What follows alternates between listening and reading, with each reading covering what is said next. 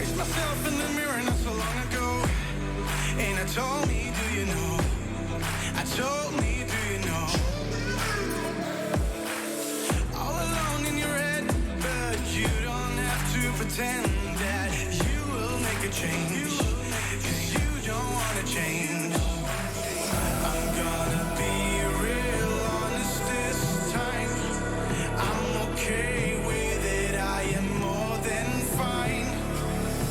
I'm gonna roll all less red dice now. Tell me I won't get out.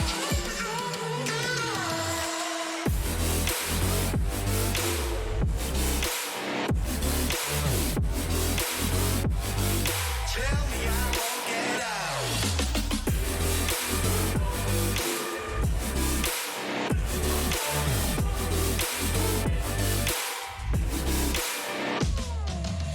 I wanna walk the sky alone among the stars, without forgetting who I was, or have to look back that far. And I don't want to forget who, get who. And are you just fucking around in my mind one last time? I'm gonna be real honest this time. I'm okay with it, I am more than fine.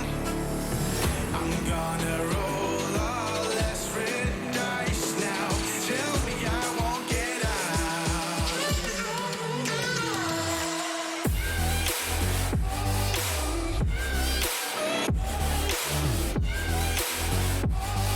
Tell me I won't get out.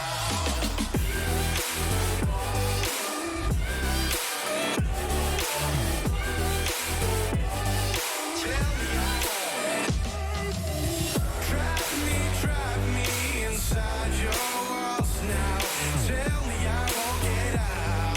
Tell me I won't get out. Crush me with all that you are now. Tell me I won't get out. So tell me I won't get out.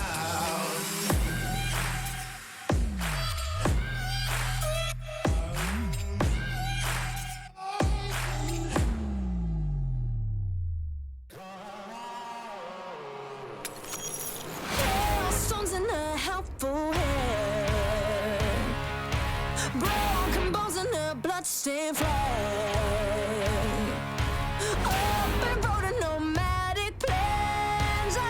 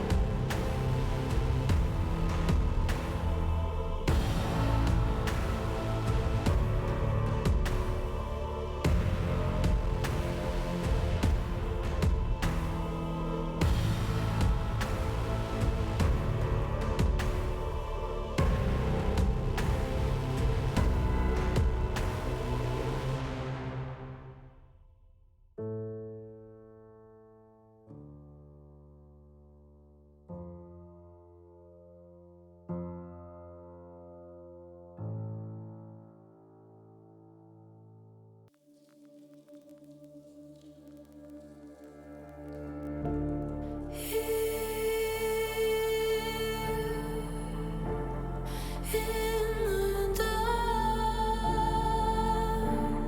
stone cold, sinking deeper.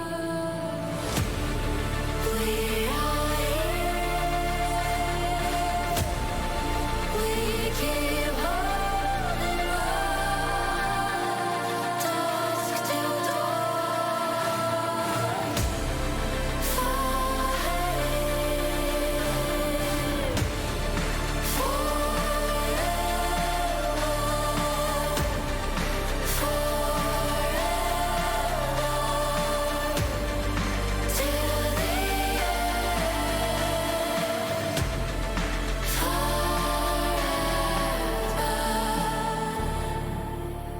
When the water rises, when the world burns down, we will stand together.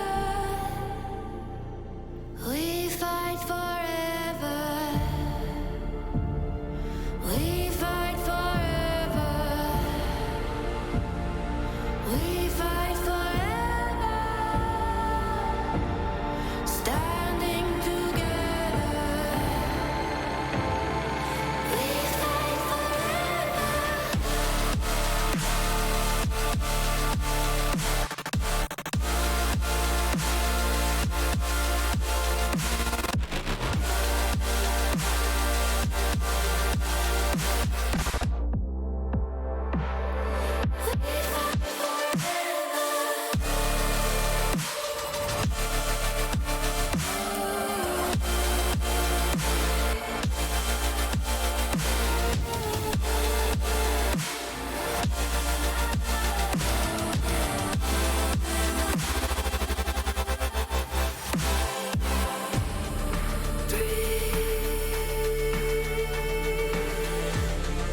Face the storm coming.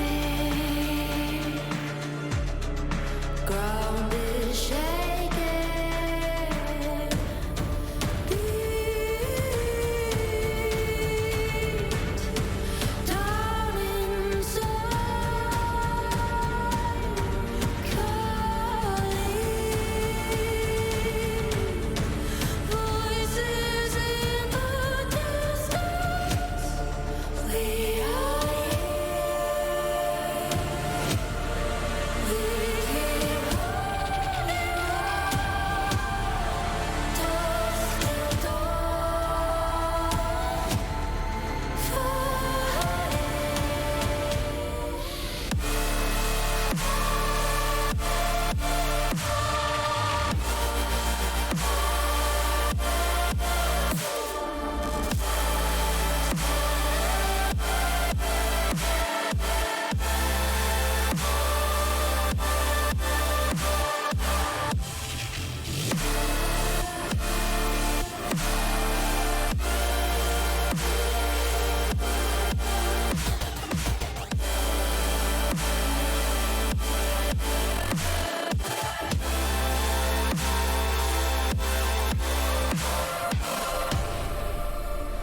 When the water rises, when the world burns down, we will stand together.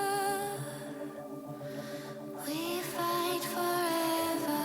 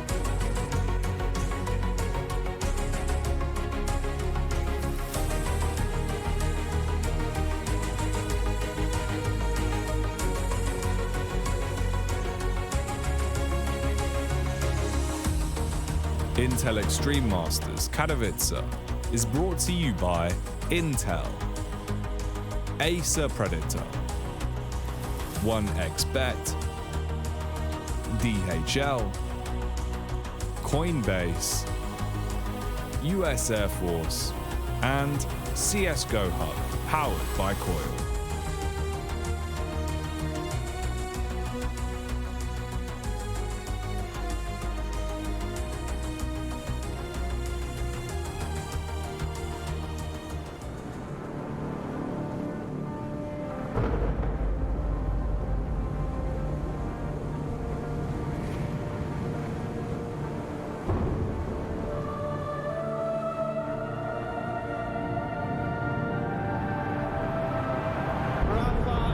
Making history. Absolutely phenomenal. And Ace is the champion of the Intel Extreme Masters World Finals. Storm's still not quite done. MC is going to take this fight, though. 3 seconds left. Last 2 rounds of action's got to start it well for ESC. And this is a massive move for Zez, but he's not content with just a Nexus kill. He wants the win. And it's all done. And Charlotte's winning. Unbelievable Rogue with a 4-0 victory over Classic. And they did it again in the grand finals. It's Navi! Give it up for your Intel Extreme Masters World Champion!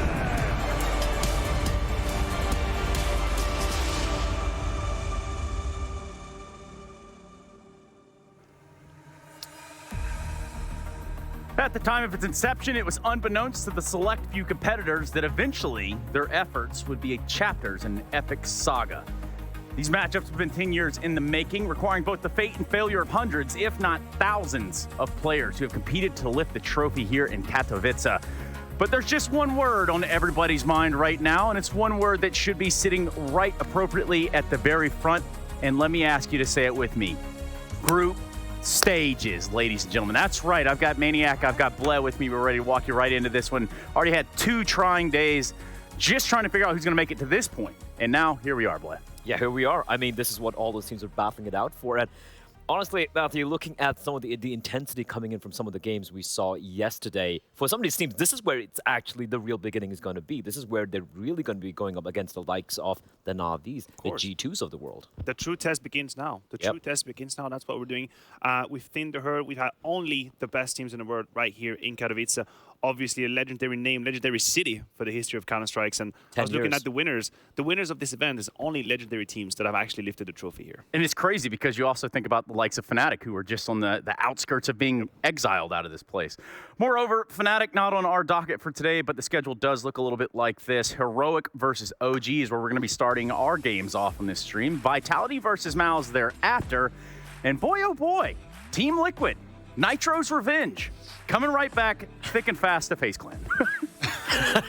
I mean, it has been an interesting like storyline, so to speak, when it comes to some of these players coming back from Valorant or other games. They're going to play there. They're coming back, and everyone's really delivering. Won't say that out loud. Not say that out loud. Come on, you can't say that in here. All right. I'm just kidding. Go ahead, man. You say whatever you want. There we go. But I'll come back to Counter-Strike eventually. Come back home. Exactly. Where you belong. Where we belong. But of course, we have Heroic over here. Teams coming in as well. I'm just excited, man. We haven't seen this team in a while. And a few of these other teams as well. Na'Vi, you talk about the G2s. Sure, we've seen them play recently, at Blast with online stuff. But coming back to an arena event, this is where it's at. Look, any way you look at it, we have plenty of questions when it comes to 2022. We have a boatload of new roster changes that have just happened during the break. We saw a little bit during Blast. But right here in this event, this is where we find some of the first few answers. We're on LAN, everybody's here, this is studio. This is what Counter-Strike always was when I was playing. You start in the studio and you earn your way to spotting in the arena, where I got absolutely wrecked by VP. And that actually happened to quite a few teams here, believe it or not. That's, I mean, which is why we have Taz's face plastered all over the buildings around here. Yeah, and a lot of buildings even, especially some that I didn't even recognize before. It's like, wait, that's Taz right there. How about that? How about them play-in brackets, though? Look, I think that some of the teams that we didn't necessarily expect have surprised us. I think the level that Mouse has been able to show, of course, we had questions about OG. They keep on this very upward trajectory that they've had with Nexa.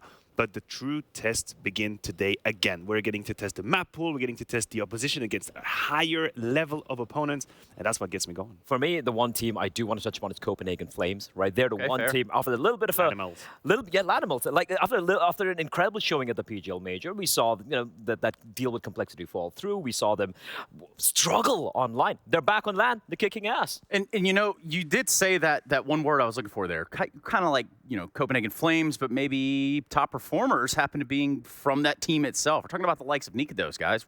What did he do? Why is he so special? He was just getting all the kills, basically. But look, jokes aside, like he, alongside Roy, has been a star of this team when they had that run into PGL Major.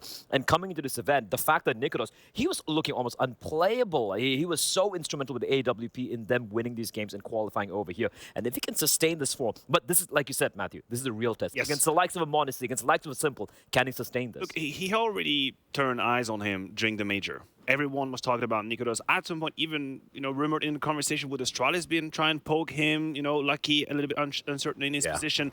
And then, as you said, after the major complete disappearance, Copenhagen Flames fall through the ranks of Counter-Strike, and now we're back. We're back to the point where we have to pay attention to them. Everyone is listening. Everyone is watching, keeping an eye open for their results. And this man that we have right here delivered big time in the play-ins. But we should not sugarcoat it. These were just 2 days. Yeah, it this really is where was. He's got to do it. This is when he's got to do exactly the same thing as during the play-ins. And I think for a lot of these teams coming in, I don't think they're going to make the same mistake twice. We saw Copenhagen Flames, the classic David versus Goliath storyline going into some of the games in the PGL Major. And a lot of teams paid a price, maybe not taking them as seriously. And looking at the way they've come into form here in this particular event. Again, like we said, Lanimals, right? Every team's going to be ready for them this time around. It's not going to be that easy.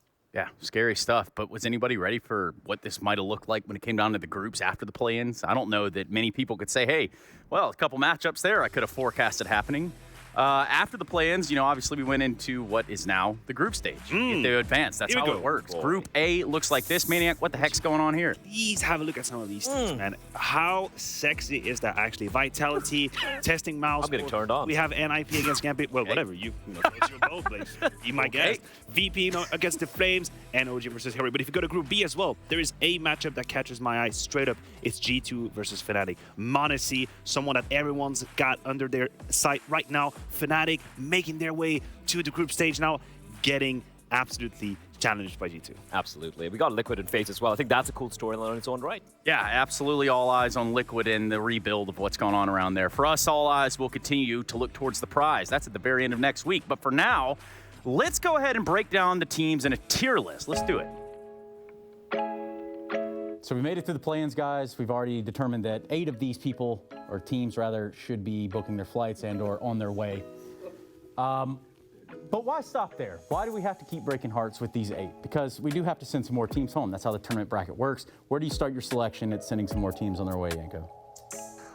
Well, unfortunately, I believe, even though I had Godsend making the group stage, I don't think they have what it takes right now to make it out of that. So I'm going to make it easy for you, Tracy, and I'm going to put them right here next to Astralis, because those were the 2 teams we were actually, who are we going to put here, who's going to not make it as the final 8. There are always some upsets. So yeah, Godsend there. And just for the audience at home, Maniac, when you see Astralis in this category, why would you ever put them there?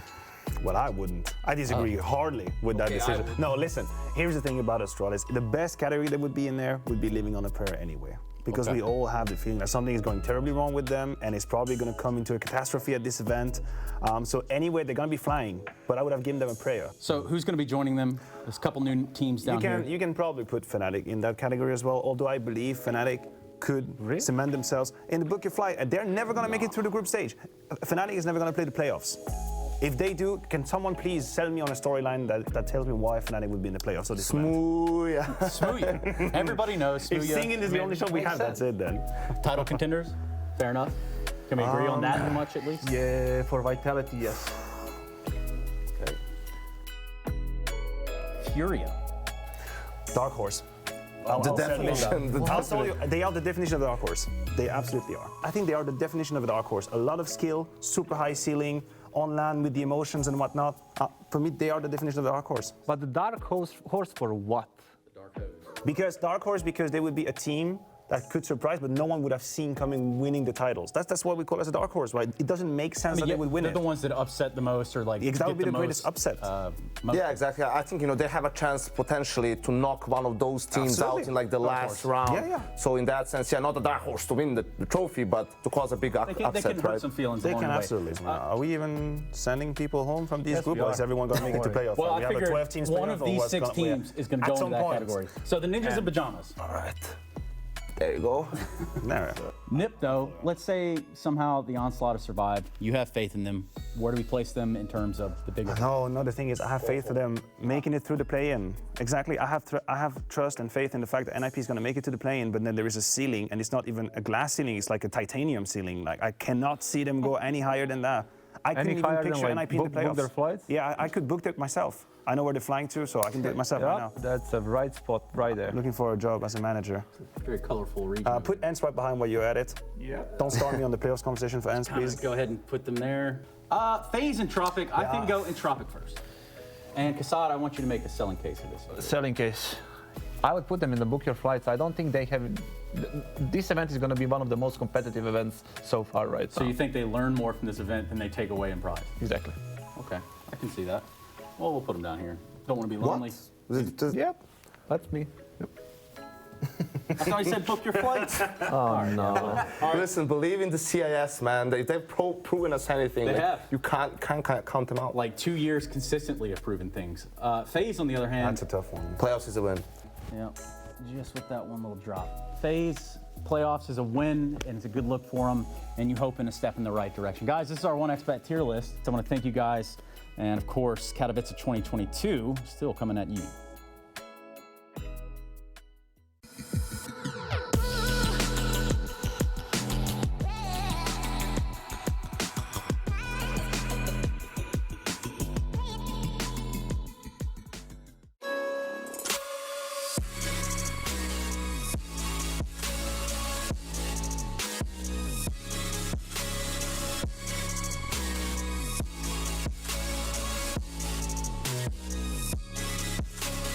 You love it, you wear it.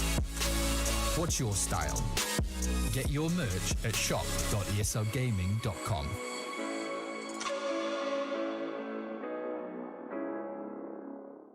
Choose nades, choose a smoke, choose a flashbang. Choose team badges to support your favourite CSGO team. Choose an ESEA Premium membership. Choose routes you know bring in wins. Choose pro video tips. Choose the fan club wars. Choose behind the scenes content. Choose good grades. Choose guns you know you can shoot right. Choose bingo. Choose the equipment you know is going to get your team the win thanks to heat maps. Choose the CSGO Hub Premium. The complete package to help you and your squad achieve all your CSGO goals. Yeah, I think we had a good performance in Blast. Obviously, we didn't have high expectations coming into Blast, but obviously I think we exceeded the expectations. We did pretty good. Of course, we didn't play against the likes of Navi. Obviously, we played against Nip and who else did we play against? And Astralis. The main focus, obviously, is Katowice right now, and I think we are really confident as individuals and as a team. Going into this tournament, we have a new mentality, new system of how we play.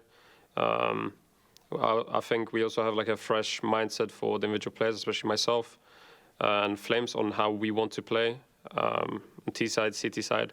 And I think Nexa is helping us to exploit and do, have more impact into the game. So yeah, I think we have high expectations for Katowice. We're going into the tournament with full confidence.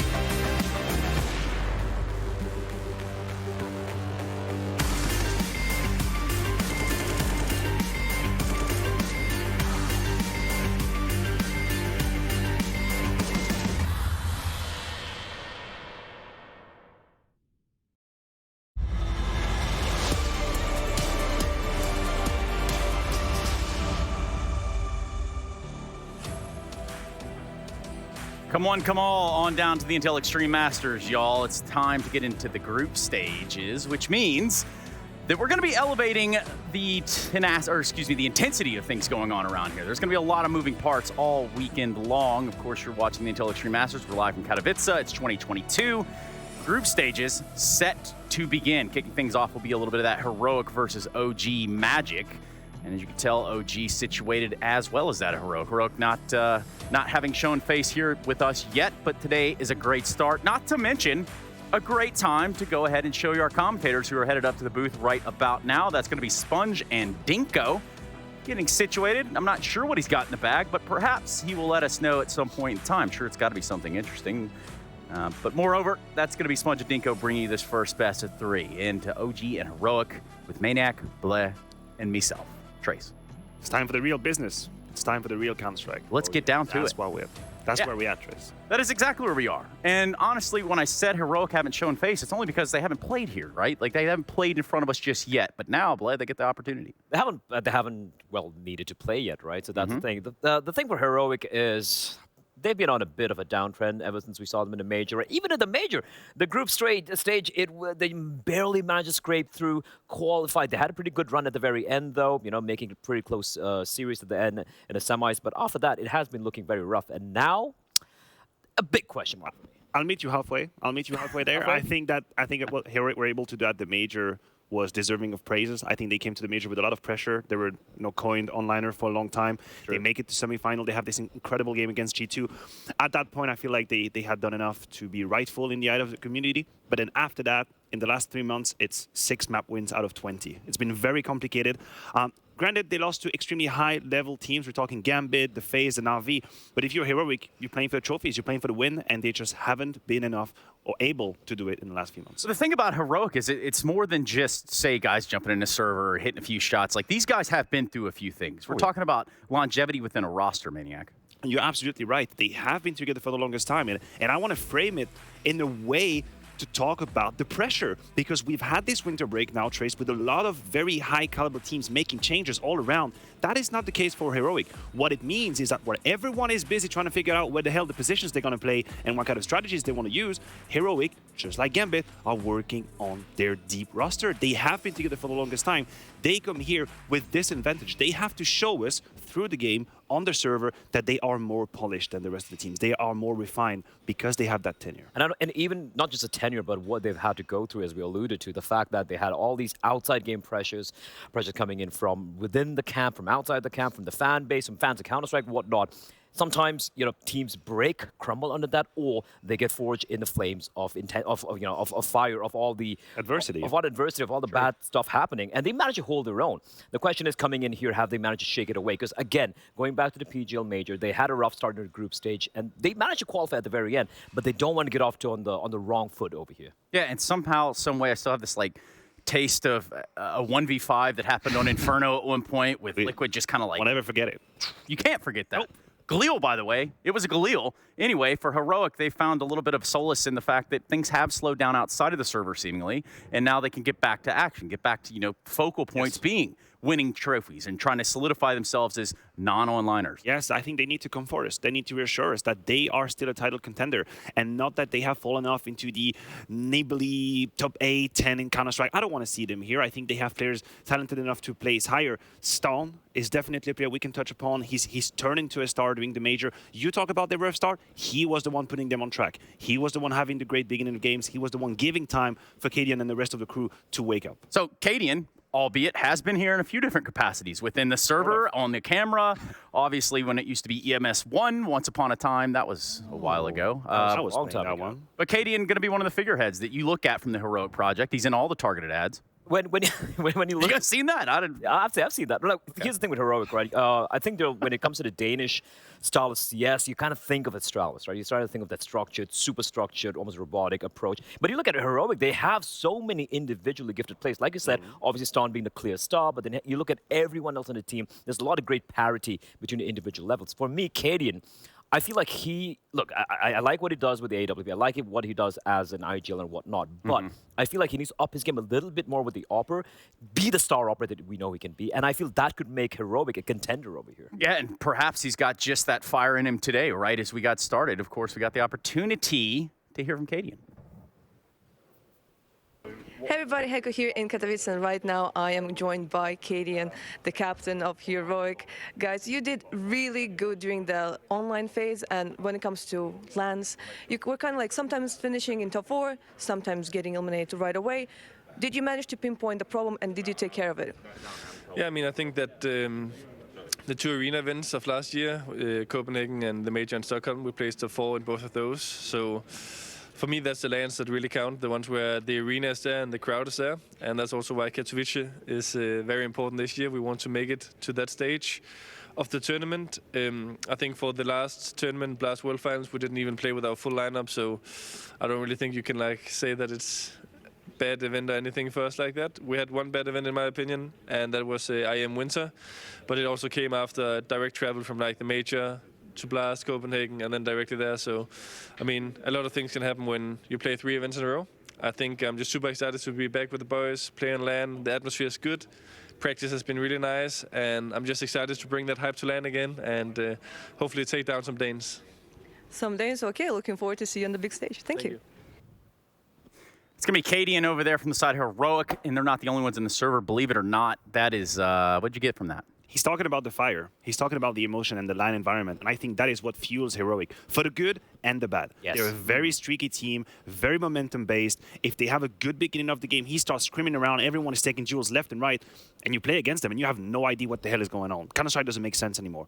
But the flip side of that, unfortunately, that when it doesn't pan out at the beginning, they lack a little bit of substance in the Counter-Strike they want to play. And this is the next level for me. That's the next level for Heroic to make it to that category. And I do wonder, with Exist coming in, we tend to kind of forget that he is the coach of this team right now, right? And I feel like with the tenure he's had and the championships he's won in his storied career, I feel like he could potentially add a little bit over here for the side of Heroic. Calm things down when things are going spiraling out of control. Maybe not break a few tables. What about, okay, you wanted something to digest. I'll give it to you. OG, right. OG. There's never much love when we talk about OG.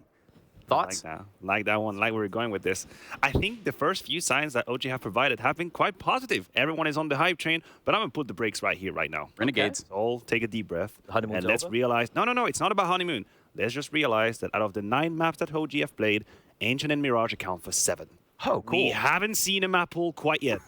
These players are performing right now. Next is all about the interview. Yeah, they all have such high talent, high skin. Okay, fair enough. Fair enough, they've been displaying good skill. On 2 maps out of the 7 we have. So I'm waiting to see way more from OG. I'm waiting to see that same type of style, that absolutely reckless aggression from OG. I want to see it on different maps, and this is when they get tested. Yeah, but how are we not appreciating the fact that somehow you've only played 2 maps out of the 7? Like, what is that all about? I mean, you can be allowed to get away because I feel like the map pools of the opponents have faced off against have kind of matched up with them, so to speak. And let's be real, great run thus far, but the teams have had to beat. Astralis have been struggling thus far. NIB have been struggling thus far. MIBR have looked very listless since the inception of this team in the past few months. They beat Renegades as well, which again, they got knocked into play in. And finally ENCE, which was, I feel like, the only real challenge they had. I apologize, Blay. I was getting mad about the video for a second because again, they get away with picking Ancient. And they've been picking all the time, and it's working so well. Heroic is going for Overpass. I thought that Heroic could have banned Ancient. That was my thought going into this. If you're Heroic, you push it away. You don't allow Nexa to go where he's comfortable. It's a brand new team with a new IGL, maybe not ready on all the maps. He gets to go for Ancient, and we have Inferno at the end, which is and always was in a good middle ground for OG. They've been good on that map. I think they got away with it. I think they have Ancient and they have Inferno. If you're OG as a brand new team, that's not so bad. Yeah, coming in, excuse me, I did wonder why Heroic didn't go for a nuke pick there, right? Look, that's their bread and butter. And here's the thing, they're so annoying to play against, I'm sure. I'm so happy I'm not a server against them. On the CD side, they can be so brutal. We don't do that anymore, Blair. We're done with our days of playing. I'm so happy. I can't even aim anymore. But yeah, that's it.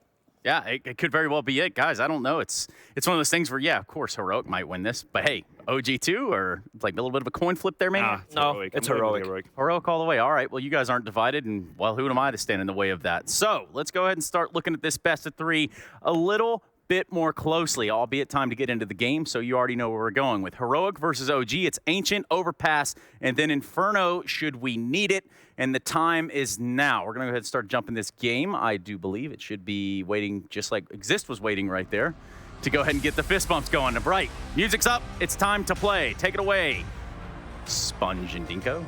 Thank you very much, Trace. As we hop into this one, Intel Extreme Masters Katowice, the main event begins. The group stages, Chad.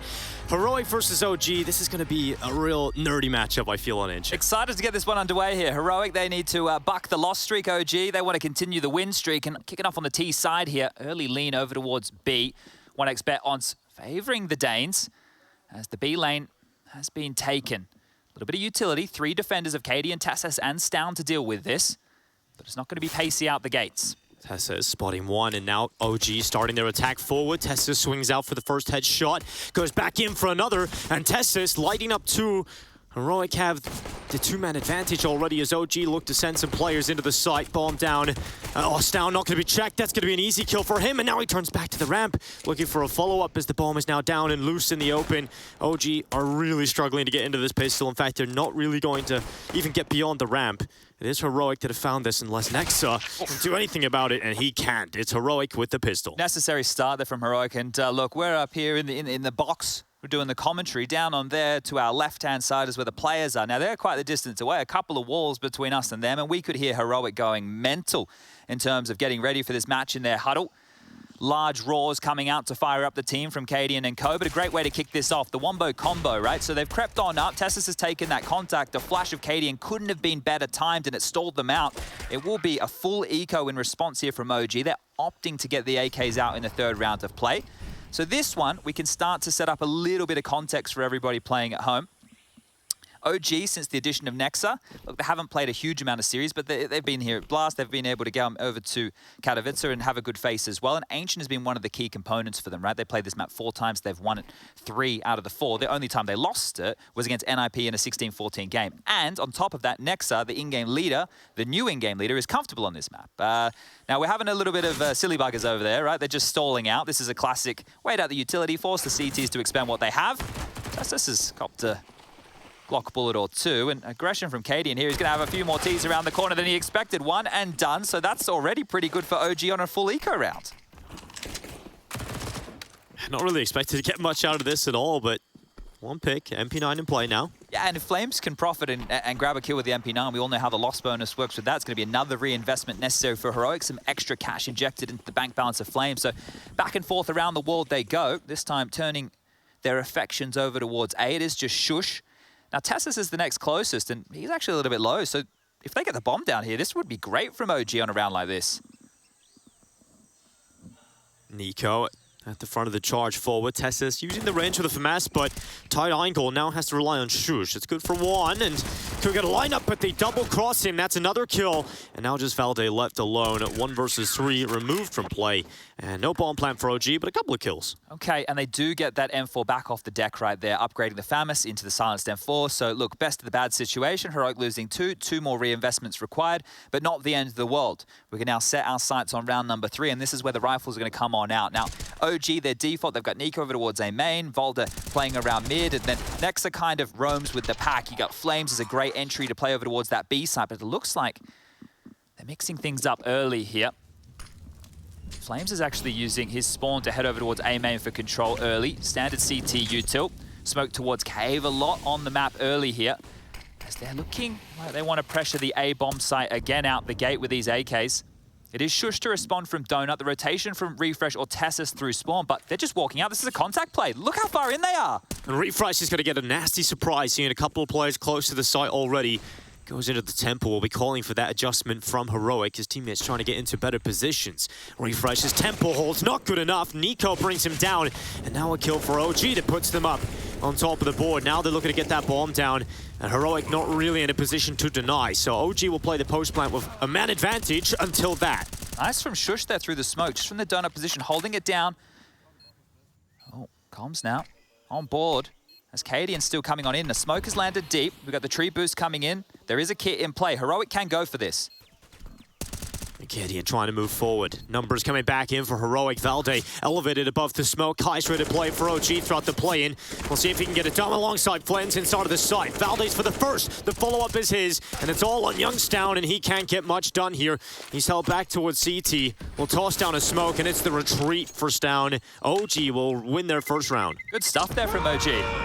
Oh, they are very loud, nice and early here today, and that's what you want to hear. There's a bit of a tonal change in the building, a bit more intensity here as we move into the group stage. But just a quick tech pause called here.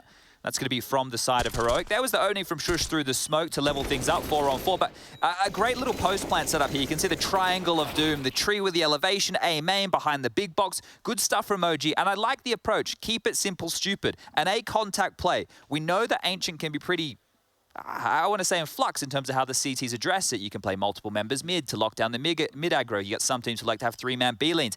A tends to be the site you even leave open, like we saw just there, and they were punished for that early. So that's going to play into the minds of Cadian and Exist as this game continues. Can we risk leaving A site without any bodies early? Well, the answer so far seems to be no. Looks like we're sorted out that tech issue and we're back underway. Saved M4 of Stown. We're getting some dropped rifles across, so Stown can drop over a FAMAS, retains the M4, a couple of other light purchases. It's not the best of buys here, but they have made it work. I think right now we have refresh on a default pistol. Yeah, and you don't love to see that, so we'll need to scoop something up as back towards A again from Flames and Nico. Manto and Valde with supportive utility, and Nexa just selling the fake to keep feet planted on B. It's going to be Shush again, who's just going to be peppered out of position with a donut smoke. He doesn't have anything to contest with here. Just the 5-7 is the solo A player. You can't really fight at that range against the rifle, so he has to back away into donut, and that's going to allow OG the site. They have seen the members now rotating back through CT spawn, but that bomb will go down without problem. No kit for this either. They're going to have to be quick on the retake. They're looking fast. Oh, Valde, first player tested, first player to go down. Cadian on the retake has found the first and Stown on the follow-up for 2. And now we look to Flames inside of the Kiv to Temple position. He's got his teammate alongside of him in this 2v4. They need a lot of heavy lifting with not a lot of health. And now Tessus and Shush, they swarm the site. They're trying to get back in, but Flames is just baiting them into the temple. Luckily, Tessus is good for 2, and he'll sweep up the rest. That got brawly. Maybe the 5-7 gave away that they thought it was more pistols in play because there was actually quite a few rifles. And then instead of having a well-set-up triangular doom like I pointed out in the previous post-plant situation, everybody from OG lined up in that choke point and got spammed on down. So great stuff for Heroic to respond back. I think we might have some force buy wars going on here early, Dinko. Certainly looking scrappy. You look at Heroic, they didn't have a lot in this one at all, but it's these multi-kills that just come through. That was the lineup there. Good camera angle to show it, right? So the players from CT weren't smoked off. They weren't dissuaded from taking that fight. And fortunately for Heroic, that lineup profited for them. It got dicey in that 2-on-2 situation late. Well, 2-on-4 that got turned into a 2-on-2. But a timeout called, and this is going to be an early timeout from Heroic here. Their first of 4, just a chance to try and stabilize because, look, if you check the stats out so far in Katowice, Ancient is the most CT-sided map we've seen. There's been some crazy halves, 13 2s, 12 3s. Heroic are going to want to look to set their sights on something similar to that. Now, the buy for both has a couple of issues going on. Shush and Refresh down to MP9s, a MAC-10 in the hands of Mantu. Couple of Galils, a couple of AKs, but OG have enough to get this one going. Is it back to A again, or do they try a different approach now as Smoke's over towards mid? And yeah, there seems to be quite the affections for A, right? Flames has gone here in 3 out of 3 rifle rounds for him to look for an opening pick. They want to try and bully Shush, and here they come again, just the train of T's. Well, this time Shush not taking up position in donut. This time Shush has decided to play close, and with that smoke, if he can get a close-up position with the MP9, it can certainly be potent. Coming through. The flashes come. Shush gets overrun. Mantu in with a first, and OG charging down the A side. That rotation's going to be slow. Nexus flank is everything here of Stown. Well, finds him out through the smoke. That's huge. So much pressure alleviated now. They can turn all their attention to the A bomb site. They can just focus down, and because the mollies are coming through, they've bought extra time. They can't put that bomb down right now in OG. And there's no nades left for OG to work with whatsoever. They're just going to have to be patient. Refresh is getting aggressive. He's not patient at all. 1 kill for him. Nico and Valde alongside Flames find 3 for OG. And now it's all down to Stown.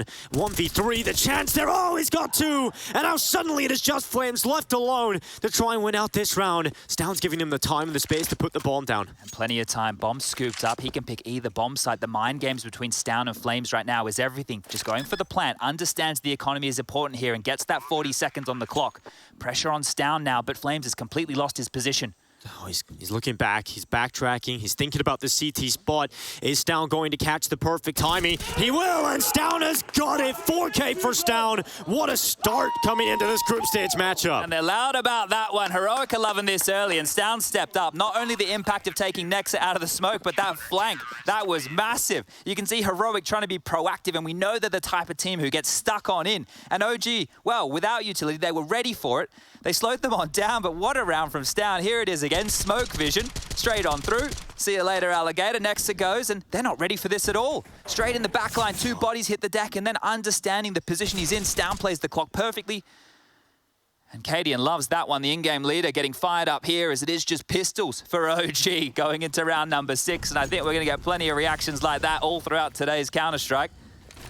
Yeah, the volume in the studio got significantly louder when Heroic turned up today. And what a shot from Nico. Cadian goes down and replied to the initial frag. Yeah, I think he knew that may have been a bit overzealous there with a secondary peek. The first shot was nice. The second has lost them the big green. Oh, Tessus removes Mantu's skull. Next able to bite back. And for Heroic, this is a chance to build some money. And unfortunately, they're losing a lot of players. Stound is looking to try and clean up yet again and pull his team out of this hole. He looks towards the side, also has Refresh's rifle to back him up, and Stound with one. A bomb plant would be huge, but not really allowed here from Heroic. If they get that ult back, doesn't look like they've picked it up. Okay, well, that's going to be a big item to lose out here early, knowing that OG were just on pistols there. It's a little bit rough for Heroic, but all things considered, these last 3 rounds have been very close. 2, which were one-on-one scenarios, and they're 3 players surviving, so going to need a couple more rounds like that, the Danes, to establish. But good shots here from both sides. It's looking like teams are fired up, at least as far as the aim department goes. But here we are, round number 7, and Mantu gets his weapon of choice. I think we might start to look over towards the B bomb site, because A seems like it's been figured out for Heroic now. Mantu, look how aggressive this is! It's not going to work out for him. Stound will best the AWPer. We did see that maneuver yesterday from Hades from Ents, right? He was able to get in, get past, and put a lot of pressure with the AWP, and Stound, he's stolen that. There's no getting that back. He's proficient with the AWP in his hands as well. Could be a problem here for OG. Pressure towards B early, but now have been forced to come back with no success, and now they're wrapping back to that A play. Yeah, well, there is a huge gap there at the moment. You can see, if you look at the radar on the top left-hand side of your screen, and thanks to Rush, our lovely observer, for showing you how passive Shush is on the site. He is the first response unit. And now that Refresh is actually helping him on out, he has a teammate in tow. Refresh is lining a smoke up from spawn here, so you can see that one flying through the sky to deny any more aim main pressure. Nico's going through it. Oh, and Shush is trying to swing out to the right side, but Nico will best him in the duel. And Refresh is hoping to catch them cross into this gap, and he will. That's Nico down alongside the bomb. No smokes. The advantage back for Heroic, and yeah, no smokes, an open plant. This could be a problem here for OG. Valdez been so good so far from this position. Nexa will pick up the first. Good trade out from Tessus. It's not getting any easier here for OG. The time is starting to tick. They don't have the bomb down. They don't have any utility. Heroic in a better position right now as they find another. It's all on Valde. At least his position isn't known. They don't know where he is right now, so he might be able to catch a timing. But 17 seconds left. Oh, he's going to look back. It's one for Valde. Nearly snaps away at the second. But 11 seconds left now, Chad. It's looking unlikely he gets this one done. Yeah, might have to save here, Valde. Decent attempt, but has to back on off. Hold on to that AK-47. Cadian's aware of this. And just around the corner they go. That's the 6th round on the board, and well handled. Now, if you look at the way that Heroic are playing these situations, they push the issue, then they stop. They push the issue, then they stop. It's making it so janky. It's not allowing OG to set up. So this is good from Heroic. I'm liking the pace that we're seeing out of them early here. So as a maneuver, right, when you see something like this, everybody has like, well, what's Mantu doing? Well, the call is, listen, boss, I got to spawn. I'm going to go get us the pick. Didn't pay off. OG did a good job to at least level it up and get into the site, but no bomb down. And that's where woes are really going to start to come in here for OG. First tactical timeout called, and a great opportunity to get Rugger, the coach, on the mic. You can see him there behind the troops, laying down the plan, giving them the scope of what comes next. But maybe take a bit of pace out of it, right? We've seen with Ancient, the CTs love to throw a lot of utility early. Multiple mollies towards mid, deep smokes, HEs galore. And you saw exactly what happened to Mantu there, going through multiple pieces of utility just to go down with that AWP to his demise. We're seeing a problem as well with OG constantly buying up. They don't have a lot of utility in those late round scenarios. Yeah, look, maybe a little bit of the Ent syndrome here, right? Exactly. You know, you've got such strong individuals that you want to kind of get stuck in and take all the fights. It's an interview with Nexus saying he thinks the individuals are better than what their results have shown, right? And I wholeheartedly agree with that approach. When you have like a Mantu and a Flames, who are the new gen, we've seen multiple good moments out of them over the years. Nico and Valda are quantifiable pieces of the puzzle. And then Nexa coming in and being let off the leash, a fragging in-game leader we've seen so far. This OG team, I'm actually a bit excited about, to tell you the truth. But that is the pace being taken out of this one. No death early, just damage to Flames here. Minute 10 on the clock. Not a whole lot to work with so far for OG. Oh, Flames catches the timing for the peak, but Stound still reacts quicker. Able to flick back, so that is the advantage now for Heroic. Those three players that had somewhat of an initial advanced setup are now dropping back more passive into the B site. We've seen a change up in position from Refresh, who will now take up post inside of Donut. But OG sending all of their forces in towards Cave, and Stound just shoulder peeking that, gathers the info. Smoke will go down and just delay this further. Yeah, delay is the key word right there, Dinko. That was their only play, right? Get contact, get the space, and then maybe be able to explode on the B site. But now that they've been shut out by that smoke, they're rerouting again. So back down through mid, and this time it's looking desperate. He's got a chance here for multiple players. Nexa just rips him apart. Luckily, Nexa gets traded out 1-for-1, and that's the bomb dropped in middle. Luckily, quickly picked up, but now they've got to go into Cadian, and he is not going to miss many of those. He's got his teammate to back him up, and Heroic will go to 7. They are handling this very well, right? They always seem like they have multiple members in the right place. Even if they lose a body like Refresh there, the cleanup crew ready to mop up the mess. This is a very good start from Heroic here, 7-1. It felt like it was in limbo at the start with those force buy wars. It felt like OG had just a couple of shots maybe to break that economy, post a couple of early rounds, but I think Heroic have now made the statement that this is their start. Yeah, it's still a little bit shaky, right? Stound only has 1k, Refresh with 1.4, so all it's going to take is one gun round win from OG, completely wipe out Heroic, and we might see them go down to a force buy and eco of their own. Now the AWP's back out, the second time in the hands of Mantu. Standard mid utility from either team, but Tassus is getting aggressive down long this time with Shush. This is a different look from the CT defense. And realizing maybe it's the first gun round back here for OG, trying to disrupt him. There's a passive setup right now outside of the B doors from Flames, so he's aware of this aggression. He's throwing the molly down just to try and dispel any of that, but turn your attentions back to A. Right now, a passive setup for Heroic in this side of the map, and OG sending numbers. And look at the rotation. Heroic are reading this again. They've rotated Shush back to cover Red House push. Cadian and Refresh are still there. It looks like they already know this play's on its way. And this is going to be so difficult for OG. They're going to set up for the A execute. They've got the smokes at the ready. Got that bunch of players at the front, but they're going to go contact into Cadian. That's going to give him a free kill on the AWP, and now they start to charge through. This time the flash is good, but they run right into Refresh, who goes back out and tries to get a double. Unfortunately unable to do so as Valde at least nips at the heels. OG within this round, but still looking more favorable to the Heroic side because that bomb just can't get down, and they don't have utility again, Chad. Yeah, it's looking flat here. Just not enough utility, not enough kills to get on in. Nexa tries to change the tune of that, but Shush steps up, grabs another. Bombs on the deck. Stound chimes in, and it's just one man of Valde remaining. The Dane with a dream has to deal with 3. That's going to be it. Cadian notches the 8th on the board, and if we continue trending down this track, it might be a quick first map of the day for the A stream. I mentioned A stream. We do have the A and the B running all day today.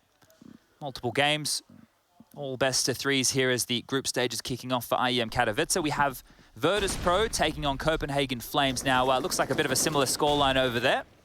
You want to check that out at a B to the end of the URL on Twitch. Vertigo, Inferno, and Overpass are the 3 maps to decide that series. Yeah, I don't know, Dinko. I'm struggling a bit, and so OG with some pace. They're trying a quick play out of elbow, but they are so ready for this. Heroic can position the AWP alongside Refresh to deal with this quicker play on the low buy. It really feels like OG haven't had a real gun round yet, Chad. They haven't had all the utility, all the AKs out once. And when they have as well, it's just immediately fallen apart. So this is fantastic, right? Fantastic for Heroic so far. And look, OG, we knew with Nexa coming in, a bit more of a honeymoon period, they were going to be unpredictable early, but I didn't expect them to be getting blank like this on their own map choice. Now again, I want to reiterate, CT side bias on this. So still an opportunity for OG to get back into this game, but we need to see signs of life, and soon. Yeah, take a look at the last few rounds, right? They've only been getting 1 to 2 kills in the last 3, so not a lot of traction for OG to work with.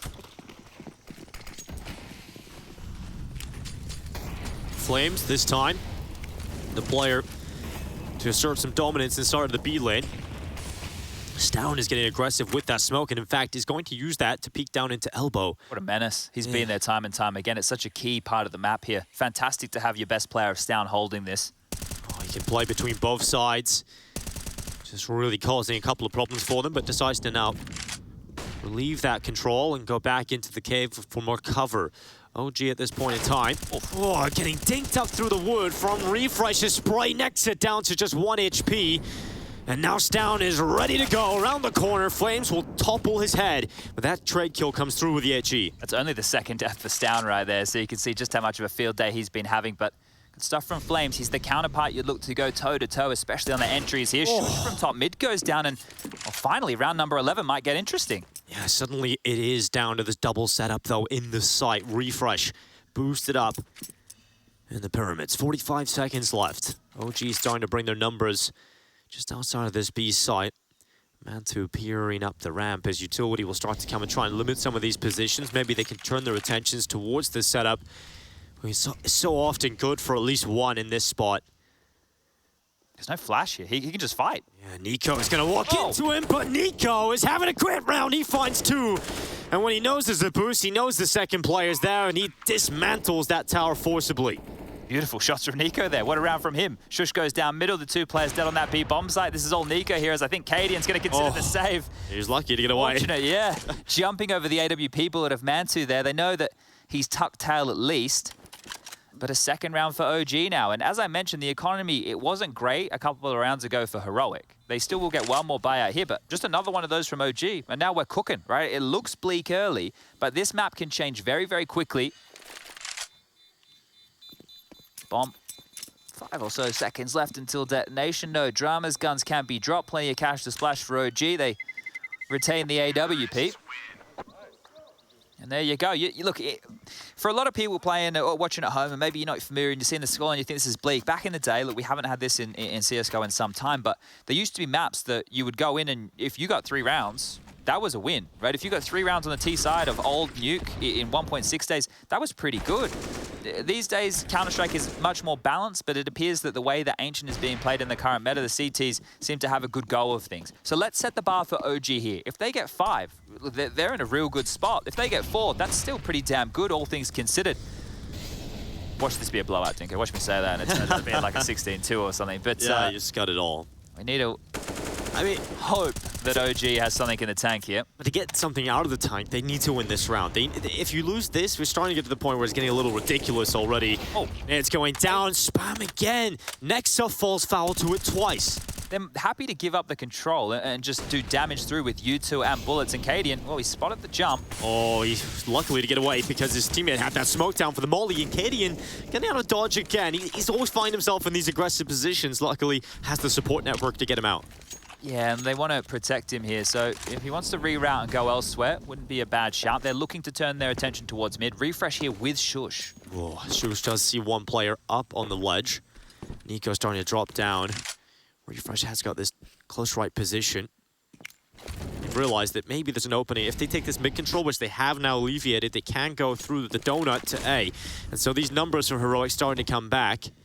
Shush in position with the rifle. Now Refresh gets re-aggressive, and he's going to maybe start this flank around the backside. Bomb will go down this time, so there's a positive, but yeah, you're right. Refresh is already here. He's got a teammate as well alongside of him. Valde taking up position inside of Donut. Has got Mantu relatively close to him as well. And Shush starts the first move of play here for Heroic, and it hasn't gone their way. So those numbers back to equal odds. And now we've got to look at this retake attempt. Is it really getting going here for Heroic? Nico's found another. And now it's just passive. It's just gone slow here for Heroic as they start to drop back. Yeah, they will have to save here. Those financial woes we were talking about, they need to hold on to this AWP. Cadian's low. The util for the retake is there. The bodies aren't. So weathering the storm, OG will grab their 3rd round here. And that was even after Nexa went down through the bullet to the board. So great stuff to recover a number disadvantage situation. Adding some life to this game right here, right now for map number 1.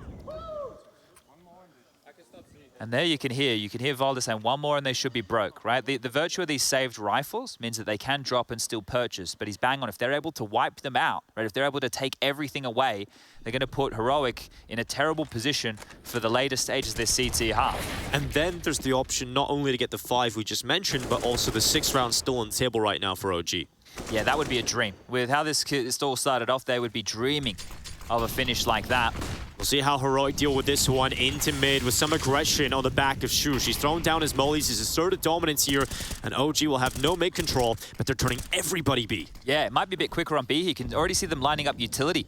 Heroic like to move around a lot. If this is a quick hit, they could catch Tessus on his own. Well, let's see if this defense can hold water. Tessus, he sees a flood of players coming through, and his bikes might just be broken. He's looking to spray through. It's down alongside of him. Utility going into Kate because they know they have them pinned. And now Mantu gets aggressive, more advanced in his position. But the flashes from Heroic are disallowing some aggressive peeks. In fact, they're so good, it nearly allows them a chance for a massacre. Flames luckily steps up with 2. And now OG in the driver's seat and just steering this car to victory. It's just down left, and everybody goes down. This is that round that Valde was just talking about. Yeah, war of attrition here, right? Just slowly whittling them down, putting them in this position now where if you take a look at the loss bonus going into the next round of play, it's only going to be 2,400. You guys can do the quick maths, add that to what you currently see on the tally of the Heroic players right now, and, well, they're not going to be in the range of a purchase. Should be down to just a couple of light pistols with this saved M4 on Stown. But good stuff from OG here. You can see it was a bit pacier, it was a bit poppier. More of a direct hit, less default heavy. And one of the things that I like is you can see how mobile Heroic tends to stay on these CT sides, right? They're almost like one living, breathing organism. And right there, their weakness was B, and it was exploited by OG, not knowingly, right? They were just going for the standard look and then exploded onto the site. You can almost identify the impact of certain players from OG into their round conversions. So the calls have been great, but Flames with multi-kills there. Nico's had one of his own. We had that pacey contact play into the A site much earlier within this game. So OG are getting it done. And now that 5th round looking more than likely. And now we're into the final act of the first half. And Heroic going for a timeout as well, just discussing how they want to approach these last few rounds. Stown still has the M4. And here come a couple of the pieces of utility. Yeah. No rated pistols just yet. I'm trying to work out, because there must be some plan here with the utility, right? Because Shush has head armor as well, so maybe he's going to, if Stown goes down in an aggressive maneuver, pick that up off his body. Multi-mollies mid. Look at the A site, and look where OG are charging. There's no one here. They're going to the right side of the map. 2 rounds back-to-back. They've just picked the right site to go to, and they run right through, take down Cadian, and now Heroic are feeling a little lost. Yeah, I think that Stown is probably just going to try and get on in here to do some damage because the site's lost without any early impact done. The bomb should go down. Post plants can be set up here for OG, and, well, 5th rounds. Even with that damage, look at the money here for OG. So good for them right now. They've got that 5th round we talked about. And maybe even with the turn of the tide here, they might be able to gleam 6. And that dream might just become a reality because this is a shutdown. Nico getting some impact kills in the previous rounds. Luckily, he's allowed to frag up some pistols here as well. He gets his little reward. 4 picked up for him. And now we head into the last round of the first half here on Incheon. Looked rough for OG at the beginning, but they've recovered. I like what we're seeing from OG in terms of some of how heads up some of these plays are. It's taking into advantage how good some of their individuals are, right? They are sharp. Seeing Nico just rolling around, headshotting. So, yeah, really putting the individual skill on display. But this is it. Final round, first half. Map 1. No AWP. Yeah, no AWP at all and no kit either. So if a direct approach comes in again from OG, could be some dramas, but it's aggressive mid. Cadian's jumping up and over. Oh, when you don't have the AWP, this frees you up a little bit more. Cadian getting aggressive. Information passed on, and Flames and Nexa. Huge start to the round, but luckily Heroic pulling a couple of those kills back, but it's not enough. It's still the advantage for OG, but maybe Tessus in his aggressive position at the bottom of this B ramp might be able to gleam something. Well, he's a little bit worried about the cave flank here, yeah, and well, with that down, and so much time on the clock, and now in a 1-on-3 situation, this is going to be very difficult for Tessus to win. Remember the Stown clutch we had earlier? I don't know if they are due another here. So many nades left as well for OG. They don't have to rush, right? The low HP, one of the keys is if they pushed an individual through, they could find out exactly where Tessus is and then rotate the bomb away.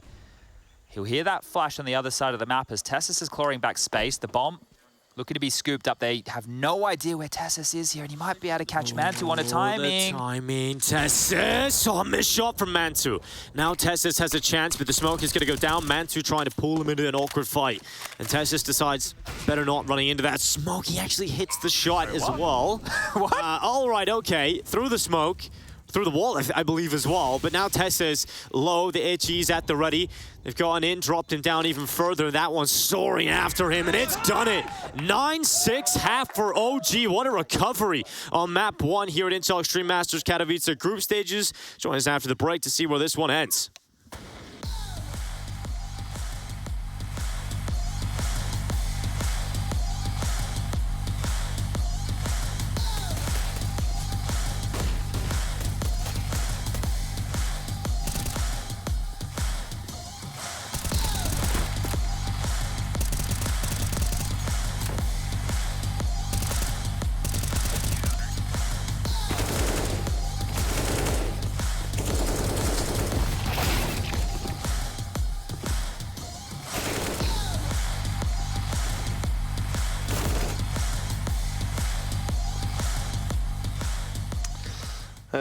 I see the playing as a kind of qualifier for those teams that haven't got enough points for qualifying directly to IEM Katowice. So I guess it's a good thing in that way. And for us that has qualified directly, it's kind of good for us because we have more stuff to look at the opponents and more like videos and stuff. So for us, it's like kind of beneficial, and we have more practice days. But I guess it's kind of hard for the playing teams that they have to play two more days and arrive earlier than us. But I think it's a fair thing.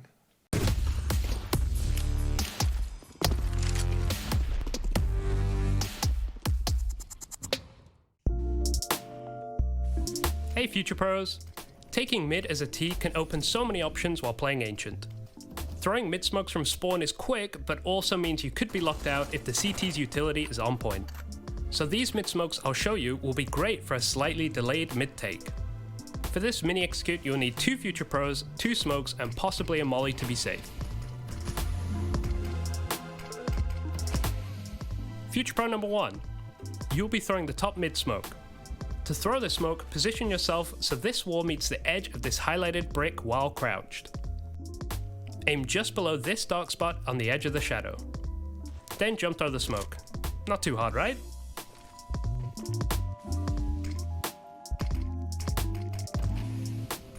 Future Pro number 2.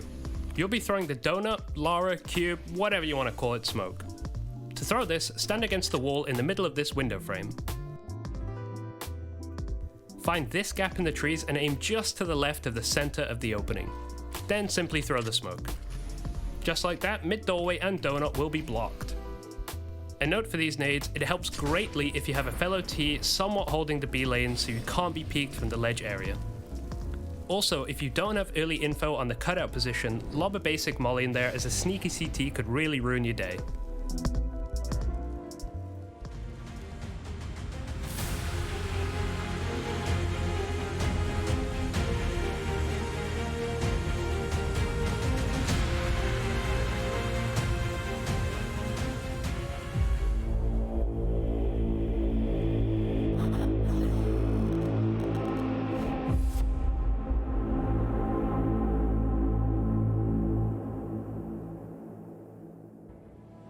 From 9-1 to Heroic to 9-6 for OG at the half. What a recovery to get them back into this game. And they needed that lifeline, Chad, and right now this game is completely open. Indeed, and I'm loving the pace so far. It's been a bit biffy, lots of contact plays. They've been going and constantly getting into each other's faces. So this has been high intensity to kick off Ancient here. I was just reading over there on the B stream, Yakinda had 2 aces in the first 10 rounds of play, so a lot of action all here today. Oh, back to land for him. No stopping going into 2022. Excited to see if that one pans out. But here on the A stream, Heroic and OG get underway for their second half. Heroic will be on the T side this time around. Yeah, and look, a little bit of utility invested in here. I think there's a couple of smokes. There's a Molotov as well. Over there on the CT side, they've actually opted to go for 5 sets of Kevlar, so there won't be a defuse kit here if the bomb does go down. Insta window smoke there from Shush, perfectly highlighted. You can see how quick from spawn that they're able to do that these days. And they're going out mid here, straight through the guts. with Stown leading the charge. Look at OG's CT setup here towards A. They've put 3 plays into man early, and aggression has worked out for the first kill of play. Okay, well, this is going to be walking into a bit of a blender here. Through Donut into the side. They are trapped. Valde held back with that molly, but Nico is still behind the big box. It's another one for him, and his teammate's going down, but Nico's still alive and still kicking. Nico with another in the pistol. Valde's coming back to help him, and it's shut down. OG will continue their win streak, and another round picked up, this time in the second half. What a crazy play that is, sending 3 guys aggressive A main like that. Just wanting to take the fight, wanting to make sure that there's nothing, no hijinks over towards that side. And wow, I thought that they were going to find clear passage there, just straight up through Donut, stuck between CT and that A main position. And well, now I think we see Heroic opt for that full eco scenario. OG have gone with 4 MP9s and 1 M4. Ancient looking a little bit bluer for everybody at home with the double molly mid. We've had enough of the green, Chad. Yeah, well, everybody's complaining about the colors, right? I thought we were going to try and do something about it. There's just one flash in the hands of Tessus here and Glocks for everybody, right? So I think they're hoping that the CTs push up close, but there's nobody home, so here they come. And now it looks like an absolute field day for Flames. A lot of money, lips, huh? a lot of free cash just floating around out there. Here's the Glocks, he wants the Eeks. It would really bolster his scoreline even further, but Nexa looks to be the player that's about to pad his stats a little bit, but the timing, Nico now getting involved as the Nexa Nico shut down, and it is done. It is another round for OG, as they are now 1 from tying things up. Yeah, Nexa reminding us all that timing's a bit of a bitch right there. He could have had all 5, but pulls out his nade. Never mind, as we can see OG looking good for the next round of play, and Heroic, they've all got above that 4K mark now. We should see them invest into the AK-47s. The utility required to call whatever strat that old mate Cadian has in mind, but reinvesting into another MP9 here is Nexa. We've got the 1x bet odds on the middle of your screen. It's actually evened up a lot since the beginning of the day, but still in the favor of Heroic. Aggressive. Yeah, very aggressive from the CT side. A lot of utility being used up, but it's actually going to be Heroic that are leaning towards the A side of the map, and Nico's come back here to help out Mantu. It's 2 MP9s in hold here. Contact. Mantu's going to be the first player tested. Test says make sure that he does not pass. He's going for a follow-up, but it's Kadian that's done that, and now Valde finally arriving with a big gun. He's got 1. Refresh plucked out of the server. But Heroic with the numbers advantage still inside of the site, and that bomb will go down. Now OG starting to set up. Again, 2 MP9 still in play. Not the best for the range, and now they've lost their players. It's just Nexa, and he's nowhere near the site. Yeah, and lost the rounds here. Nexa would love to get an upgrade from this MP9 into a rifle. He has the least of his team right here. Look, if he carries this through, at least he has something. But an AK would be much better, and that right there was a pretty basic approach from Heroic, right? Smoke top mid, smoke donut. Cadian lurks on through. The rest channeling in towards A main. Oh, that sounds like a bit of action over there on that B stream. Good to hear everybody back in action. A lot of the time, Chad, you know, I love hearing comms, but a lot of the time, the only word I understand is nice.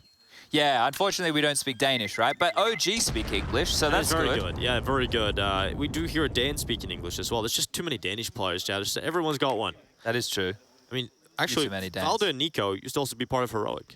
Yes. Look, a lot of Danes have been through the Heroic doors, haven't they? And Nico even part of one of the more recent additions. It's have to go back a little while now, but it's definitely not ancient history. It won't be the purchase for OG here.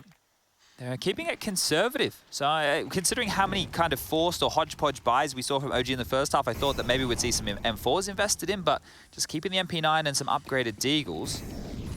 Gonna try their luck again as Nexa in lamps, aggressive cave with flames. 2-man crossfire is hard for Stown to break.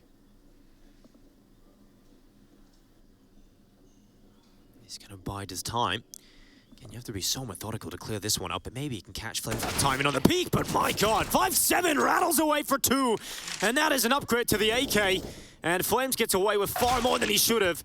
Luckily, Shush pulls one of those kills back into middle, but they're still down a player. Yeah, they need to react quickly here. We can see that there's a gap over on A, but Heroic aren't to know that. They are walking straight into Valdes Deagle, who's ready and raring, but the shot doesn't land. 3v3. And now Flames' AK's drop back quickly, though. This could shut it down. Flames with another one. Flames looking for more. He is rapping right now, and he's got a chance.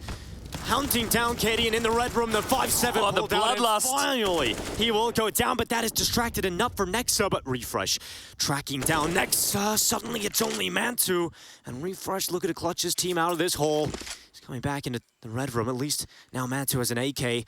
And eyes in the position that he knows Refresh has to come to because that down, and OG win a massive round. Flames sets them on fire. Huge stuff from Flames right there. The kid lights it up, and that's what he's got. Rugger taunting Cadian on the other side of things.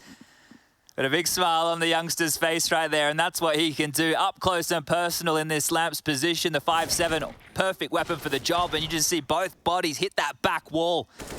Nexa with Cadian in the backlines, Refresh doing his best, but this shot from Mantu, who is struggling. He's only had 5 kills. That 6th frag of his right there, extremely important. Look at this from Heroic, so quick out the elbow. Who here? Towards the cubby, but Nico backs them up. Nico gets a double, and this quick play from Heroic not working out in mid. Look at all the bodies they threw at that. 3 players to lock this down on the map right now. There's a total of 6 bloody smokes out there. Chaos to kick this off, and look, it wasn't the full investment from Heroic. They still have some residual cash to work with going into the next, but they got blanked early here. Nico's found his way up to 21 kills. Head and shoulders above the rest of the server. The next closest down, who had a fantastic first half. And he makes something out of nothing here in a 3-on-5 situation. Next up, spots 2. That information will be relayed, and OG, they're set here to level the scoreline 10-10. And we'll remind you again, this game started in a 9-1 position. The CT bias playing in early, but a 9-6 is a well-rounded half. A matter of a time round right here. You're not expecting too much. Cadian and Stown. It's hard to get through just Flames initially here even. Wants to go the open Mantu looking to help it out. Refresh and Cadian just biding their time, but eventually will go down. Some mercy killing right now for OG. And they're going to hype that one up as well as they now tie up 10-10. Yeah, look, this OG roster are only used to winning, right? They're on a bit of a win streak. So for them to go down here early in a best of 1, maybe that could, a best of 3, maybe that could be a bit of a shock to their system within this group stage here at Katowice. But look at this. Look at the cluster that is mid. And there's so many bodies here. Nico actually bailed them out in a big way. That could have gotten very, very dicey in the grey screen. But this is an interesting looking buy from Heroic here. Stown only has a Tech 9. Refresh only has a Galil. The rest have weapons of choice. But we are starting to get into the business end of this game. Oh, Refresh and Cadian burning down in that molly. That's going to be a lot of damage done to the Danish AWPer. Yeah, just getting peppered away at here. And Flames doing some similar spams that we saw Stown doing through the wood. Great way to just get a bit of chip damage in early. Boost over the mid smoke, nobody jumping up towards ledge. Sector clear they call. As mid control. Oh, Slim's going to do it to them again. He's going to try and beat this little nuisance towards the cave every round. Trying to get the spam going his way.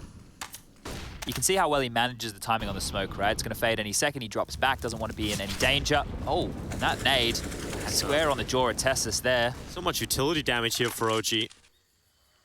Thought that was just for Alexi B's time in the roster, but no, they're showing they've got it here. Flashvine going down, the bottom of the B ramp, Flame swings out, Cadian plucked out of the round, and that's a big player to lose. And it's the bomb. Look where it is. He's got that call. That information will be on the radar. The rotation can come on in, but it's not needed. Flames picks out, make that 3, turns his head low, Refresh gets it, and Nexa to finish this one off. The TK helps, but hold up a second.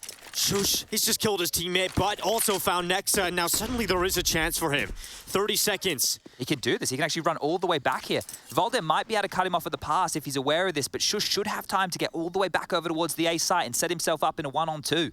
There's a long way to go and not a lot of time. He's got a full sprint this one. You have no time to check any position. Oh, Volder's going to be there. Commit to it, and Volder has realized he's coming back. Oh, Shush, you're not winning this one. As soon as he puts that bomb down, it's an easy kill. It's assassination, and now OG take the lead. Beautiful stuff. And from Flames again, right? We're on board with him while he's aggressive, cave, and then they send him down long. That's using your sharpest tool in the shed exactly as you want it, right? Hey, mate, look, we're going to get you stuck in early. We'll flash for you. We'll set you up. We'll allow you to do what you do best. And we saw exactly that here. Aggressive maneuver off the back of the flash, continuing to fight using that young aim to decimate Heroic here and put OG in the lead, 11-10.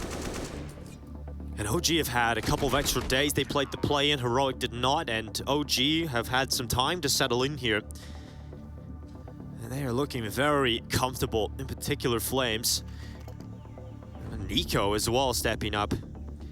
Just to keep eyes on the economy here, max loss bonus going into the next for Heroic. They only have 1 round so far on this T half, and even still, as I mentioned with the previous rounds by, there was a Tech 9 and a Galil, right? So a bit more of a conservative round ahead as we just see the light pistol upgrades coming through. Getting everybody their weapon of choice could be the difference maker. But continue to apply a bit of pressure to OG here. Name of the game in round 22, a plant, a couple of kills. That would be fantastic for Cadian and his boys. Valde himself in a very good position here to try and deal with now. New threats. And, yeah, it's just getting in the mix of the pistols, cost him off. You don't want to be doing that, right? This is a situation where you can find yourself in a lot of trouble here, right? There's still some sets of armor. They do have pistols, and these Heroic players are very sharp. So to give up one early, there's an info play. Nexa and Flames looking to push long. Nico, is he going to catch the timing backing off? And this info play is about to actually work out perfectly with the timing. And Flames with another one. This guy's not missing today. We'll come back and Heroic decided we don't want anything to do with him. Let's go elsewhere. And they're reading the play. Nico's rotated over to help out Mantu. They're going to have 2 players on the A site here to defend against Heroic.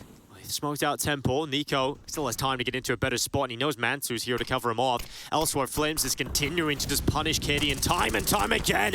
And Nico, the other player popping off right now, has got himself a double, and it's down 1 versus 4. We seen a big clutch from him earlier, but this one looks difficult, and Nico will claim a 12. Looking very rough here for Heroic. They've had 1 round in what feels like 35 minutes. Yeah, this has been a bit of a battering here. There's been a couple of close ones, almost similar scenes as to how the first half started. You know, some back and forth rounds, some clutch moments, and then now the CT stretching their leg. Let's see if we've really scripted this one, because right now would be the point that Heroic start coming back into things on this T side. Finally, they get everybody into a weapon of choice. 5 AK-47s, plenty of util. Mid-control nades thrown out, but a clear lean towards B. It's going to get difficult for Flames and Mantu. Just chipped away out. The nade damage here has been beautiful. Just getting softened up so much, but look at this boost on the box. Mantu, he's got it. They try and double swing, but he's so damn quick. He gets one and gets away. Yeah, this is just going to stall it out. Heroic definitely wanted to execute B, but now they're down a man. Now they're down a prong. The util's landing, the flashes to follow.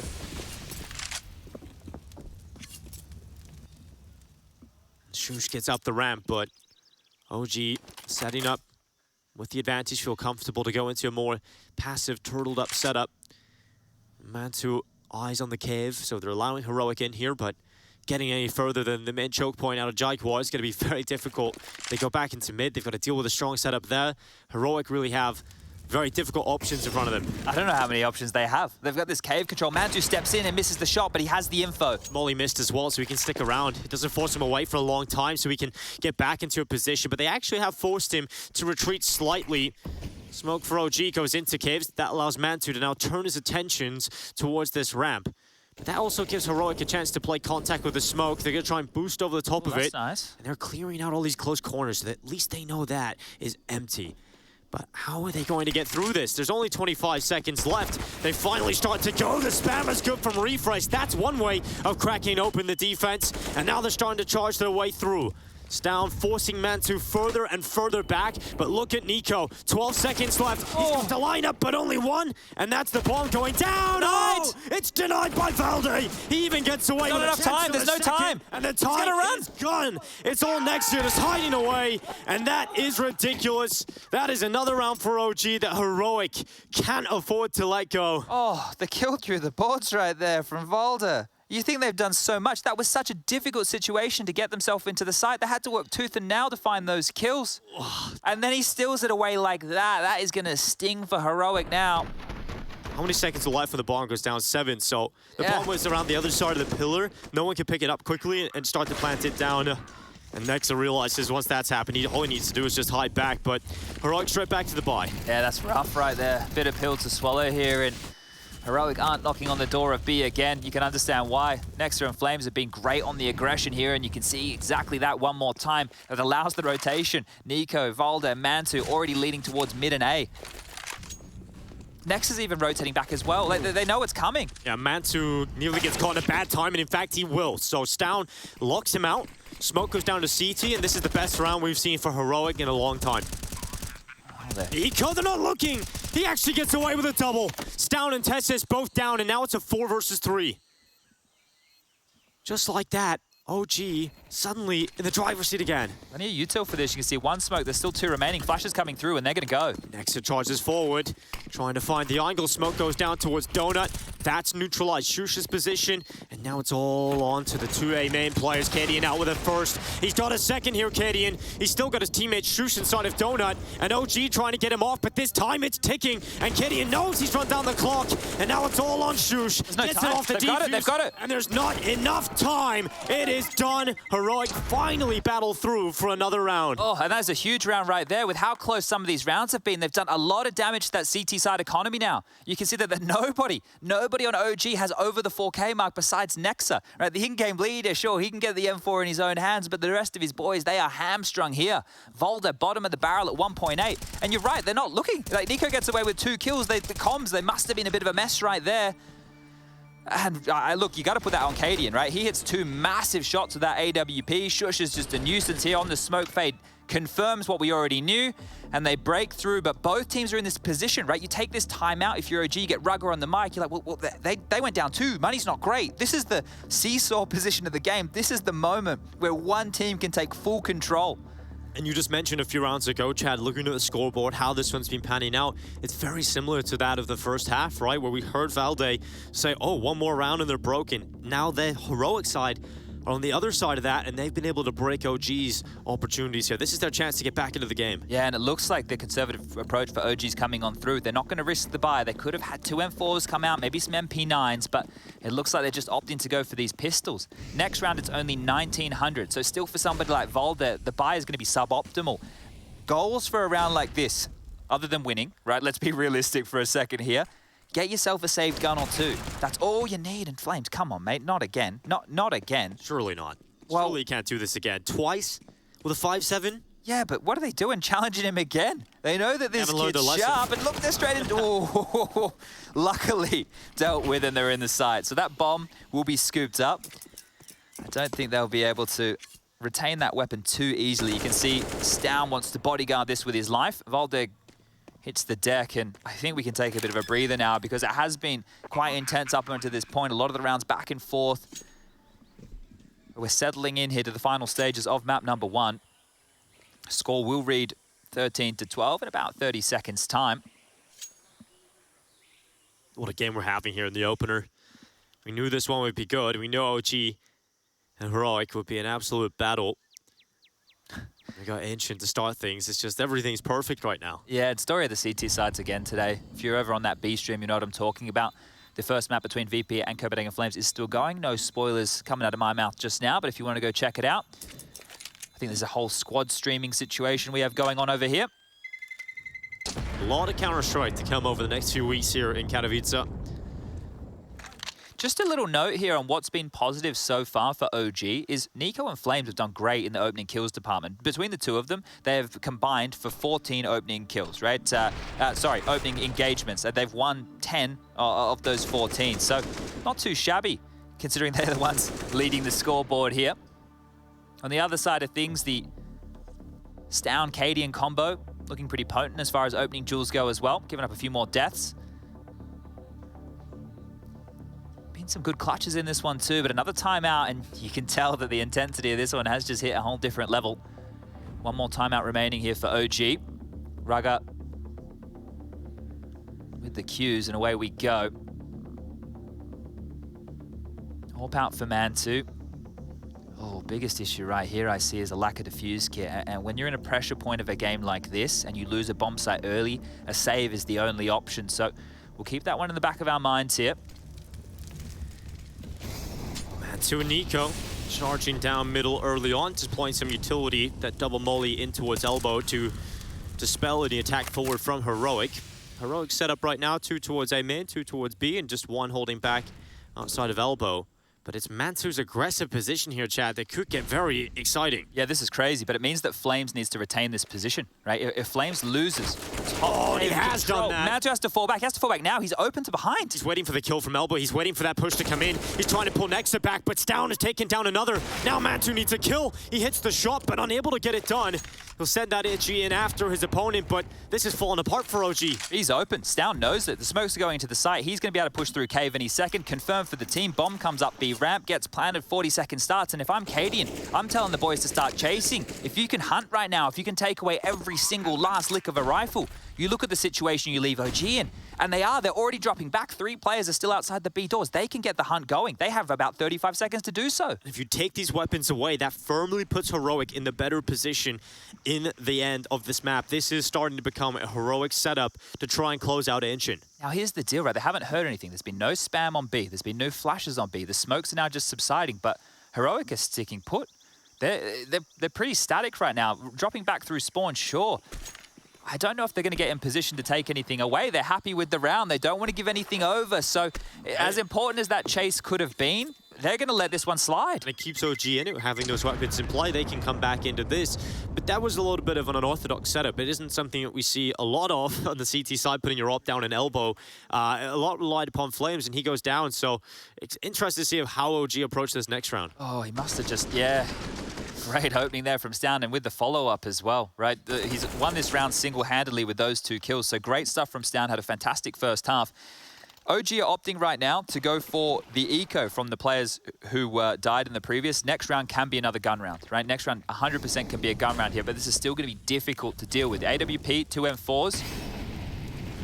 And Mantu this time not playing with that same freedom. Obviously, if things go sour, you want to try and keep that up as well. So he's a little bit more passive. Just taking that B ramp pick.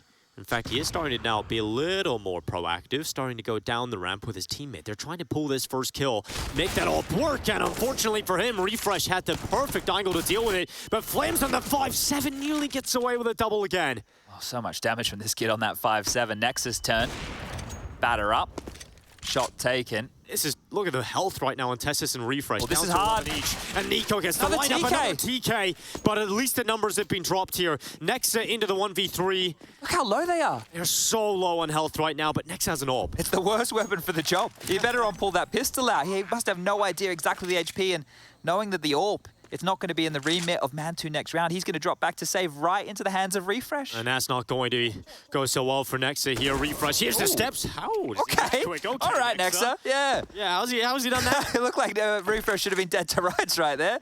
Well, I think Nexa's going to be happy to retain this, but Heroic, they strangle back the lead here and grab 14.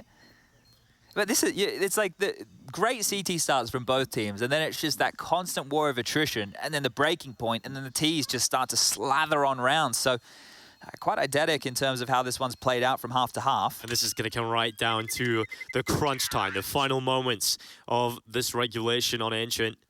14-13, Heroic into the lead. Blow for blow against each other right now. Yeah, and one of the consistent factors being is how often they're getting into the bomb sites, right? These 4 consecutive rounds that they've been able to win, they've gotten to the side, they've gotten the bomb down, they're getting all that extra cash. They weren't overzealous in terms of the hunt, so they've kept quite a few players alive. They've built a decent bank to work with for the tail end of the game. Both teams, either by bank balance or loss bonus, should be pretty good to contest here for the final few rounds. Double molly set up again for OG, throwing those down in towards elbow. Mansu this time much more proactive. They're really trying to make his AWP work in the early round. Yeah, and it's a lot of space. They just need to get ready for A. Yeah, this looking at who is over here right now. It is Valde. It's going to be a slow rotation because they're so deep in mid. Valde getting flashed off, and he has to go deep into Donut. So Heroic will have the A site, and they'll be able to put that bomb down.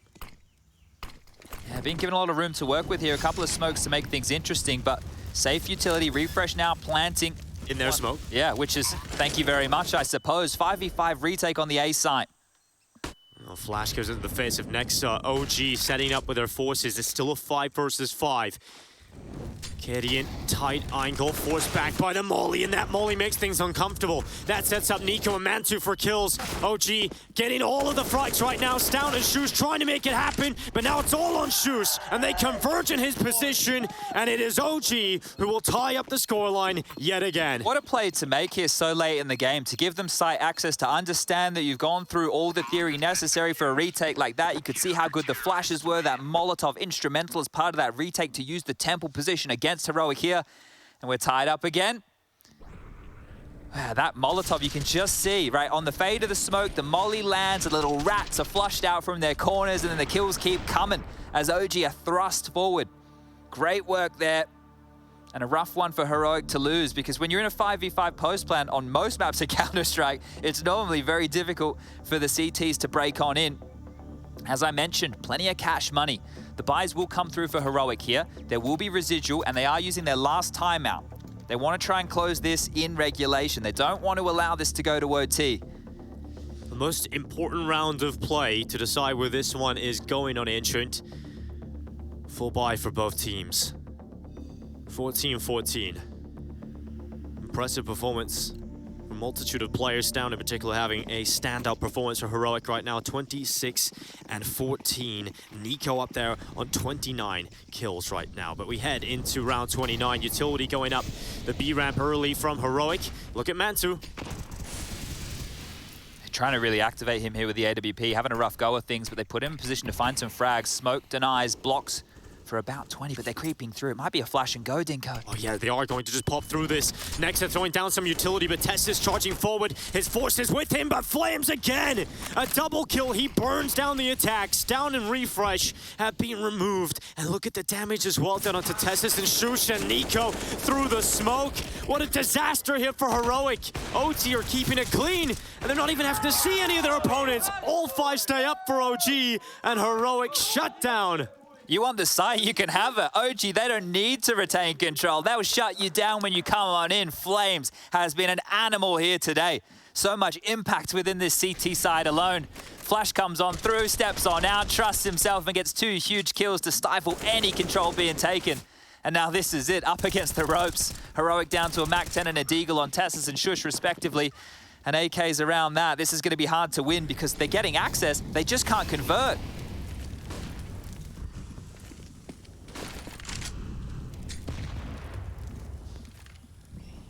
Nico on the prowl. It's been an absolute thorn in their side here, Heroic. Nico looking to do some more damage. This time he's the player aggressive towards ledge. Smoke goes up again, needs to be careful he doesn't get caught from the elbow, but it doesn't look like Heroic are going to be pushing too far forward because Mantu's holding that. They're going to molly Mantu out of position here. It's going to make things uncomfortable for him. Nico given the first chance. And he can cover off elbow now as well. They swing. Shush is good for the headshot, and now Flames' turn to get aggressive. Once Nico goes down, Flames plugs the hole, and OG up a player. Mantu will confirm another, and now it's just Tessis and Kadian. Nexa getting aggressive into the MAC-10. Oh! Tessis wins that fight, but Flames is there to follow up, and that's the bomb down. Now Kadian left in the 1 versus 3. Plenty of time for this, but Flames wants to fight the nade. It's going to land. It pushes him back. Kadian thrusts forward. Kadian running in, the flash goes up, Kadian charging forward, and it's done!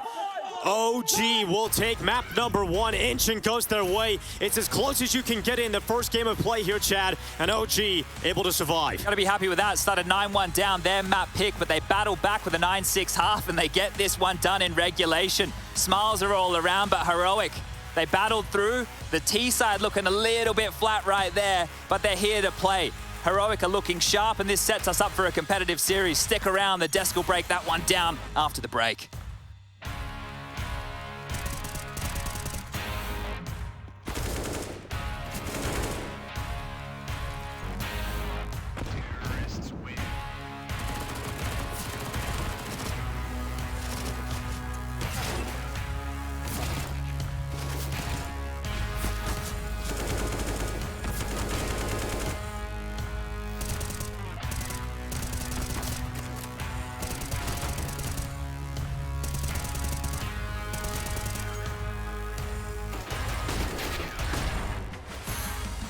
I mean, listen, you already know what happens at DreamHack and IEM Dallas, right? Okay, first, you have to snipe tickets for all your friends, getting you access to the DreamHack Gaming Festival and IEM, the way to the stadium, the other fans, enjoying the music acts, the festival party, crushing opponents in the LAN area, meeting the stars, entering the arena, the nerve-wracking 1v1s. Oh, you like overtimes? Those insane clutch rounds. watching with your friends, and when the whole crowd goes silent. The champions, the defeated, lifting that trophy, writing esports history.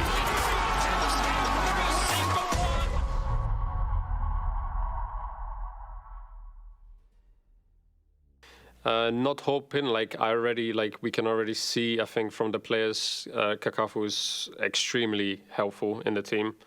I feel like previously with Casper, although I wanted to work, like he wanted to work individually with the players, he never had enough time.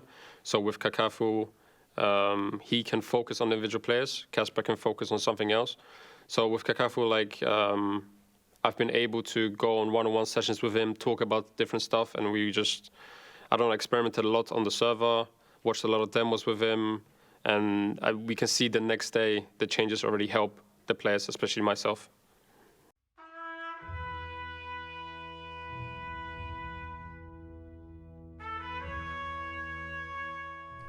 Yeah, it's already dropped. Yep, I'm going.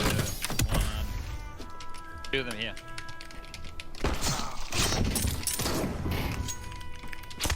I'll go plant the bomb. That's a good idea, actually. Oh, bumping. There he is. Parachute bumpers.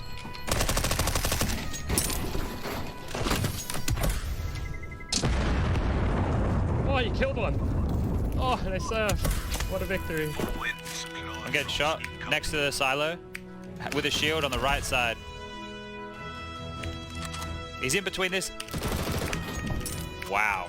How did I pull that off? Holy moly. Going.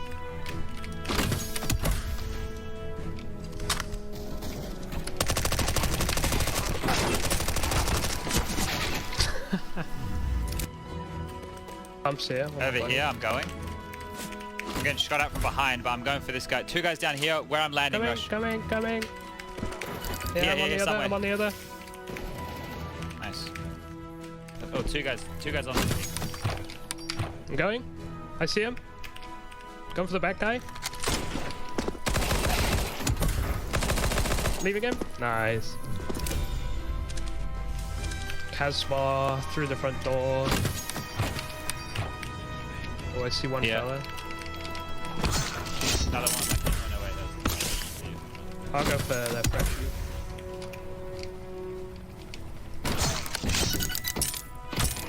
It's kind of okay. I have to reload mid-air though, which kind of sucks. Oh, I'm dead. One more. Have medis. Nice.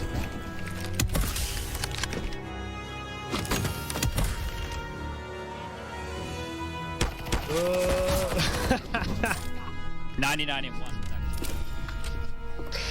What the? Watch this. 99 damage on the goal.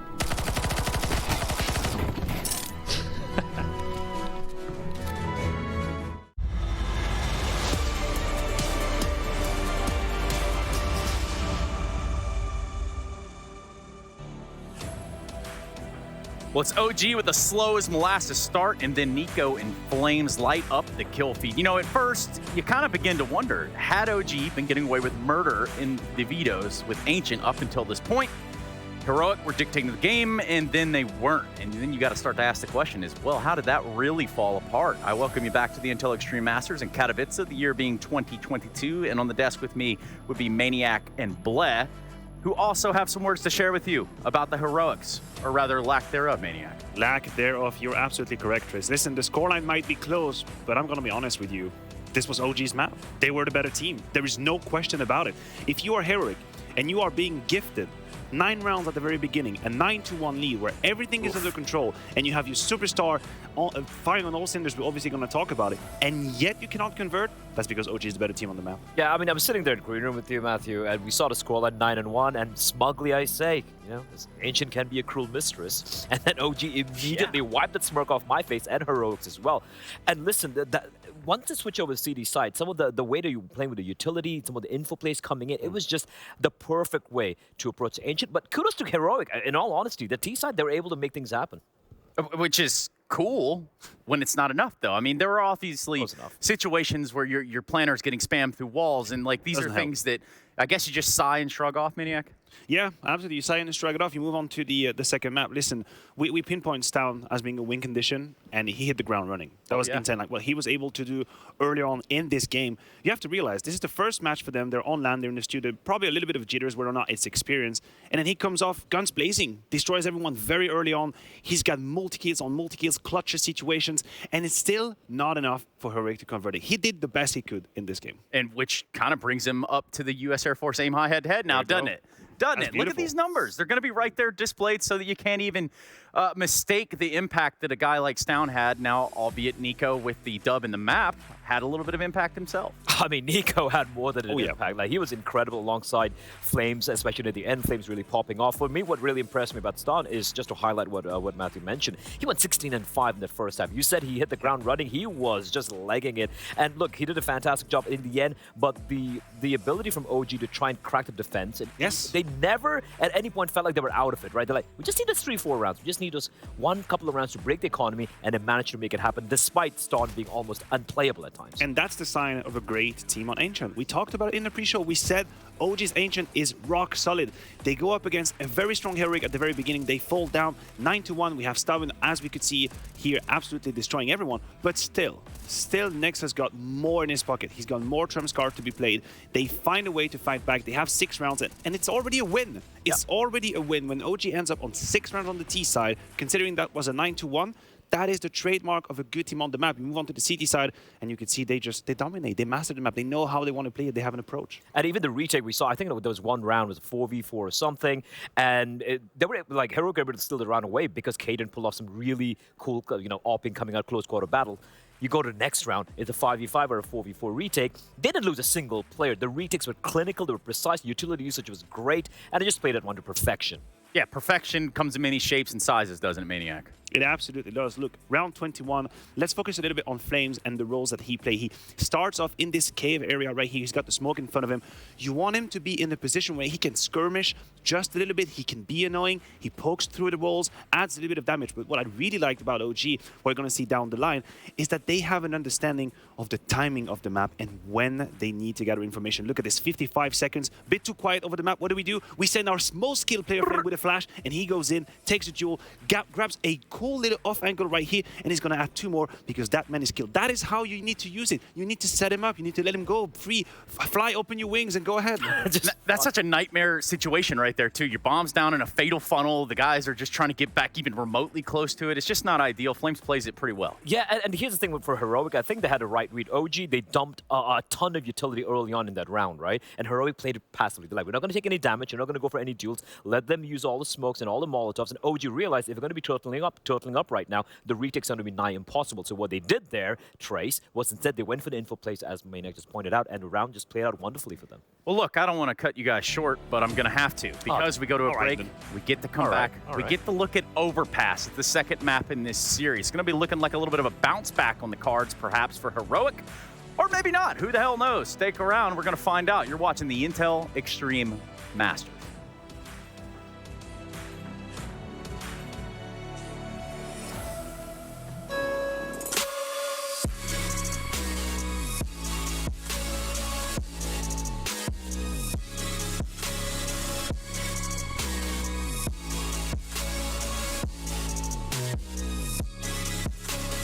You love it, you wear it. What's your style? Get your merch at shop.eslgaming.com.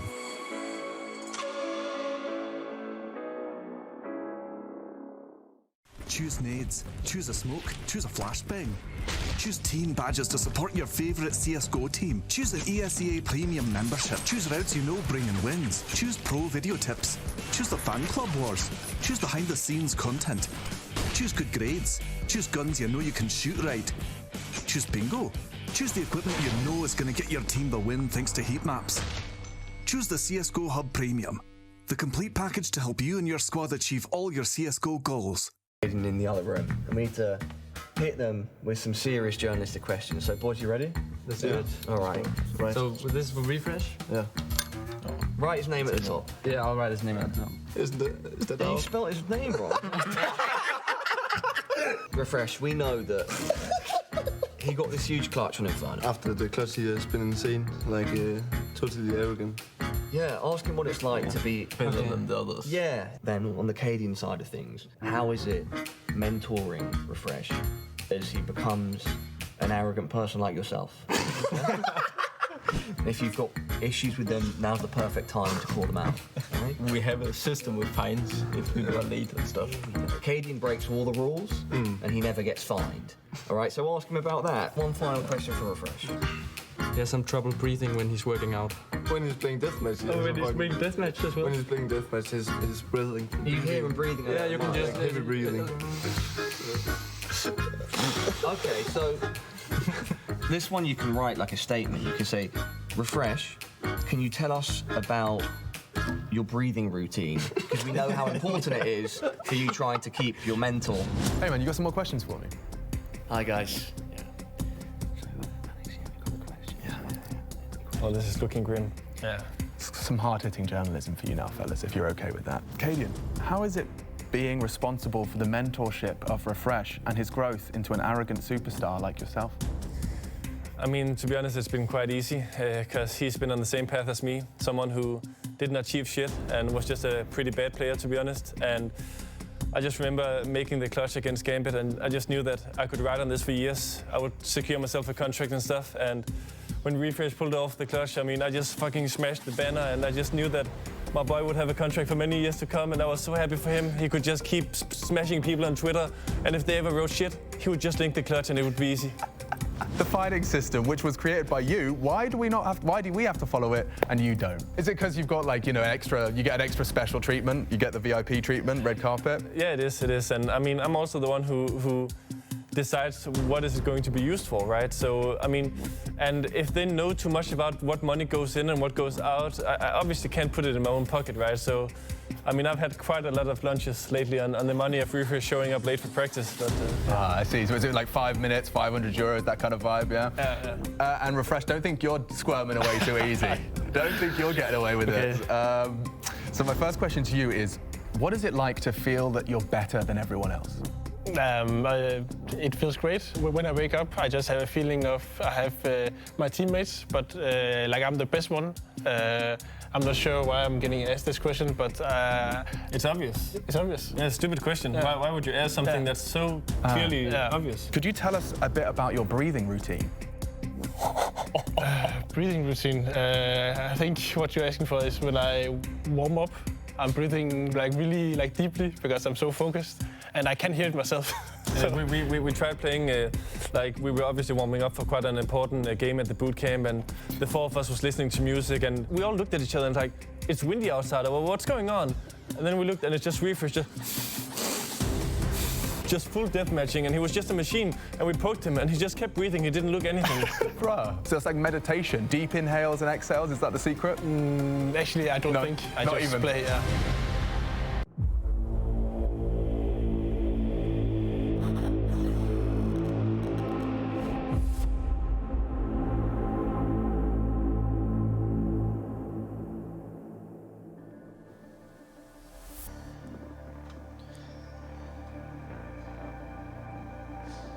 Welcome back to Heroic versus OG. We're hopping into what is going to be an incredible matchup here on Overpass.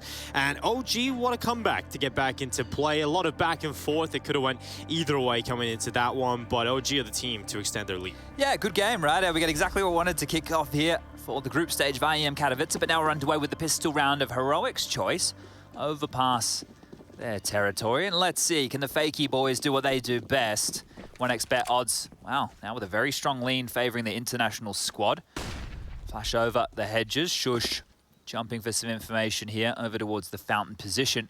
And just some posturing for control from both sides. Sewer and Connector glued for OG with all 5 members, well, were tucked on in. They are starting to rotate back now, so time. You can just see exactly what's that done. A heads-up CT pistol, potentially Ancient playing into this. If you missed the first map, on the CT pistol, OG went hyper-aggressive. They pushed A-main on Ancient, and they caused a bit of a ruckus for Heroic. This time round, the Danes not taking any risks. Patient stuff. We've almost seen the first 55 seconds of the round transpire. And just now, they're starting to make their crawl forward. It's a 5-man CTB setup here. It's very curious. This is interesting that there's not a single canary in the coal mine over towards that A site. And looking likely to be, well, the B play. Flames the first to be tested. He's going to spot all the info on these players crossing by. So one tries to take down the first. It is Valde who picks up the first kill of play. Down able to reply quite swiftly here for Heroic, but these numbers are going to get real messy on this B site. Smoke up inside a monster, bomb down, and OG with 3 players setting up inside of the B site. They have to go B. I don't know. Ooh, maybe they don't. Looks like connected to A. This is going to be very, very tight here as far as the time's concerned. 15 seconds now. Need to get a wriggle on.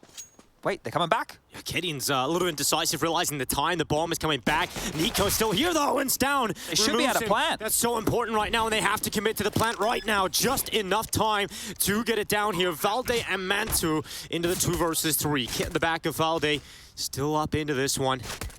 And a little bit of damage done on the Stown, but he's still up. And Jet number advantage just wasted a little bit of time because now you have to check for him. Now you have to go into the fight. And Stown, how has he done that? He's come away with a headshot and he's still alive. He's barely walking right now with his health. And finally, the nuisance will go down. Valde with a kid in his back, but Refresh just playing with him. Surfs away. He's wrapped around Monster side. Gonna stick it. He's gonna stick it. The kid. He's gonna stick it. Does Refresh get back in time? He's done it. Valde gets the defuse. Refresh feeling a little bit silly after that one. Pros don't fake right there, and that's everything you wanted in the pistol round. A crazy CT aggressive maneuver, stacking out 1 bomb site. They get faked out late by Heroic, who do it best. And then Valde goes, you know what? I'll call your bluff. Let's go. Sits the defuse and pulls the pistol round through for OG. And we're going to find ourselves straight back into a 4-spy scenario. But that was the most important kill for Heroic there. That down frag onto Nico facilitated the bomb going down, which immediately plays into round number 2. They've been able to get 3 AKs up, a scout in play, and a deagle in the hand. So their buy is looking just as tidy as that of OG's.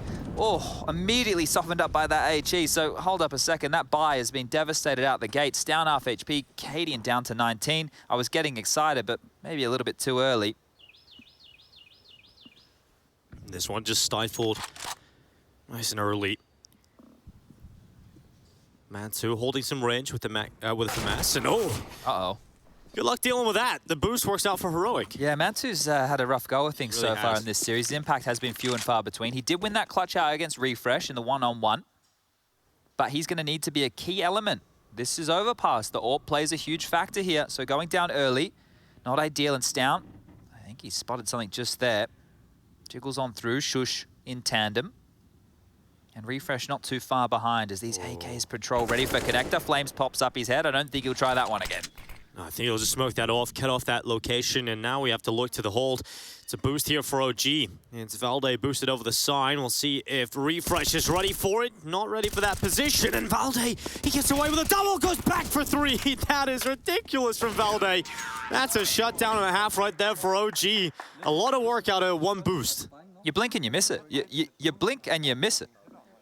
They're just discussing the buy right here. So Valde with a lot of key information because he got those kills. Scout, AK's head armor, right? This is key for him to give that information. So they're aware that it should be an eco now, but it's beautiful stuff. The silence down 4, it's already bloody potent, but the fact he gets away with so much from there is fantastic. And all the meanwhile, Flames, who smoked himself off connector, came up behind and even found a kill. So great work from Valde, even after losing Mantu in the opening. Now I want to get stuck into openings for a second because OG, since the addition of Nexa, have only played this map once. They played it against NIP over in Blast, and opening kills was a massive factor. It was a 16-4 victory, I believe it was. And I think there was 17 opening kills that went in the favor of OG during that match. So we want to keep our eyes on that if that correlates to a win condition for this team early. We don't have a massive sample size. 1 map's not a lot, so we need to look for some of those common threads.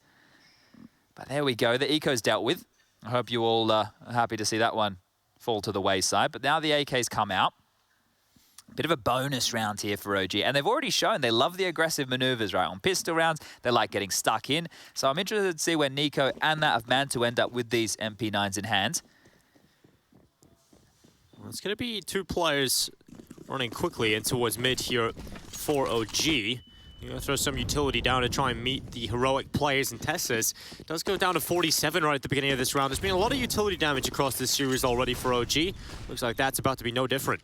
Yeah, Mantu's actually done the lion's share of that. 128 utility damage for him so far. Here come Heroic outside of the B site.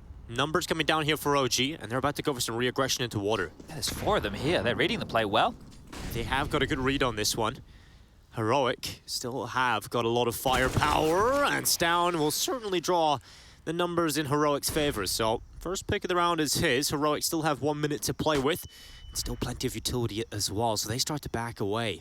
They have got Shush inside of Connect. Here comes a flash. Oh, never mind. Oh, Nico slipping his way through. He can often be an irritating player to play against.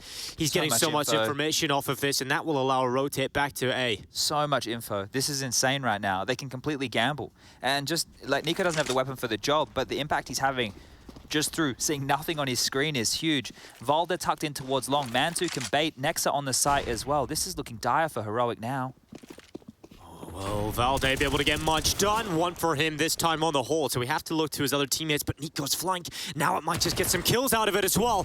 It's one. Shush is down, and now Kadian alerted to this position, but his teammates are going down elsewhere, so he has to deal with Nico quickly and turn his attentions to the 2v2. 17 seconds left. Mantu forced out of his position, so it puts it all on Nexa. The in-game leader has to shut this one down. 10 seconds left, goes for the denial of the bomb plant, and Kadian luckily recovers. Heroic have their first round, and the bonus for OG unable to be picked up. Yeah, difficult round to win, but Heroic do get across the line there, right? You can think about how much info they have, how much info is available. And you can see the way that Heroic like to play the game. They stay very pack-rolly, they get an opening kill, they disappear right before your very eyes, and there they are, trading out efficiently. Mantu from Rage with the MP9, the molly left over late, that was his demise. But good stuff as the clock was a bit of a pressure scenario right there. But here comes the guns, all in Mantu's hands now. And this is what you want to see some impact out of him. This time, Heroic realized they don't want to take all that damage from the nades, so they don't push into top mid. And it's actually all from Mantu, right? He has 181 points of utility damage. The next closest is 7 from Volde. Everybody else with 0. So Mantu's definitely been taking a page out of Alexi's book. Playing homage to the former in-game leader, now over there at G2. But we are seeing a bit more of a default spread now from Heroic. Refresh babysit in the backyard, has the presence of this AWP to deal with. The fade on the smoke and connected to it's about to get a little bit spicy. Oh, Flames, he is going to get away with it. So first kill of the round is his. They just want to fight. We're really catching this common thread that they continue to look for fights across the map. They are not allowing Heroic just to get away with their defaults. And as they try to cross, they need to get past the AWP. Oh, Mantu is going to get double peek from 2 sides. Luckily for Mantu, he stays up here. And luckily for OG, they don't lose or rather for Heroic, they don't lose a player. Mantu still has a smoke as well. He can go re-smoke over towards Monster if they choose, right? Oh, okay. Never mind. 40 seconds. Heroic, they're very slow and tentative into this one, but they're leaving themselves with only the B option right now. And they can't split. They all have to fight for water, and there's already a player in here, so this could be slowed further. There's a player in Connector Flames who can get into this action quite quickly, and the door is open, and Mantu's at short. This is so hard to get through for Heroic, and now comes Flames around the backside. Luckily runs out of ammo, but everybody else is doing their job, and Heroic just get nothing done in this round. There's so many points of contact there for OG in a scenario like this. We saw it on the pistol round. We're seeing it again right now. They're using the space and territory they have so well, and Tessa, sure, a consolation frag there onto Mantu, but another round for OG. And coming back to the start of this round, Chad, you see Heroic, they slow it down. They don't want to go into the mid position because of the nades, but they don't take anything. I think that the key right there, and something we need to keep tabs on, is Flames in Connector. Because that kill, right, you can see, look, sure, it's great that Mantu's able to stay sandbag, but that's not facilitated without Flames having Connector, right? So it's important, these little details. If Heroic can't garner control in their defaults of a key position like that, then they can't do their fakes as they like because there's too much information for the CTs to work with. Now we're just back down to pistols here. Let's see if there's any form of excitement to come out of the Danes just yet. Fighting again, and Flames again. Flames is having a great day right now. This is the thing with this kid, right? Like, when you first saw him in the server, you knew he was sharp. You knew he had something special about him, but it wasn't consistently activated. I feel like the same thing with a few other names in this team. And I think he was the biggest, question mark around the team was, OG would have these deep runs in tournaments, but the problem everybody said about them was they would always come into a big team, and the star players you're relying on wouldn't show up.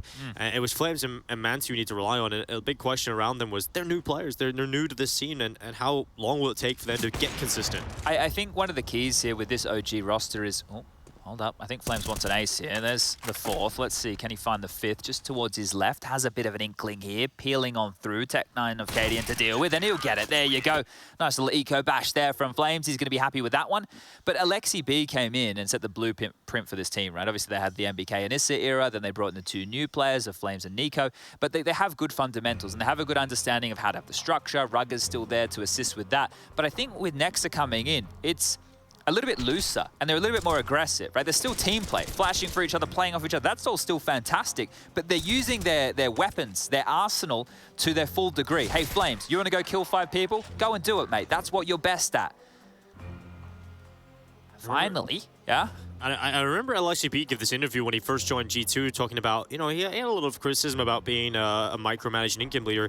He said in terms of the communication between some of the younger players in OG, maybe that was lacking a little bit. Maybe they wouldn't call him as much for them. But, you know, Nexa's loose style, I'm excited to see how that's going to pan out for the long term. Yeah, it's one of these interesting things, right? We all know honeymoon periods, and this is a perfect time, right, for a lot of these teams with newer rosters to really cause some waves. And we are seeing that here today. But finally into round number 7, we will see Heroic get into a ideal buy. AWP on Cadian, rifles on the rest. Aggressive connector play again. Bit of a classic right here being assembled. Over towards connector to make sure that nobody can push through the pipe to sewer. Flames has taken that space, and there always seems to be multiple members from OG with a contingency plan to help each other out. You can see Flames push short, the boost assembled to assist as well, and look at them play off of each other. They understand how important this piece of real estate is. Oh, this time it is Shush that gets the first. Heroic have numbers down here to try and equalize out that control. Try and push OG back and not make it as easy for them. The Molly trying to push Shush. How is he still standing? That Molly not tickling him at all. Finally does spread. It's down to that nade from Stown that's come through, and Nexa out of the round, so it's not going so well for OG at the beginning of this one. It feels like an all-in as well with how many resources they put into that position. You can understand why. We pointed out earlier how pivotal it was. Flames, well, they don't back out of position, but the number advantage sits firmly with Heroic here. And now they've got so much to play with. It's a complete antithesis of what they had before, Chad, where they had no map control, and now they have everything to play with. So many options open to them. I think they're going to send Refresh in here to see what he finds, right? That flash forward, a bit of util. It's keeping the feet planted on B. That's where all 3 reside. Another flash, another kill. Refresh sets the plane down to a 2-on-5. He's going in for more. The bomb still undecided, but 20 seconds left. Flames with the headshot, and now that bomb should be going towards A. They've got a lot of control here, Heroic. And for the OG side of things, maybe just a little save call. Yeah, save seems safe, right? It's still quite early in this. You don't want to be giving up these rifles unnecessarily. But that was all coming down to one key fight, right? It was all connector, all the biff, all the battle, and Heroic came out on top of the trades right there. Round coming to its logical conclusion, but this is good to see, right? There's a clear game plan from OG, as I stumble over my bloody words. But it's quite clear to see what they're operating with, where they want to take the fights. This is one of the things with new rosters too, just the sheer lack of tape, right? The sheer lack of demos that you can really watch to see just how much Counter-Strike's been going on.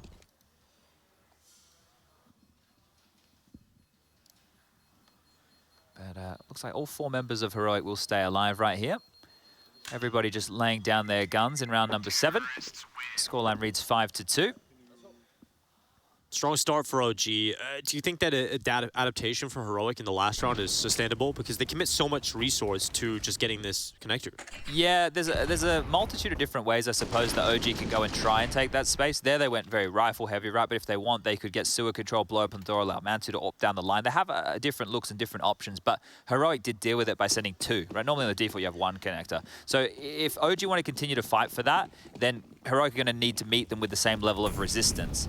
Right now, it is a different look early. Cadian between the Flames. It's only take a lick of damage, but look at Mantu's aggressive maneuver here. Very aggressive. Flash will slightly catch him, but Cadian scoped in, and that's the bigger problem right now for Mantu. If he gets further aggressive, then he will walk into the scope of Cadian waiting for him around the corner. And in fact, Cadian comes to him. Mantu will strike, but not enough damage done here as Heroic start to turn their attentions back over to this B site. Once the information location is located on the AWP, back to B they go. Oh, looks like they want to play on the fader this. You could see Nico starting to thrust forward a little bit. The smoke from Flames has just landed, and while they're playing the wood and monster positions quite Up close and personal. The only 2 defenders on the B site. It's all on Flames and Nico here. All of the pressure on their shoulders. Let's see if they can crack. Or will they hold? It's Nico and Flames with 3 finally. It will be Flames that goes down as he swings into the spam of Stown. And now it's a 3 versus 2. 49 seconds left. Smoke will go out to the middle of the site. Utility starting to limit some of these CT positions as OG start to rotate down and get their numbers into the right spots, but Shush is getting aggressive, and that draws the number back. Now he's looking for Nexa, who just so happens to be the last player alive. Bomb down towards the site here. Stown commits to it, and Nexa now into the 1 versus 1, looking for the position of Stown, and Nexa has done it. OG was 6. You hear that roar from the team right there, a tight rounds, right? They lose multiple members through the smoke, but the 2 B defenders standing tall against all 5 coming through. Great stuff, right? That's really good for them to trade out efficiently. Stown was fortunate to get 2 kills back through the smoke to make this one interesting, but that was looking like it should have been an OG round with how it kicked off. Well recovered, well clutched, and good stuff from the in-game leader there, but this is the flurry in the smoke. You can just see how messy that was. Yeah, Flames, if he doesn't swing in front of the smoke again to go back for more, it could have been even cleaner there, right? It's nice little lucky shot from Stown, but Nexa, Frag Kid income leader, definitely the talking point around this guy, the storyline surrounding Nexa is his ability to frag out. I think when he came into the OG side, it was great seeing him go back to some of the roles and some of the impact he had back in his crazy days. Yeah, look, obviously when he was in G2, he had a lot of star power around him. Well, Nico and Hunter, right, to take up a lot of that room. Here, I think he can take a few more liberties in how he wants to approach the game. Oh, Refresh might have to deal with Mansu getting a bit more aggressive here. Oh, the rifle from Flames just swings out into Refresh. Now the AWP located as well. That is not exactly the best kill for OG to lose early. As soon as they've identified 1 kill and where the AWP is, they're immediately rotating back towards A. Right, once you know that that AWP has made a shot towards B, you can actually be a little bit more aggressive of how you want to take A. Those long passages, those long corridors, but they're pushing forward for more info. Yeah, they certainly are, and Mansu is the first player to go down. See you later. Refresh absolutely mauled him. There's 1 minute left. Defense completely split here, nowhere near the impact region. Valde with the AWP has found at least 1 kill on Stown. But these numbers for Heroic already trundling their way towards the A side, and Tessis has long side. Valde's pinned here as well. Yes, you can see Tessis' position. You've got Refresh locking down Connector as well. So it might just be another save round here, especially with Valde picking up that AWP. Slow start for Heroic, but starting to get into it. Valde was the highest rated player for OG within the play-in. If he posted a 1.2 rating, was in the rank as the top-rated players throughout that stage of the tournament, and 12-4 start for him, alongside Flames equalizing those numbers. Great to see Valde having some impact. Curious seeing Valde doing some AWPing duties as well, right? Yeah. It's one of those things. It's like the evolution of. That's unfortunate, isn't it? Well, they know where they are now, and it looks like they're starting to get stuck in. Another kill. Valde will continue to add those to his tally, and maybe that's enough bodies on the deck right there. Have enough money to drop a gun to Stown, no dramas. Refresh might use 1 as well, just to get enough utility up, but that saved AWP. Does Valde want to give that over to Mantu? He could use it, 1.8 to his name. Yeah, it looks like they are going to juggle the guns across here. So, yeah, look, Mantu's AWP. Mantu's the one who's looked probably the shakiest today so far in the first map and now in the first stages of the second. But if he can just get activated, this OG team will be a scary beast. It's an important buy for them here, OG. Not a lot of residual cash left over in reserve, so Heroic getting a little bit more map control than they were previously getting at the start of these gun rounds. They've got themselves into water already. It could be a B split on the cards right away here. Yeah, well, this is an important round here. If OG lose this, their economy will be broken. Only 1900 into the next, and we will see Heroic be able to get closer and closer to that 6-round mark that they've laid on out. 4 players for OG down here. And they're actually going to go for the boost. If Shush just goes a little too wide, he would be spotted by Nexa. And here they come through Monster. They charge down with a double. Flames at least gets 1, but Stown continues to run forward, and he wants more. The bloodlust, he's thirsty for it. And now he's got a chance, but Nexa puts him down. Refresh looking to make up for it, though, and he's got 2. And now it's just Mantu, and Shush will eliminate him. Heroic happy with 4. Okay, well, you know what, that's done. We set the scene, and exactly that will unfold. Just the pistols to go forward into the next round of play for OG here. Heroic understanding the importance in that. You can hear them getting loud. But this nose flash, it comes in time and time again. You can see how blind they are, right? That flash assist of Cadian shows it's very, very common to see that flash thrown. When Gambit started playing this two-man monster hold consistently with Inters and the likes of Hobber, and then Nafany was the swingman, like that's what you see so many teams do now. But that threat of being able to pop through Monster with a nose flash at any point on the fade of a smoke or when they're getting the timing of a re-smoke, it's one way to try and stay jarring. We've seen it go both ways. We've seen it when you run through a smoke and you all get mowed down, and we've seen it when you make it through and you actually get the kills falling in your favor. But here's a bit of a stack setup. These are always fun. Absolutely. While this is going on, actually, you know, we talked about Valde. We just mentioned him a little bit ago, and earlier today, you know, Trace and I made the discovery that Heroic actually came 3rd to 4th at Katowice in 2017, and I was wondering, you know, how did this happen? So I looked back, and actually Valde was part of that team back then. You know, when they were high up in Katowice, taking a 3rd to 4th finish. It's kind of crazy how quick time's gone. Yeah, it really is. Like, mate, I can go back in a time machine for you back when Magisk and Config were on the same team playing for Dignitas, right? Like, the Danish players have all played together at one point in time or been on one roster here, there, or everywhere. There's a lot of interlinking parts. Here come Heroic into an empty B site, and unfortunately for OG, their cool pistol stack hasn't really worked out. No, but at least, you know, they're showing us something fun. You know, they're doing something new. They're keeping things entertaining. It's definitely one to try at home. In matchmaking, when you're playing, you know, with your friends, you always win these rounds. If you can get your friends to listen to you and do something silly like that, do it. You should. Absolutely. Have some fun with it. Get stuck in. That's what we keep Rushly Ranger around for, right, Rush? Yes, boss. There we yes, go. Boss. See, we got him, everybody. I know there's some of you massive Rushly fans at home have been missing him. It's a real power being able to just summon Rush like that. I got him on call at all times. He lives in my head, actually. He's actually just a figment of all of our imaginations. Well, I'll stand with 2. Oh, refresh. Yeah, they're too low, aren't they?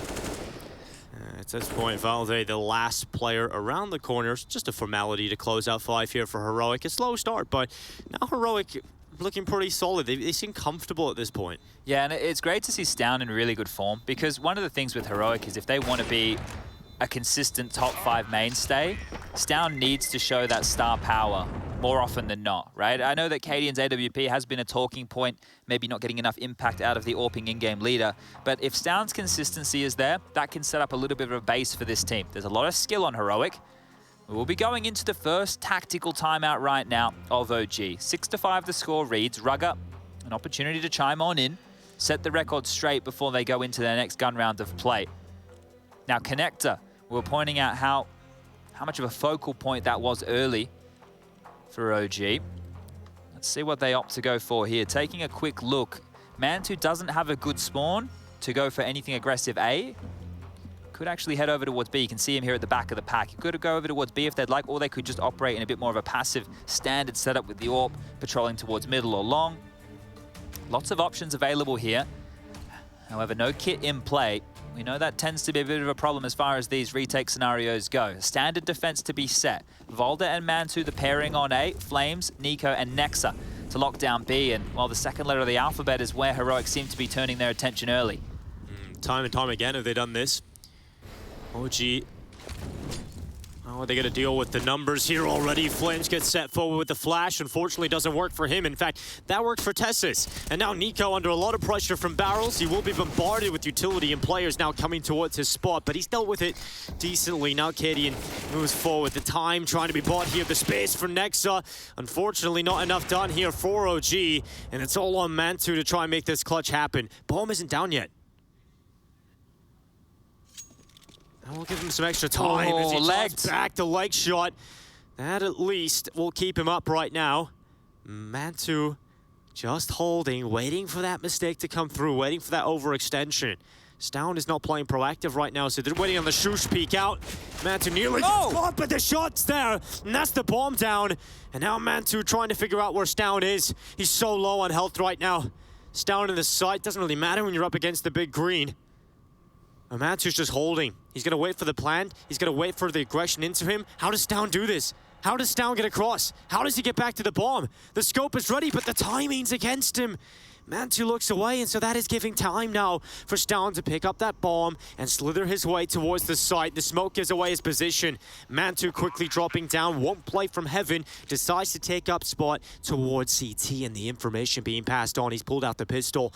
Mantu, they're both so low, just a bullet away from death, as Mantu now starts to try and guess where Stown is playing from. He needs to draw him out. Remember, there's no kit. He has that smoke. He can drop it on the bomb and tap it, but he needs to get the kill. That is the key right now. He's not going to be able to sit a 10-second defuse. No way. Oh, he throws the smoke down. He's trying to tap. He's trying to pull in Stown's position, give it away, but he's tucked at the sandbags. And now he knows he has to go, and Stown able to clutch out the 1 versus 1 versus Mantu. Handled there, right? But it got dicey for a couple of moments. Mantu in that position, that would have been one way for him to show that he's on the server here today, but not to be. He got caught by the timing that was really working against him there. He was so worried about the player pushing down below him instead of worrying about the site. This was a nice shot, right? Look, you can see he misses the first, but steadies his aim and gets a kill on Shush, trying to connect a bullet there. And look, that smoke, it did what it needed. It gave away the position to Stown, but both on low HP. Back to pistols for OG, and now it's going to be a couple of Deagles, a 5-7 for Valda, P250 for Mantu, and Heroic can really start taking charge here on their map choice. 6 rounds on the T side of Overpass is already great. Anything more now would just be the cherry on top.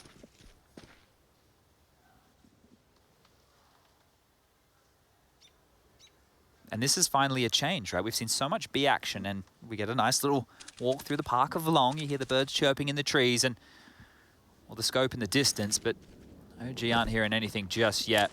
This utility will be a dead giveaway. Here it comes, smoke execute up. Molly's going through, and Valdi now turning his attentions towards their blind spot of Long. 5-7 in hand. We've seen what Flames can do. See if Valde can get involved with that as well. First is his, has a shot for the second. Luckily, Nico having some impact with his deagle. And now suddenly OG have got the bomb down in the site, and they've got the numbers advantage. They haven't got the upgraded weapons, though. Heroic still have the AKs, which should be superior to these unarmored deagles for the most part. They had 2 smokes. One's just been limped on out. The second on refresh can get thrown at any moment here. Second wave to attack this site. 33 seconds left. Nade is so good, but it hasn't removed a player from the server, and that's really what Heroic need right now. Flames with another. Now Shush into the clutch. 1v3 total to silence them. 20 seconds. He knows he has to go to the bomb plant eventually. As soon as he does that, he's in an awkward spot. He's done exactly that. He's pulled Nico into the fight, and now he's looking for one more. Next up. Oh my God, he's done it! That is a ridiculous clutch from Shush, and it is silence now in the OG camp. Oh, that was a lifeline right there. You'd want to take a timeout off the back of that because the fundamentals on that play from Heroic were a bit sloppy. Cadian being the man who has to pivot and go close over towards the front of bathrooms, that's not the man with the AWP. You don't want that at all. That was where one of the opening kills came on in. But this was great from Shush to mop up another mess here that could have, well and truly started to spiral out of control. Time, these rounds coming down to the wire here. But a good clutch and a good round for OG, right? They got a lot done with those pistols. Kept it expensive, but we are at the tail end right now of this first half. 2 more rounds of play here. Both teams will be purchasing on in. Been an exciting game. I'm glad we're getting, you know, a bit more of these tense affairs than the blowout halves. Yeah, yesterday we did, last day of the play, and it was certainly a one-sided affair, but now here in the main event, OG and Heroic not giving each other much space into this one at all, but it's a similar story for OG here. They had a strong start here in Overpass, but it really has been Heroic, mainly in the driver's seat here, and Cadian is charging quickly down in towards mid. Luckily, OG's numbers, they're going to drop back, but they drop back and go wide, and that's going to allow Cadian the opening. He's still going. He's still pushing forward. That smoke will hold him at the door, and Volder's actually picked up the AWP. Flames again fighting Connector, stuck between Refresh and a hard place, and he'll go on down. Another kill for Refresh, doubling up in sewer, and this is starting to hurt for OG. Now Nexus' turn to try and hold. Can he get them back in the round? And he can't. Refresh with the headshot. Valde's done. Refresh has been a beast. How many times have we seen him in that position or going into that B bomb site, getting multiple kills? Him and Stown have been absolute figureheads of that. But the key for me in this was Cadian taking some heads-up initiative. It looks like he knew exactly how Mantu was going to rotate, forced him back into an awkward position, and got them an opening that started to spiral this out of control. Volder's going to want to hold on to this. Cadian's going to want to deny, and Orps trained on one another. Oh, Valde. He does best Kadian in this fight, but Heroic realize how devastating it can be if they get this AWP out of his hands. Yeah, this is the time to hunt. And he is being hunted. The dogs let loose, and Refresh removes the head of Valde. 8 rounds for Heroic. They have already won this half by a minimum of 1 round as we move into the last. Yeah, money is a little bit tight, right? I think by virtue of that Silent Stem 4, we'll see a few more than we traditionally expect coming on out in a situation like this. Maybe some Famises to fill the void there with utility alongside. But Refresh has been a menace playing through that smoke. He's done a great job of it, and there's the impact again. He gets 4 kills in a round like this. He is an X factor for this Heroic roster, so it's good to see him hitting heads. And right now, we're looking like a 9-6 half for Heroic here if they can convert against this scrappier purchase. TeSeS will be the front man in this charge this time. Flash holds him back. Starts to clear towards top connector. No resistance really here for OG in terms of being aggressive and assertive, but in the bathrooms is where Mantu lies. Another quiet half for him here. This is 3 players over towards A. Nexa is the difference maker this time round. He's got a FAMAS and now he's been spotted. Oh, Shush looks away at the wrong time. And Mantu able to work with a distraction put up by his in-game leader. And now Valde surges for long control. Headshot onto Refresh. X Factor out of play. Now OG have the numbers game. They have the advantage here. A little bit of a gap here, first down to play with, and actually Flame juices it against him.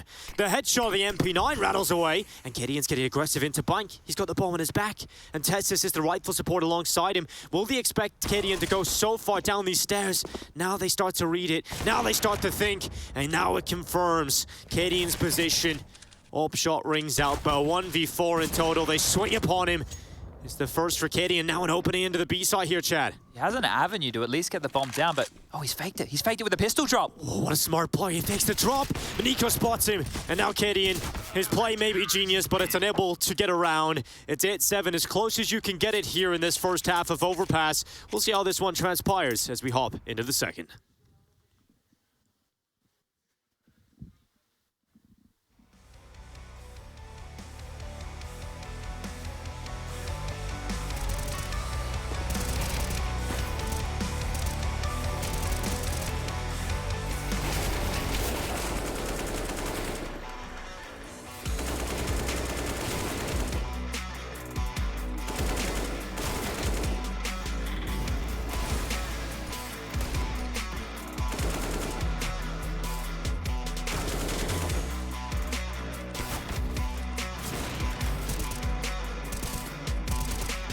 The game against K23 in the Pinnacle series was really weird for us. 1 hour before the game or something, Casper tested positive for COVID. And we were, of course, everyone was around him because we were boot camping. So he went back to his home and self-isolated, of course. So this was 1 hour before the match, and usually we all warm up here and there and like make a game plan and everything. And we didn't have time to do any of this stuff. And yeah, of course it's kind of an excuse, but when the game was so close and 16-14, all 3 maps or something, I think those 10% or something that we could have used from not him getting the positive COVID test would have won us the match. But no excuses, of course. K23 played well, and we didn't. We lost some stupid rounds here and there, and they capitalized on that. And we don't really bring that too much here from that game because of the circumstances around it.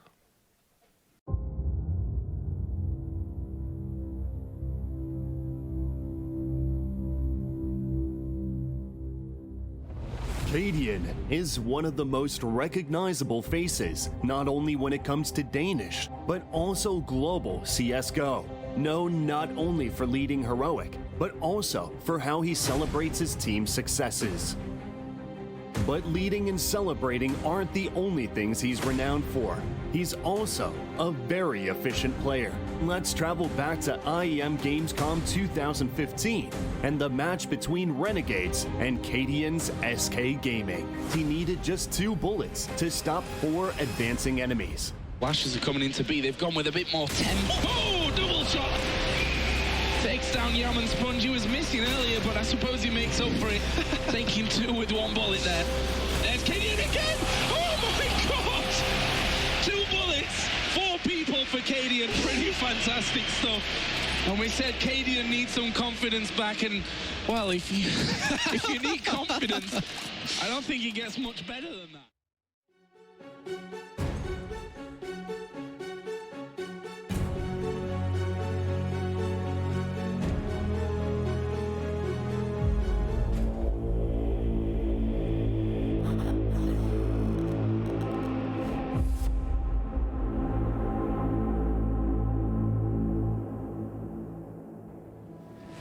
We return for the second half here on Overpass, and it is as close as you can get it between Heroic and OG. Heroic lead the way by 1 though, and OG having to battle back. It was a strong start coming into this one, chat, for OG, but they slowed down significantly. Yeah, 1 round on the way out the door going into the break is probably good, fills them with a bit of confidence here, but 8 rounds on the T side of Overpass, their home map here, Heroic picking into that today. This one's looking destined to be a Heroic Overpass, but Inferno coming up next if we need it. Let's see if OG want to change that tune. Kadian onto a CZ, it's been dropped, so he's going to play with that Kevlar in the connector. Bit more of a standard CT pistol here. We saw Heroic go, OG go for something quite aggressive towards B. This is a little bit more regular. Tessa's towards Divider, Kadian in connector. First player spotted, and Tessa's going to drop back. Chance for him to perhaps steps up with a few kills here in the pistol. A little bit of a quiet showing for him, but Kadian has got the CZ from behind, and Nexa's head will spot him. Kadian decides to drop back, but Tessis gets overrun. Should be in here. That's a hole in the defense. The Heroic have to quickly try and patch up, but in the meantime, OG can just run straight away towards the site. Beautifully placed smoke there, but down through it. Mantu getting ahead of it, goes down 4v4. And that kill is so important. That just draws it right back. OG get the bomb down. Oh, they're so worried about the flank. Yeah, they've planted the CT side. Oh, Nico, he's going in towards Bike. There's so many players right here. Let's see if he can get something done. He has got his teammate alongside of him. Now he's down. Flames has everything to do. And unfortunately, right now for OG, it is just down to Valde and Nexa. Valde trades position was down, but Nexa's towards the long side. Smoke goes up, sees the defuser come off, and now reconfirms that by spraying through the smoke, but out of ammo. They're not on it. And now they defuse again. Nexa with it first, gets the headshot, trying to spam through. He's gone for the knife as well. He's whipping. He's just coming through. Refresh sticking it. Oh, he's got behind him. How has he done it? A 10-second smoke defuse. How has he pulled it through? Look at the disbelief on Kadian there. Of course, how's he gotten away with that? Oh, yikes for Nexa there. You're gonna be feeling hard done by, mate. He did everything he could. The smoke even fades away. Oh my lord. He's getting around. Just runs out of ammo. Knifing up the dice box. Yeah, and he's the one lost in the grey screen. Oh no. Oh, that one's... Yeah, take a time out, have a bit of a breather. You probably shouldn't have gotten away with that one right there, Heroic.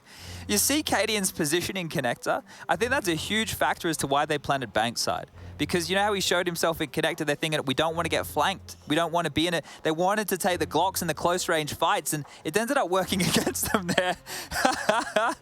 Look at Kadian's reaction here. Oh, okay. Has no idea that you only have one option really there if you're Heroic. Stick that 10 seconds inside that one smoke. All right. Here we go. Back to a buy at least here for OG. 1xBet odds favoring OG significantly still here. Yeah, well, daylight robbery right there. So getting this one back underway. Do have a couple of rifles invested in. Lots of damage done, so they were able to purchase up in a potent fashion. Nexa moving forward.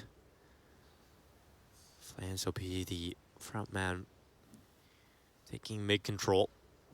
Starting to clear out bathroom, starting to clear out connector. And now looks in towards the position of Tessis. The rifle waits. Flames looking to crack it open. Finally spotted. Ouch. Now they swing on him. Tessis removes him. Now the swing out from Tessis, trying to go for more, but he goes down to Valde. That's going to put pressure on Kadian. Down to already, though. 2 players on the site. They can deal with this easy as you like.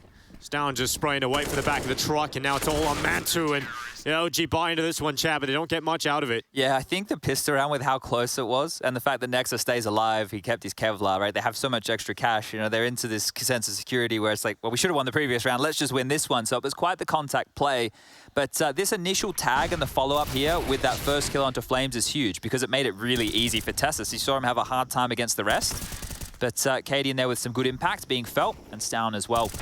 So come and clean up any dramas they had going. Just down to some few pistol upgrades. 2 Glocks, a Deagle, a P250, a Tech 9, some flashes. So any kills, any damage that you can do for OG right now would be tidy. Oh, okay. I think Cadian's put on notice there. That was a Deagle dink. Oh, Stown looking to hold it down. Flames goes out of play. Shut down here, OG. Just try and run through the monster. But, you know, often you will find the monster on the other side. It is Shush this time. Alongside Stown. No Valde with the Eagle. What can he show us here? Absolutely nothing. Refresh removes him 11-7. Heroic with a flawless round. And that's what they need here to establish early. Get some of those jitters from the pistol round out of the way. Just give you a quick little read of the scores on the doors right now. Stown with 23, 16 for Refresh, 12 for Shush, 7 for Cadian, and 5 for Tassus. On the other side of things, Valde leading the charge. It's 20 kills for him. Flames with 16, 10 for Nexa, 8 for Nico, and 6 for Mantu, who continues to have a couple of woes here. But if there was a time to wake up and show us some of that T-side AWPing prowess, this would be it. No big green right now. But future rounds, that may very well come into play. Refresh, very aggressive play into water here. Are they going to be ready for it? They won't be. Nearly gets away with a double there. That's almost daylight robbery right there with the MP9. Especially on a bonus round, you're exactly right there, but they're coming in. Oh, Shush now under a lot of pressure. Nexa will clear out his positions. Down again, just keeping this 1-for-1 going for Heroic. As long as they trade out evenly, this is still going to be a bit of a mess for OG. Look at the Tesla's flank right now. He's already in T-spawn. Bomb goes down. There's plenty of time for him to find some traction. Mantu's not looking the right way. If he walks into Monster, he'll go down. Tessus with the AK, ready to strike. Mantu, his back turn for the time being. It's Nico that holds off it. Both players go down, and Mantu as well obliterates Tessus on the flank. That's a big round for OG to pick up. Huge stuff from Nico there. You gotta love that double kill. Taking some heads-up play, taking the fight to them, and while denying Heroic a chance to retake there. But lots of residual cash, so you've seen them purchase back in. They're not done just yet. But if OG can post another exactly like that, then we'll be sending Heroic down to the doldrums. It's a good back and forth to begin, but yeah, Nico's been tidy, hasn't he? Had some good moments on Ancient today already. Continuing to find a couple of frags here. That gets him up to 10. We need more of what we saw on the first map of play. But over towards B one more time. They extinguished the Molotov over towards Playground. That... All right. Stown loves a good spam. Cadian's rotating B as well. All 5 members are here to defend. And Flames is already charging forward in behind him. He's trying to wrap around the backside. Flames with 1, Valde on the follow-up. OG, they're just down to 1 player. They've downsized the attack entirely here, Heroic, and suddenly Flames has a chance for the 1v1s, and unfortunately for him, Stown crosses. 12-8 now, as Heroic will go into a very strong lead. Yeah, that was action-packed rounds, right? I'm just watching the mini-map here, and I see all the execute come in, but Cadian was already rotating as it was in the air. Like, they had a very good idea that it was going to be that B hit. So, quick on the response, and that's one of the things that both of these teams, I think, have done quite well today, is how quick they're responding to a lot of these plays. Another big fight over towards Monster, another double kill from that of Refresh. But the thing is, after you get the initial frags on the B defenders, I'm not saying you're going in not expecting more players, but there were just so many bodies and so many angles to get through. There's no way that OG would be able to completely account for all of them.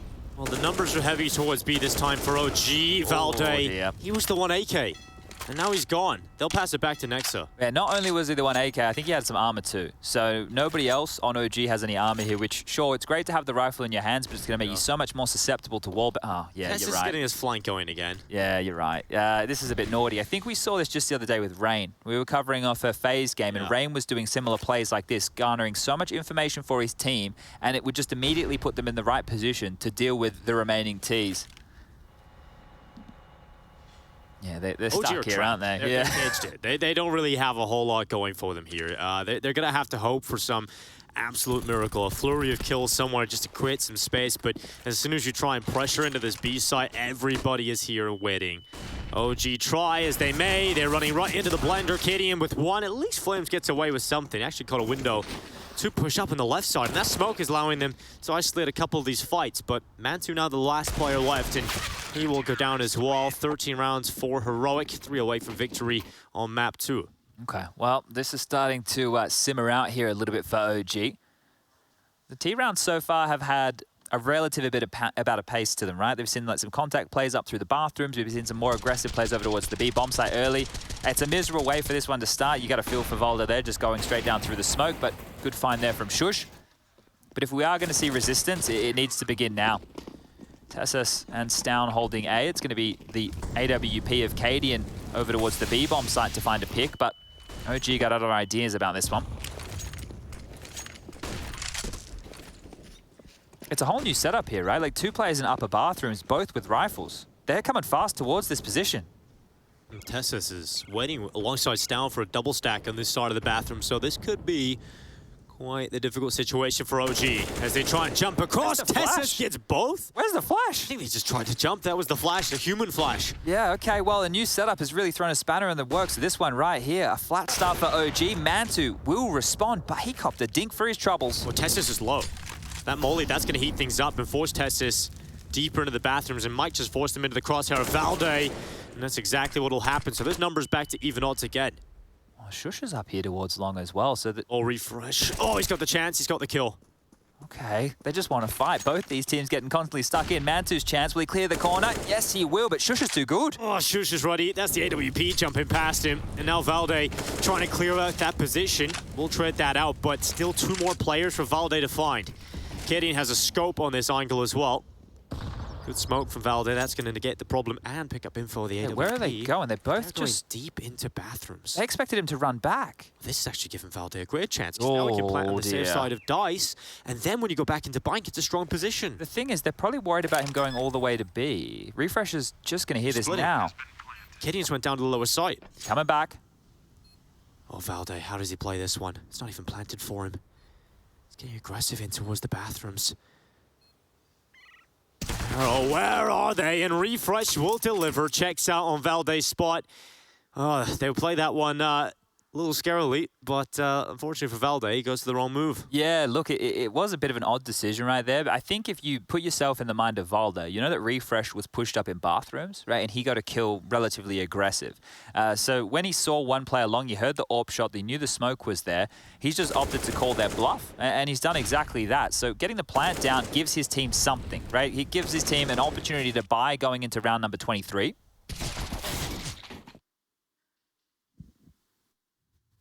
But Heroic are looking solid on their map choice. And after a very close affair on map number 1, this does set us up for an exciting 3rd map of play, which, as we mentioned earlier, will be Inferno, the best 3rd map decider out there.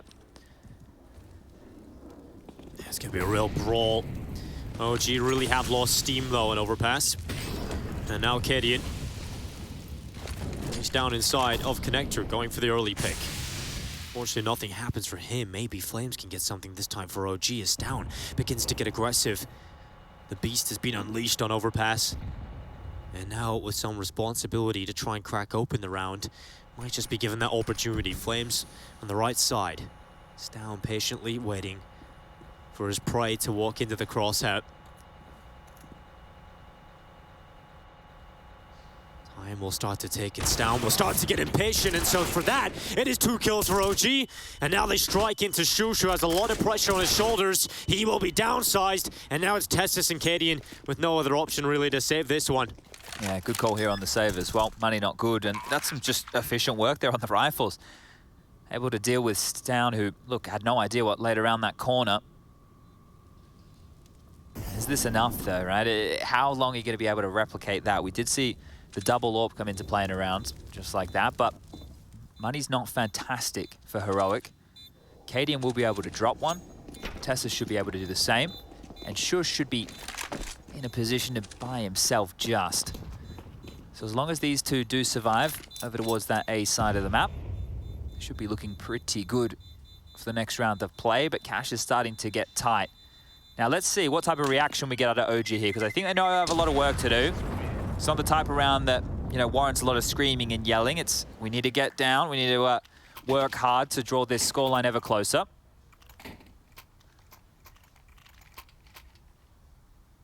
And they have made the drops work over there on the heroic side, so everybody's been able to get an M4 at least. Look at the focus from Nexa there, you know, just glued in on that pillar position, right? Hoping that there's nobody rotating in swiftly, but this is it.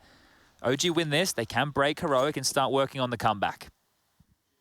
Gideon blinded as he begins to drop back. He dodges the flash. OG with numbers outside of B for the time being, but given that two are now looking to take some long control and out towards that party area, I doubt anything's on the cards here for OG just yet. Instead, they start to walk to Cadian. Maybe Mantu can crack open the round for OG, but the answer's no. Cadian with a first of play, and he wants another one here. He's starting to back away. Flames hunts him down, so the trade is good. Well, 4-on-4 and plenty of time to work with here. Shush is actually pushing. He's between the two of them. Shush, oh my god, Falder has no idea. Shush knows exactly where he is. Oh, he's got his knife out as well. Shush with one and a double. And that really feels like all she wrote now for OG, unless Nico can find some important kills. A bone-shaking headshot on the head of Shush. Flames being late to this position is interesting here. Nico still has some nades to make it seem like there's more players who have already slipped on past Shush's position.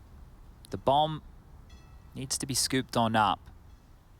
Nico could flash from where he is in towards sewer to allow Flames to go for a peek. Then that smoke could land towards Sandbag, so they can start to work out a couple of bits and bobs. Here's the flash.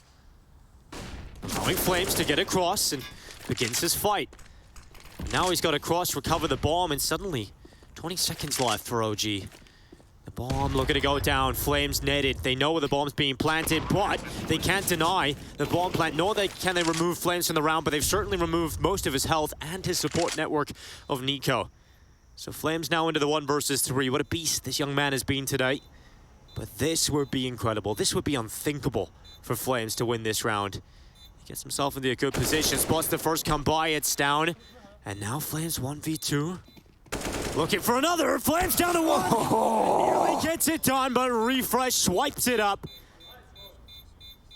That is so close for Flames. How does he even get into that situation? 4 HP. Yeah, you can see just how close it is. And the thought process was great. Like, I loved all the utility usage. Nico was thinking on the right path there. You know, he smoked off the sandbag position, allowed Flames to have... The nades were great from Heroic as well. Like, there's a lot of little details from both teams there. But the aim of Flames on display right here. Yeah, they knew exactly what was going down, didn't they? Good awareness, Heroic, of the situation. The bullets through from... Oh, the spam back from Nico. You know, if he didn't opt for that, he could have still been alive.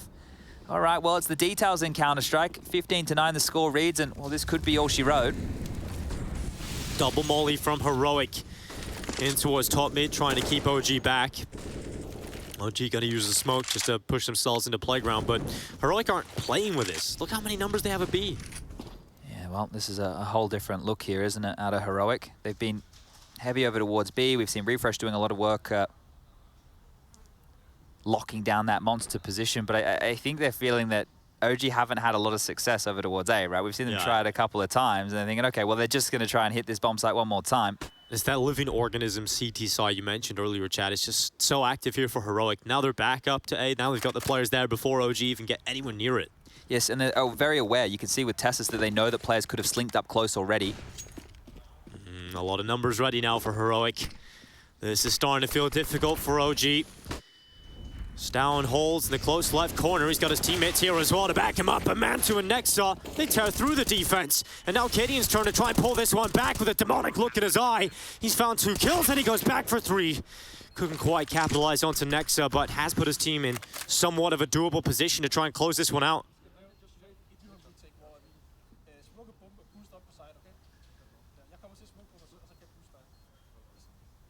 And now Refresh starting to move back. We listen in to what comms sound like, and now Shoes begins to make his way up the stairway. Refresh onto Nexa. Now it's just Valder in a position, ready to strike. He's got one, and he will be overrun, and suddenly it is Refresh. Not again. Not again. And it can happen again. Mantu sprays, and luckily, Refresh will go down. Yeah, you can just see it happening again, can't you? Now, look, the bomb didn't have too long to go, but it's great to get a bit of insight in that situation just there. You can hear Refresh calling the shots in that situation as the retake comes on in, and they actually almost pulled it off. This first one, Nexa low on HP. The second one, Valde runs out of bullets, and then with not enough time to actually take the fight, the only option is to sit that defuse, and last second, Mantu has to swap to the AK to get that one done. The AWP wouldn't have been sufficient for the job. I just seen visions of the pistol. Flashbacks for OG. Well, force buy for Heroic here. So they've gone all in. Ooh. No, it's not too far off there, Kedian. A bit of a B-stream update for everybody. VP 1410 up on map number 2. They do lead the series, and this could be a closeout here. Now, a couple of notes, because it looks like we are a while away from any action. In this type of group format we have here for IEM Katowice, you want to make sure you stay in the upper bracket, because in Group A, let me mention some of the other names we haven't seen play just yet. Vitality and Gambit. And then alongside of those, Mouse Sports and NIP, and Mouse have been all the talk of the town with how they perform throughout the play-ins. So there's massive names here for these teams to get through. Being in the lower bracket after the first round, nobody wants to be there. So important for both teams to pick up this victory here. But rerouting back towards B. OG have seen enough, they've felt out enough. It is just Shush to deal with. No G playing contact. So no information being picked up here for Heroic to confirm their positions. And now eventually they will start to charge, utility being used up, so sound cues being given away here as well. And they'll happily take the site. Oh, Shush has heard that. Mantu didn't actually clear his corners, so if they think that Short is clear, if they don't account for a bit of a... Mantu? Mantu. Mantu? Get your headset on. There we go. That's Mantu? Mantu? Maybe he's got no sound, Chad. I'm just trying to see if he can hear me, because he couldn't hear that. I don't know what happened just you there. shout down to him. Maybe he'll hear us. Maybe the comms were hectic at that point, but that reaction was... It wasn't a reaction. It doesn't feel like the comms would be hectic in that situation either, right? Not with sight clean. Maybe they were saying, "Hey, look, you know, let's play passive," or anything could have been going on, but a bit of a blunder there as Heroic come looking for more exit kills. And they've got numbers near Valde. They're gonna flash and go, I think. Here they come. Flashes up, and Valde is gonna be run down. He will deal with it first in limited time, so. Luckily, they don't lose anything else. And that's okay, because now it will be a Heroic eco, but Refresh going down, he can get the extra pistol that Shush had dropped across to him, right? So there's no dramas as far as everybody having an upgrade. But yeah, the door swung open, and then the door was closed, and then he reacted. So yeah, a little bit late there from Mantu. It's not the end. Well, hold up. It might be the end of the world if Shush gets multiple kills with the AK in this round. That would be the absolute worst scenario possible here for OG. We'll see if that's going to happen here again. Heroic stacking numbers at B early. This time OG are electing to go into the B site. 3 players coming through Monster. Oh, that is clean from Flames. Nice little tap to the head is down, and now the flash. It looked to signal the go for Heroic, but they have been held back. Kedian getting bombarded with utility. He's held back and locked out of the site. Oh, they're getting out of here. They don't want anything to do with this. Thought they would try and contest and take as much away as they can, but that armor would be handy in the next round of play. Maybe play for exits again to get a couple more AK-47s, because money will be the name of the game as we stare down the tail end of this second half. And when you only need one more round, right, every penny like this can be important. It's interesting, you know, there's so many decisions that you can make, where you can, there's like let's go for exits, let's try, but it's interesting to see how Heroic want to operate, because if they go into next round with the Kevlar left over on Shush, Tessus, and Kadian, that's something they don't have to buy, right? So maybe that's an extra nade or two. Maybe even Kadian hold on to the Scout, because realistically they only need one more round. And as these continue to fall by the wayside, their loss bonus starts to build, which is going to work in the favor of Heroic here as we head down the final stretch. And when you only need one round, it's not like you need to keep OG's economy too humble, right? You just need that one round. So you can understand why they're the ones being conservative. Nice little one tap here from Flames. Sees the head, and bosh. See you later, Stown. That's the aim you love to see from Flames. Mansu has had another quiet one here. If he can step up in even these last few rounds, he doesn't have to have a fantastic game overall, but if he can have some impact in the last few rounds, that's an added addition here to OG. Important gun rounds here for them, of course. 3 more in a row, and they've got OT. Stown being much more proactive, much more aggressive, taking control of the playground. Interesting route he took to get there. Flames has chunked on down, and they're bearing on the B bomb site one more time. Shush and Refresh currently here, and they're about to have company. Stan will have a very quick flank around the backside as well, but we'll see how Shush holds the first attack. The first wave for OG begins. Shush just tucking down inside of the water pit, and now he's been pushed on two fronts, and Heroic with 3 kills is starting to look like the end here for OG. Maybe this is the impact we've been waiting for Mantu. Charging in, another one for him, but just couldn't quite get back to the angle of Tessus. It's Valde in the clutch.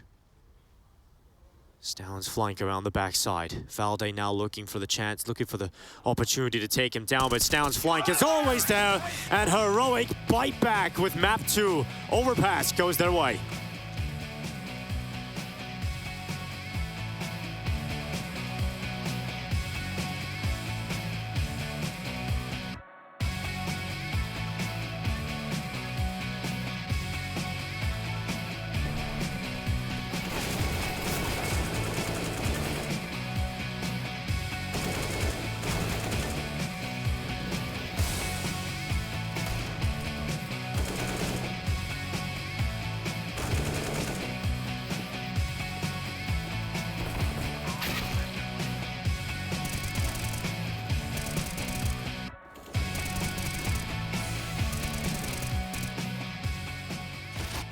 Yeah, so I think starting off communication is a big part, especially in national teams. Especially, I've been in OG more than 2 years now, so I've seen the effect, the effect it has. Especially, well, I was always in teams that spoke English. I always spoke English in my team, so there was always no problem with me. But coming from a person that's, for example, from the Danish people, you can see at the start it is a problem because.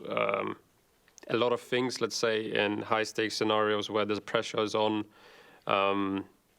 you need to straight away react and just call the information how it is, and that could be a problem. That's why it takes a really, really long time, and I feel like even after 2 years in OG, I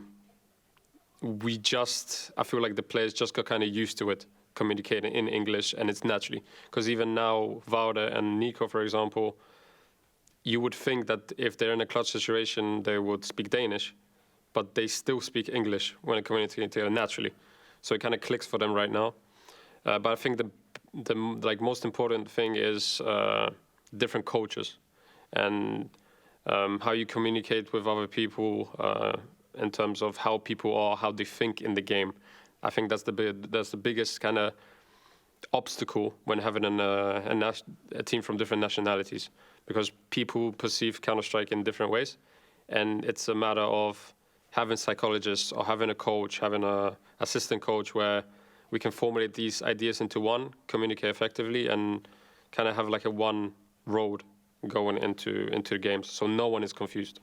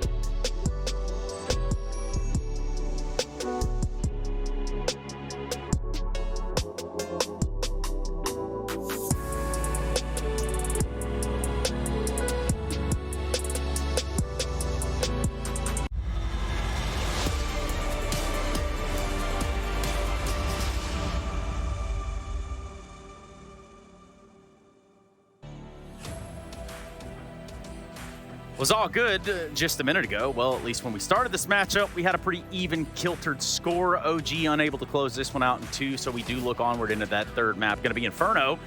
But for the time being, Heroic counting their lucky stars, or rather yet looking at the stars on this team that are making this very much a reality. I welcome you back to the Intel Extreme Masters in Katowice's version of 2022. Here with Maniac and Blett on the desk to talk to you about this matchup right out of the gate, 16-12 on Overpass. Gentlemen, how did this go? I felt like, obviously, against Stalin stepping up, but initially, I was like, all right, you know, they went for the little bit of a risky pick. I thought they'd go with a comfort pick of Nuke, but no, Heroic went with the Overpass, and they have a 5-1 lead coming in from OG. So I was starting to worry a bit for Heroic there, OG potentially running away with the first half, but a great recovery. The Heroic, they realized that OG were being very aggressive, very in your face, and Heroic slowed things down there, and you're just being gifted frags time and time again, pulling off a pretty decent streak of rounds on the T side, and then even killing, heading onto the CD side of Overpass on your map peak, you're going to be feeling pretty good at that point. Yeah, absolutely. It's a flip-flop from the first map. You see Heroic not having any trouble fighting back on that first half, which to me could have been problematic. You see OG catching on fire early on. That was not enough. And then when we move to the CT side, then we have the signature steamrolling Heroic lineup. And this is what you like about the defense. When they start having these gambles, when they are one step ahead of the opponent, they play 4 on the B side, they play 3 on the A side. And if you're next side, you just feel like they have a wall hack. That's it. They're figuring you out every step of the way. And this is how Heroic wins. Say that again, Bled. Just wanted to make sure we got that one little bit right in there. That was not bad. It's a pretty good word. One, right? Yeah, it's one for the ages. But, you know, obviously you have rounds like this that also happen. Some of the most turbulent situations that you cannot possibly manifest in your wildest dreams. There's that oh shit moment once the smoke starts to fade and you're like, oh, look, he's right there. Too bad he's already defused. Oh, that hurts so much if you're next. Because the point how he gets there is actually quite beautiful. It's a 1 versus 3. He navigates the smoke, finds 2 kills. All he needs to do is find the at the end he sees the leg. And that's just too late. That hurts. It's so unfortunate because even the way the smoke bloomed, right? He's at the edge of the smoke, and it just covered him enough. He finishes the entire clip. And that was one for the ages. Maybe not for Nexa, but at least for us. You know, for some of the clips you're going to be laughing at later on. Yeah, that's definitely going to have to be one that is looked back to, at least when it comes down to Overpass. And if you're OG, you're like, well, damn, what about...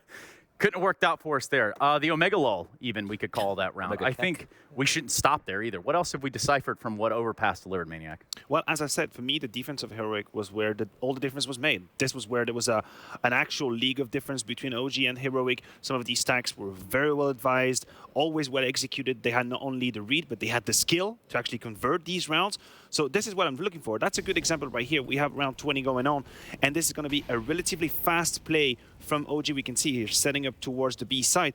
But on the side of Heroic, again, their trademark defense, there's going to be a number of body being here. We have 2 players very much invested into staying at the edge of that smoke. They're going to play the fade, but there's a whole lot of defense right behind to help them. Look at these 2 other CT players are here. So even though the trades are sort of even, it doesn't matter because Heroic had all their eggs in the right basket, which is their trademark again, and that's why they won. It's all about the conditioning, number one. You know, they're forcing OG to go for this early B play, like you said. They had 4 plays lying in wait. But even earlier on in that second half, right, OG never felt comfortable. They're never in a position where, like, okay, are they going to be pushing us right now? They slow things down, and that takes away so much of time. Now, 30 seconds remaining, you need to go for a fast play, and Heroic just seem to have their number. And that's usually what the most annoying thing about playing against Heroic on maps like Overpass and maps like Nuke, where they can get away with this cheeky, aggressive CD side plays. And yeah, that's a great example here in Overpass. Yeah, well, then you turn your attention over into the, you know, the final map of this series. It sets us up for Inferno. It seems like the fan favorite. Everyone loves a little third Inferno decider.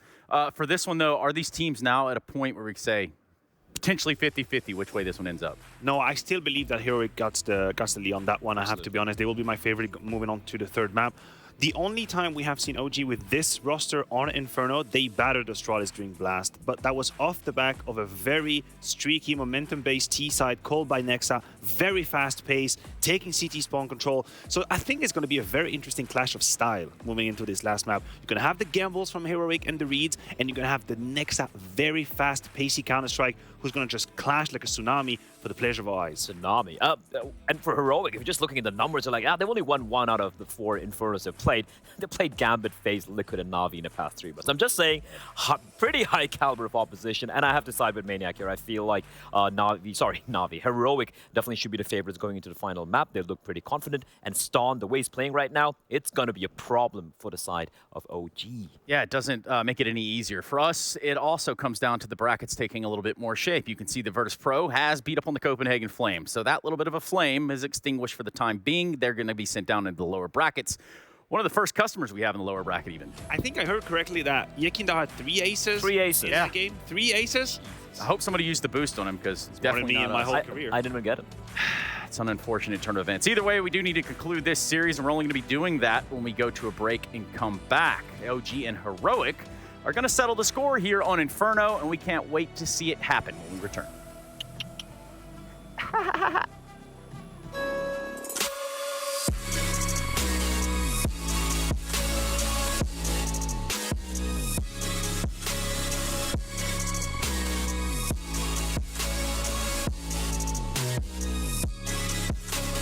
You love it, you wear it. What's your style? Get your merch at shop.eslgaming.com.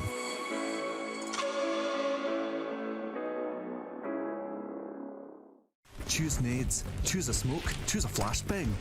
Choose team badges to support your favourite CSGO team. Choose an ESEA Premium membership. Choose routes you know bring in wins. Choose pro video tips. Choose the fan club wars. Choose behind the scenes content. Choose good grades. Choose guns you know you can shoot right. Choose bingo. Choose the equipment you know is going to get your team the win thanks to heat maps. Choose the CSGO Hub Premium, the complete package to help you and your squad achieve all your CSGO goals. The reason why we haven't made roster changes this year is mostly because the chemistry is so good in the team, and we believe that working together and evolving together is the right way of doing it instead of changing a player, because changing a player would probably just bring us further back than where we want to be.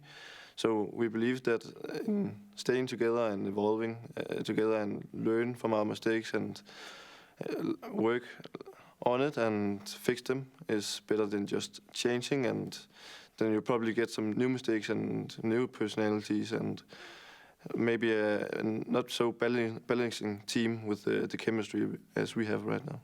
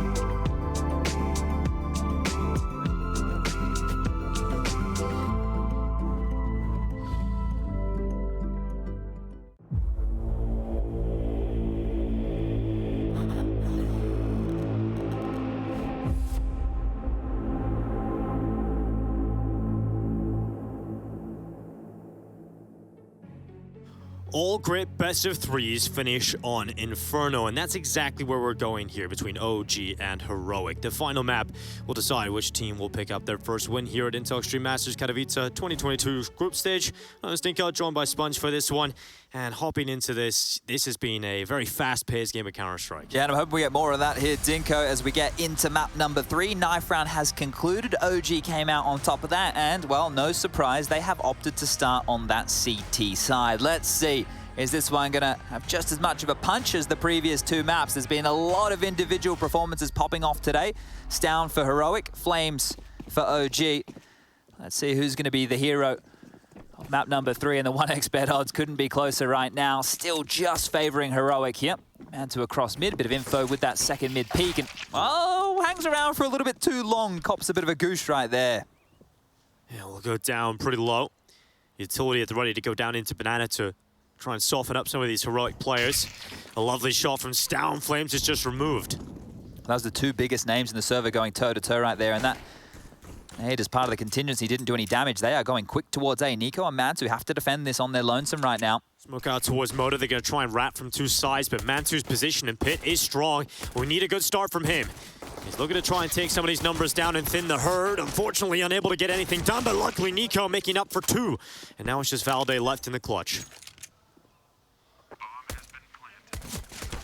Goes for the shot, gets taken down. Stown will remove him, and Heroic have the pistol. Well, this has been pretty decent in the clutch, right? We've seen him in some good moments, but a 1-on-3. The fact he whiffed that first shot right there. I hate shooting a pistol player if they're not looking at me, and I feel like Valde just had that go his way. But Heroic grab the first rounds here, and they will be going up against the 4 spy of OG, who have opted for the Deagles, 4 of which, and a Mag 7. So let's see how much munching that can do. A couple of smoke grenades as well. That's another key element here we need to keep an eye on as they all head over towards the B bomb site to have a delivery service. Thank you very much. Everyone's favorite one-man setup on A with a Mag 7. We'll see how that goes. On the long side as well, right? Normally we'd see him in Boiler or we'd see him playing around apartments, but yeah, just the long side. Now here's the thing. The reason that it actually could be pretty viable over towards that side of the map is a lot of teams on anti-ecos or anti-4 spies like to use the range of their rifles, and going long can give you exactly that. So let's see if they do opt to go back into Valde's domain. He seems to be standing pretty still at this juncture. The 3-man B defense of OG hasn't moved, even with the smokes coming on through to make that one interesting as possible. But rerouting, a new direction, a new path of attack as they all congregate in that mid-alley, and maybe, just maybe, they do walk right into this Mag 7. That would be meaty for OG to see if Valde can get something out of that, but he also has help now. He's no longer alone. He has got Nico with the Deagle, and he's looked crisp today. Let's see if they decide to go long. Here they come. Valde, he's so ready. He knows he's got a bunch of cash in front of him. Fortunately, hits 2 headshots. 1 single point of health for Stown. That is so rough right there from Valde. He must be feeling robbed, but at least he's put Caden and Stown in a position where they can be blown on over. Do they want to continue the onslaught onto A? Time now starting to become a bit of an issue, and it is just the 1 man of Nico, but they have no idea what lies in wait. They can take their time, but there's not a lot of it. They have to go A. If they go mid to B, they will lose the round. They have to wrap through this smoke of their own design. And if Nico can run this clock down further, if he can create some chaos, this could get messy for Heroic. The time. Nico has to worry about 2 sides, though, and that split luckily gets Heroic into the site. That's a sigh of relief right there. And you can see the rest of the teammates from OG, it looks like they've hung him out to dry, but at that point, it's like, okay, look, if you can stop this on your lonesome, you can potentially win the round. But if they come back to B, we're going to stay here. We're going to stand strong. If they go away, we'll hold on to the Kevlar, we'll hold on to the nades and those Deagles to have a crack with in the next round of play. I imagine if Valde was able to get 1 or 2 of those kills that he had on his plate right there, then they would have got stuck in and tried to assist. But foregone conclusion, second round for Heroic here, handled considering how much damage was done. All 5 staying alive. And the score will read 2-0. It's going to be interesting to see, like, because as we mentioned, this is still a new OG roster. I know it's only 1 player, right? I know it is just Nexa, but when it's the leadership of the team, right, that's when you can start to see how different they look. Maybe there's a couple of comfort zones. You don't know exactly what Alexi was doing for them before. So it's still these early stages that we're learning about OG. And you would say that, you know, Alexi B and Nexa aren't exactly cut from the same cloth when it comes to in-game leading. So definitely going to be some differences there. Man, it's so unlucky. Like, how can you be so unlucky? Yeah, that is rough right there. Well, he made the right call. Just unfortunately, it doesn't work out exactly how he wants it. Imagine he gets 2 picks there, though. That's a completely different round.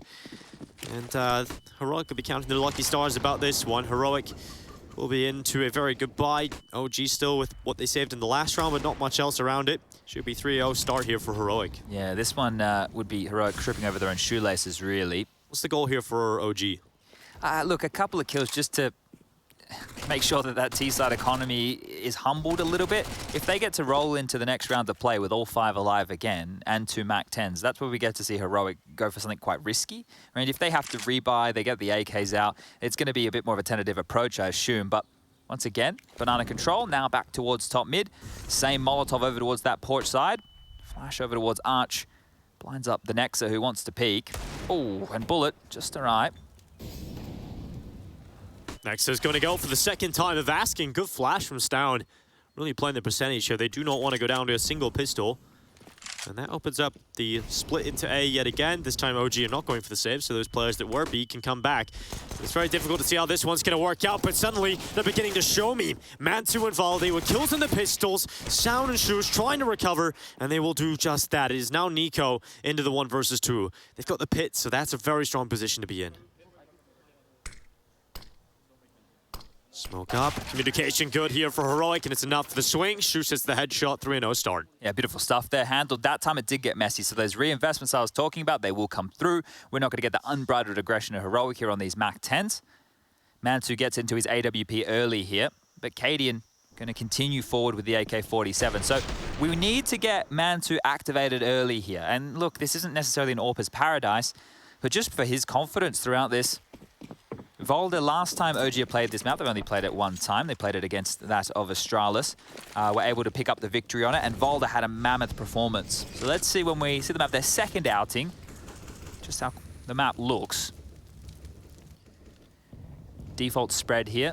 Nades towards top Banana. Boiler control taken by Refresh. Nico on the other side of this. Nico is just shoulder peeking for info, and Valde gets away with a mid pick through the smoke. What? Kind of ridiculous there, Valde. Nico's turn, and he's given it back. All right, well, they put themselves up in a number advantage situation, and Nico's just gifted that one over. After the top nade aggression that chipped Flames down to 44, he's actually gone hyper-aggressive here. You can see just how crazy this kid is. He's pushed down, he's smoked deep, and he spotted something, and I think he's seen enough. He's going to pivot back towards the site here, and he's on his lonesome. Yeah, there's no reaction here from OG. They aren't calling another player to go and help him.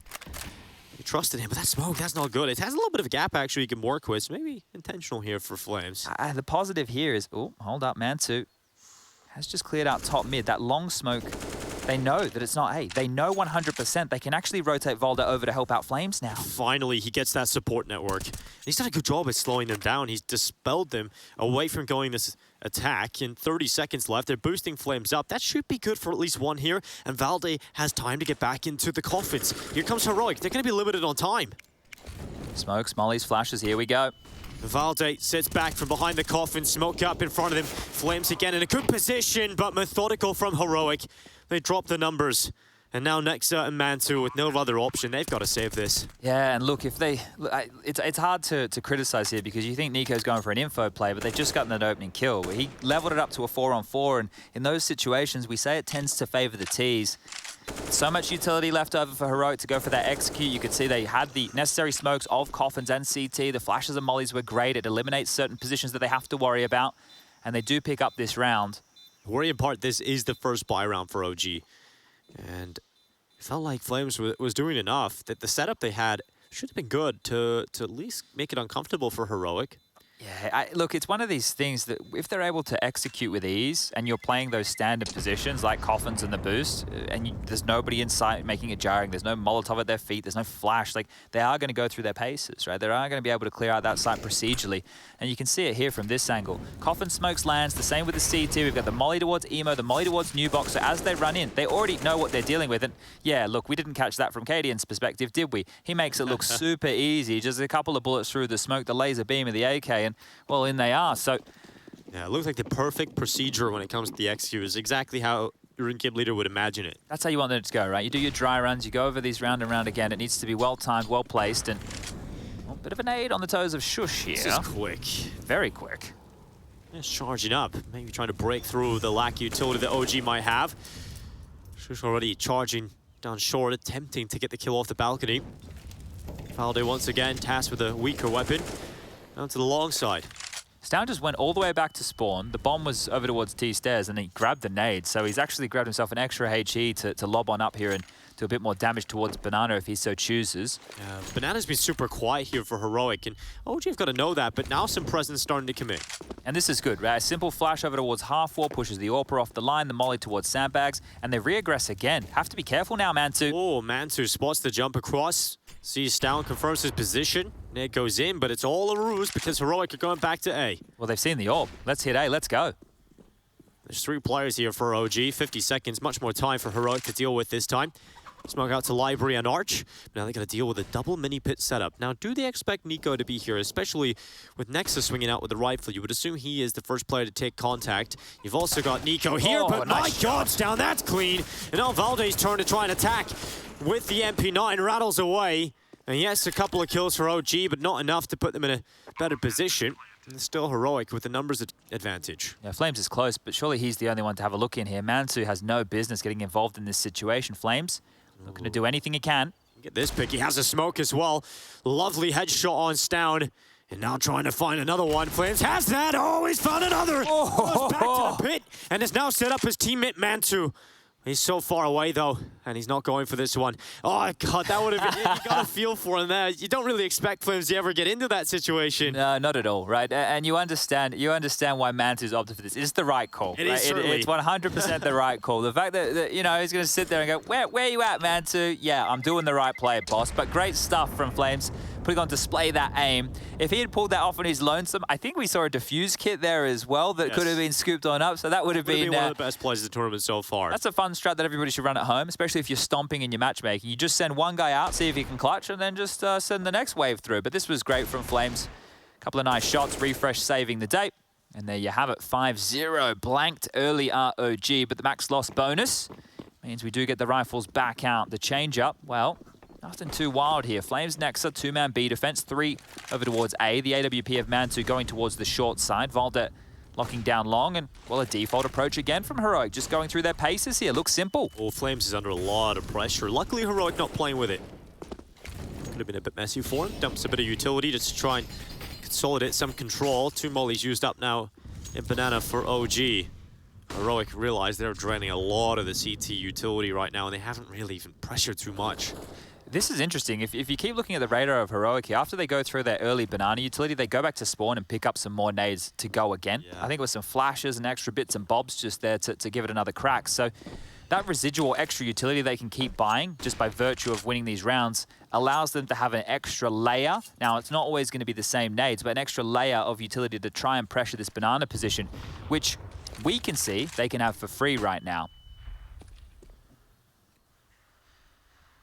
They could still be down here. OG would have to, I think at some point, probably have to condition a little bit of Banana contest because eventually they haven't really challenged at all. We're all going to start taking their liberties with that. The positive is Mantu's playing under porch with the AWP. Oh, jump. Oh. Cadian on the line. He spotted something. There's a lot of talking from Cadian now. Another rotate coming back for OG. Another player there. And in fact, Heroic are rotating. It's on Mantu right now, Dinko. It's on Mantu. And he has to hold from porch. It's not a position you can fall back from. It is going to be pressured here with the AWP. 20 seconds left. Can Mantu handle the pressure that is all on his shoulders right now? First is good. And now he's looking for the second. Here's Nico trying to help him out. Mantu, oh, he's overrun. They jump across his crosshair. He's not able to do it. And now Valde trying to deal with this attack. 5 seconds, just enough time to get that bomb down. And Cadian burning in the fire has now got a clutch ahead of him. We've seen many from him before, and now he starts another. The first onto Nexa. Flames and Valde in the 1v2.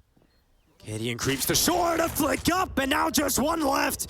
It's Flames in the sight, tapping the bomb, and Cadian knows he's off it. So close, but Flames will best him. And the first round for OG is barely clutched from the hands of Cadian. Oh, it looked like Cadian had that. It looked like he had it. Overstepping the mark right there, saw the barrel. Not able to hit the shot, but the two before were beautiful. I love that right there from both teams. Volde with a huge amount of impact there to make that one possible in the clutch. Kaden almost pulling this one out of his ass. And then the one before, right, the timing. Mantu gets one under the porch. Nico gets a kill to slow down the Apps push, but then they waited, right? They actually waited. The time was so low at that point, so really well played from both teams. An action-packed round, but yeah, Flames walks away with a clutch to his name. That's got to feel good for OG. Finally a round on the board. Doesn't matter how you want it. You just need to start getting some rounds here. It's like a flash. Oh, getting Flames out of the position more than being aggressive. He has to get out of dodge. Interesting that Shush is in this one with a Mac 10 in play. He still has 2.1k in the back pocket, so could have opted for something a little bit more potent or a little bit less utility-driven. Let's see if that factors into the round right now as 4 members reside in Banana. As aggression is coming on in again. Some nades through, a push behind the molly. OG want to contest for this. Yeah, and they got the flash ready from Nexa. That's going to allow Flames to have a peek out. Oh, so close, but Kaden blinded, still hits the shot. And now it's the signal to go. Shoots with the upgrade straight to the A1S. Launches forward. Valde, just before the smoke comes up, gets eyes on Tesses, but he's lost his teammate inside of the site. Now they got to go for the boost. Now they got to see eyes over here, but Stound wise to the tricks. More than ready to account for that. Yeah, now this has to be the save for OG. And this is rough. You just won your first round and you're immediately getting handed the reply. And you feel, how did, like, was Kaden blind or did he just shoot? Because the icon, right, sure, we know it can sometimes be a little bit misleading, right? But that looked great. It's exactly what OG wanted. The flash came through. 3 players looked to be blind doing the flashbang dance. Shout out Jordan, nothing Gilbert. Yeah, but they get on through with it, and now it's just another potential save play here. Nico and Mantu lying in wait, but... Oh, let's listen in on the chase here.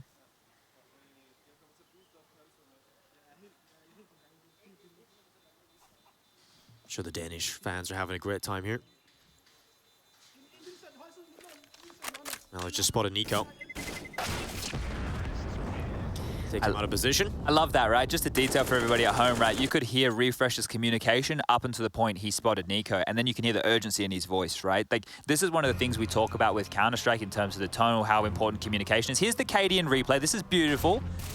He was fully blind. What? He flicks. What? Kaden what?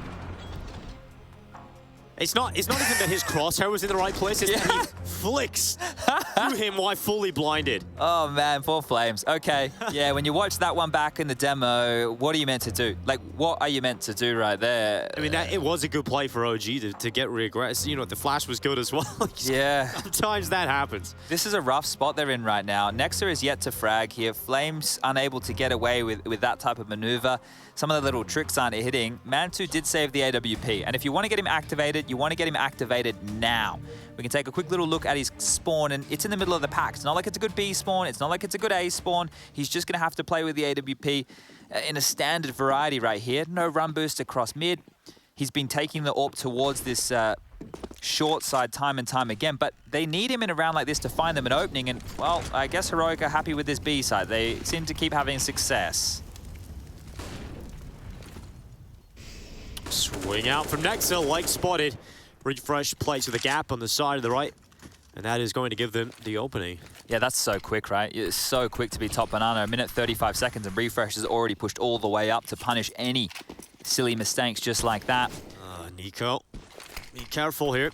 He has got Mantu, and as long as Nico stays alive, that allows Mantu to just fixate on this top mid position. But once Nico goes down, Mantu's in a very difficult position. They've been mollying this, so do they continue to cross their T's and dot their I's? He's in a different position now, move slightly more to the right, maybe expecting that molly to come through. But here they come, missed shot from Mantu. That's going to give the space to top mid to Heroic. Now they're going to go long side, and Mantu trying to beat them there, trying to get into a position where he can contest, but there's so many numbers here. Mantu good for one, no scope on the second, gets away with 2.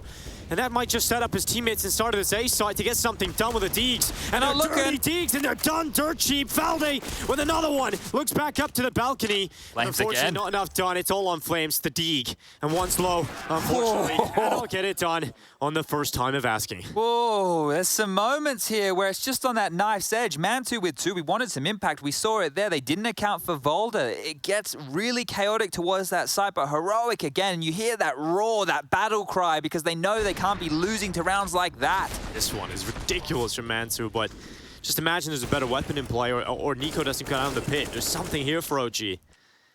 They're keeping it close, right? That's the thing. These are close rounds of Counter-Strike. Just not able to get the killer blow. Aggressive down mid. This is a change-up. Very different here. Valde might catch them. Kedian has the bomb. He has no idea. Valde with one and now spots the second, looking to strike back onto Tessus, and he'll do exactly that. Nico not getting anything from his apartment's play, but Valde's doing more than enough. 3 kills, and Heroic down to just 1. That's a change up for OG. And this is what we like from OG, right? One of the keys when we've been watching them play throughout today is when they like to fight. They take the initiative, they flash for each other, they get stuck in, and a big smile on Valde's face there, knowing that he's instrumental in a round like that. You can see the flash assist from Nexa there, dealing damage, well, visual damage onto Kadian, and his retinas go white. And Valde continues just to look for these fights. He knows that that AWP was overseeing business, and that's where Mantu found the final kill. Great stuff from Valde. We're seeing that star potential that we know from many years ago. But just by virtue of how close some of these rounds have been, they've already managed to make Heroic splash their cash. Oh, yeah. Yeah, they're already down the bottom of the barrel. 2 Galils, the AWP, 2 AKs, but not a lot of money will be going forward here. It's only going to be a 1,900 loss bonus into the next. And we've already seen OG in a similar situation. They start down in the dumps, they break the economy, and then they battle back. But this time, they'll have to do it on the CT side. That round wasn't sustainable, though. They can't do that every time. So that's their opportunity to get back into this. But now they've got to start picking apart this attacking side. Valde getting aggressive into the apartments, picks up early info, and Mantu goes for the mid pick. That's what we're looking for. Now, how do Heroic respond? Traditionally, when they've lost a member early, it's been quite quick to take space elsewhere. Looks like they're pumping the brakes as it's just refresh over towards the boiler room. Kadian, in search of a pick, has Shush and Tessus behind him, and that's the pick they're looking for. Now he's thrust forward. Nexa needs to stop this. Well, Nexa ready for them to cross into his crosshairs. 1 on the head, shot, and fortunately for him, can't quite follow up onto Tessus. Now Mantu's arrived to the party. Signals the AWP, goes for his best Kadian impression with hitting ridiculous shots. Unfortunately, for him, not finding it. So 3v3 OG will have to play the retake. Well, Valde is just starting to move away from A now. He's currently still in the side as he makes his way towards Library, looking for a lurk, looking for a flank coming in late here. Smoke starting to fade. Kits are in play. Utility's good too. OG can go for this. They just resmoke coffins though. That is going to buy another few seconds and make things awkward. Shush in the back of the site gets 1. Traded out by Valde, but this time they've got to go. Heroic have to get into the site or hold the site, and OG have to push forward right now, otherwise it's done. And they realize at this point not enough was found, not enough space was taken. And it's a save call for OG as they back away. Yeah, and that's when you're in two minds, right? You could see a bit of that there. It's like, okay, well, Mantu's been denied, and his best point of access would have been through that coffin's position. Not the easiest retake in the world, especially where Shush is standing in flames with an AWP and getting himself a kill. But this is on to Kadian. He finds the response. It allows him to have the avenue into the B site. He does go down to Nexa, but is traded, and that's what you're looking for, the fundamentals to fall in your favor. Another timeout called. It feels like we're getting one of these every second round at this point. Heroic, aware of the financial situation, have opted to take a second timeout. It's important to talk through the buys in rounds like this. You know, you can sometimes get a little bit quick on things and somebody just auto buys or goes, I can buy an AK, bang. But at this level of Counter-Strike, you need to make sure that you're listening to what the boss man wants. You know, you need that util, need to work out, okay, are we going to go for something a bit more poppy, a bit more pacey? Do we need something slower? Heroic are one of the teams who are very good at playing what they have, right? They always seem to have a maneuver for the type of weaponry or utility that falls into their buy. Also, sometimes buy pretty unorthodox weapons. They're good with everything. I remember seeing a lot of P90 usage last year out of Heroic, so certainly no stranger to working with weaker guns. And while they've got to do that again because of OG doing damage in the last round, it's forced these Galils out again here for Heroic. Well, let's see if they can retain the number advantage. Mantu looking to manifest an opening. That smoke is created a gap and the back out. Oh, he's got it. He's managed that 1 kill. Not only that, but getting back is the essential piece to that. And does he find Kadian? Oh, he does! Mantu comes away with another 1 and 3 for Mantu. Huge start to the round. And Mantu finally has arrived in Katowice on this matchup. He's looking for a 4K, nearly. But a refresh will deny. Now I'm going to hold my breath for a second here because Heroic, I'm sure they're down 2 men, but they might be able to pull this one back. We've seen some crazy refresh moments before. The bullet's not too far off as it will just be down by his side. They can get that bomb picked on up, but Banana is currently held by Flames. He still has a HE in his hand. They still have top mid control. goes down. That is nearly ridiculous. Luckily for Flames, he's able to stay up.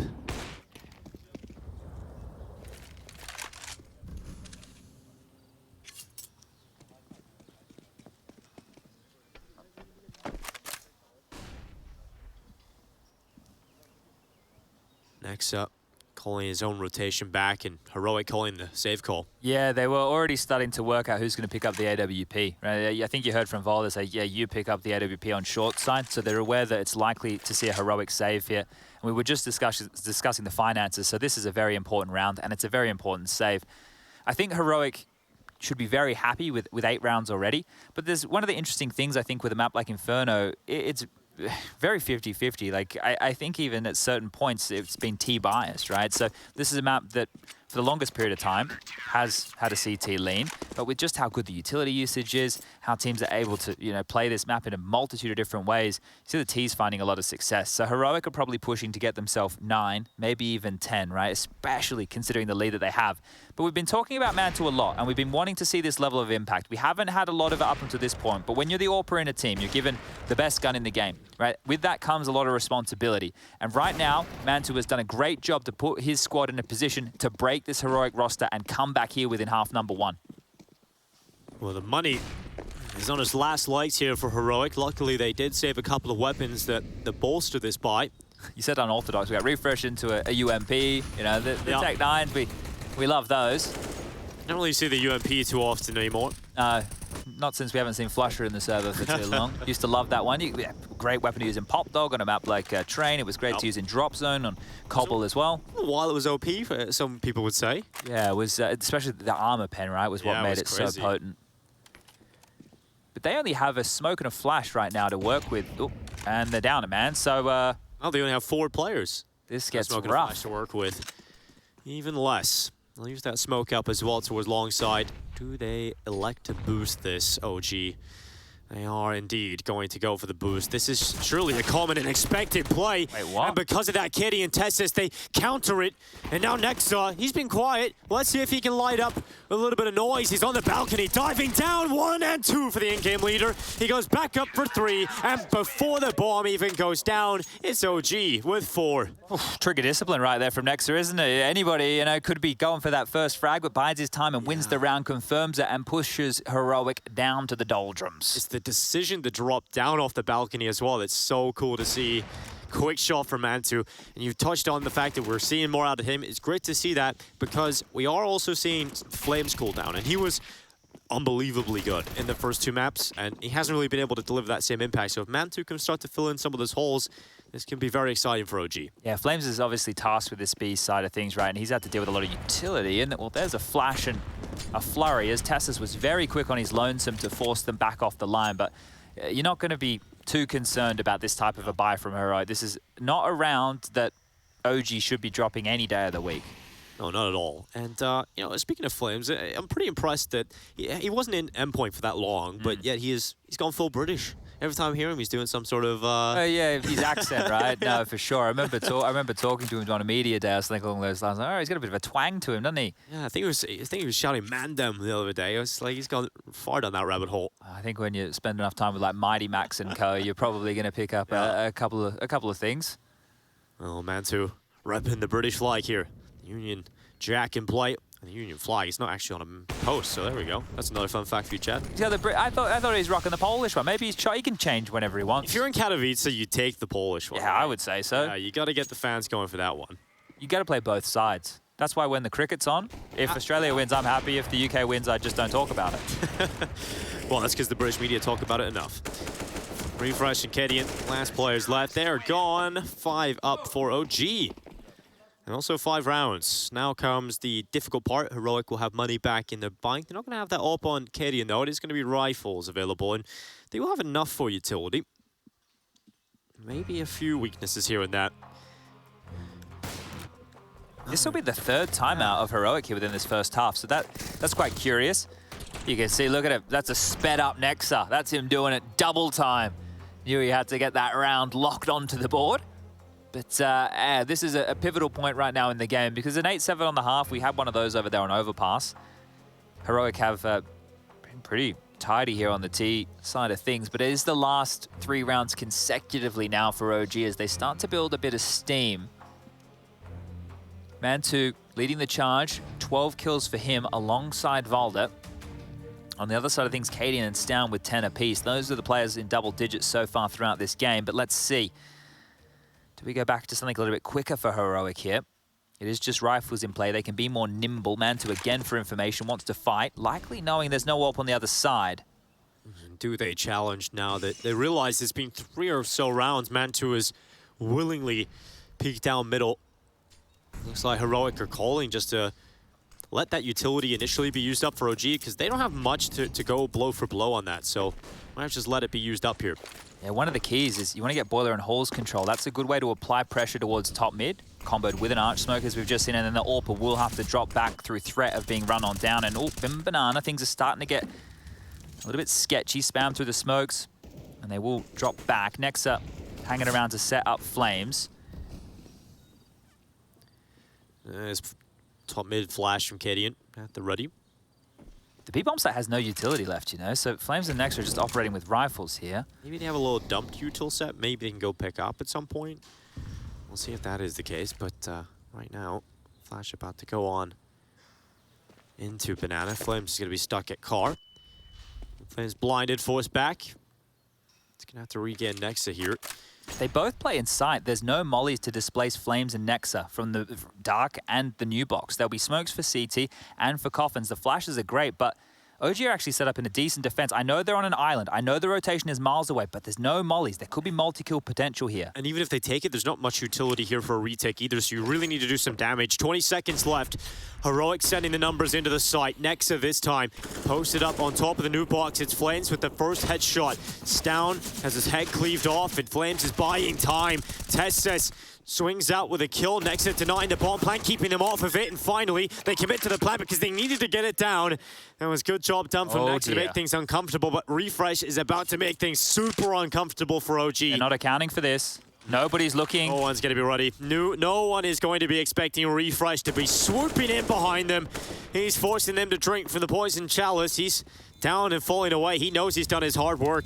And now it's on to the rest of his team inside of the site. Tessus in behind the pillar. Nico will forcibly remove him from his spot. But Gideon, don't forget about him. He's going to peek, and he takes down the diffuser.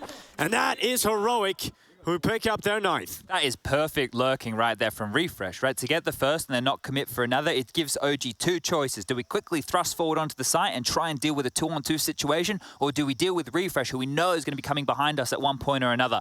Unfortunately for them, it was a CT plant, Dinko, so Refresh was set up for success no matter what happened here. You can see Nico trying to be cheeky about it. Cadian gets him off the defuse, and then Refresh swings on out to finish the round. But here we go, final round of that first half.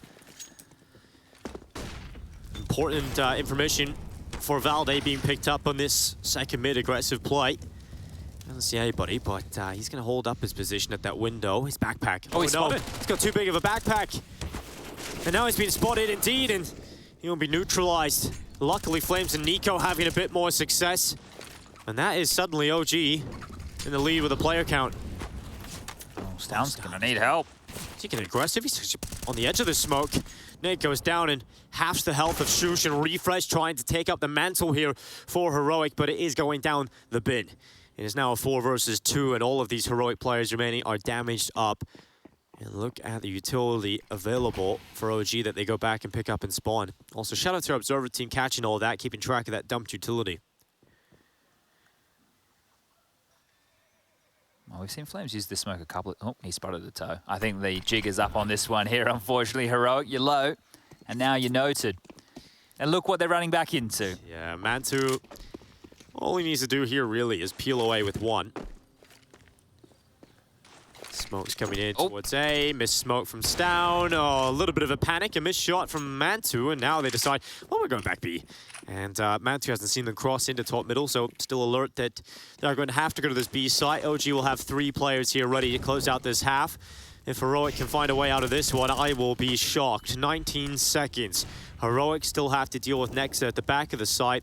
They get on towards the site itself, but Nexa sweeps out, finds the follow-up, and 6 rounds as OG recover the first half. We've still got a game here as we head into the second half. Make sure you don't go anywhere. It closes after this.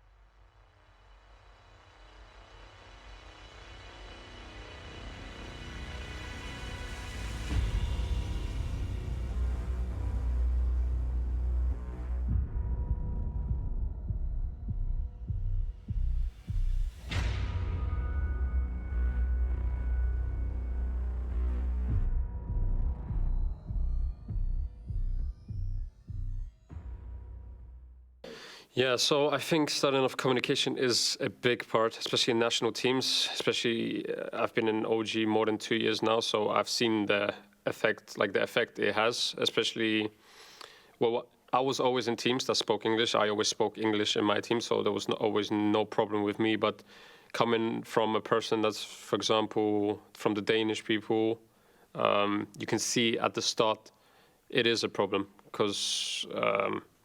A lot of things, let's say, in high-stakes scenarios where the pressure is on, you need to straight away react and just call the information how it is, and that could be a problem. That's why it takes a really, really long time. And I feel like even after 2 years in OG, I feel like the players just got kind of used to it, communicating in English, and it's naturally. Because even now, Vaude and Nico, for example, you would think that if they're in a clutch situation, they would speak Danish, but they still speak English when communicating together naturally. So it kind of clicks for them right now. But I think the most important thing is different cultures and how you communicate with other people in terms of how people are, how they think in the game. I think that's the biggest kind of obstacle when having a team from different nationalities. Because people perceive Counter-Strike in different ways. And it's a matter of having psychologists or having a coach, having an assistant coach where we can formulate these ideas into one, communicate effectively, and kind of have like a one road going into the games. So no one is confused.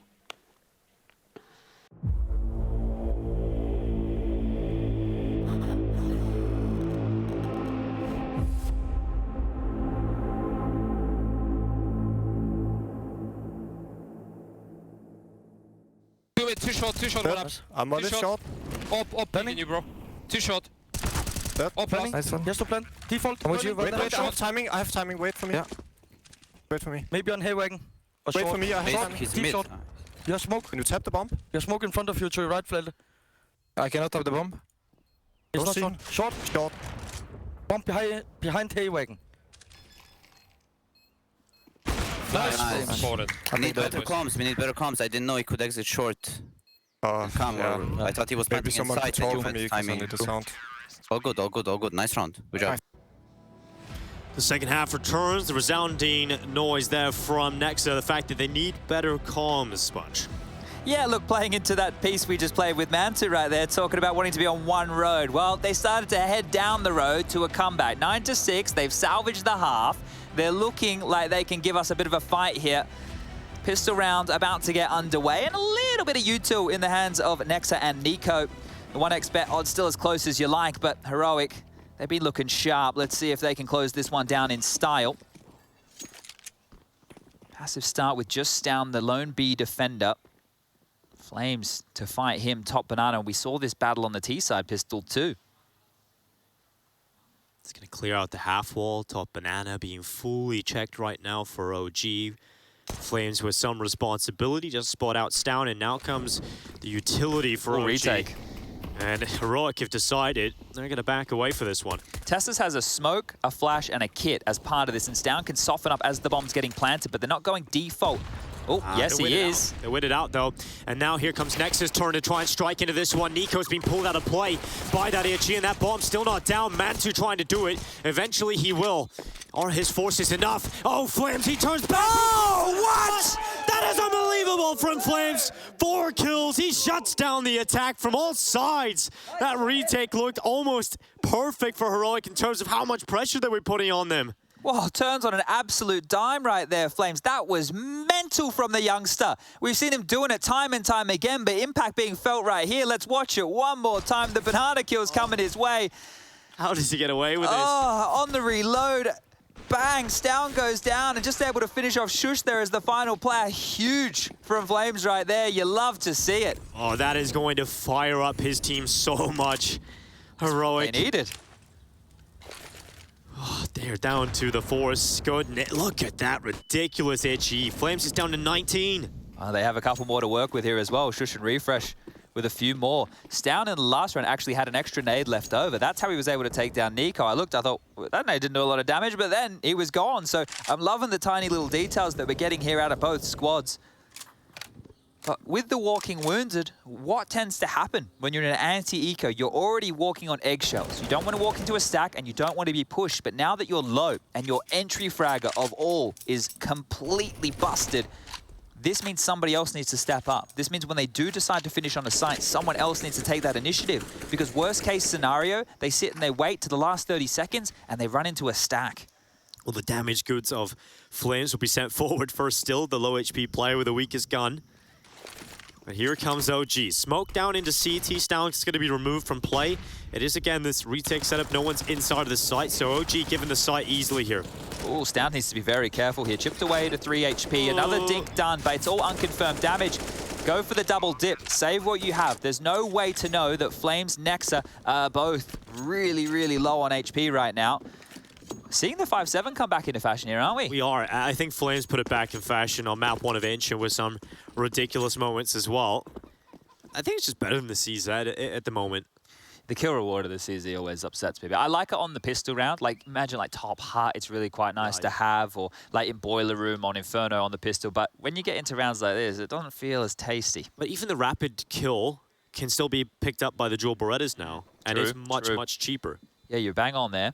$300. I am converted to a Julie's fan. They've been useless forever. Yeah. But now it's nice to see them getting a bit of spotlight. The most famous clip of the Joel Berettas was the NIP meme, like everyone buy Julies and crouch around. Yeah. That was like the most famous clip ever of Joel Berettas. I used to just call it out all the time, especially when they cost a little bit more, right? But now I can justify it. Now I want to see more and more of it. I know Jason Moses O'Toole's a bit of a fan as well. But this is OG not out of the hot water just yet. Sure, they were able to pick up the round, but these saved pistols and armor are still in play. 3 smokes remaining, 2 flashes as well. So another round where they will need to work hard and make sure they don't get ahead of themselves. Flames won't have to worry about any HEs this time, so just a smoke to wait. His own utility and response, and they're just going to go through. So confidence from OG here, starting to spill on over into some of these decisions. Oh, Stoun's the first player up. They still got to deal with that boost, so that's going to work out. The distraction sets up Tessis, but Mantu, systematic destruction of 2, and Gideon's turn, but it gets overrun. And now we got to look to Shush and refresh. Couple of shots going through the smoke with a 5-7. Flash going up for refresh. There's still a smoke available on Shush, but he's decided he's not moving. He's stuck on A right now. Yeah, looking for a bit of a lurk right now. Same thing again, we've had this conversation today already, and when you're in a scenario like this, they both have head armor. These are actually going to be quite nice to carry through to the next round of play. Refresh, seeing if he can find another kill on the way out the door, get himself a bit of an upgrade. But no need to throw everything away, right? You're going to give them an extra $300, and you're going to lose everything going into a dud round. So, right, making the most of this. Good stuff from OG, though. They leveled up the playing field, and it's quite distinct, right? Within, I think the scoreline at one point was 7-1. Now we're looking at a 9-9 game. So how quickly the tides have changed. This has been not one-way traffic, but definitely a change of for OG in the last few. Similar stories to other maps within this series. Comebacks, having to get back into play.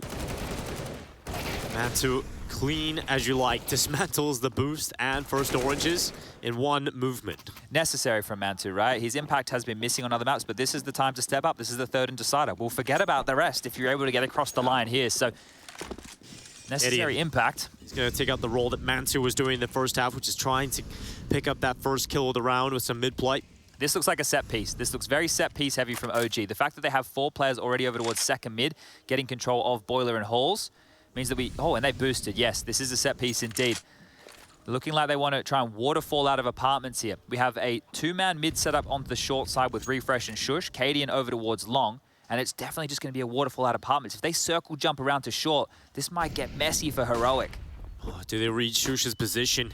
His setup upper and lower with his teammate down below. It could be enough to gleam a couple of kills here, and Shush is going to pick that up. Now diving down, Nico quick to the trade. And now we have to look to the side play. Valde's already in with a bomb on his back. He'll plant that in the back corner. Trading places here, aren't they? Nexa is the linchpin behind all of this. He's the man keeping them sandwiched in. And Refresh, flash to the pit.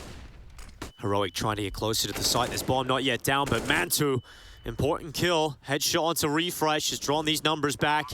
And the bomb finally will go down. Nexa trying to get out of Boiler, spots the Ahead of KDM, but can't do much about it. The shot of the AWP is quicker, and Stown burns away. Valde inside of the site. Now we have to look to Nico, who's on 9 HP, alongside Mantu in the apartments, who suddenly is alone. And just like that, Heroic back into the winning position. Mantu has to pull them out of the hole. They have no idea. They have no idea he's inside of the apartments. They have absolutely no idea, but now he's giving it away.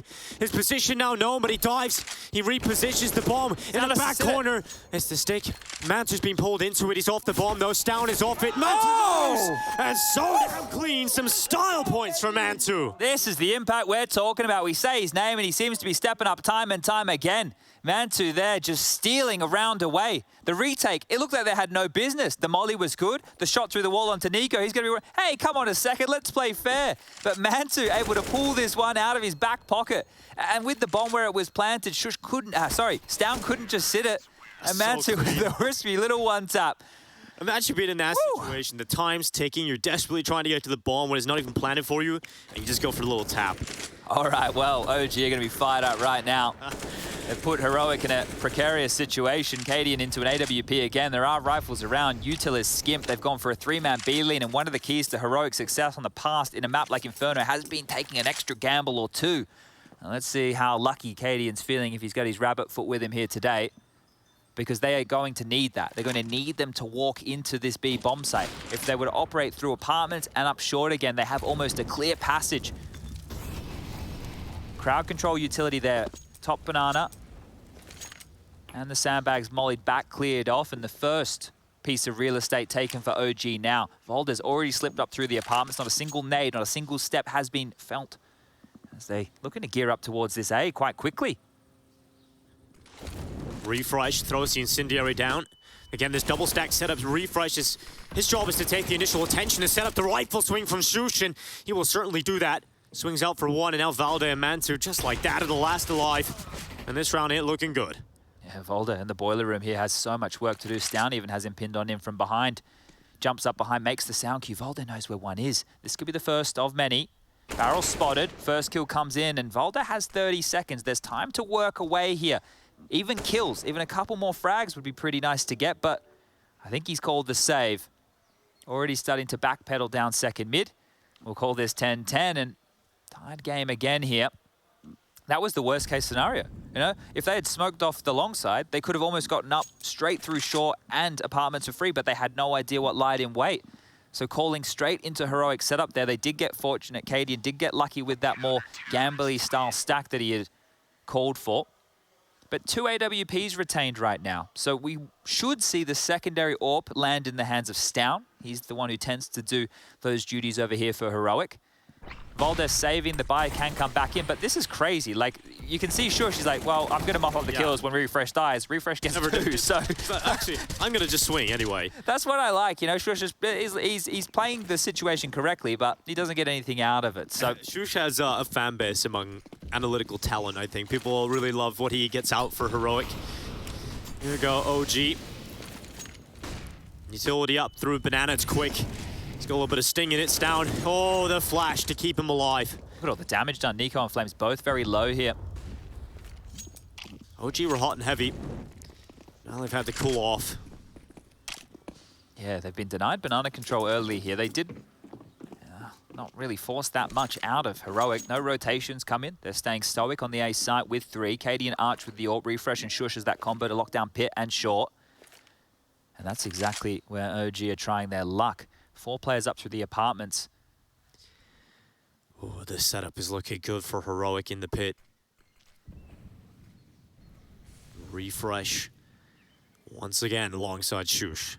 This time, Shush is the player taking the initial attention. They've even got Kedian to help out. Flash is good. Refresh now dealing with a drop down.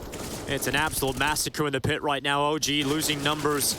Next, Mansu just dancing with that. They're nowhere near each other at this point. Shush is wrapping around, playing with his foot, but Mantu has had enough of the bullying. Finally stands up for himself, but that bomb is on the balcony. Good smoke here. Have to get back up to the bomb, though. That's the problem. That smoke, that might allow the pathway has to be get to it, but Tessis is taking the risk. Tessis is taking the risk, and is it going to pay off? He's up on top, and oh, he will! He will get the kill on Nexa. And now it's all on Mantu. And the bomb is still up in the balcony, 14 seconds left. It won't happen. Stown takes him out. Oh, hard to identify there in all the chaos, right? Like, we can see quite clearly where the bomb is, but for them, they're just looking, they're glancing at their radar, and they see the blinking dot. They're hoping that it's dropped down towards the pit, so at least Mantu could get his hands on it, but not to be the case. And, well, now OG are feeling those financial woes. This setup looked almost impossible to break with the attack coming, right? And we're very fortunate we get to see that happening. And they did make it a closer round than expected. The fact it comes down to a 2-on-2 situation, OG did a good job, but it never should have been theirs. Just with that sort of, it never should have been theirs. And now it is the pistols. Oh! Shot from Katie in there. It was nice against the pistol. Yeah, look, let's see how forward he stays now that he knows what he's working against, because the AWP alongside of Shush is the only defense of this site. I know that they only have Glocks and a couple of Deegs, but it could still fall apart. There's an actual chance here through short. Cancel that. There's the bomb. Yeah, we'll turn it off. No more hope.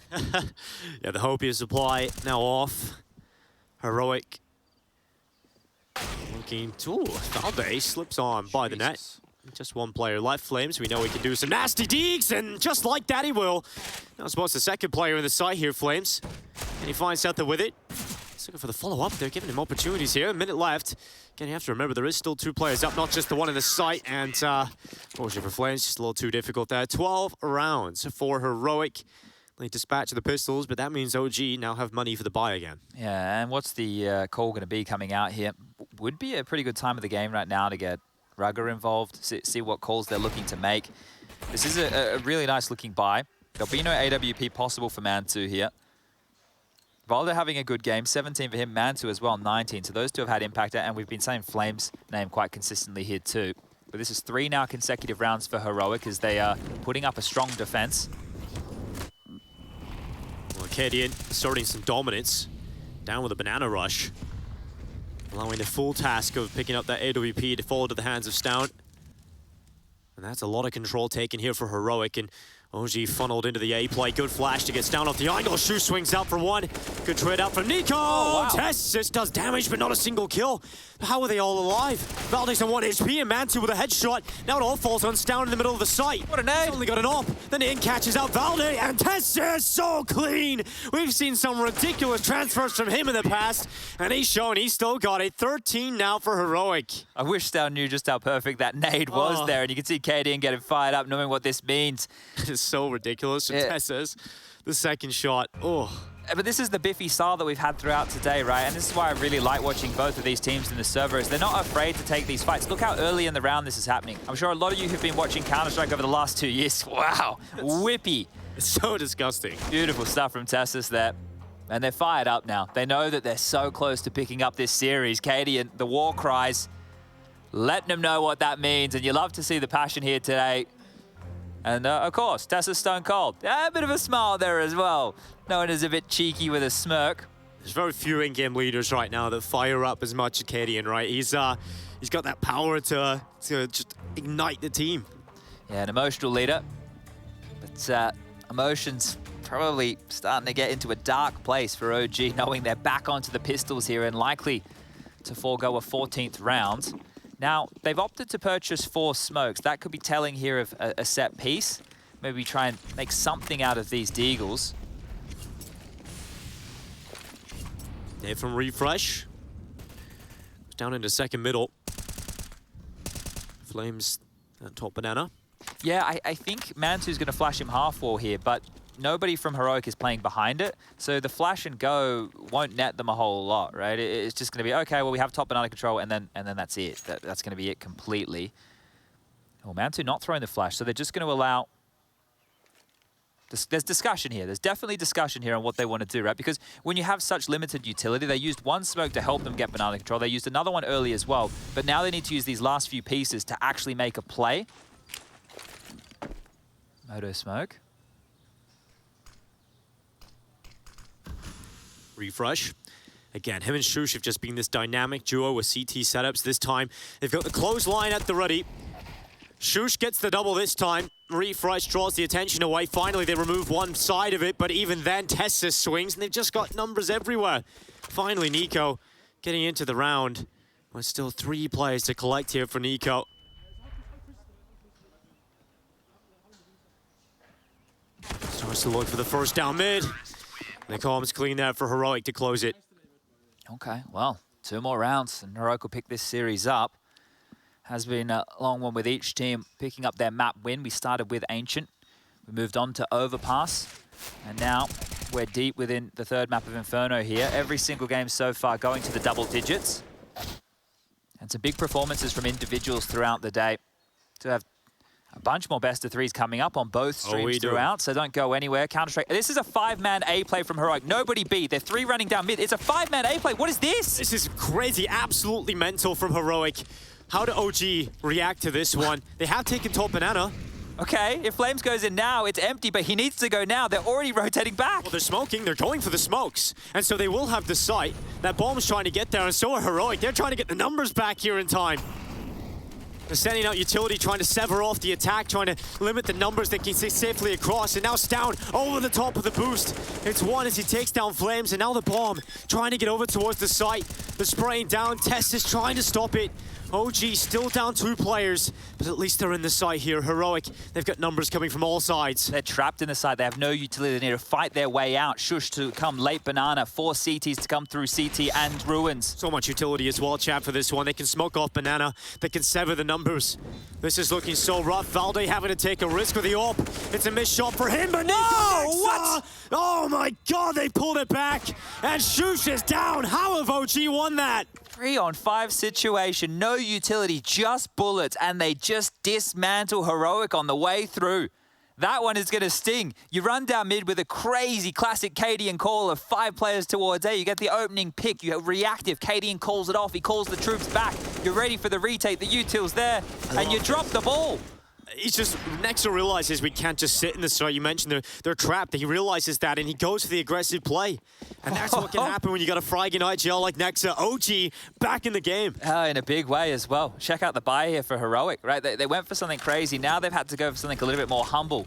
Almost 5-7s across the board. There's only 1 P250 here. Flames back towards banana quite aggressively early, but this time round it's a 4-man stack. Nice nade. Great nade. That is beautiful to see. They execute in towards this B side. There are 4 on the other side. Now, again, there's plenty of utility to make this one easy. But there is still numbers here for Heroic, and they haven't quite checked Shush. It's Stown that actually gets that pick, and now the rifle of Nico rattling away has them lined up. And they're all gone. No scope for man 2. I won't lie, I thought this game was done, right? I thought it was done. I like it. Should have been the 15th for Heroic just moments ago, and now there's a bit of extra life in the OG squad. They've just run into a stack, they got stopped at the door, and they're still able to convert the rounds right here. I think there's a bit of spamming of the bodies going on in the site right here. Nico really slathering on the paint.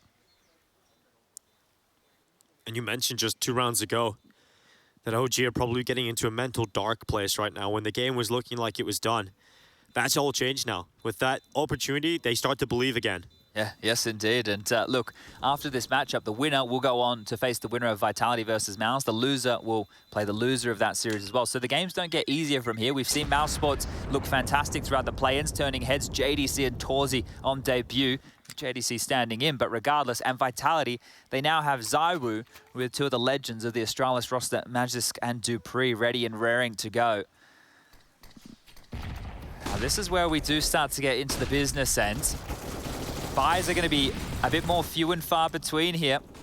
2,400 as the loss bonus into the next round for either team. Heroic are the ones who are going to feel the brunt of that a little bit more so. There's residual cash for OG just in case, whereas Heroic don't have that same luxury. Standard exchange of utility and banana, no crazy aggressive hijinks. They've actually put their entry man of Flames over towards apartment, so this is already a different look, and this should be telling that a different strategy is in play here as they start to bear on down towards Cadian and Shush's position.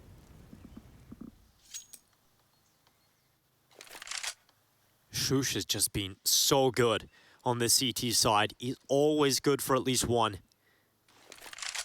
Let's see if he can manage it again here. He has to defend Cadian. Cadian's position almost solely relies on that balcony not going down immediately. As the AWP, you need time, you need space, and let's see if he can buy Zinkim leader that time. Shush certainly will in the first. Flames is down in the smoke out, severs off the rest of the forces. Is that it? slows it down, and now OG decide to call it off. But if they go back B, Chad, Stown's here right now. Yeah, they're going to walk right into Stown. He should be good for this first kill here. Bullets will connect. Nexa drops. Mantu has to trade, but with the AWP, this is not going to be an easy shot to hit. And guess what? Stown's out of there. You need a bit of magic now. There needs to be a surge of energy from OG in this round, and Stown, he's looking to just try and slow down any hope they've got. 35 seconds left, and OG with no control.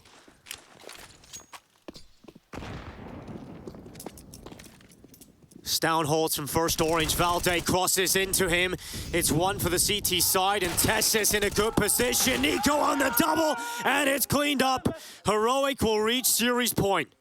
Oof, they get that one done, don't they? In a big way right there. The kills after that, after Flames doesn't get the space, they just call it off. And they actually used a lot of resources to try and allow him to have that entry. So it feels Hail Mary. If Flames gets nothing done, well, then that was it. They didn't feel like they had a second maneuver left in their back pocket.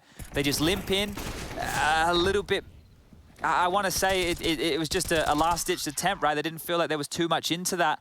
But they do have enough money to buy again. And look, they're going to need something magical here as Flames goes back towards that banana position.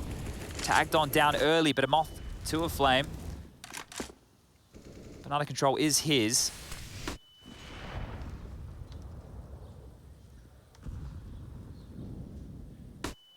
Oh, flash not quite good enough, but Mantu has taken liberty to take a top mid fight. He's actually bested Stown, so an important kill given to OG at the beginning of this round. Cadian loves a gamble, right? Especially in moments like this in a game. He's more than happy to take the load on himself.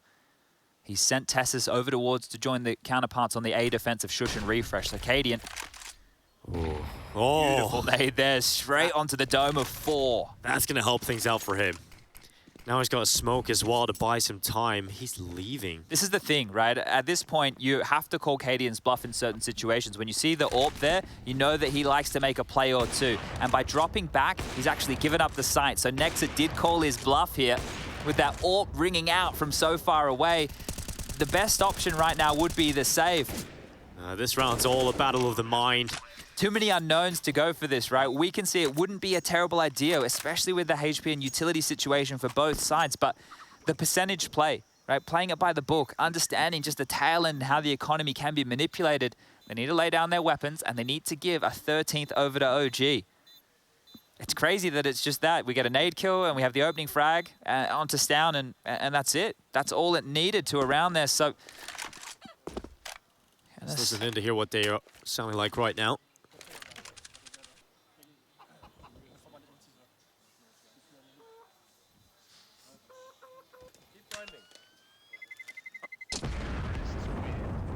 Keep grinding. That's a message for all of you out there. Yeah, keep up the grind. Keep grinding. Hustle. See what you can get out of this one. You know, if you're in silver, you can get gold, I believe. Well, this is where I talk about the economy a little bit more so here. Next round, 1,900 for either team, right? If 1,900 plus what OG have, right, good be a buy, but guess what? They'll have lost. So they need to make sure that they can push this one to OT. Heroic might find themselves, if they lose the bomb site again, in another save situation. This time 4 players towards Banana, and nade damage on their toes both ways. Oh, it's blow for blow. In fact, it looks like OG have come out worse for wear. Here goes Flames trying to unleash, but Stown stops him in his tracks. A little bit of the sting out of the play now. Mantu had the chance. You can't help but feel if that shot goes this way, the round looks different, but without that, it keeps Heroic in the driver's seat.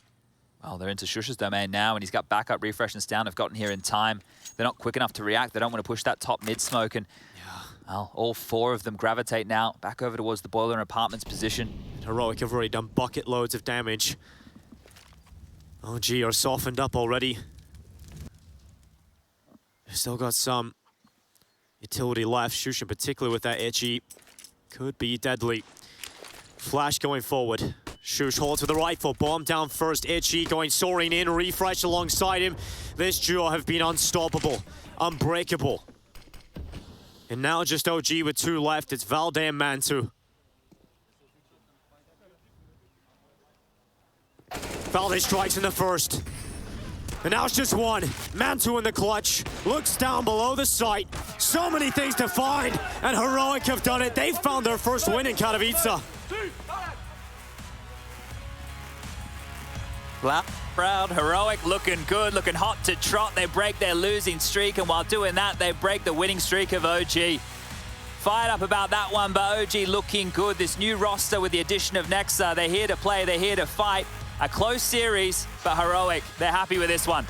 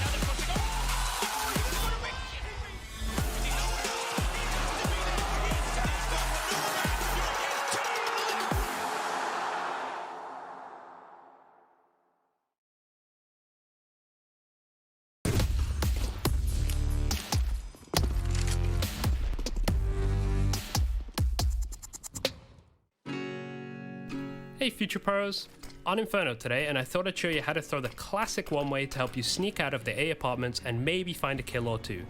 To throw the smoke, get apps control, then position yourself on the edge of this door. Aim at the lower middle part of the extended bit of the arch. And throw. It's crazy how fast Rain throws his smoke, as this version is a little precise, so give it some practice. Now you have a good chance to crawl out of the apartments and play around the one-way smoke. CTs should usually be playing more passive once the smoke is thrown, but maybe you can find a CT with his pants down.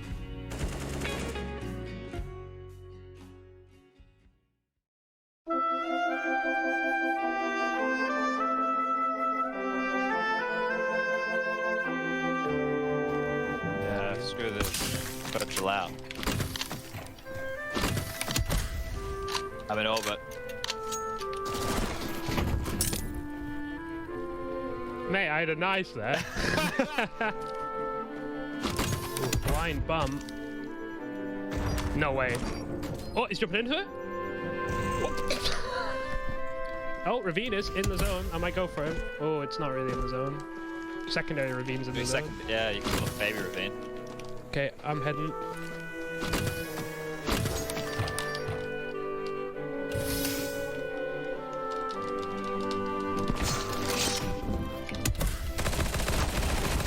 Dude, I'm in orbit right now.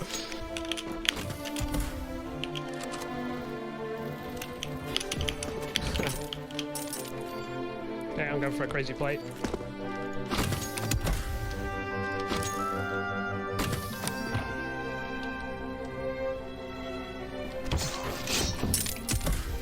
So the scout was still over there, right? Inside the building you're next to, yeah, that's what I thought, yeah. Oh, I do see a guy over there. I'm going up for that guy.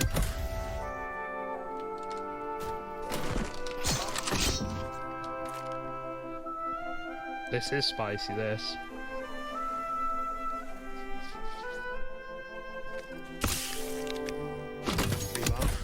Oh.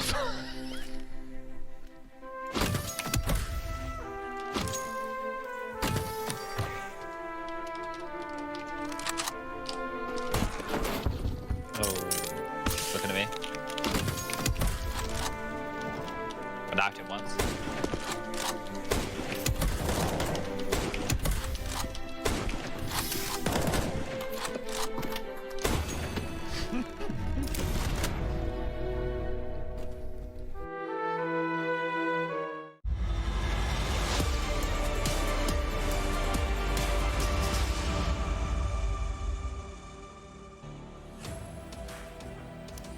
was a rather heartbreaking end to this series. It came down to it, and Heroic secure the dub. They do step this one off in the right direction. OG, on the other hand, you want to believe, you wanted to watch this game and at multiple points say, like, hey, my God, they're going to do it, didn't they?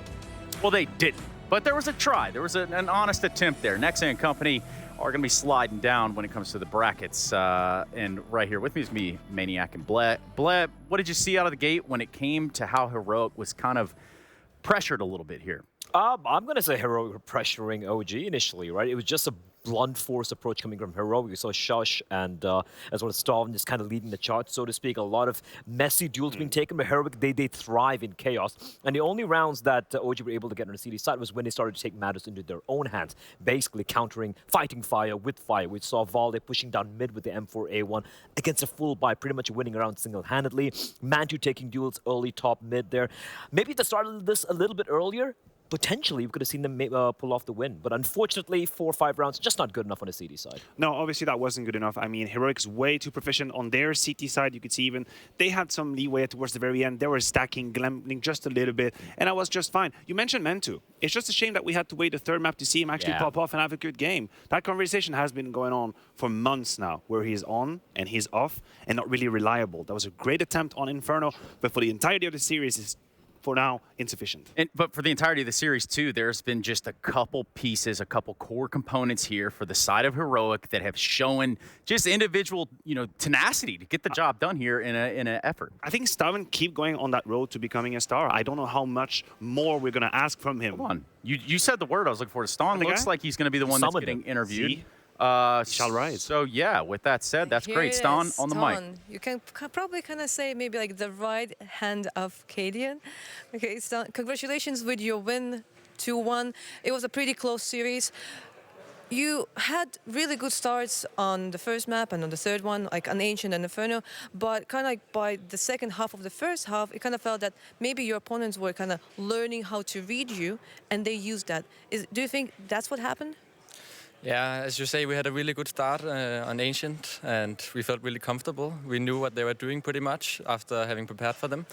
I wouldn't say they learned. I would like how we played. I would mostly say that it was us. Like we slipped the foot on the gas a little bit and let them in the game again, which is always really bad if you have like a really big lead. Sometimes we are kind of good at letting the opponent back in, and that was what happened. And yeah, I mean, Ancient was a close game. It could have gone either way. Well, during the major, I had an opportunity to ask Cadian a few questions, and I was like asking if he will ever consider having an apprentice, basically what Zeus did to Boomich, and he actually mentioned your name. Do you think that you might actually eventually take control of the team? That's a hard question. I mean, I can't answer that, but I would be up for it, I think, at some point in the future of my career. I feel like I have the skills to control a team as well, and I feel like I have many good ideas in my head when we play. And Kasper is really good at asking me like what we should do in the middle of the round, or sometimes I'm even saying what we should do and stuff like that. So we have a really good relationship, me and him, when this comes to like what we do on the server. Well, in 2021, we saw 2 crazy highlights, one from Cadian, one from Refresh. Are you going to have an insane highlight during this tournament? Hopefully. I think there's a highlight in there. I mean, IEM Katowice is an insane big land, so why not? Well, then I'm looking forward to see another highlight from Heroic, but thank you very much and good luck in your upcoming series. Thank you very much. Yeah, at the rate he's going, probably going to be seeing a couple highlights out of the young man. Yeah, some interesting stuff there, albeit what did you unpack, Blay?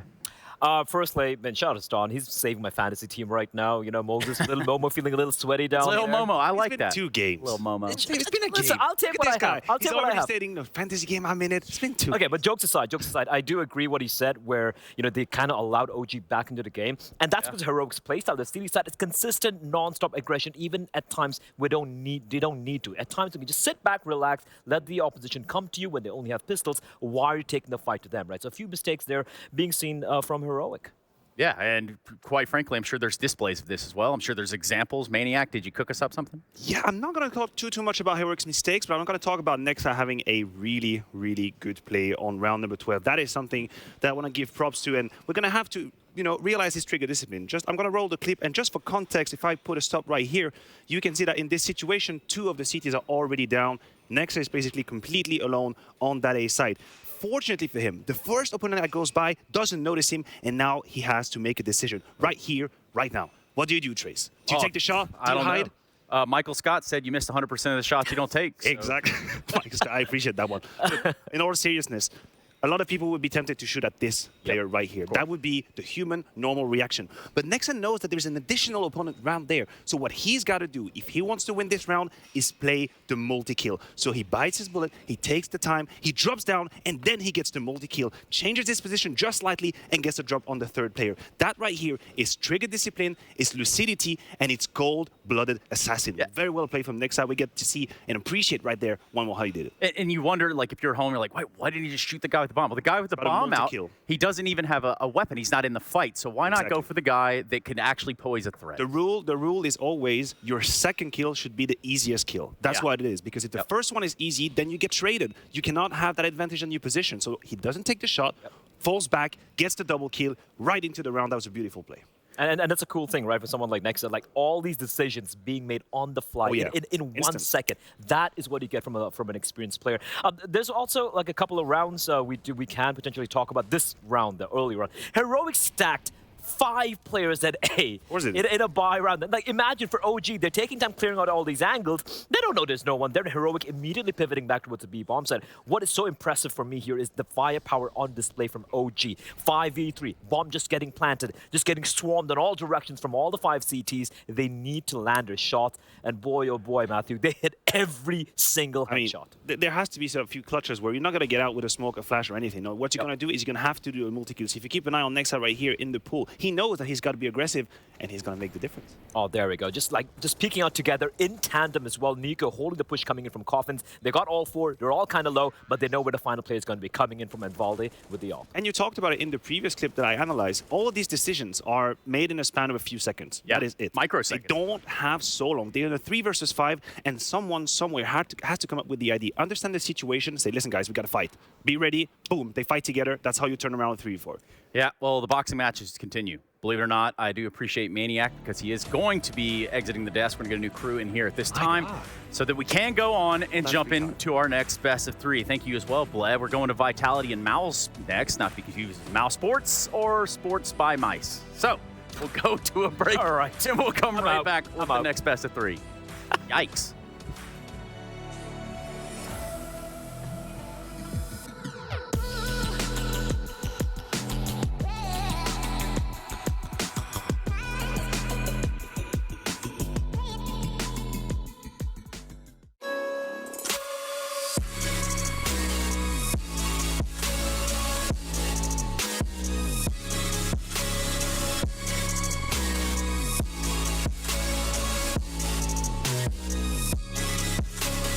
You love it, you wear it. What's your style? Get your merch at shop.eslgaming.com.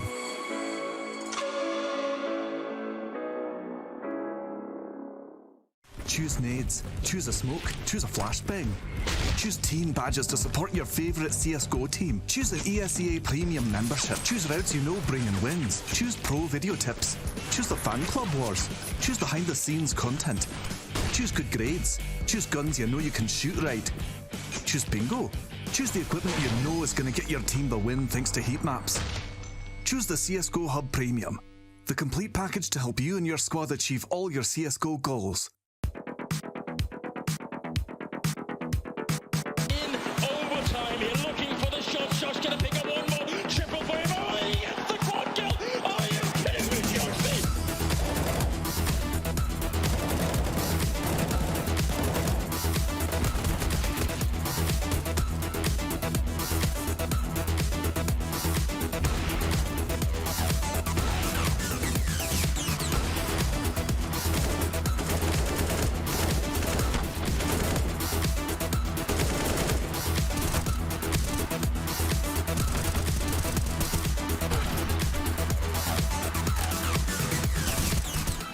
Shots, can you? Clutch. 26 and counting. Bomb. As a kid. He's got an angle for it. He has to run it down. Covered once. Needs the bullets. Needs it. Done it. Done it. Shots. Clutches up.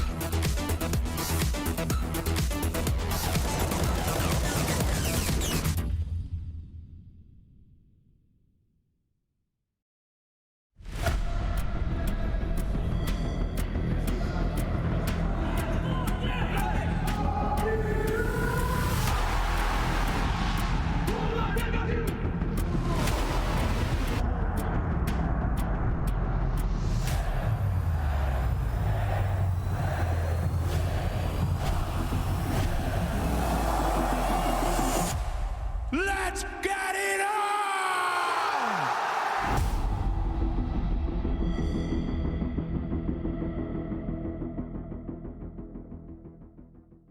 2021 marked the end of an era.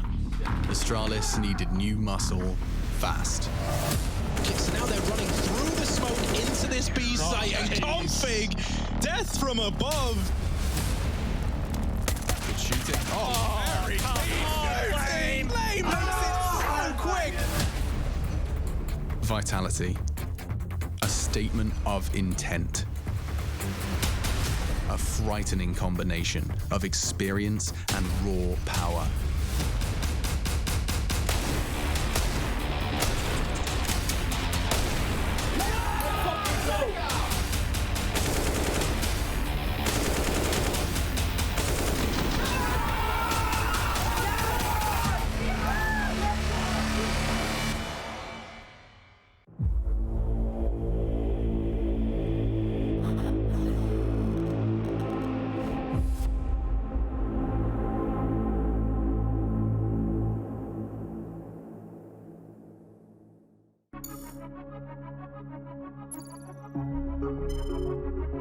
Allez, c'est bien, on est convaincus, c'est ça que je veux voir, les mecs. Ils ont un AWP, normalement le Vzi doit avoir un AWP. Ouais, il va sûrement tenter quelque chose. Prise vodka, rapide. Allez, go.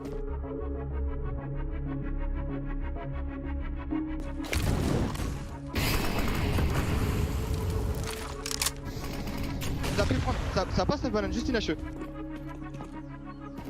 Ça smoke mon banane.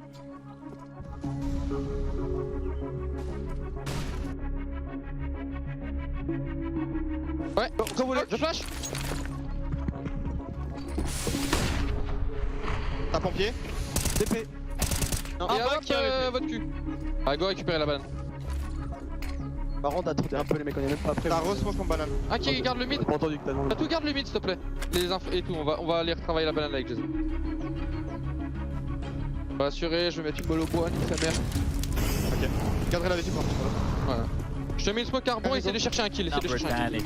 Might be able to swap this away as long as they get the opening kill on the way on into this B bomb side. If Kyoji could just be a fake element here, so they've given him a limp smoke. He can work with this.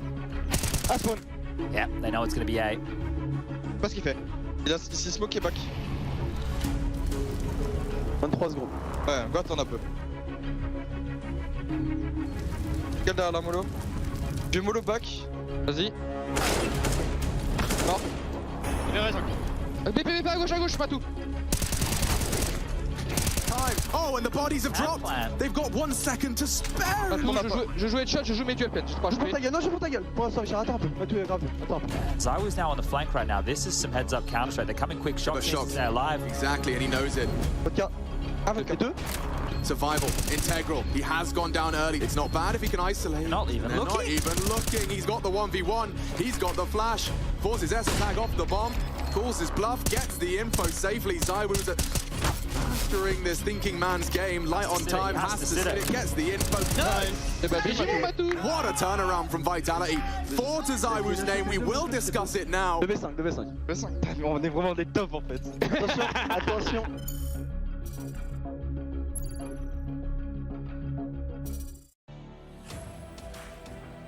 That's part of the onboard series, which is actually pretty sick. If you want to check those out, I'm not sure where to direct you just yet, but I'm sure we will by the end of this segment. Now, for us, a couple things to go over here before we jump into this next matchup.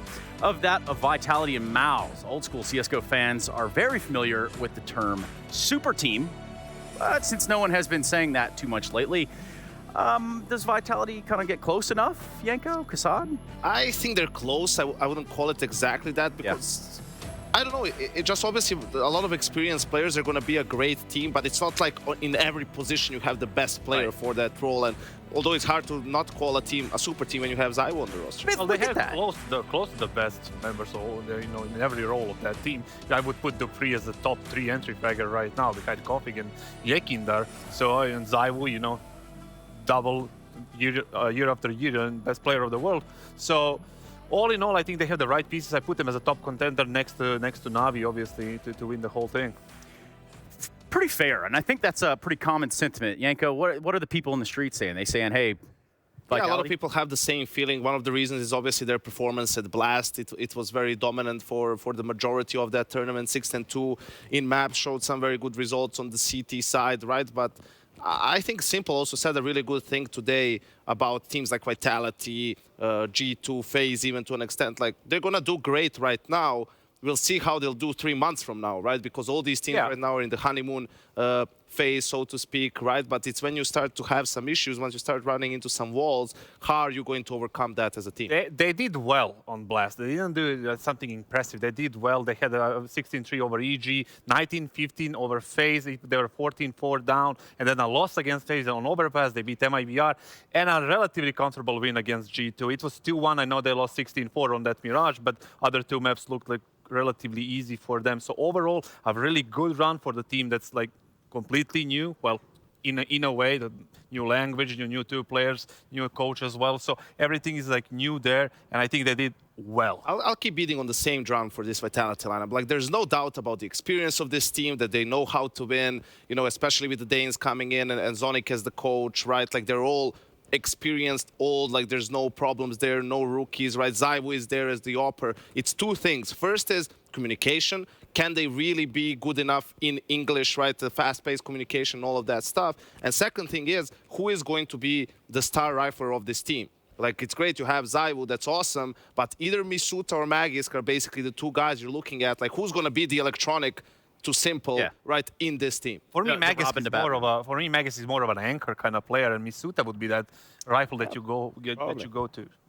I mean, if you think about that, that's one way to look at Vitality, and perhaps what could be a detriment to them, right? This is something that could catch up to them, but perhaps not even right away. This is something perhaps takes a little while to develop. We'll have to wait and see. Blast was also online. They were playing from their boot camp, right? They had a great, you could tell from social media, they also had that sort of a field trip together, right, to get together. And we'll see how on LAN it's a little bit different. And once you start, some games get close, how are they going to handle some adversity? And they're facing mousesports that are on fire right now, especially with the duo of JDC and Torzi, for me, the best players of playing right now. The only factor that comes into play here for me when it comes to like this matchup, mousesports is already set up. They understand the vibe of the studio. They understand the setup, the pieces. They already played on them multiple maps. And for Vitality, it's going to be the first map, first match of the tournament. So that can be somewhat of a, advantage for mousesports. If you're mousesports, given the the reasons and situations that you're here with what you have in your arsenal, it would make sense to try to grab onto what you can. So we're going to take a look at our Colex players to watch right about now.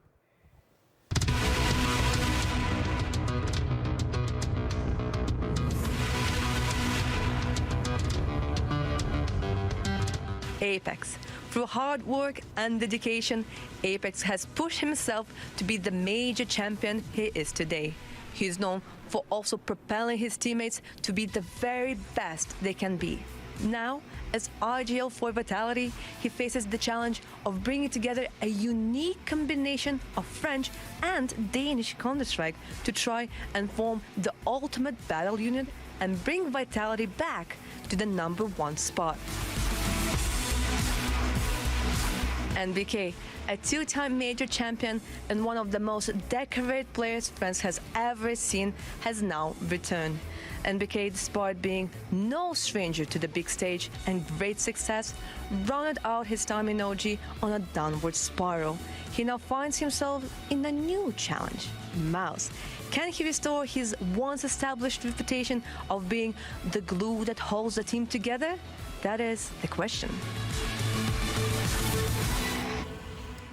Just a couple of the questions, either. That's the Colex players to watch. Listen, let's just hope Apex doesn't watch this segment back and see someone gave MBK a higher rating than him. You know, he's gonna look for him in the hotel. What is this MBK against Apex? It's like 2015, 14. We used to play against these guys. Yeah, 13 years ago. Hey, so we're going to Vertigo as the first map in the series. Let's look at it this way. Vitality CT start, and let's just start the conversation there.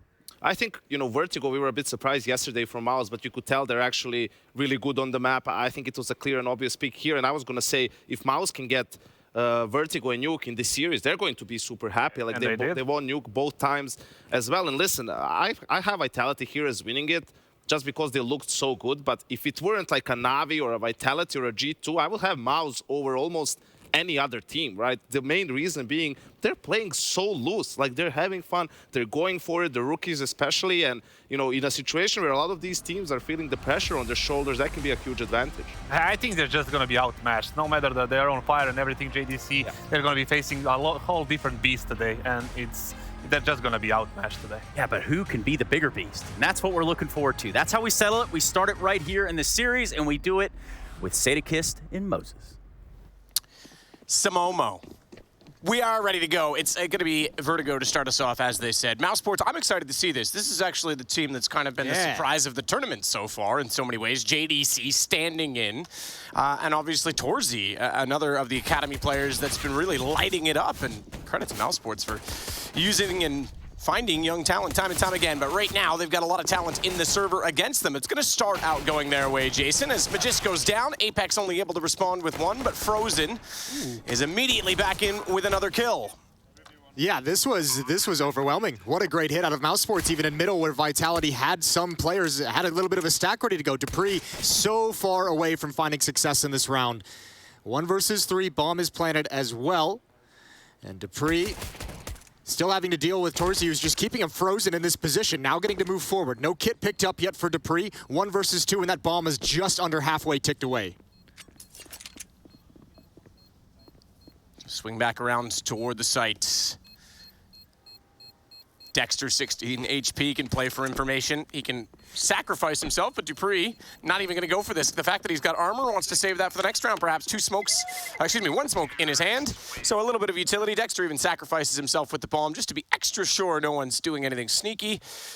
But it's 1-0 for Mouse Sports. Yeah, that's a really nice hit in middle. That was overpowering. The first kill going their way, and then that defense just crumbling around it. The stack no longer mattered when Mouse gained enough ground. So 1-0.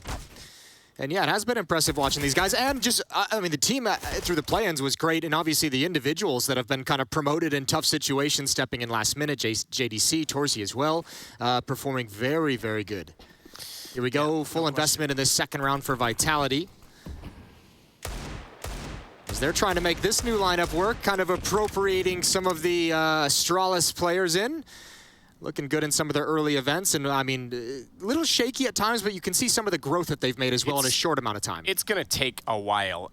Just a quick thought for Zonic as well. We wish him well with the family situation. Not here for this one, but with a coach like him, and knowing, you know, the Vitality, or excuse me, the Astralis players that came over, knowing Counter-Strike as he does, you'd think they'd be one of the quicker teams to adapt with his knowledge behind them. So, yeah, thoughts with him, but right now, thoughts with Zywoo. He's been removed. Dexter able to sneak up with the AK toward the top of the ramp, and they weren't even looking that direction. They were so focused on the yellow side. And it was pretty much a free kill. Ooh, the nade is not going to do any damage as the plant's not going down. I think it missed its mark just a little bit. Deagle spam's not going to land either, and Megas backs away. And I think now Vitality, that's about all they had. ZywOo goes down, not able to get any kills in return, and this is a near impossible retake. So going to back off, going to save the rifle on Dupree, going to save the Deagles and armor, and they'll just try all over again in the next round. So another pretty clean hit from Mouse.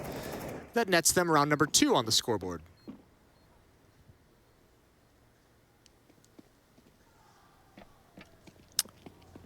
Another save called early on, though, from Vitality. I guarantee you I will call them Astralis once. With Dupree or Magiska live, I will say it. Yeah, it'll probably happen. It's all right. Everyone gets one. You only get one, Matt. Only one. That's... And the what fines, happens? the Yeah, what fines start happened? coming out. Fines? How much? I don't know. Dude, I haven't worked in a while. I'm broke. I know. So don't do it. Can we start a GoFundMe? No, not at all. Oh. None of it allowed. Not in Canada anymore. Got to declare that now. Yeah. Rightfully so. 2-0 for Mouse. Here we go. Vitality trying to recover. Still with those saved weapons. Buying up a little bit more utility around it as well. Few HE grenades and a bit of a stack. Bit of aggression towards the stairs. Nade goes a little bit deep.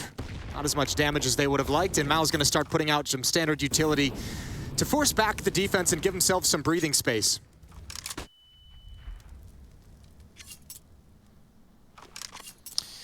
So pretty passive to start off this, the first...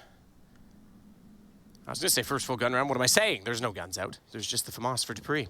Yeah, this is interesting because Miles actually just showed that they took control of stairs and have that presence, and Vitality's not biting on it. Actually, they're rotating everyone over to the A bomb site. They're saying, screw it, we'll just gamble it with these Deagles, and they've made the right call. Here we go, Molotov to clear out sandbags. That's the indication a hit is coming, but can they actually stop the AK-47s? Dexter's got 2. That's the FAMAS and the only rifle down. Oh, and Vitality might not have anything to do in this round. Through the smoke, another headshot. ZywOo responds, but is it enough?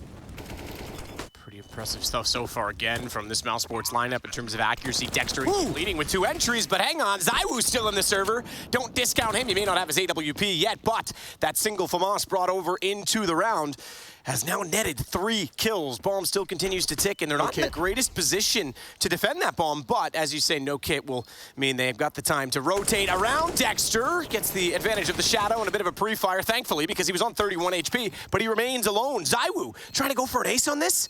No kit, no time, I don't think, but he might still find the 5th kill, and he does. So an ace for ZywOo, but the round still for Mousesports. Yeah, but if he can save this AK-47, he can fire enough away. I don't think he actually might do it. If he can hustle, he's got his Nikes on, and he's made it. AK-47 in hand, 5 kills. Well done from ZywOo, and a losing effort in the round. 3-0 for Mouse, but that's a lot of reinvestment coming into play. He has his Adidas. I was going to say, I thought about that after I said it. That wasn't ideal. Yeah. My bad. They are sponsored by Adidas. I even have the Ultra Boost. Brian's going to email you now and be like, hey, listen, Jason. There's fines for that, too. Fair play, I'll take it. All right, off in the hands of Torzi. Apex and ZywOo towards the A-bomb site. Some deep utility being tossed out. ZywOo gonna huddle behind the sandbags. He's got 1 player. Oh, careful, Apex. You go down, but a good trade. Important trade to keep this a 4-on-4.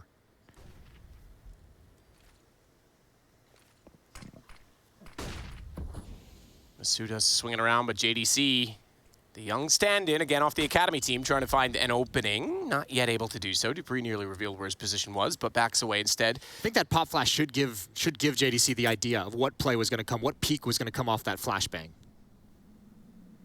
Well, Frozen's meanwhile back over toward the scaffold position with the smoke out, not making any advancement yet, and there's no one in the A site right now from Vitality. They've actually kind of gone for an early rotation again toward B, and they might want to reconsider that. ZywOo's the only one close by top lobby.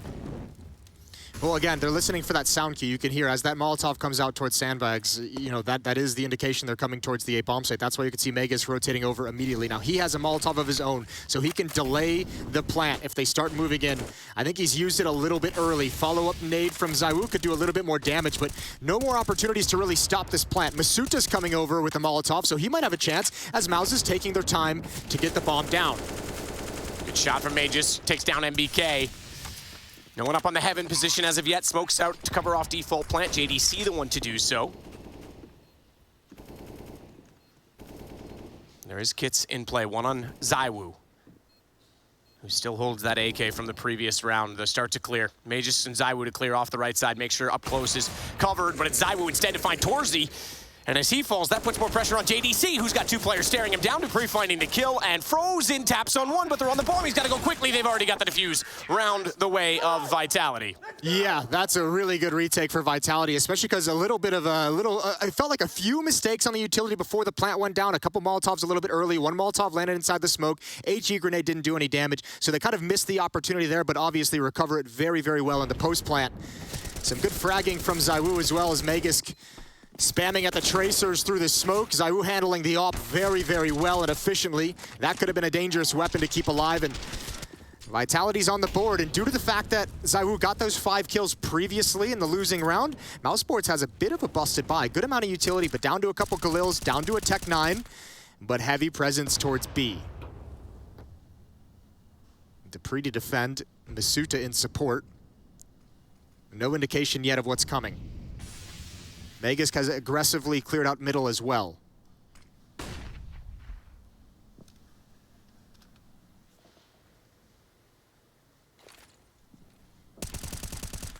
Shots through the wall to spot out JDC, who is trying to get up on the right side. Entry, Dexter's able to respond though as he comes up the stairway, and the AK wins, although just barely. Dexter tagged down to 10 HP, and he's now gone. And Masuda with the kill, in fact, doubling up, finds MBK, and now they've got a good lineup. He finds a third, Torzy to drop. Frozen nearly had his body off the edge of the worlds, and yeah, some fired up Vitality players. Yeah, very fired up players, and they got to be happy. And if you're Mousesports, I think a couple players are going to be frustrated. Those duels with the Galils just seem to slip away from them. Good work from Dupree, 1 kill through the board. That was a really dangerous player. That's the initiator. And even the dink on a Dexter was pretty nice, even if he doesn't clean it up. Allows Masuta to transfer over quickly to find a double kill and clean up that initial frag. 3 total for Masuda in the round, and Vitality up to 2, and Mouse should be back to pistols. Quick again towards the B bomb site, and it's a slaughter. Good trades back from these Glocks and some of these unarmored pistols, and a 1v3 for JDC. 1v3 with reasonable health as well.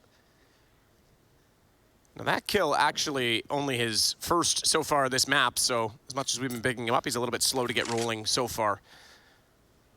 On Vertigo, we see Apex already pushing out toward the lobby stairs, mid stairs. Spawn stairs. Spawn stairs. The stairs. B stairs. Not this stairs, though. These are B stairs. A lot of stairs. JDC still looking for something, anything. Damage would be nice. Money's still not super well built up for the Vitality defense. That would have been great, but no armor, and the aim punch is brutal. 3-3, quickly tied up for Vitality, and the op is going to be in play with ZywOo. 7-2 for him as he's starting out. 6-3 for Dupree, who's been the initial contact at that B bomb site over on the Mouse side. 8-4 on Dexter. In-game leader leading the way. Lead by example, Jason. Ooh, the combination of the flashbang, the HE grenade, it's beautiful. They would have liked to have mopped it up a little bit cleaner, but it's all good. Here we go, next gun round underway. All AK-47s for Mouse. This time, massive amounts of bodies towards the A-ramp side of the map. ZywOo under pressure, down to about half HP. Some return spam from Apex to keep space. They're going to come right through that smoke. He's got to be careful. ZywOo's got 1. Apex has the pistol out, fighting in a retreat. Dexter's brought down to 4. So initial action heavily favoring Vitality. Suda with a bounce nade off the crane to cover off backside sandbags. They aren't up that far yet, and thankfully Dexter wasn't, because he sits on 4. JDC, rather, reveals just too much for a man like ZywOo, who does not miss at the fair. He will take the prize every single time, and Torzy's the next of his victims. Yeah, and Mouse is going to have to be hyper aware of that in the future. They did not seem prepared for any re-aggression from ZywOo and Apex. That defense over there, that's brutal. ZywOo gets 2 free kills as they weren't even looking in his direction, not even considering the idea. 4-3, 1-round lead for the defense.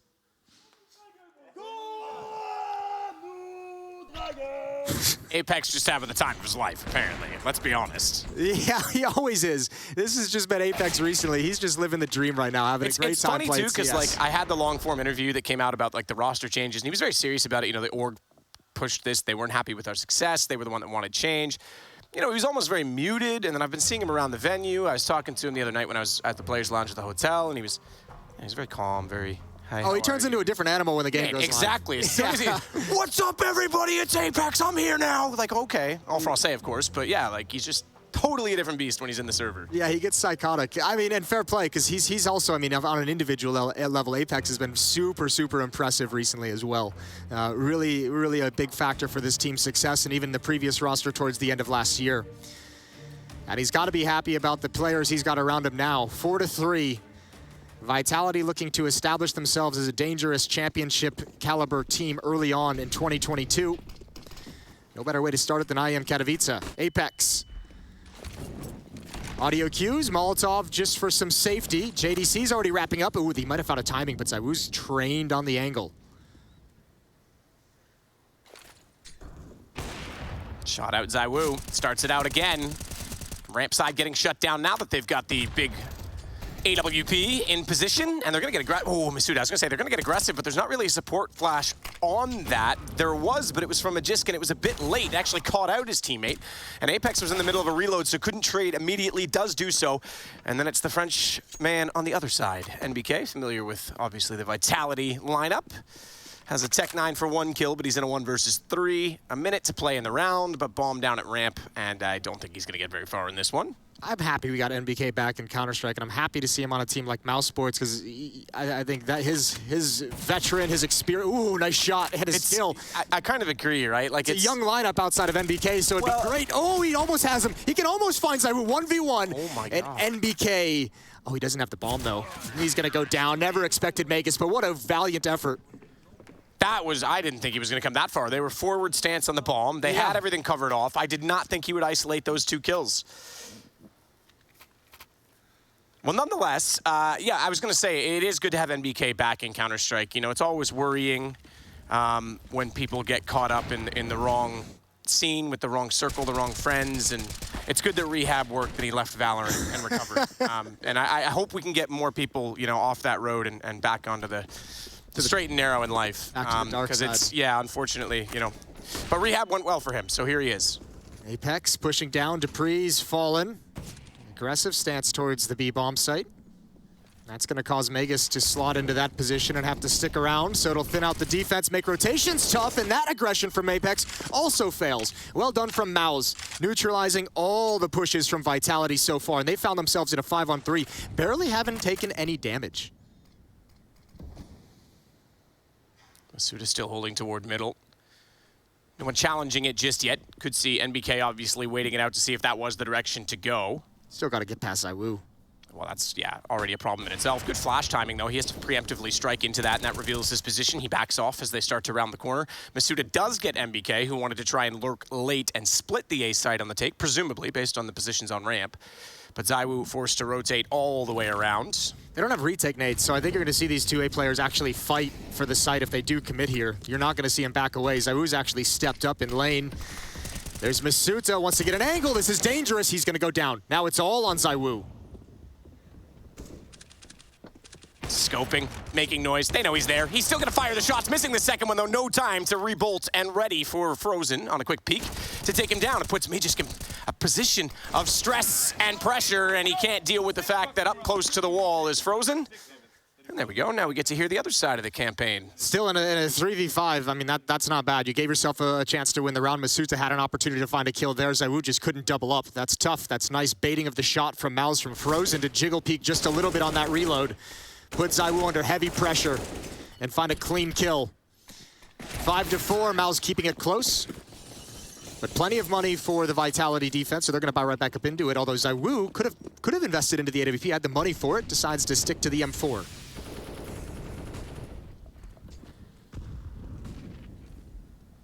So Masuda again will try and hold the mid position, being a lot more aggressive this time. Has already gone up to the top of the stairs. Don't be misled by, well, thankfully the mini-map that you guys see on the HUD's much more informative than ours, because yeah, it looks like they're side by side. They're down below right now, still trying to position themselves for a ramp take. Torzy, AWP, smoke in front, not much to do.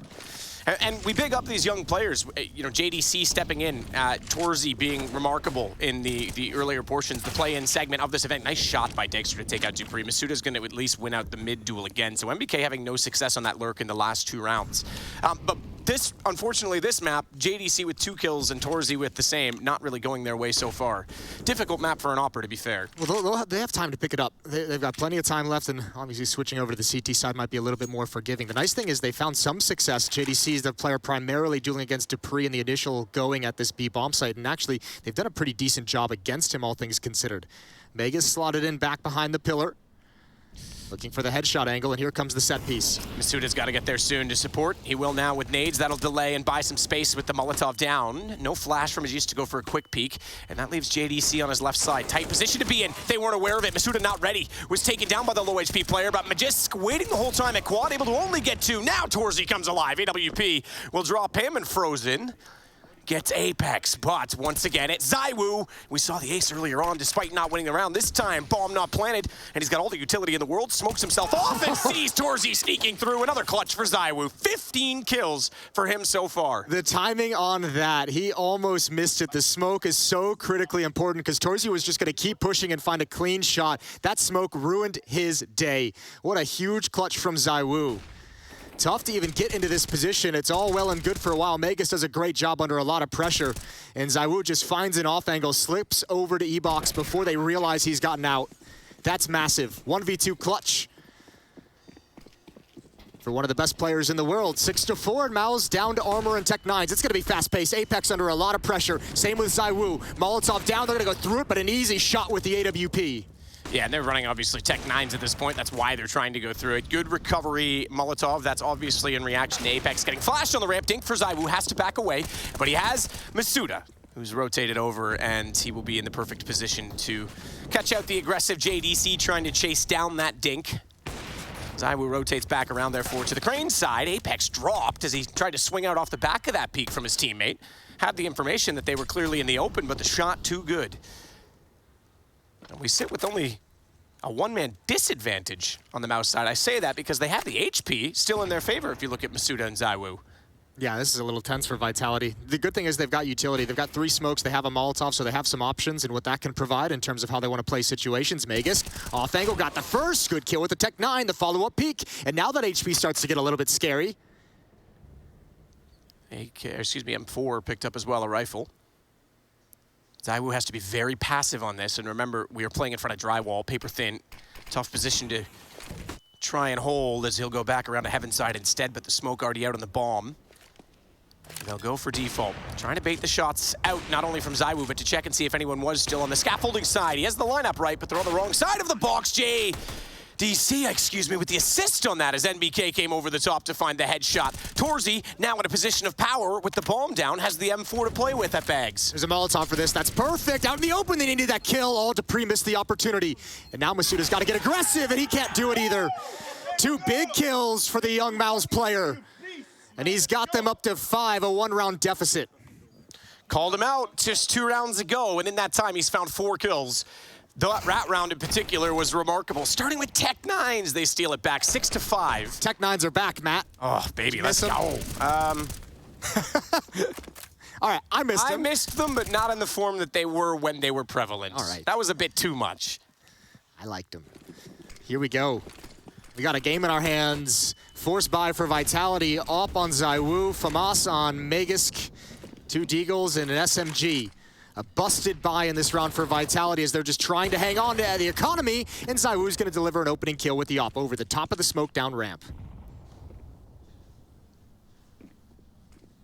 So good start to the round despite the lesser weaponry and having lost to the pistols in the last. The AWP will stabilize things at the ramp, and as a result, they'll rotate Dupree and Masuda back over toward B in the event that they could be taking the stairs. And Apex. Apex is going to cover mid with the SMG. He's got support nades as well for the B bomb site that he can throw over the wall. Megas is going to be quick up the boost as well. Dupree here with the Deagle. Masuda back on the pillar. Shots tagged. Dupree has to be very careful of his position at this point. They definitely would have heard that tag. Tries to find JDC again, backs off the corner, so utility not as much a factor.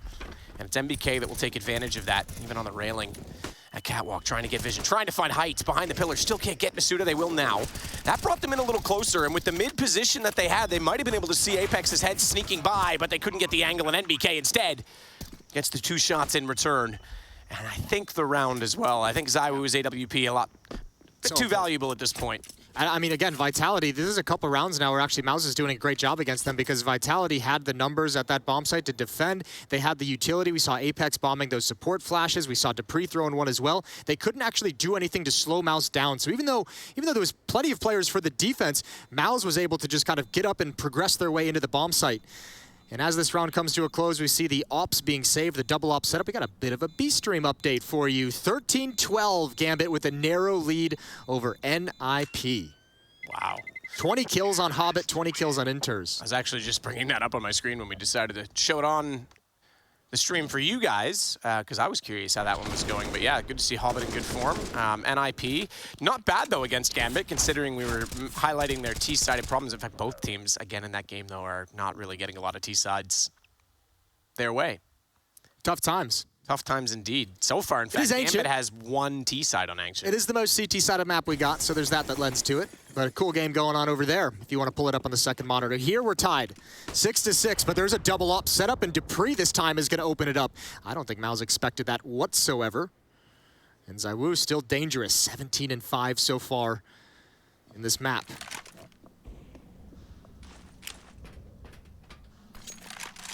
Dupree with a second op. Which is interesting as well, because you go back to Dupree's history, and I'm going to take you well back in time here, 2015, 2016. Cajun B,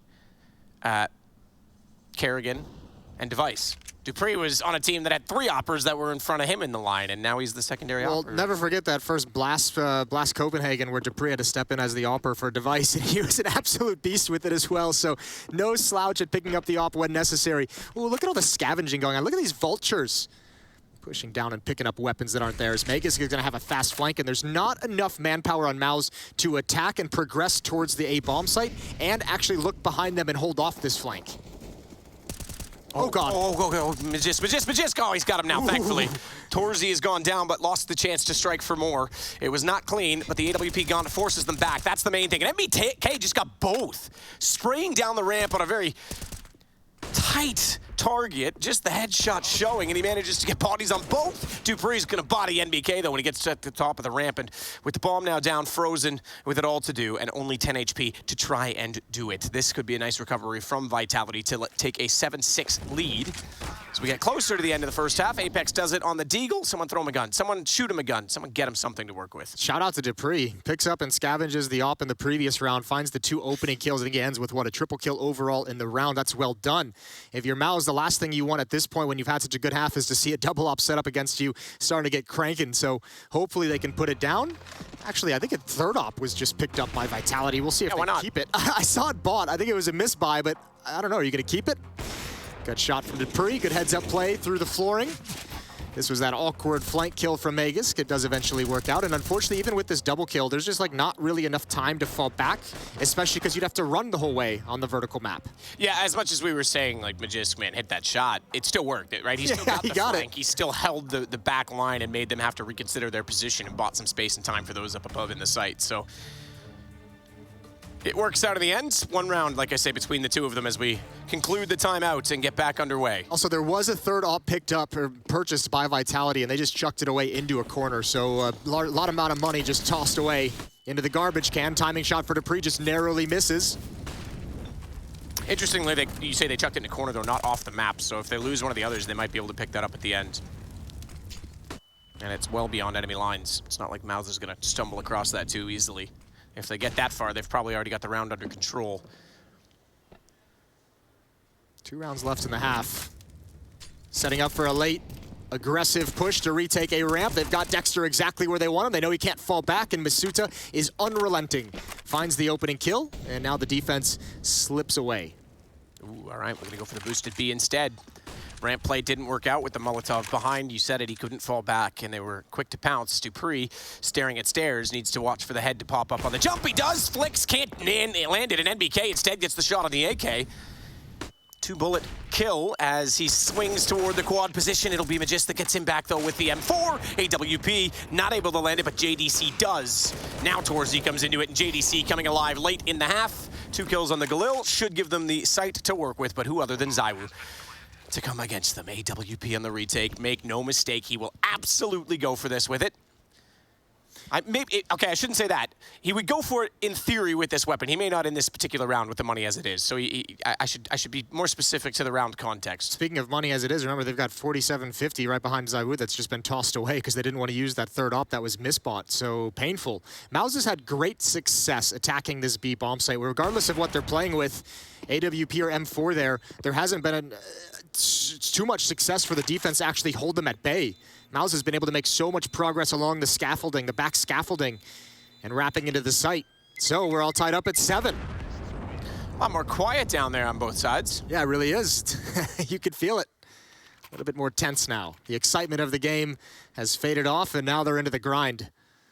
One final round in this first half to see which of them is going to take the advantage. And up on top of the boxes, there's no chance of escape if you miss that shot. Yeah, he tried. We saw the flick. He attempted it, but quite a large target to shoot at from the other perspective. There we're seeing the other emotion from Apex. So back underway we go. Last round of the first half. 7-7. Pretty decent scoreline on a map like Vertigo. It is indeed the pick of Mouse Sports. So the fact that they've got the 7 on the T side, not a bad indication of that. MBK gets a flash to support. He finally wins the mid-duel. Remember, Masuda's been after him in that position so many times. This time being flashed in, too much to reveal, and MBK knows there's more because sees the smoke. But that smoke, a utility just to get a weapon back.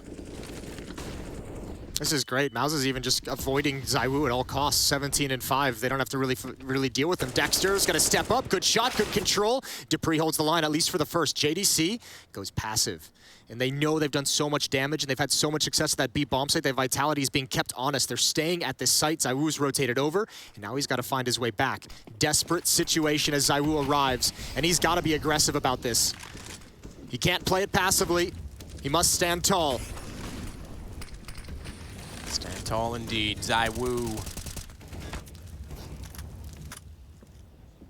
No vision through the smoke yet. Oh, this is so brutal. So much time on the clock, and they know JDC's already calling it out. I'm pushed up to CT spawn. They can't get in. He's done. ZywOo, there's no chance. Oh my God, he actually hits that. How does he react that quickly? Jumping, scoping, looking down. JDC barely gets a shot off. ZywOo was on the rotation quickly, but not ready for the secondary position of Torzy. AWP in return, and now they have the B site. Dupree's gonna try to rotate over. It is the last round of the half. He will go for it. Started it off with a kill on that side, but the double fake rotations don't work in their favor, and it's a 1-round lead for Mouse Sports at the half, Jason.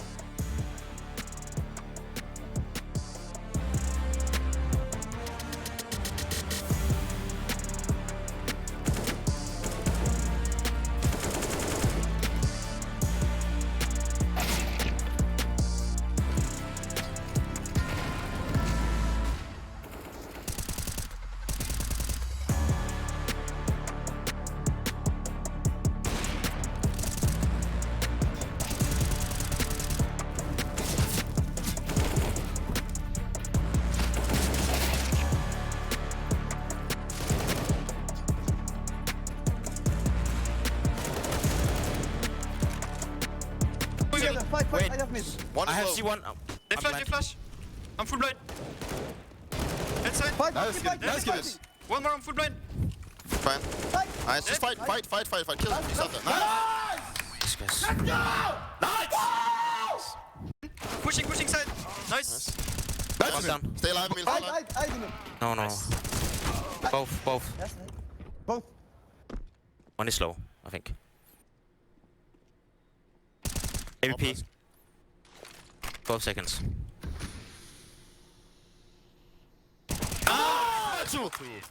Sorry, I was just feeling my guts.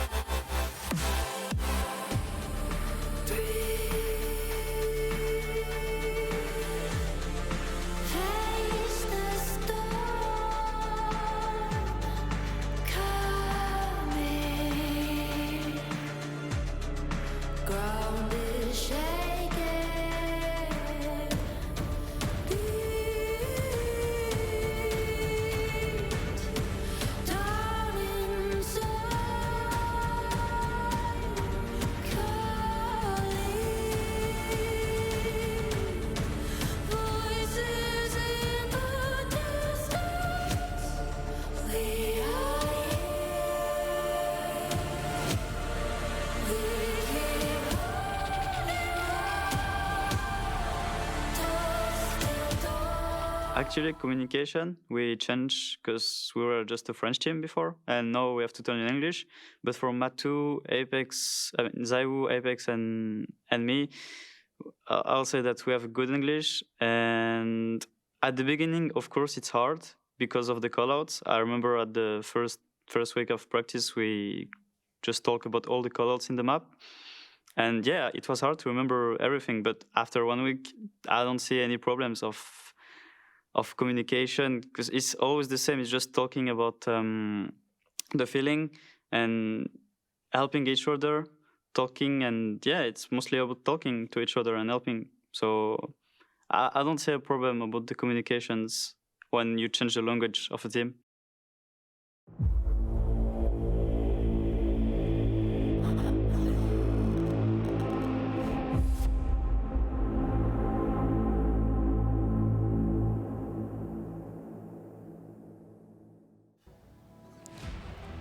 Well, the LAN debut for Vitality not going perfectly as much as they'd like.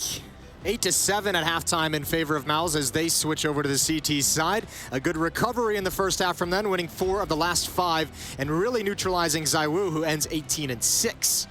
Yeah, had a great start. Obviously an ace that they didn't win the round in, but that still makes an economic impact and a clutch.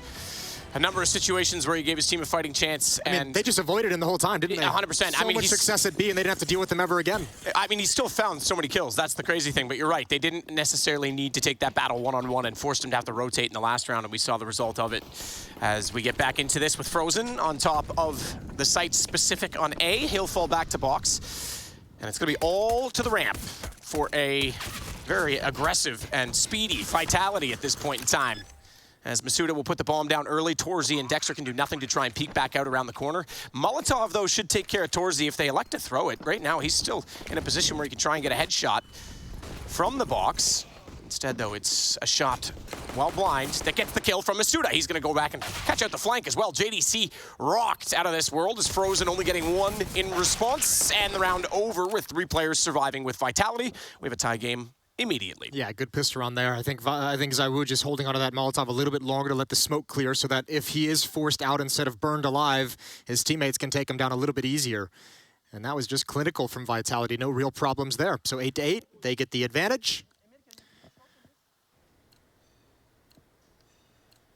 And here we go. All Deagles picked up from Mal's armor as well. A little bit of utility, but they're fully bought into the round, except for Torzy, saving for that AWP.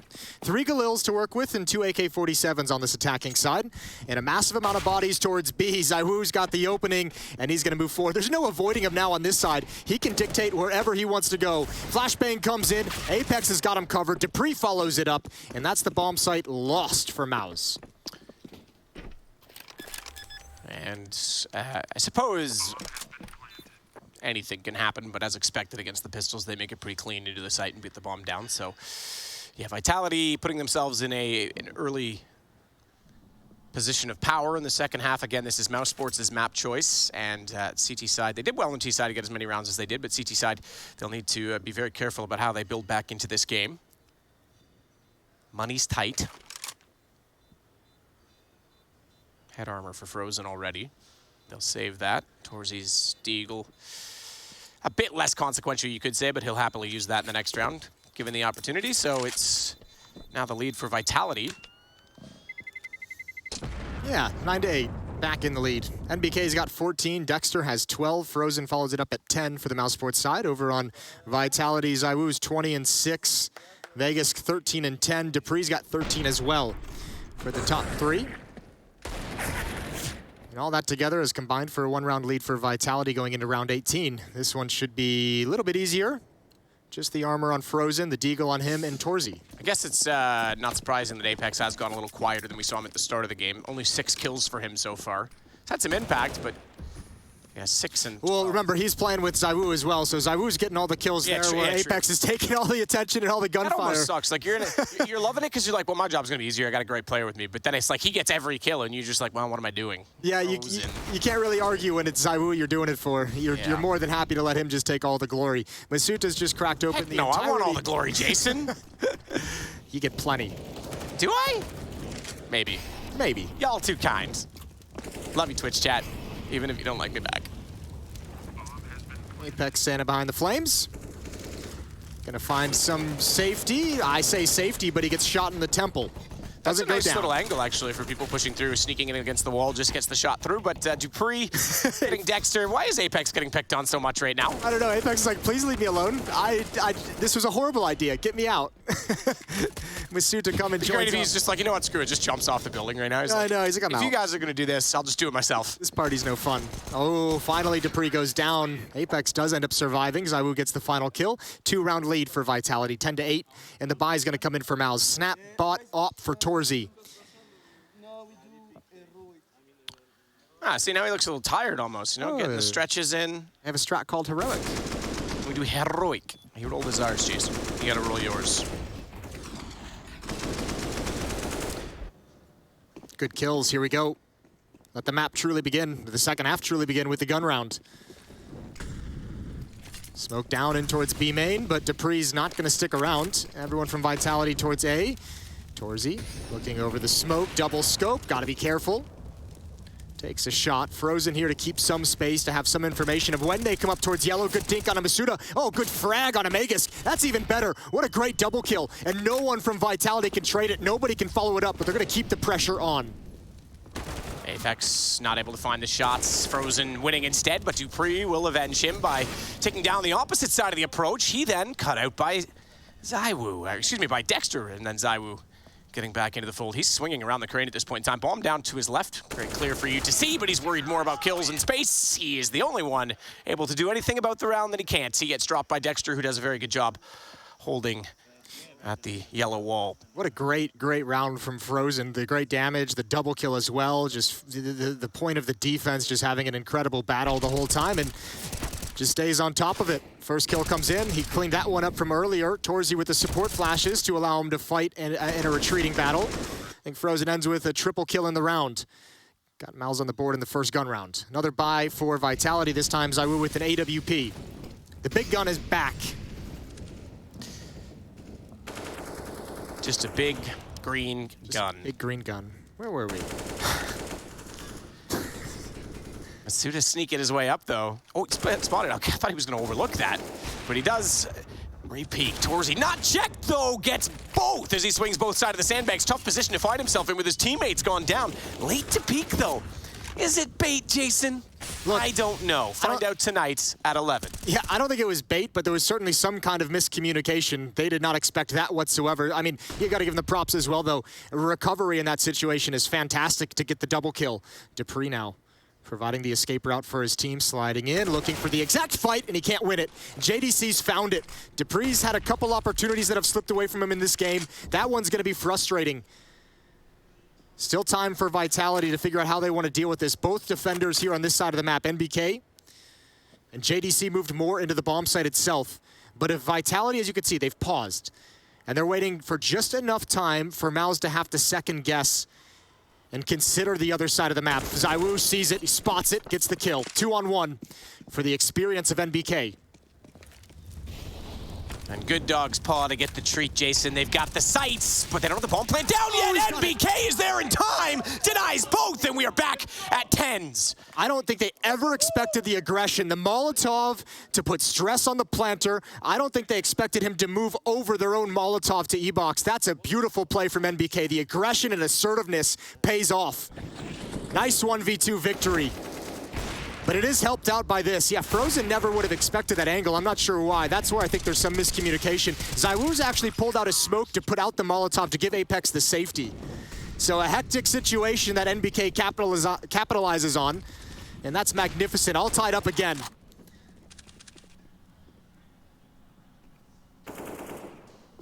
Zaiwu looking for the very slight gap. I get it. Fired in and the flash came out, but Torzi wants the angle instead. That forces him off it, so now Torzi will hold.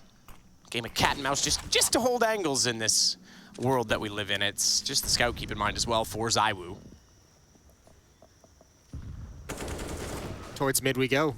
Nice kill from JDC. Not a whole lot of damage in return either. He's just down to 67. Apex is going to step up, looking for the follow-up peek. That's from Dexter. No flashes for this. Ooh, and he can't handle it. Great fast peek from Dexter. Even if he went down, that might have been a 1-for-1. There's the op onto ZywOo with the scout. A follow-up as well. The young opper coming alive now. Yeah.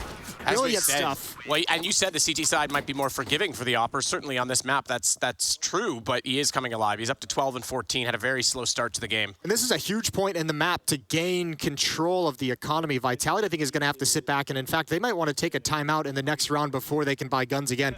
$2,500 pretty much across the board for Vitality. They've got a 3-round losing bonus.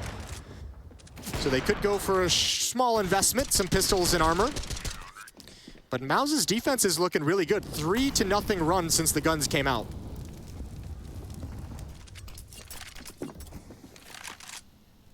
Torzi trying to find a different angle this time at looking at the box. Sees the jump, and good night, Masuda. We'll send room service in to clean up, and you can come back tomorrow. Torzi's still going to hold this angle as well. Has absolutely no fear against what's going on. Just the pistols to play against. Mid boost to see over top of the box and potentially catch anyone that's trying to rotate. They did that last time. That's where JDC got his first kill. This time it's Dexter holding the angle. There's 2 players, I think due to the low buy, the knowledge of it, 2 players actually committed to the B-bomb site. Dexter, calm, cool, and collected in mid. Is it worth shoulder checking without armor? Because all you've done is let Dexter reset his aim on the M4. Maybe just wide swing and shoot, but Dexter just mows them down. 4 kills, nice and easy. Barely taking any damage as well. 2-round lead for Mouse. Getting sketchy for Vitality here in the opening map of this series. Mouse's map pick. And Vitality's going to pick up the AK-47. ZywOo's got 5,300, so a decision to make if he wants to go for the AWP or go for an AK, and he's going to stick to the rifling. Here we go into round 23.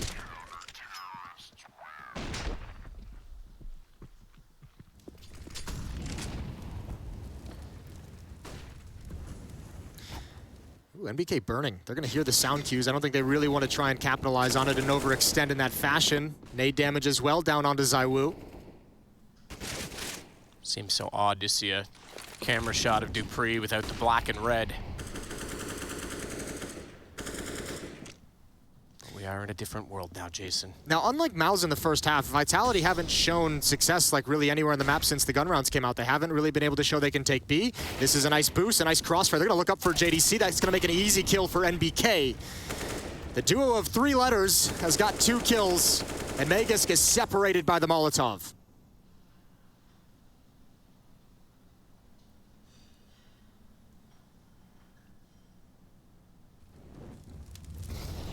JDC forced back. Molotov close, still wants to swing on it. Flash came out from his teammate to try and get him that position. As you say, Dexter now the one that's there, with NBK having perished in this round. ZywOo's looking for an angle with this AK. Very much hoping he can catch someone out with a headshot. Tough to see through the grating at distance toward quad specifically. There's no pressure across the map at the moment. It's all quiet until this utility is spent. Surely you'll see Torzi, he's got his eye with that AWP in towards middle, but you'll see him start to shift over and rotate. JDC forced out into the open, blinded, burns alive. 3-on-3. 1 player at E-box to deal with. Oh, beautiful shot from ZywOo. Almost able to follow it up. He's looking for it. Torzi's giving him a couple opportunities, but it's a dangerous battle. ZywOo's gonna win it out. Even spots the next one. Great trade from Masuda, but beautiful shooting from ZywOo. Yep, 3 kills plus the assist. That Molotov flash combo to start off the entrance was so solid. JDC had nothing he could do, and we already knew ZywOo was looking for that angle. They heard the first Molotov tick when he was up close. They knew he was back there somewhere. This is sick. Yeah, nowhere to go at all. Fully blind. He's just spraying, and ZywOo's like, yeah, I've been waiting for you, dude. And even a Molotov at default boxes, so if he was to actually run out to the left, he's just going to burn no matter where he goes. Tough decision to make, and obviously good utility usage from Vitality's attack. However, they are still playing the game on hard mode. There's another buy from Mouse. They have such a good economy out of that loss. Again, NBK is going to control the stairs over at the B-bomb site, but I think Apex or Dupree, one of them spotted it. One of them spotted him moving, so I don't think they'll get caught off by it again. Molly on the stairs, NBK in a world of problems as he's burning, he's blinded, and he gets taken down by Dupree. There it is again, the Molotov flash combo, absolutely perfect. Even if he didn't get burned alive, the swing was going to come in and dispatch of a blind player. JDC really put out of position. A lot of pressure on this B bomb site, and look at the minimap. Look at the way these blue dots are shifting. There's so much pressure that they have to address. Torzy's going to be here, same with Dexter and JDC.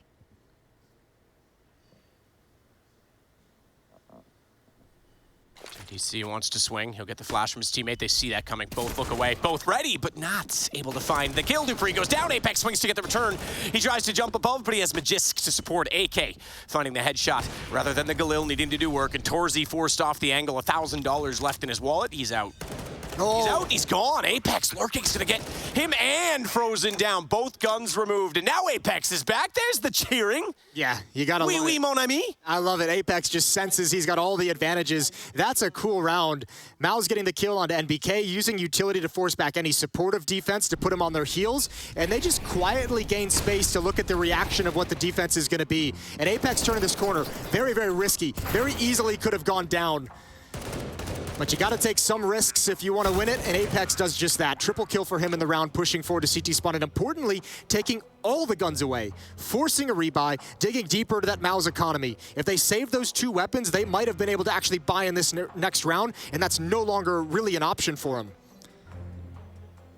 Or it's at least a risky prospect. Yeah, that's a huge win for Team Vitality. As you just finished saying, Mouse has put themselves in a great position with the economy. Things are going to be difficult. Yeah, 12-12.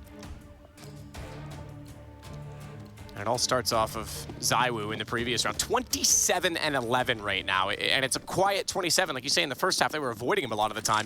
And yet he still has 8 more frags than anyone else in the server, 10 more than anyone else on his team. Speaking of his team, though, Dupree gets the first kill, and the natural-born killer has been killed.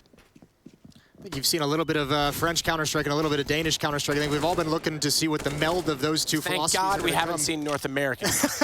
We got that coming up later. We got Liquid and Phases the next series after this one is done, so you'll see plenty of it. Great, my goodness. You've seen some of that solid and that precise utility usage of Danish Counter-Strike, and I think you've also seen some of the really like assertive and just press the advantage kind of French Counter-Strike that we've come to know and love over the years. Dupree here getting the opening kill on NBK and just leading the way up into the bomb site, finding a few more frags before the round ends. 13-12. Starting to get into it, starting to get into the danger rounds. 13-12. Mal's at a 1-round deficit. Smoke down low as expected. Zywoo sticking with the AK.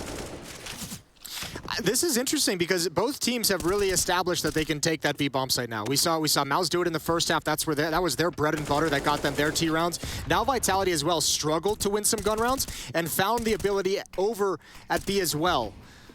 Saw yesterday with Movistar Riders against NIP that they Same adapted. thing as well, yep. Doing a lot of B hits, more than normal, for sure. It's just interesting because you're right, because for a while in this map, nobody wanted to mess with the B bomb site. Flashbang is going to allow this boost to pop up. Peekaboo. Dupree looking for the peek back into it, but JDC's too quick, too precise. Double tap, and Dupree's out of the fight. It just sneaks away quietly, doesn't want anything further to do with that side of the map. Well, Zywoo's only got 9 HP, so someone else is going to have to step up and provide some openings, provide some space. They're going to clear out the corner, but they can't win the fight. Zywoo, again, cannot try and trade. He can't aggressively swing out, but he does with the help of Apex. 3-on-4. And Apex will drop the bomb behind him so that he can continue to lead the charge toward the site. NBK rotating. Oh, very confident. Yeah, this is a big flank. That's quick. He's going to be at the bridge in about 2 seconds' time. And he'll have an option. Ooh, he does get Magisk. Similar situation we saw Magisk, although it wasn't so much as a whiff as it was impatience. But it gives them the opportunity to then strike and find Apex. JDC with the kill, but Zywoo's still alive in this. 9 HP and 3 players to find. Smoke to fade. Torzy has the AWP. JDC up on top of the drywall. And the second he goes to the plant, consider that MBK is still on the flank and arrives perfectly timed. Just trying to get the bonus money for his team. Could have gone for damage, but with such low health, that would have been a risky prospect. 13-13. All tied up, and Mal's with 3 players surviving. That's a pretty comfortable win considering where their money was at. Vitality's got another buy or 2.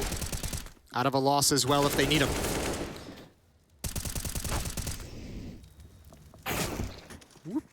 So Vitality with a 1-round lead. And we get right back into it with guns on both sides. Only a single AWP again. They're not getting it for ZywOo. He's happy on the AK, and he's showed success on the AK, to be fair. He's trying desperately to find someone through scaffolding. Baits Torzy into actually taking that fight because he didn't reload, didn't want to, and he was ready for it. He reset the game before Torzy even walked in. As JDC, though, will go back. They're going to try and get aggressive against this. Masuda gets Dexter. And Frozen undetected. Oh, he snuck toward the sandbags, but that's exactly when they Molotov it. And they're going to Molotov both sides. That forces him into the smoke, and that is a good communication play. He extinguishes one, they know where he is, Molotov the other side, and then fire at the smoke. And he goes down. How patient does Vitality want to be? They have to realize they've already killed 3 people. They have to realize there's at least 1 rotation. And they're just looking to see what the peak is. 1 minute for Mouse to play at this man deficit. No utility either. Nothing to make him feel comfortable. Ooh, spotted, JDC. Trying to back away. That's a big fight for Apex to win. Just harassing him the whole time, and NBK on the other side of the map, I think he's just going to make the decision to bow out and save the weapon. Man, that was kind of a cool idea from Mouse. They have the aggressive stance behind those smokes on a ramp, but it felt like they tried to force the issue. Torzy coming through the smoke to try and fight over at yellow at scaffolding, and then obviously Dexter jumping through the smoke and trying to wrap around. Both those aggressive plays didn't find the exact fights they wanted, and I think Mouse maybe a little bit of pressure and inexperience, just tried to press it and overextend a bit too much. MBK again on the lurk, but this time just trying to lurk his way to safety and keep the AK-47. So 14-13. We go to Inferno next, which you and I haven't seen yet in this event, Jason, so that'll be a good time. Really? I don't think we have. I don't think we have either, actually. Nice. Yeah, but they said it yesterday. We've been seeing a lot of the newer maps so far in the pool. Ancient was big in the play-ins. Yep. Then again, we just saw a game on the B stream on it. We got Vertigo here early on. Yeah. They heard those footsteps as well, or it might have been seen through the radar. They turned immediately, and yeah, Frozen had nowhere to go. Nowhere to go at all. Good win from Apex there. Scrappy fight, 14-13. Speaking of scrappy, the buy from Mouse is a bit busted. Great chance for Vitality to get to 15. Great chance for Vitality to have 2 opportunities to close out this map. It's been a bit of a struggle. They've had their obstacles. Another one here in the form of a boost. Ooh, he just missed the chance, Frozen. Just missed the chance, but he will get another, and it's the dink. Double dink, in fact, on a Magist. The first one did damage. The second one was the killing blow, but knowing that they're boosted, they round the corner quickly from the top of the ramp, and they'll try and isolate them in that position. Masuda, unsure he's safe to go around, will clear the angle instead, and then take out Dexter before turning back to the boost box. And BK, however, on Heaven, finds one, and a jumping Dupree gives himself up. 1-on-2 for Masuda with the bomb planted. That's his only saving grace in this round as he peeks it out. Can't quite get the shot. They know now exactly where he is as he flashes high for a re-peek. Wants to keep them off the defuse, but they're on it now. Keep an eye on that gauge at the top underneath of the round 13, and I think he didn't hear it. He didn't hear it at all. He has no idea. They're going to get this for free. He's not going to peek it, and it's round over. He had nothing. He had to get aggressive there. I don't know if that communication didn't come out, that it wasn't planted for him at some point, but he just froze. Froze in the moment. What a miracle for Mouse. Great shooting from NBK as well. And Vitality this time, I think the kill on that boost made them think that they could just kind of rush up and wrap around and be able to punish it, and they were not aware of the amount of defenders that would be at the bomb site. And here Masuda just, I don't know. You would have thought someone would have told them that it was on the other side of the box. That's brutal. 14-14. Vitality lets a big round slip away. Yep.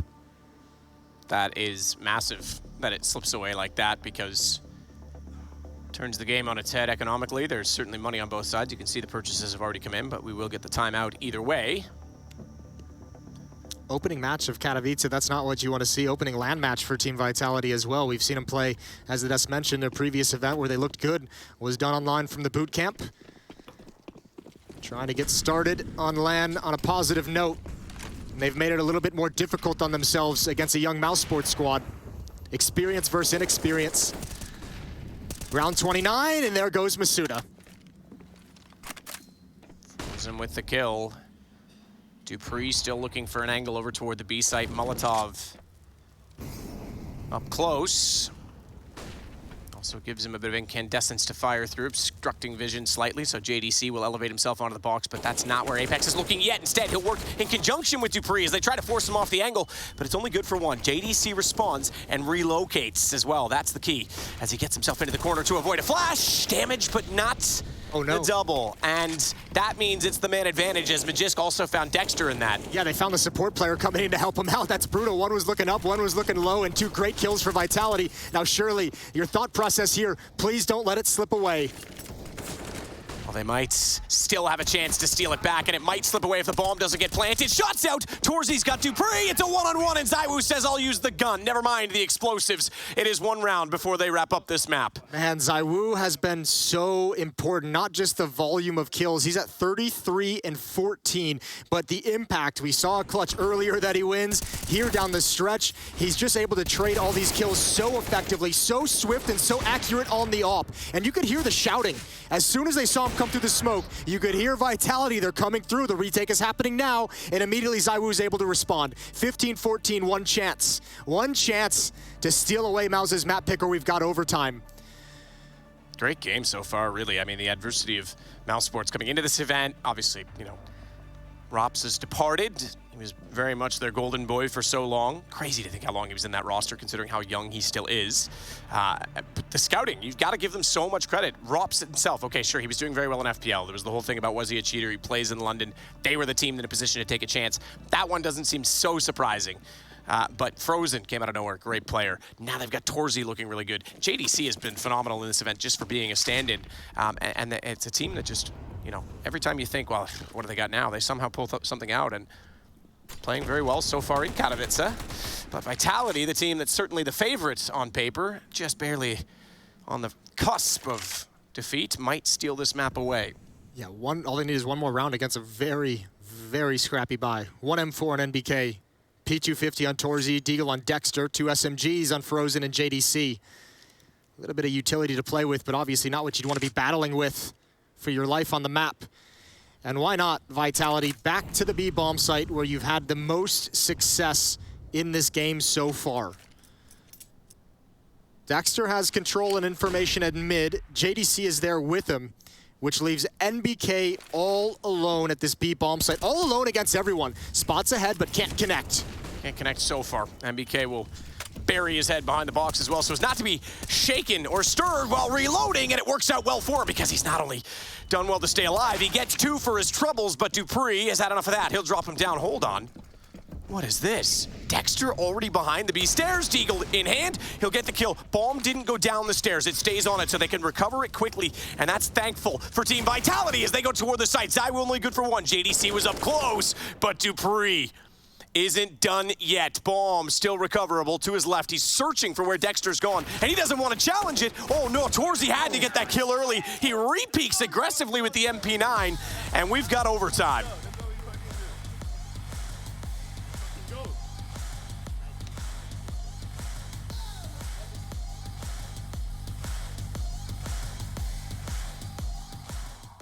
I mean, listen, you already know what happens at DreamHack and IEM Dallas, right? Okay, first, you have to snipe tickets for all your friends, getting you access to the DreamHack Gaming Festival and IEM, the way to the stadium, the other fans, enjoying the music acts, the festival party, crushing opponents in the LAN area, meeting the stars, entering the arena, the nerve-wracking 1v1s. Oh, you like overtimes? Those insane clutch rounds. Watching with your friends. And when the whole crowd goes silent. The champions. The defeated. Lifting that trophy. Writing esports history.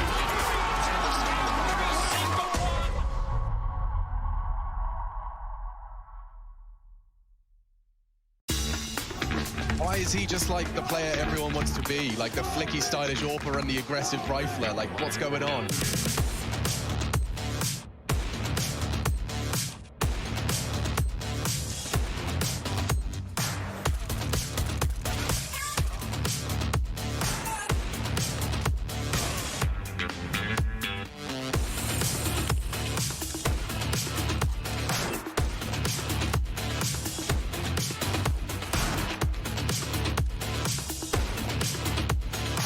Now for Searson, he's got his work cut out for him. Ooh, bit of noise made, but there's Searson, nails the shot. Searson, he's already on a double on this round. No one's watching it. Searson. Oh, the follow-up. Searson is on for the ace.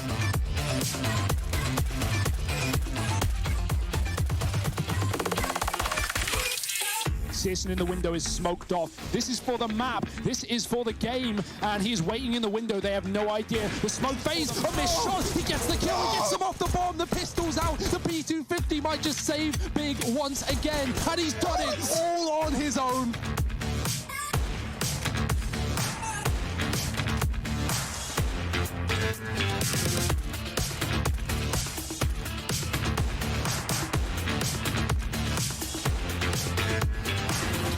Goes down, it will fall to Searson, and he's hit some good shots. Very good shots. A double. Nork on ramp, he taps away. It's a good Julie double up, and he hits them both!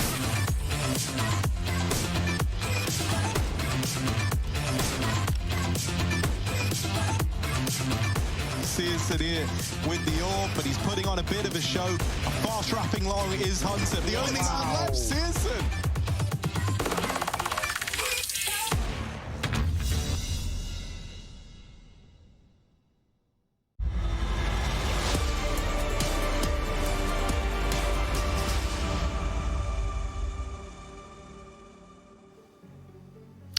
Well, I hope you caught your breath and gotten yourself ready, because we are in overtime of map 1 between Team Vitality and Mouse Sports. Vitality could not close it out despite having the map point.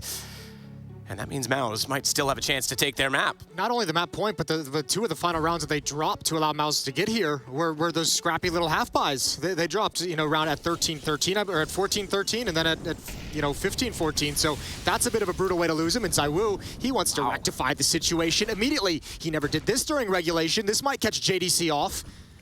He is fast. Oh, Molotov thrown. He knows he's there. He's got to be careful. Utility, they're trying to bait him out with noise. ZywOo's going to hold the angle, but JDC, he's not willing. He's not going to go on this, and they'll Molotov him off instead. So at least they get middle, but they didn't get the pick they were looking for.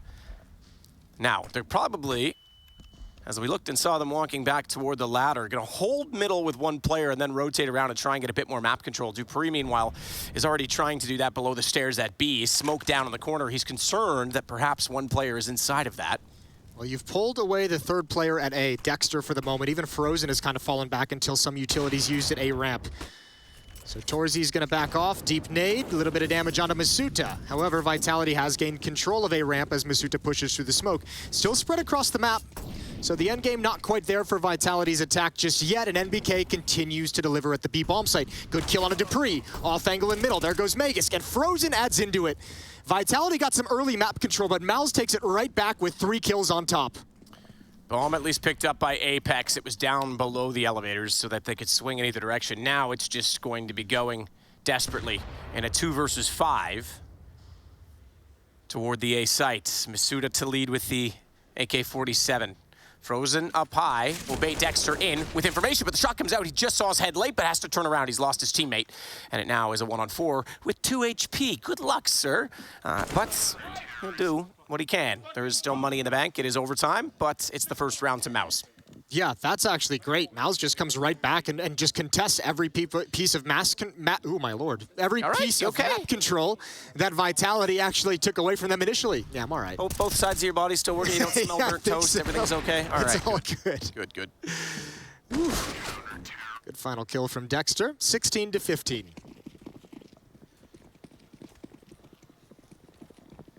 $34 on ZywOo, 24 on Dupree. I'll get you a medic alert bracelet just in case, okay? Yeah, I might need it. Ooh, coming through the smoke again, and once again it's gonna fail for Torzi. We saw him do that previously in the later stages of the first half, and once again he's punished for it. Just the one that wants to go towards scaffolding and smartly gives the bomb back to his teammates because he doesn't want to be caught out and isolated with it. Quick, close Molotov to clear his angle. Meanwhile, Masuda on the ramp will swing. Can't hit the first shot. Does land afterwards, but that just gives Dexter the positioning he needs. The cue to attack. And Devilish Dexter finds both of those kills to now give his team a very winnable situation. A 3-on-3 does thin the defense. Dexter himself on 7, but it slows the round down. Still a minute to work with, however. And ZywOo has made it to the sandbags. The nice thing is JDC actually pushed on ladder, so he's got the fallback. He's got the retreat. Mouse knows everything that's happening on the map right now, in the sense that they know all 3 members, or they know everyone from Vitality is on this A ramp. That means Dexter can stay committed. He's got his back turned towards mid in case of a lurk, and then NBK up top. 40 seconds left. No indication yet from the heaven position for ZywOo to fire at. Ooh, he's got the bomb as well. He's going to have to move out of this position at some point. He's going to go now. 27 seconds. Flash out. He's going to get aggressive. Knows his teammates up close. Spotted him! Spotted him before he went for the plant. And that means MBK was slightly too soon. It gave himself up to a very fast ZywOo on a sniper. Dexter, 7 HP. We talked about it early on. He's going to get ZywOo. That's his 3rd of the round. He's going to need an ace clutch to pull this back, and he's not going to get it. Dupree poised and ready. We've got a tie game yet again at 16. Yeah, just no HP for poor Dexter. He did everything he could. Some stellar shots initially on the defensive A ramp, but that puts him out of the fight. Mouse is going to switch into a double-up setup. Final round of the first half of overtime. These are those beautiful shots from Dexter, but pretty much put out of the fight after that. Ooh, maybe a missed opportunity for JDC. He'll be punching himself for that one. Here we go. Magic number is 19. We'll see who takes an advantage into the next stage of overtime. ZywOo going to scope up over top of the smoke, and Torzi's going to miss a shot as well. A lot of pressure, and Masuta pretty aggressive here. Up and around from close crane, and a very fast snap to take down Frozen. He goes down to 35 HP, but it doesn't matter. It's a T-sided entry that's successful as Magisk wants to try and do, the same, that nade. That could have been massive. 6 HP now for Masuda.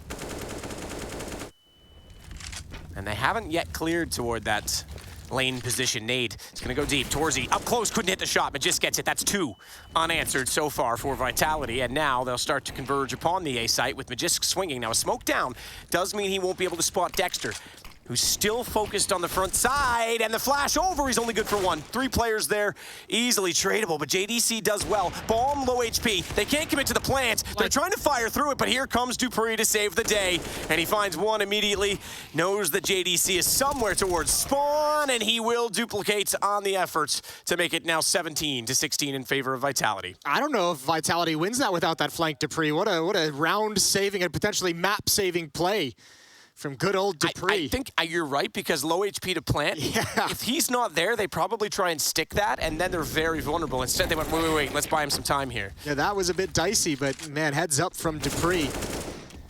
He's having a good game for himself altogether, the complete package. 27 kills now here in this opening map.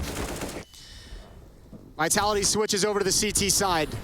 Apex is, that's gotta be her, but he spams, he gets 1, not a second, but ZywOo's got him covered. Dexter tries to punish through the smoke, and the op is trained on the angle. ZywOo's never gonna repeat in this 5-on-2.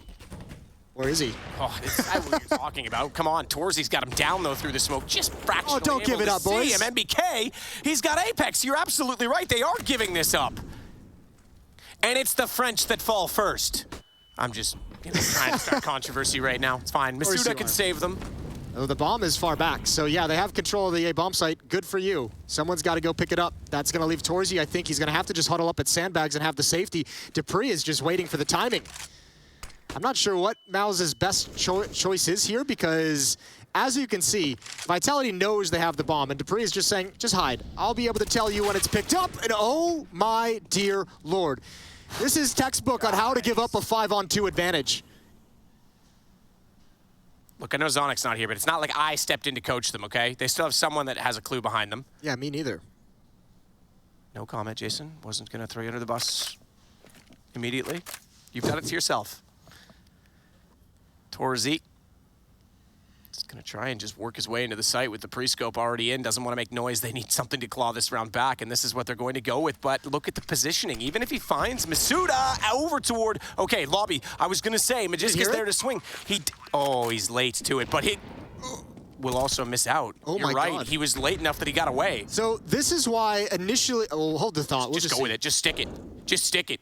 Oh, he doesn't want to. He's not sure where they've gone. Tries to bait it out. He's gotten Torzy through the box. That might make up for it. NBK, 7 HP, has to try and shut down Magisk, and he does. He's lost track of where the bomb was. This is why it doesn't matter what kind of an advantage you have at this level. You cannot give up those repeats from ZywOo, from Apex, and ZywOo has had a stellar game outside of this, but man, you never know what's going to crumble after that. You give up a couple freebies, Dupree misses an opportunity, Magus doesn't hear the bomb get tapped, the nade comes out way too late.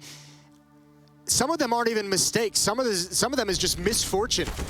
But it's why you never think that you have too big of an advantage to lose. What an incredible recovery for Mouse. And if you go back to some of those final rounds of regulation, losing to the 2 half-buys for Mouse Sports as the game comes to a close, in this round now, Vitality is really, really giving Mouse every chance to steal this. Frustrations, I think, of a new team, a new lineup, trying to figure out how to win together on the biggest events. Don't want to distract from our overtime in this excellent game. Nip managed to win the first map against Gambit, and they are currently in map 2, which is also Vertigo. On the B stream, as we still await to see what's going to happen in this overtime. Did not think we would be tied up right now as we swap sides. Frozen will not be able to dodge the wrench and get taken down to 53. Dexter as well was tagged by that at 61 HP. He will remain alive. I'm still in shock. I can't believe they've dropped some of these rounds. Vitality playing the game on hard mode. Spam from Torzy not going to connect. Frozen's down to 16 HP. That's quite nice chip damage. And back to the B bomb site for Mouse. JDC and Dexter to begin challenging. And remember, back in regulation as well, they had a pretty decent amount of success. Actually, I should say a lot of success here. This time, Dupree's going to shut it down before it even begins. Some good residual follow-up nade damage onto JDC. And now ZywOo's put into action. That's Frozen. He's got Torzy as well. Tagged through the yellow, I think. Yes, absolutely. But that's what you're going to get from ZywOo on the AWP. Remember, in the first half, they tried to avoid him as Dupree doubles up yet again to take down JDC and NBK. They tried to avoid him. He was at 18 kills at half after his CT side, and now he has the advantage on that rifle, being able to hold the angles rather than need to go hunting. He looks pretty relaxed and happy with that. Of course, he's got 38 kills in the game. You're going to be very relaxed and very happy off that. Look, Vitality, it's time to put this away. It's been sloppy. You've made a lot of mistakes. Don't let this go on any longer, because at any moment, one of those mistakes at this junction in the game, it can just be the end of it. It can be the victory for Mouse. So don't give yourselves a chance to give it all the way up. Double nade, and this time ZywOo's caught. Good aggressive stance for Dexter. Apex is blinded as well. I think he wanted to punish. He's got to be careful with how aggressive he is. Shots back out, though, through the smoke from Apex, and he will eventually give up the gig. And the angle gives up himself. Dexter was able to chase him down. I thought he was going to get to safety at that point and just let Magisk cover off the ramp. And Magisk now needs to, do exactly this. Get out of there. Sneak away before you are isolated and covered off by utility. And I presume a box boost on site? No, they're not even going to go for that. Masuda's going to go back toward the lobby, so Magisk alone on A. Dupree needs to figure out what's going on at B at this point in time to get information as they sit 2-man in the deficits, and Dupree is slowly getting more and more aggressive toward the B stairs. Vitality just allergic to closing this map out. 1 round lead. Still a chance to recover, 47 seconds on the clock. Mouse is going to attack the A bomb site. Only 1 man in defense here. Vegas. I think perhaps because Mouse had so much success at B, Vitality has chosen to keep 2 players there, but it's the wrong bomb site. What can Magus provide you? How many kills can he get to make the retake possible? Can he delay it all? Nothing yet. Magus, because he swings in. Comes back out. Frozen has that shot as well. Couldn't even find one to shut this down. Masuda's going to rotate. Look at the amount of smokes in position, though. Nade, this one's early. Still going to do damage. Second one. Oh, my goodness. Airstrike down to single digits. Both Dexter and NBK hit, but none of them dead yet. Might give them a chance. No. Dexter's got the angle covered off. And then Dupree, with very little odds, picks up a single kill for his efforts. We are tied again at 18-18. Well, if you're Vitality, I guess the one thing you got to be happy about is you got some of the most experienced players to ever played the game. So you're going to rely on that experience to not tilt them off the face of the earth with some of the rounds you've given up here at the end of regulation. And now in the first round of overtime, we move on to the second round of overtime. 22 being the magic number.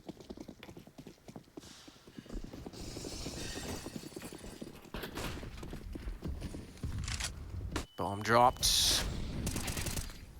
He just takes down MBK. Started off aggressive as well. We haven't seen CTs go this far forward of middle yet. They're going to cover off the stairs. That allows for a quick rotation, and ZywOo already has Dexter. So this is a much better round. Unfortunately, a little bit late for trying to close out the game, but again, starting off this double overtime. In a good position to take the advantage. Frozen, Torzy, all that remain, and Magiska's already gone all the way from above the spawn back to the B site. Whoop, 40 for ZywOo. We'll take it. We will take it. Molotov out. It's not going to matter. Torzy looking for anything. Got Apex up on top of the plant boxes. Vitality's going to take a 19-18 lead. Just a matter of time before Torzy goes down.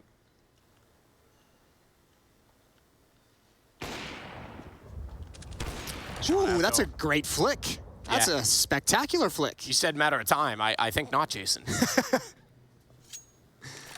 He's got ZywOo hunting him. Not many survive a ZywOo hunt. It's desperate at this point, just taking pre-fire shots, and Magisk will be the one to get the kill. So we do go 19-18, as you say, 22 now, the magic number.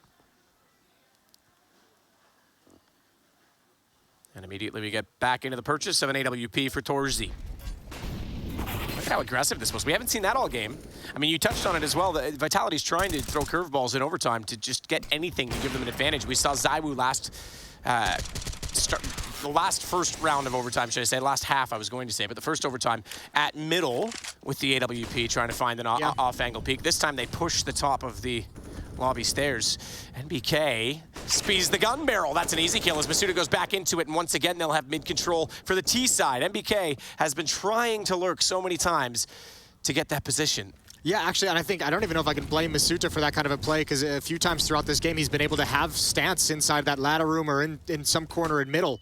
He's been able to find exactly what he's wanted. He went back for it. Unfortunately, this time NBK was just there to meet him. Obviously, though, confidence to make that play helped by the fact that you've got ZywOo. 40-19. Alone for the moment at the A bomb site. Full confidence in him to be able to hold on and take a few down with him. Need to try and counter the Molotov. ZywOo a bit too far forward. So gets tagged significantly by the Flames.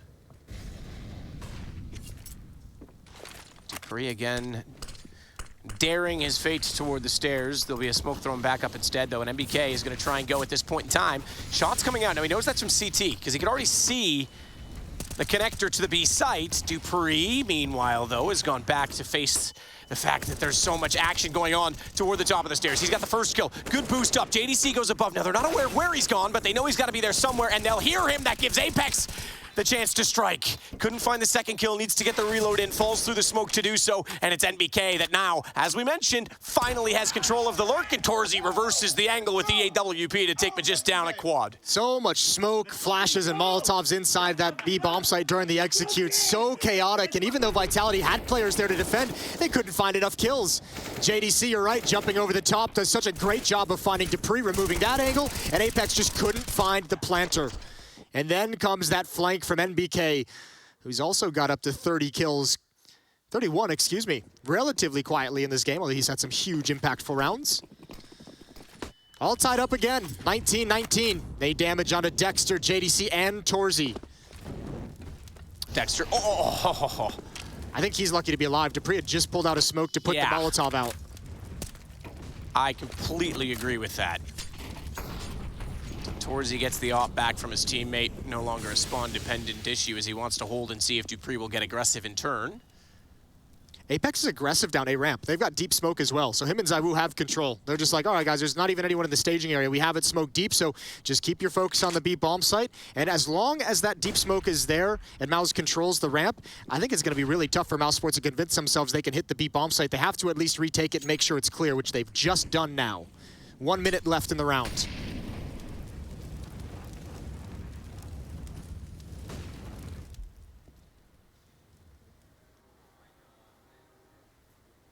2 smokes left on these B defenders.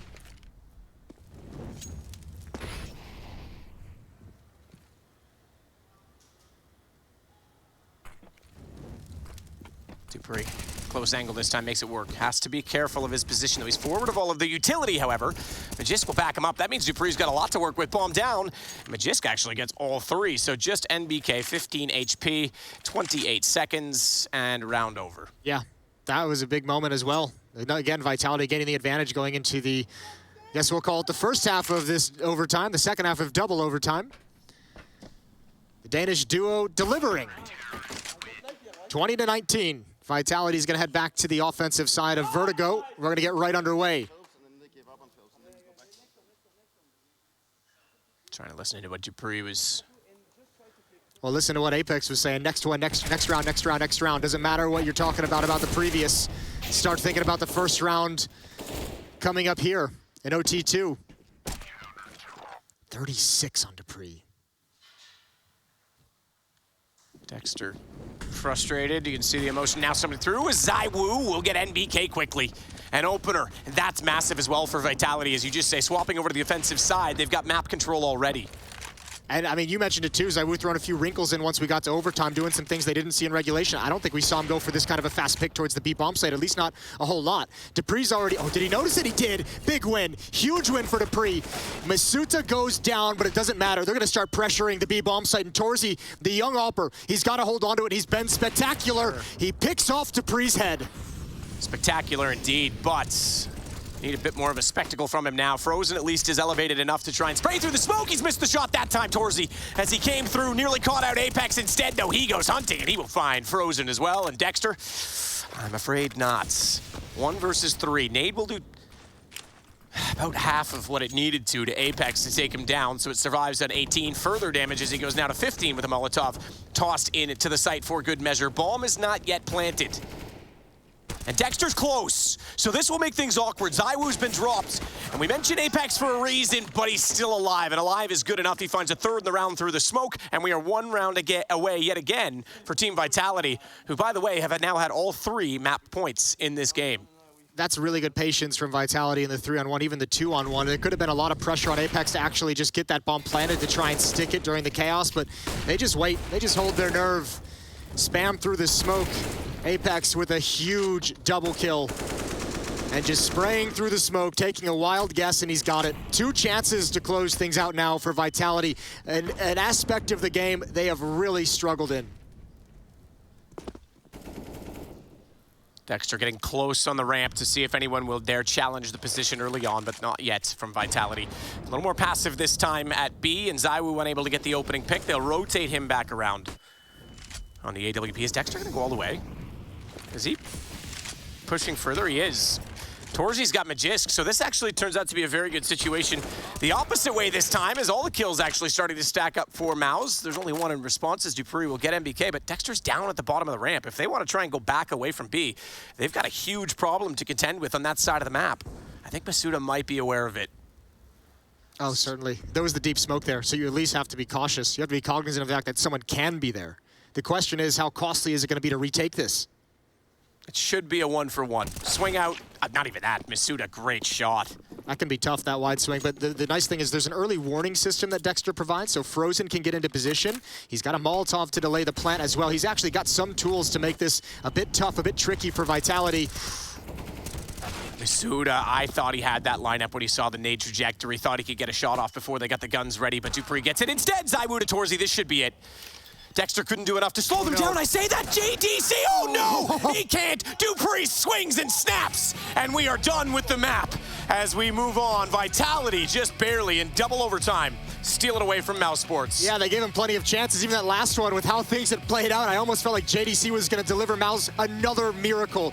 That's a huge win for Vitality off the back of ZywOo, off the back of dupreeh. Deliver them a 1-0 lead in the series. We're going to head to a break, and when we come back, we're going to get Inferno.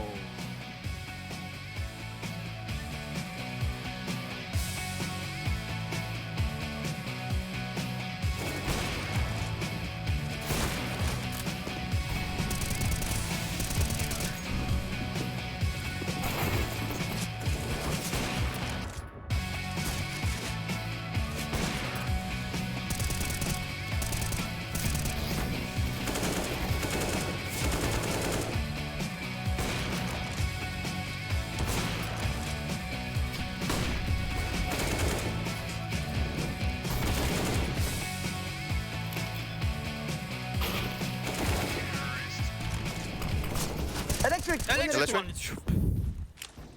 we plant? Yeah. No. It's still Just fall back. Oh, God! Default. Dead. I don't know. Where? He's there.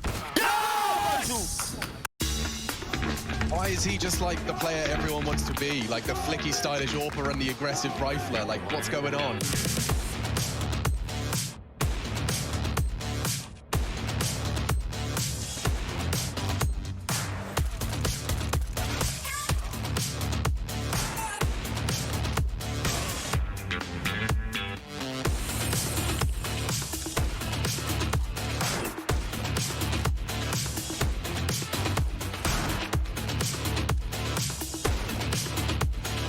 Now for Searson, he's got his work cut out for him. Ooh, bit of noise made, but there's Searson, nails the shot. Searson, he's already on a double on this round. No one's watching it. Searson. Oh, the follow-up. Searson is on for the ace.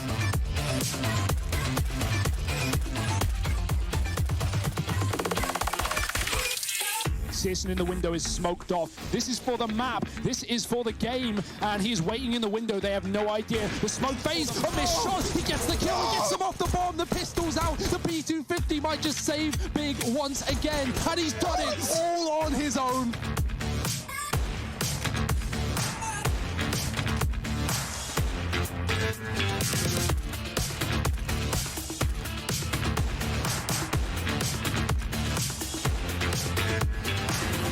Goes down, it will fall to Searson, and he's hit some good shots. Very good shots, a double. Nork on ramp, he taps away, it's a good Julie double up, and he hits them both!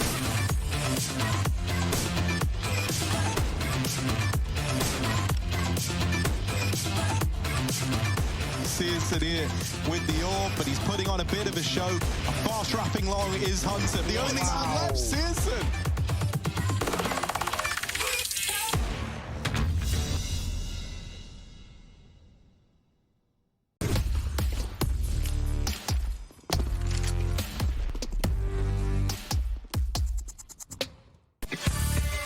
Hey Future Pros, I was observing a MeisterChef game not too long ago, and I saw this nice set piece for retaking B on Inferno from Cressy.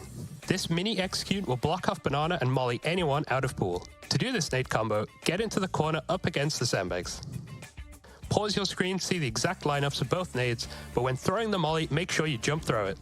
If done correctly, it will eliminate some positions for you to check and put the T's in an awkward situation which could help you retake and win the round. Happy retaking, everyone.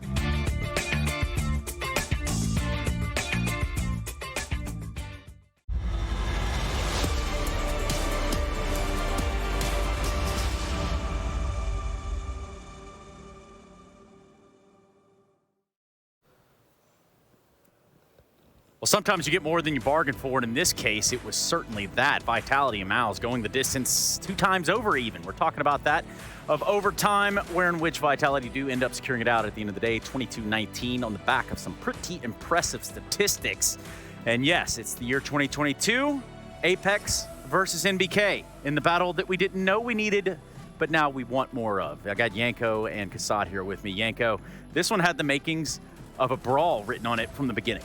Yes, it did. You know, a great performance from Mouse, showing us yet again why they picked Vertigo, why they keep picking it, seem to be very proficient on the map. Dexter especially, I think, has a great role, great performance on Vertigo when it comes to fighting for that A ramp on the T side. Like he seems like he prefers those aggressive moves early on, able to find openings time and time again. And yeah, I mean, MBK showing us that there's still something left in the tank.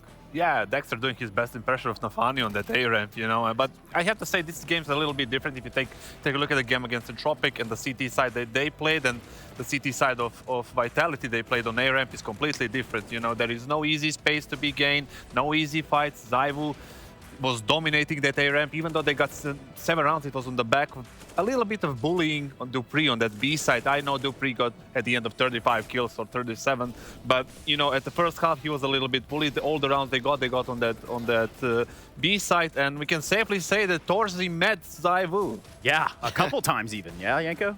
Yeah, definitely. I mean, you can tell how it is. Kassad pointed it out perfectly, right? It's just there's not as much room. You get punished a little bit more. Utility usage for Vitality is obviously going to be much better. And just, you know, anytime you face Zaiwu, I know you have the same. Like, sometimes there's just going to be a Zaiwu round. Yeah. You're going to lose a round because he's going to do something crazy, and the only thing you can say like to your teammates, to your players is, hey guys, like this is one of those, let's just keep going, right? You just have to make your peace with it. Just kind of brush it off, let it go. He's going to have his frags. Yeah, and he did. He got a 40 bomb, and I think 42 to be exact. 42, yeah. Just going to round it up. He got to 40 in the end as well. Yeah, which is also impressive. So we're going to run this up in the U.S. Air Force Aim High head-to-head, MBK on the other side of ZywOo. A difference in generations between the two players here, but ultimately both showing face here in the best of ways, and right from the get-go, Kassad. Same nation, too. Yeah. Both friends. Yes, generations. No, but definitely MBK played much better than yesterday. Yesterday he had a shocker with just a couple of kills. Today you can see more mobile, more active on the B side as well. He had a few clutches, a few multi-kills as well. So definitely good to see a player, you know, that came back to CS after a role in Valorant to play that good on a high stage again. And you think he took it from Valorant? That's why he's got this pop, this new like way of approach. But it did get a little bit dicey for Vitality. I mean, they should have closed it out in the first overtime, but there was that 5v2 round where they got a little bit overzealous. I mean, you know, Apex was the first guy kind of dying, and I love what Jason said, like, you know, there's no advantage too big that you can't lose, right? And that's probably what they felt at the time. And Mouse is still a dangerous team, man. Like, you can't allow them any sort of a way back into the game. They were close to taking that into double OT. Yeah. They definitely were. In fact, that was their pick on Vertigo. We move over to Inferno with Vitality having picked that. Now, I have seen ZywOo do some pretty extraordinary stuff on Inferno, especially towards that banana area. You know, we always like to play against ZywOo on Inferno. That's the map that we thought that we were going to shut him down the best, and we did in the past. Sorry. And right now, the way I saw the Vitality's Inferno is a little bit, you know, up and down. They had 4-14 against FaZe, and they won that game 19-15. They had another one as well during Blast, and which they won as well. So for me, I'm not still convinced, but it was the obvious pick for them. Yeah, I think also for Mouse here, it's important that they have a strong CT side, because for Vitality, their CT side is extremely strong. On Inferno, sometimes they run into some issues as T. So if Vitality starts off and they have like 7 rounds on T, I think that's game over. I mean, mechanically, like players that are not, and aim-wise, they're not like super good or they're like weaker. You can play the positioning game on Inferno much better than on the other maps, especially on B and especially on the A side as well. You know, I mean, if you play defensively, so that's the angle they can play on Inferno as well. Couple different angles to look at here, not just on the A stream. Of course, there's a B stream going on as well. This one's going to be featuring that of Gambit. Nip, Gambit dropping that first map to Nip, if I see correctly, and really not something that you could expect to the side of Gambit, right? Absolutely not. I mean, NIP was underwhelming a little bit, still managed to make it through by beating Wisla Krakow in a best-of-1 and then Movistar Riders in a best-of-3. You know, there were a lot better teams they could have faced in that bracket. But, I mean, taking the first map against Gambit and now on Vertigo, which we all know how good Gambit is on Vertigo, about to take the lead 11-10 up. It's going to be interesting to see how it pans out. Yeah, it keeps on developing, and that's what we're here to tell you about. This bracket as well, part of that development. Let's take a look at the group of A. Kassad, pick out one name and tell me something cool. They tell you something cool.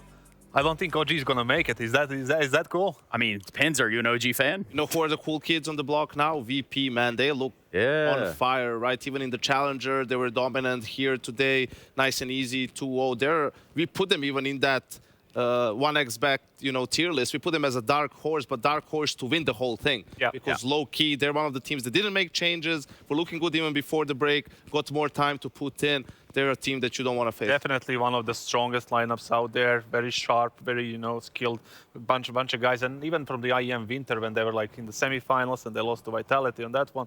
I mean, I had them as winners, and right now, I think a few months later, when they got everything together, you know, and all the stuff ironed out, I think they're going to be even more dangerous. Yeah, scary stuff as we continue to watch 2022 actually develop in real time. We called this a litmus test pretty early on just to find out where some of these teams stand as they came into Katowice.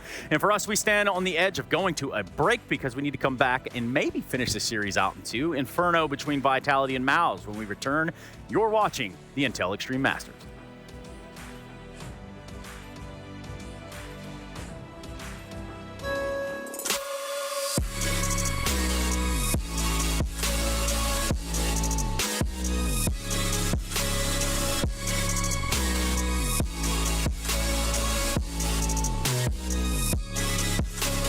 You love it, you wear it.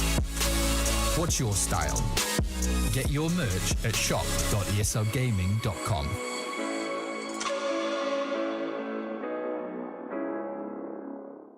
Choose nades, choose a smoke, choose a flashbang. Choose team badges to support your favourite CSGO team. Choose an ESEA Premium membership. Choose routes you know bring in wins. Choose pro video tips. Choose the fan club wars. Choose behind the scenes content. Choose good grades. Choose guns you know you can shoot right. Choose bingo. Choose the equipment you know is going to get your team the win thanks to heat maps. Choose the CSGO Hub Premium. The complete package to help you and your squad achieve all your CSGO goals. MBK is like good for our team because last year we just lacked a lot of that veteran experience in terms of what to do with practice and whatnot. And when Nathan came in, he came to speak to me, and we had same goals and same ideas about how practice should be run. And basically, ever since we've been just like practicing really well and have been super efficient with what we're doing and what new things we weren't even thinking about at all. And he's brought so much to like boot camps and what we should talk about, how we should understand each other more, and all these like really in-depth things that we haven't really talked about ever as a team.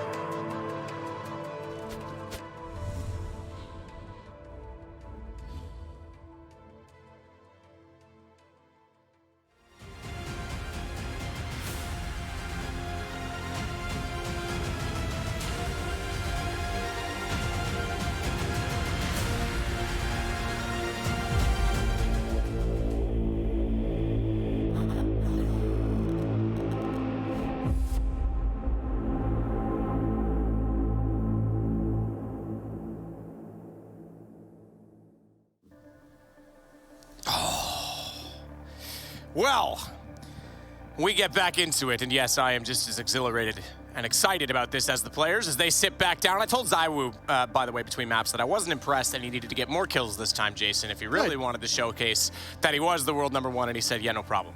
Okay, yeah, so he's going to break 40. He's going to get, what, like 40, 45 kills this game, I guess it would be?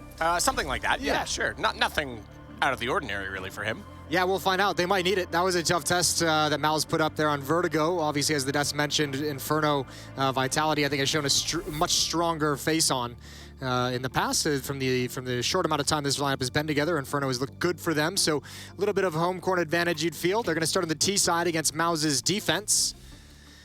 I guess if you're Mouse, I mean, one of the things you got to be happiest about to start this series is NBK showing no signs of slowing down.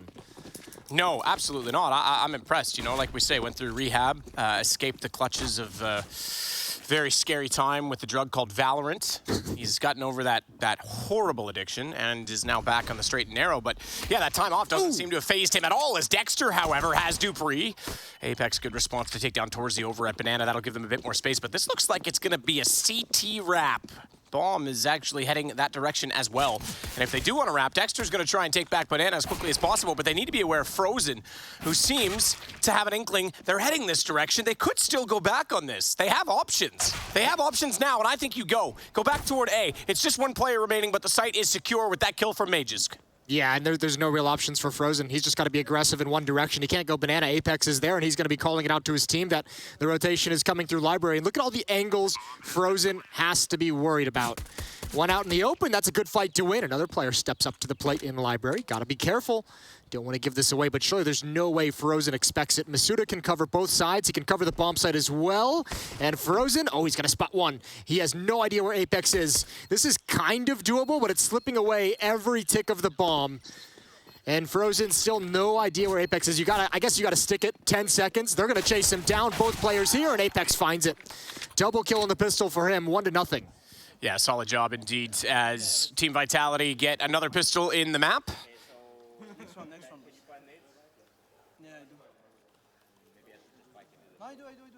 All right, so Apex is gonna be the one to grab nades. Look for an execution potentially.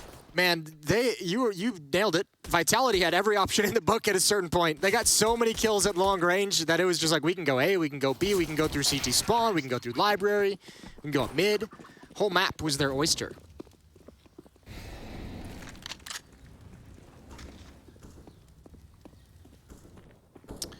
And oysters can be dangerous, Jason.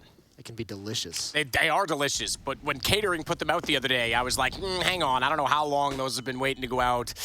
What body of water, I don't risk it with oysters, okay? I'm just saying. That's fair. Ooh, Magus, he's blinded. Zaiwu able to trade one, and there's Apex to step forward and grab another. So 1 for 2. 5-7 for where NBK to try and pop up and take down either Zaiwu or Apex, or both. You'd love that, sure. Julie's behind the smoke, though. Would you stop with it? It's just a guy with 2 guns, okay? They're so cool, though. They're so cool. Chat, please, can we clear this up? Dooley's cool 1, Dooley's not cool 2. Thank you.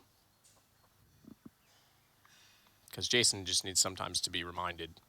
There's going to be a lot of 11s in chat. Apex. 11's not an option. What, because there's 2 guns, there's 2 1s, is that exactly. it?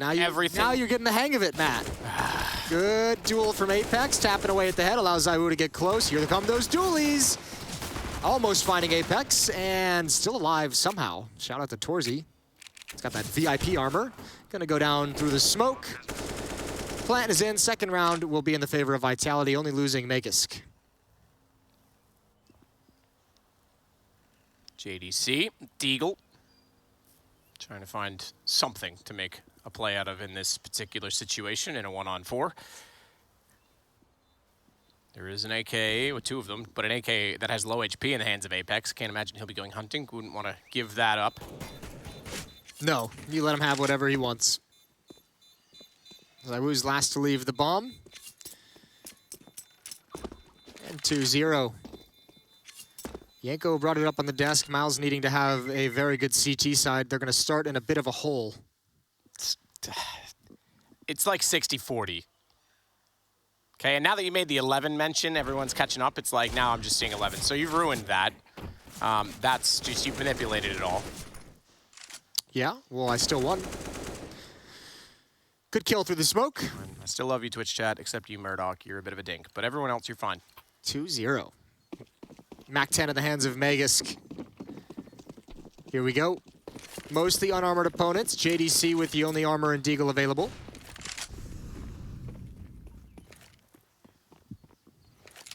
Frozen in the backside of the site, just the USP. They haven't invested anything at all into this round, so get ready for them to go big or go home in the next one. One flashbang on Dexter. So he's essentially saying there is that stack in the back. So they have a decent amount of players here, but it's all about the timing of this flashbang if they can catch it correctly. Little bit of footsteps being made, but Dexter's trying to hold on to it, and it doesn't matter. His teammates have all gone down before it even comes close to popping. Vitality just overwhelming in that hit. Shots out, Apex sneaking through. Not yet aware that there is another player just beyond the back of the church. But no need to worry as of yet. They're letting Megas go find some bonus money. Yeah, They're, why not? they're like, let's lose this Mac 10. Let's see if you can get extra cash. You know what? Oh my God, Dexter actually knifed him. I was going to say, did he not see Dexter? Dexter? I thought he took a shot. Maybe it wasn't. Maybe it was the other USP further back. But he'll get some money. That's farming some cash. That's actually not bad at all. You'll take that any day of the week, and that actually allows, I mean, they can go to a double op if they want. Dexter's going to have all the utility that he needs. Torzy's going to pick up an AWP. That's a cool little final kill for Dexter. I didn't think there was very many ways to come out in a positive situation there, and he found one. He found door number 3. Fair enough. Yeah, I mean, desperate times, desperate measures, and all that. What else are you going to do, right? Oh, nice shot from Torzy. That's quick. And he backs off. Deep nade is going to add a little bit more damage. Actually, not much. ZywOo down to 95. Banana contested from Megas. He's the only one here. Takes a little bit of nade damage to bounce off the wall. Swing from NBK. Smokes were down to prevent anyone from doing anything about it in return, and that's a good find. Clean as well at the top of Banana. He turned from that flashbang, and it happened to just bounce exactly where his eyeballs were staring into the corner. That's unfortunate. Yeah, that is the worst when you're like, I'm one step ahead. I'm looking away, and then it's like, bang, nah, just kidding. That's a long flash as well. NBK had his time to find that kill. Dupree picks up the bomb. They're going to have to go towards Banana. 2 players, actually, if they can handle this clean.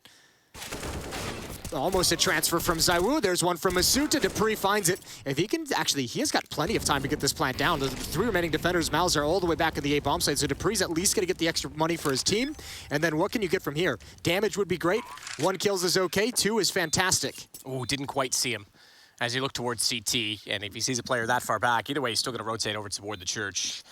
And look, Banana. So he's actually in an okay position. He's just got a lot of uncertainty without information, without knowledge of timing coming behind him. Instead, though, he'll play this off of sound. So far, trying to clear the site with utility. He's able to find Dexter. Knows they have to be clearing on the back of the Molotov and the flash. And here's them jumping up from water now, but a great flash from NBK, and JDC is able to get the kill and save the round for Vitality. Or excuse me, I should say for Mouse. Take it from Vitality. That's a brutal flash. Up in play. That was, very well-timed flash. Dupree never saw it coming. Never had a chance to turn from it straight up. I think it blinded him maybe more than he expected. Rough. Still, not bad to plant and 1 kill in a 1v3. Can't complain with that one, especially considering this started in a 5-on-3 without any map control whatsoever. There's the flash, and there's the easy kill. Immediate headshot. So 3-1. However, the AWP is going to be out in the hands of ZywOo. Rifles and AKs back in the hands of the rest of Vitality, and with that extra $100, they've got so much money. So there's this round and probably at least 1 more buy for Vitality before Mouse Sports has found the safety of a smaller investment.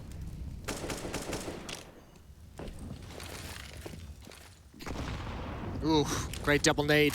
Good early chip damage, softening up the defense. Shots back out, though. May just be able to swing around this time and return the favor to NBK from last round. He's going to try and chase Frozen. He's inside the site, but he knows he's not going to be in a comfortable position, that he's still scurrying for safety. Therefore, it was a good bit of utility to buy him that time. Good counter flash, though, from the defense. I believe that was from Dexter to keep his teammates safe, because Megas was really, really aggressively hunting him down. And that's actually, for all you kids at home, that brings us to our next point. Do not smoke. I'm just kidding. I'll get back to that. Majisk Sorry, Masuta is going to take down JDC. No, do smoke in that case. Smoke yourself off, get safety, but don't actually run around. Magist could have overcommitted to that in that situation. As soon as the utility was out, as soon as he lost the exact position, the potential for the crossfire is way too strong. So, yeah, he stayed in control. Yeah, good discipline to back out of that and not actually overextend. Even calling off his teammate who was following up with him. So well done from Vitality. 4-on-3 here as they try and close out the round. Apex going to get caught off guard. That's Bomb hitting the deck. And Dexter knows the follow-up peek, but he can't win it.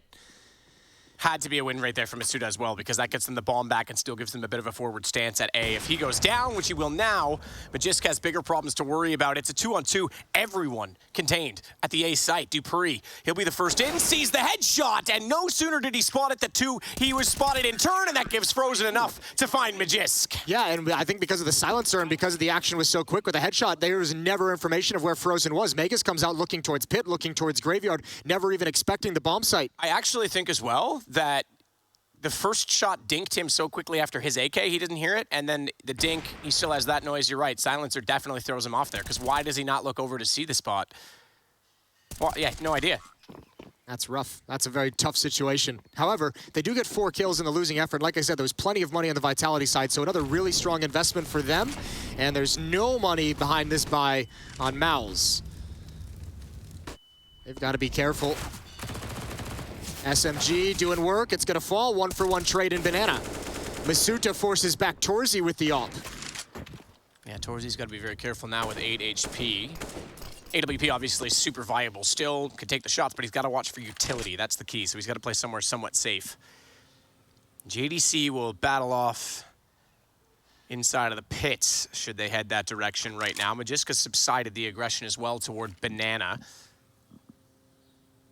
And they win the duel again against NBK, who was absolutely, in my mind, the star of the first map for Mouse Sports. And they talked, we saw the interview with Dexter between the maps during our desk segment, that he just brings that experience. He's changed the way they practice. He's helping them really be efficient within this team. But yeah, a little bit slower this game to get started. 2-6. Frozen, by the way, though, 7-4. And he is the one that is essentially alone at the B site, but he has Torzi to support him now with that AWP from CT. It's a well-timed smoke from Frozen, though. I think that's really going to frustrate Vitality. They were lined up with their only utility to do the set piece to attack this B bomb site. Now they've got to wait a little bit longer. That's probably going to give a little bit of information over. Here comes the utility. Torzi does have a flashbang in support. Wow, they're going to fake on this. 20 seconds, and they're going back. Masuda needs to go now to find space. Torzi's rotated, but he's the low HP op player. They still have an anchor inside of the pit in JDC, and he's dinked up Masuda, but he can't find the kill. Goes to the top of the bicycle with the FAMAS. He's got the high HP in Zaiwu. Needs to be aware that there's a player hunting to his left, that he's gone through the smoke, and he will get tagged, but bomb is down. You're right, Torzi. He got it. The 8 HP AWP drops the planter, and the round is lost. Through the box, through the wall. We need to see that shot, because the bomb just jumps right into the bomb site just to get it planted while the chaos is going on. No chance the pit player was going to be able to deal with them. What a save from Torzi.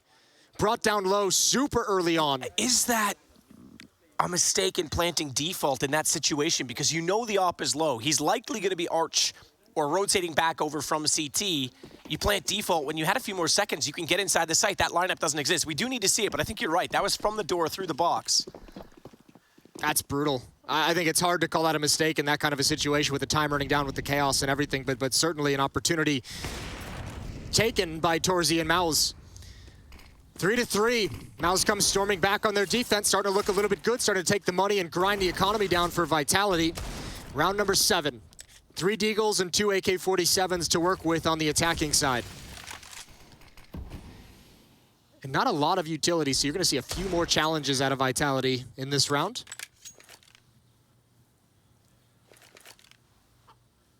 MBK with the shoulder checks, wants to just right-click that smoke and fall off inside of Banana.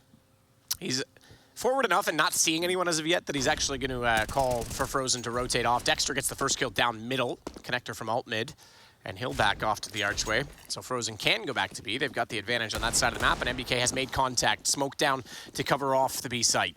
I think he's actually lucky that he was spotted there, because it looked like he wanted to commit and stick out towards sandbags and actually fight from there. That might have been one of the fights that Vitality is hoping for. So 2 smokes, 1 flashbang. And one of those smokes is all the way in alt mid. It's going to catch up towards Banana. It's an AK-47 on Masuta. And this is their last option, just a set piece towards the B bomb site. Orange one cubby for Frozen to play off of, but MBK boosted it new box. Incendiary to go. Pop flash off the rounded cylinders. Gives him the angle. Dupree checks it. Frozen with the response. I thought Dupree might have had both on the AK, but Masuda's got the trade. A trade that is extremely beneficial. Plant goes down at default, so they can't swing through the smoke from coffins and deny that, as Dexter has to hold and wait for his teammates to get closer. They've got kits to work with. They've got a flash that's gone high. 2 kits still in play, plus 1 down on the site and making another because Dexter's just lost his. And JDC back in, catches out Masuda, not aware that there could have been a second player from that position in the open, trying to watch CT. Magisk pulls one back, and it's 2 players to find. JDC to get aggressive. Needs to cover off Magisk and get the bomb. As he taps the first time, Magisk doesn't overcommit. Again, still a kit in play, and he's going to hold this down. Does Magisk go for it? He's got to hit the shot of the Deagle backside. No way! Magisk misses shots, and Mouse win the round. Oh, that's played so perfectly as well from Megas. Just that final peak, waits a little bit too long, and the Deagle betrays him, as we've seen it so frequently recently. Oh, that's brutal. He wins the stalemate as well, just keeping him frozen out in the open, keeping JDC unable to connect the shot. Oh, that is tough. That is tough. Still, these are scrappy rounds. Vitality, I mean, that's going to be frustrating, but you still have to look at the positive. You still brought this money so low. You have Mouse on the breaking point. You can't let that frustration overcome you just yet, because as soon as you win a round with this economy the way it is, you're going to boomerang, you're going to slingshot right back into the game. 1 for 1 again in Banana. Jisk actually, I think, because he was blinded, assumed he'd got the first kill and snapped to the second player. He didn't. He did a significant amount of damage, but MBK stays alive. Oh, this is such a sick lurk. This is such a sick just creep up rap side. Mouse has no idea. This is what they did in the pistol, except they had the bomb in this case. I mean, MBK falling back is at least going to be like the warning sign, I guess, but it's not going to be anything that makes him happy. He has no idea what's coming. Easy kill. Now, the only problem is the bomb is all alone on Apex. He's got to chill. He's got to let this little death squad roaming around the map in CT spawn do its job. Zaiwu toward the library. No, he holds. That's even better. JDC's given up the position as well by making noise first. But Zaiwu, oh, he's paid it out though. That's good information gathered by Torzy. Yeah, but Mouse have to do something. They have to either push down mid or they need to group up and actually attack towards CT spawn. It's got to be one or the other. This is so long to leave Dexter just on his own. He can do nothing. And now Mouse is just out. Too much indecision, and again, let's just bring it up because they've played a fantastic tournament on Mouse so far as well. Torzy and JDC, the 2 most inexperienced, the 2 moved up from the academy team. That's an area where I think they just got frozen by indecision. They'll get the final gun in Torzy down. Do they get JDC? Excuse me. He's still rotating back toward Boiler. Apex spots him, fires some speculative shots through the window, trying to get him out, and the chase is on. Bad boy, what you gonna do? What you gonna do when Jason comes for you? Is that a bad boy thing, the chasing? Well, it's from Cops, dude. Is it? Okay. How do you, you're American, how do you not know that? I don't know, I don't remember it. I remember the show. I was thinking Will Smith. Why? Bad Boys, him and Martin Lawrence. Oh, yeah, I don't think I ever watched that, actually. Well, 4-4. I'll try Ghostbusters next time. Maybe okay, that one will catch. Yeah. That's a great round from Vitality. Finding a gap in the defense, slipping in, and that defense not knowing really how to react in the situation. That's tough. So, with no money, with it a double save scenario, it's just going to be a full investment from Mouse Sports. They buy armor, they buy upgraded pistols, and all the utility that they can to fight back into this round. But Vitality have gained the advantage of weaponry. Dupree and Masuta to clear out holes. There's a stack from the defense towards lane, towards quad, Dexter and Torzy, and JDC as well. But all the pressure from Vitality going to be applied to the B bomb site first. Top Banana, and already peering into the site. Bounce smoke over toward the arch side. Dupree, the first to peek. Spots Dexter, slow to react. Quick kill.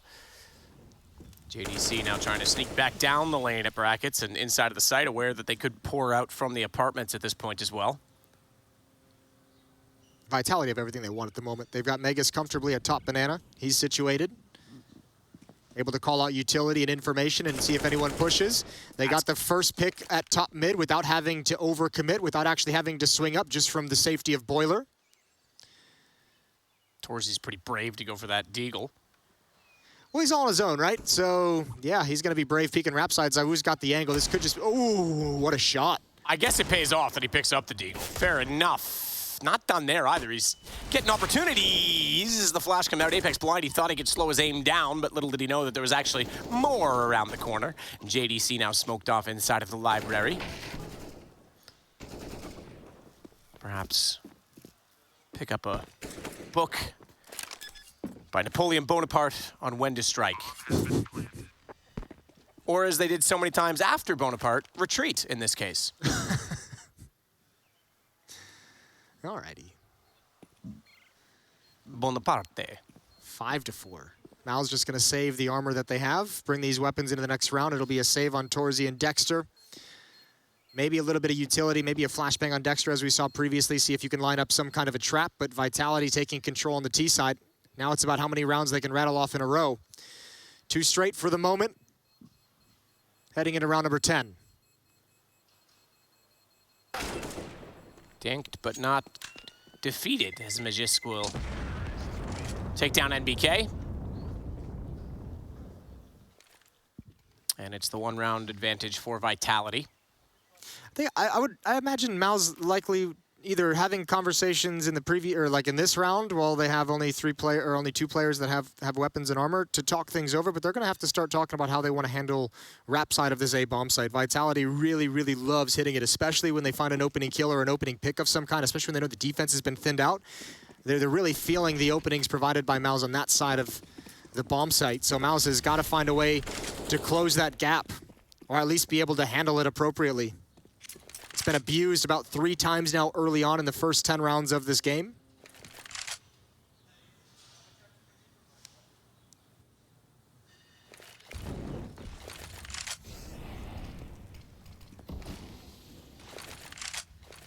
Smoke down, covers CT connector at ZywOo that just goes straight in and looks for the entry. He'll get frozen. NBK falls to Apex, who then delivers the same deathly blow to Dexter inside of the smoke. Plant that bomb, sir.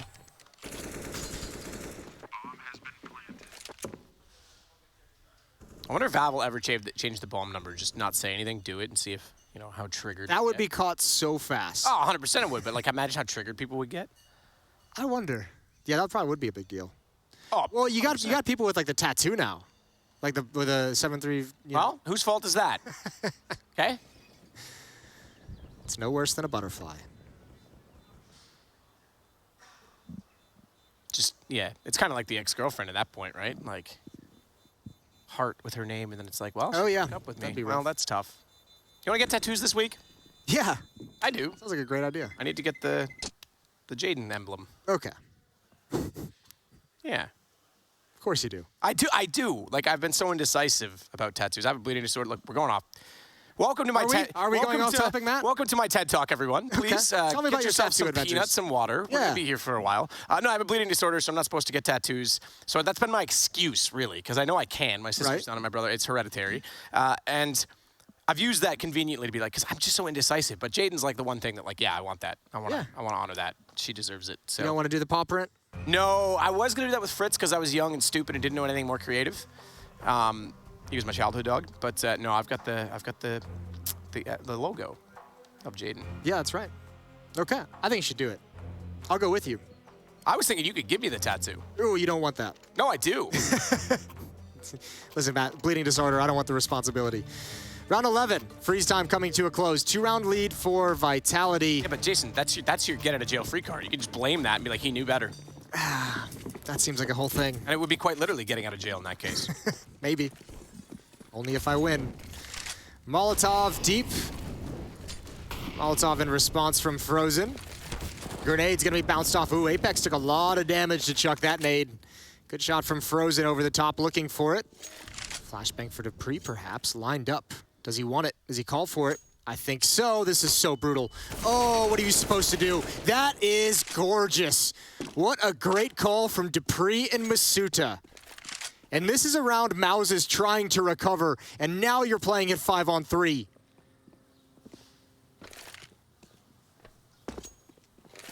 Bomb is very intentionally left behind. Now that they've got the picks, they'll go get it and exploit the map accordingly. Frozen, late smoke early with a round left, but late considering the circumstances to try and get himself back inside of the site. A little bit less utility now than ever for the CTs to work with. I think the only call that can be made for Mouse is exactly what they're doing. Rotate Dexter over to the B bomb site, play 3 people here, save if they go A, and you just cross your fingers and hope they come B and give yourselves a chance at the round. Vitality not just going to be content with the 2-man advantage. They make sure to clear top Banana, make sure to... There's no defense gathering information. They've spotted 1 at Banana, spotted 1 in CT spawn. Don't know who it is just yet. Sending Mega Skin. There's 2 at the B bomb site. So now they'll take their chances. 3-on-1 at A. Utility being used. Dupree's going to make the jump. They're going to find it clear. Apex is going to shut down Frozen, taking as many guns away. And there's money on the Vitality side. They can go for the hunt. And yeah, absolutely. They should go for the hunt. I think they should. I don't know that Apex wants to do it alone right now, going into the B side. I mean, this is essentially like taking the territory in a normal circumstance, given their positioning. So ZywOo is going to accompany him now, and looks like he'll start to clear towards CT. About 30 seconds to try and find these two. I'm not sure. I'm not sure they will. Oh, they will. I'm not sure, Jason. ZywOo's not advancing any further at this point. They are going to flash in. See, the problem is they don't know how far away they are, right? So they're clearing close. They're going to run out of time. Apex might, though. Okay, well, not anymore. Yeah, NBK was quick on point with that one. Dexter, what have you got? Narrow angle. Oh, you can't escape anymore as well. You're stuck in the open, 1 for 1. Here it comes, ZywOo. He knows NBK was in the bomb site. NBK just moved out of the direction, and ZywOo's got that as well. What a stunner. What mouse is he using? I'm going to buy it right now. All the guns taken away. It's a yellow one, Jason. That's all I know. Which mouse is it? It's the yellow one. 7-4, and no money for Mouse. This was dirty. This was so beautiful. We didn't follow Dupree the whole way. I think that might have just been a call. I don't think he necessarily had a sound cue. They even almost called it off. Masuta doubled back to throw that flashbang. What a brutal timing for that play, for that kind of success. Deagle peeking down mid, that's shut down. Dupree has the timing and he's ready for it. On top of his game, ZywOo. Looking left mid while Dupree looks right mid. They're going to find JDC underneath the porch. Shot out. Oh my God, I thought he got both. Dupree got the other. I thought that was a sick transfer. Yeah, that would have been a nice one. We'll count it. Yeah, we can just edit the name in the highlight clip. Yeah. No one will know. Quickly just Frozen left. It's going to be 8-4. A good CT side the desk mentioned that Mal's needed is not looking so good right now. No, it's really not. And a problem, too, I mean, we'll just bang on it one more time. The economy, the money on Vitality is going to be just so ballooned. What are we zooming in on? Just Dupree through the wall? Yeah. Okay, cool. Some nice Italian-style stucco. Yeah. Context of position for Dupree as he's inside of the library. Do you remember when someone made the mod for this part of the room and you could like click on the bookcase and it would open and then it went down the stairs and it was like Thorin's lair and it had all kinds of stuff down there and like all the Skrilla everywhere. That was weird, yeah. Yeah, there we go. That was it. That you opened that one, you went downstairs and then it was like Thorin's lair. That's cool. I liked it. You don't want to be down there. Oh, but I do. I do, darling. All right, Frozen, you're dead. 8-4, Vitality full control so far in this match. Vertigo was tough. They outlasted in double overtime. Here on Inferno, they're starting to run away with it. It's about time Maus start mounting some kind of defense, but Vitality's gonna have a bye for the rest of this half. There's 3 rounds remaining. They've got no problems with money for the rest of the half. Maus is fighting an uphill battle. To be fair, I think it's a yellow EC2 is what he's running for a mouse. So, 8-4, like you say, doubling up on the score. Lots of value in the bank accounts. Speaking of bank accounts, we look at the economy for either team entirely, and pretty clear who's got the advantage right now. But there will be ops brought out. Torzi will have his to play with. And it wasn't like they weren't challenged at the play-in, but now that we're getting into this sort of, you know, the teams that were already qualified. We're into the main bracket now. Yeah, the big boys came in this. The big boys came. Torzi's been a little more quiet, and that might be expected for the Academy player now making the transition onto the main roster for Mouse Sports. But I still am excited to see another young player on the scene and have that sort of potential. Oh, ZywOo jumps up. Standard utility exchange of Banana. Magus throwing the smoke on the left, trying to keep a gap. on the right side, gonna get spammed. I think NBK might have spotted a leg around the edge of the smoke, and he's found the kill. So, man advantage for Mouse, and oh, this was the scary part. Dupree's, oh, never mind. Not scary at all. Nope. It wasn't scary because we didn't even have to look at it. We just closed our eyes. Yeah, JDC finds it. Peeking through a little crack in the hay cart. However, NBK is the sole B defender at the moment, or the sole defender actually in the bomb site itself. So if Frozen gets blocked off or forced back, NBK with low HP, he's got nade in hand as well. He's looking for a sound cue. Great timing on that. Apex is, I think, is just going to walk through. He's got Frozen to help. Good utility usage. ZywOo not able to transfer over, but Frozen almost gave away the play. Good win for Mouse and NBK with a double kill. 5 players survive, finally. Yeah, and Frozen getting aggressive. You're right. He could have given it up, but was able to transfer on ZywOo and didn't want to give them any more room to walk in. 5-round streak for Vitality just gets shut down there. Good points. And only 1 round stepping off the bonus. Lots of money, therefore, for them to attempt to build up on the Mouse Sports side, but pretty much money at round 14 for both teams until the end of the half now.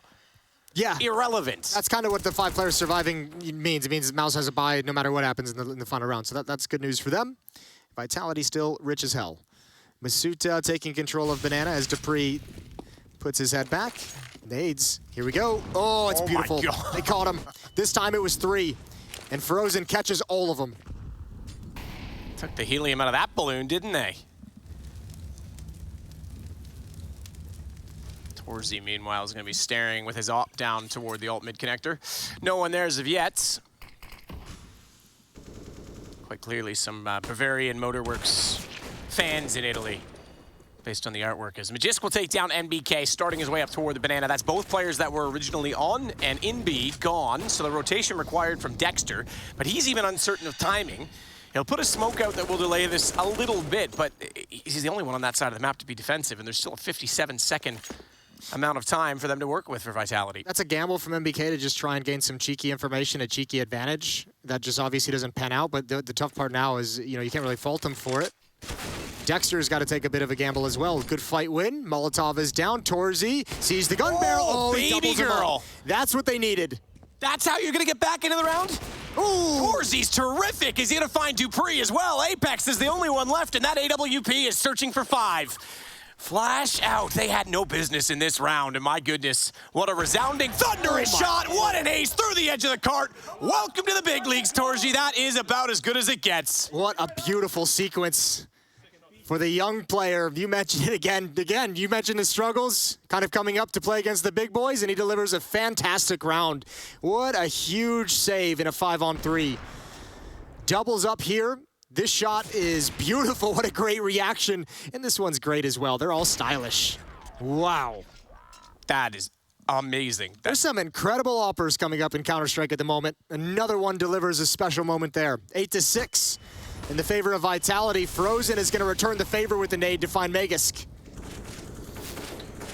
Dupree probably not pleased, as none of his teammates would be after that last round. That was a chance to go potentially to double digits before the end of the half. Now they'll get aggressive. Torzy's tagged to 19. Dexter, though, wants to take back the position toward the arch. He does exactly that and gets Masuta. This is a push. Oh, that had to work better than that for NBK. Yeah, he tried it twice. He's been shut down twice.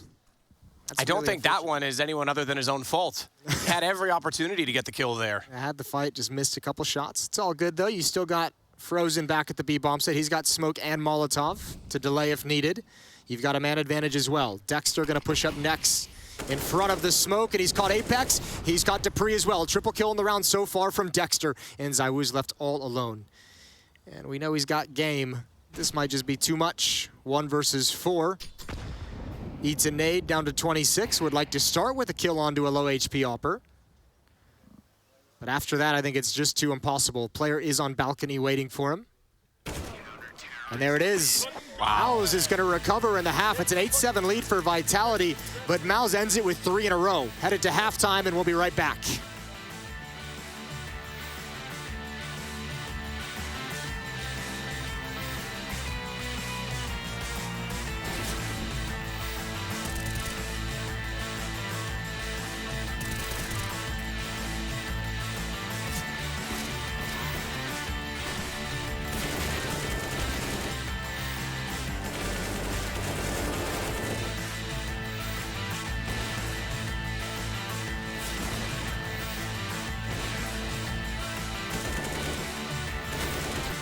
Scrum basically helps me more with the direction of the team. Sometimes I'll be having off days with maybe how practice should be going, and then he'll step in. He'll say, "You should try to do this, do this, do this," and he'll add in a lot more new things, and the whole team will listen, and we implement all that kind of stuff. So it really helps to alleviate that practice pressure for me with all these new factors such as Sikron and MBK in the team.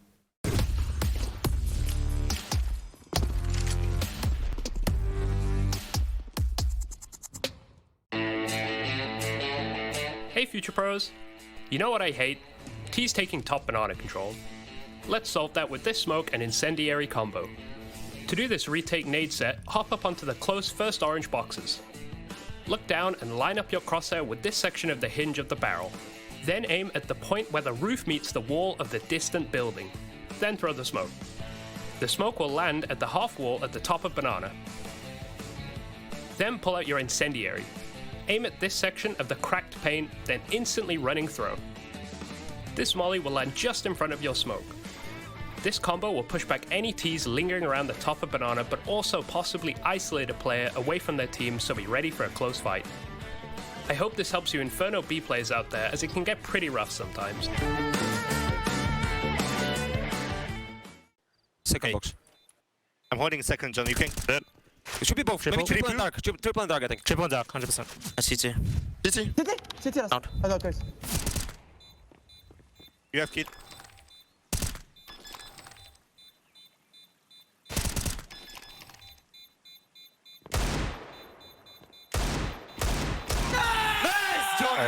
Beast, bro. Okay, flying, bro, that guy. More confident. But just say what you have, like, please, guys, okay? Because I thought you were at City, actually.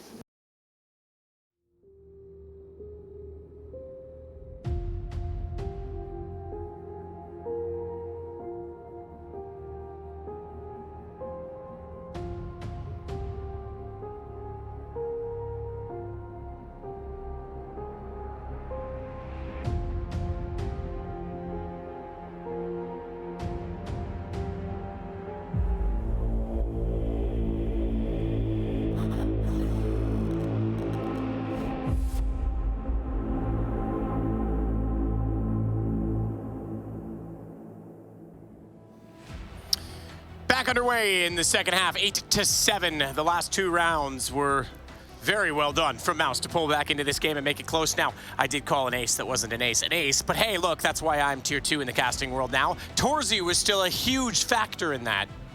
Remarkable round from him to get that momentum back on the Mouse Sports side as they swap over to the attack. Yeah, they needed it. I mean, on top of that, even the clip we saw on the break, that heroic defuse from JDC, that was massive, winning that 1v1 against Magisk. To get them some rounds early on to keep them close into this. However, Vitality on the CT side, their defense here is spectacular. They're going to start it off with, I was going to say it with a bang, but it's Dexter and NBK who return the headshots. Mid-push, that's bomb down. Torzi's going to come back for more. They know about Masuta. He's got to get aggressive because he's got nowhere to go. And Apex, last one left in a 1v3. And he's shut down as well. Quick pistol round. Mouse. Another ace from Tor. No, that one was 3.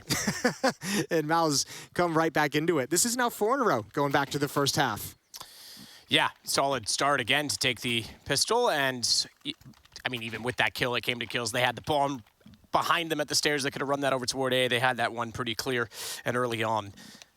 So they will be the first to buy up now. I'm hearing some typing. Jason, what do we got going on? No, nothing. We're underway. Nothing.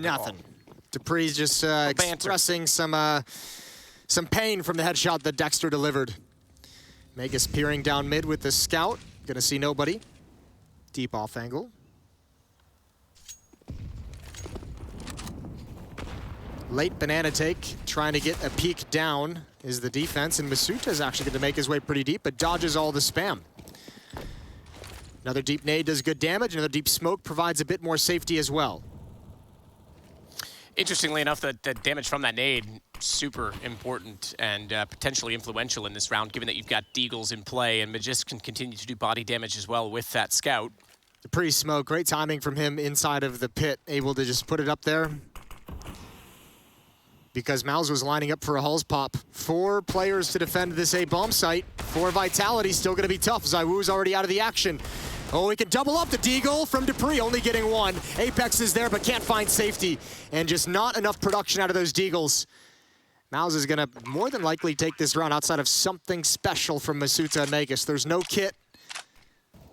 And another smoke means I think they're gonna back off.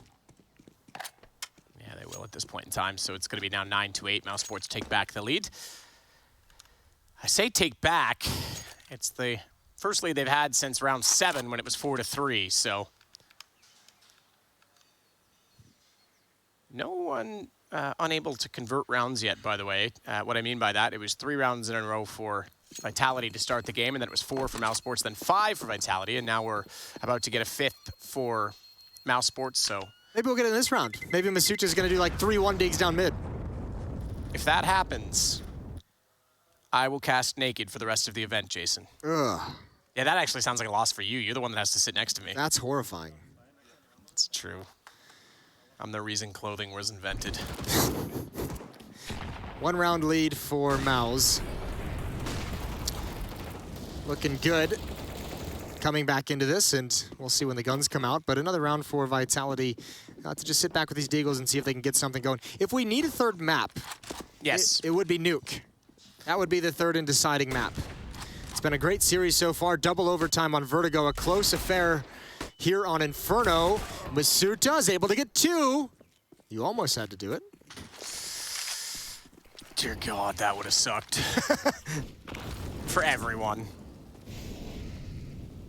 Torzy's just going to challenge, though. Oh, a late boost. This could be perfect from Dupree. And that smoke, I think, is just slightly too deep. Yeah, it barely couldn't see over it. In the crouch underneath. There's no one to spot this. This is huge. Not only does he sneak in, Apex never spotted him at all. This is like a guarantee. Okay, so he goes for Apex first, despite that he still could have held trigger discipline in that situation and maybe gone hunting for more, but it doesn't seem like it's going to matter too much at this point. Bomb's going to make its way over, and they're well and truly outside of the site. I say that. Smoke's not deployed. This scout could still do damage. They've only got 1. It's on Torzy, who is back at triple boxes. He just puts it out now. So that'll also give cover over to Dupree if he wants to move his way. Oh, there's a crack in that. There's a crack in that Magus. He can hit something special. It's so light, he misses it, but the possibility was there. And he'll advance with the rest of his team, 3-on-3. No kit in play. USP just firing off in the hands of Zaiwu, hoping to do some beneficial damage. Torzy above has the AK. Great position to play it in. Spots one, snaps it down to find the other end, follows with a stunning ace array. All right, that time it actually, damn, the one time he gets one, I'm out, I'm done. Yo, someone start putting your applications as a cast in my place in chat. I'll just pick one of you guys at random and we'll fly you here. I'm out. Oh man, what a great round. The incredible op round in the first half, and now here, this is a different kind of special. Not only obviously the kills and the ace, but the courage to just kind of march into the bomb site and find your way back towards ruins. And create all the openings for your team. That's a beautiful round from start to finish from Torzy. 2-round lead for Mouse. I don't like this guy anymore, this Torzy guy. He's just trolling me now. How much damage Magus has done? Just shoot him up down mid. Some nade damage down Banana, obviously on NBK, but that spam through the smoke does so much work.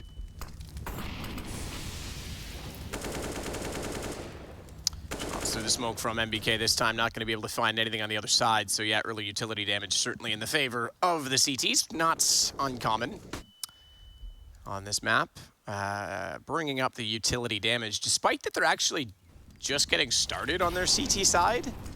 It's 319 and 312 for Apex and Magus. And I want to point out something. That's the 2 Astralis players who were kind of the kings of utility damage on Inferno. So that's kind of interesting that they still have that effect in this game, but it's a 1-for-1. Torzy with the nade in return onto Masuta, and JDC will add to that. They nearly track him down, but it actually just means Zaiwu's dead. He overextends and Frozen pops out for the top of mid. Oh, I think Magic got spotted. That's a big win. That's a huge win. Turns from the flash. He needs one more, but he can't get it.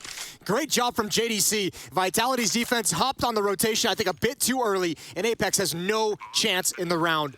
Mouse is stunning Vitality here on Inferno. This is going to be 7 straight going back to the first half.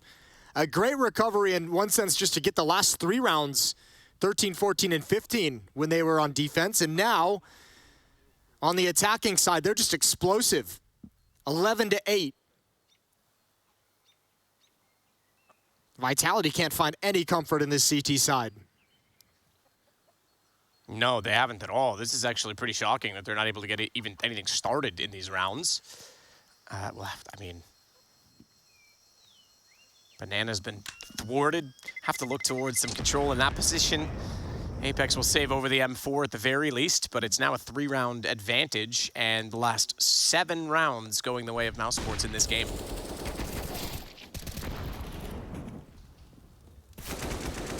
Of mice and men, Jason, the mice are winning.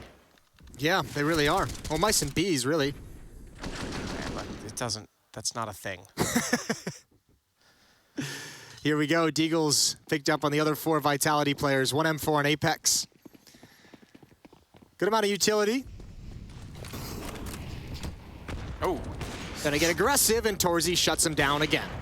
Again, with a nade thrown. I mean, you've got Dupree. I'm a little worried about this Banana control so far. I mean, I know they don't have guns or anything, but that is your single rifle player getting taken down immediately with the AWP. This is looking like a trend so far in this half. Well, I mean, certainly maybe a little bit of some unfortunate timings for him, but they're contending with Torzy, who's got a hot hand right now, 20-9. And remember, Mal's on the first map had to deal with ZywOo, so a bit of a taste of their own medicine. An AWPer that's going off. Up mid we go. Just the Deagles for Vitality. Dupree's in Library, and that's the most defense at this bomb site. He's got the Deagle, though. Seem to recall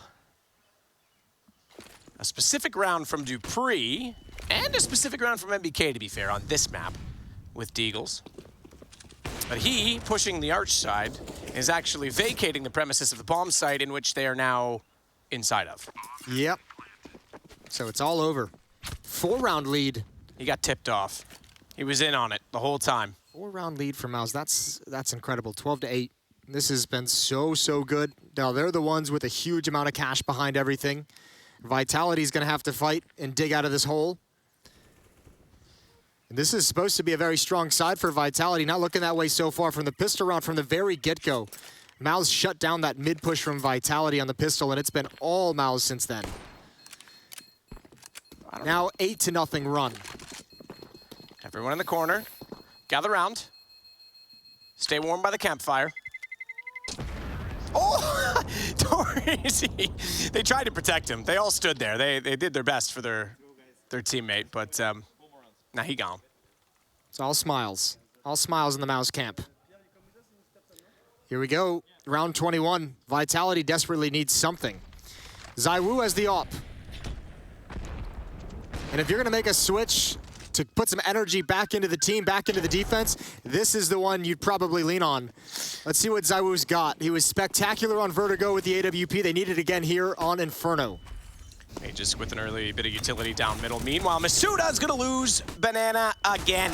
They can't keep losing Banana and the early pick. ZywOo has to do it all. Dexter's already got Magist. That's the 2 forward players gone. And my God, Apex is good. Oh, Dupree again. Are we just gonna keep going for Banana? Let's just keep throwing it at the same position, and finally it pays off, I suppose. They get a kill. Torzy's still alive with 4 HP on that AWP, but things will slow down for a moment. I like this play from ZywOo. He's putting himself in a position to be able to cut the map, to be able to get one and fall back, and he's got an easy one. He even spotted one more, creeping up, and they're having a race to who's going to get the angle coming out of holes. And ZywOo, I think, hears the footsteps of Frozen right below him. He flicks down, he can't land it. Frozen's got the plant, and it puts Dupree in a tough clutch, 1 versus 2.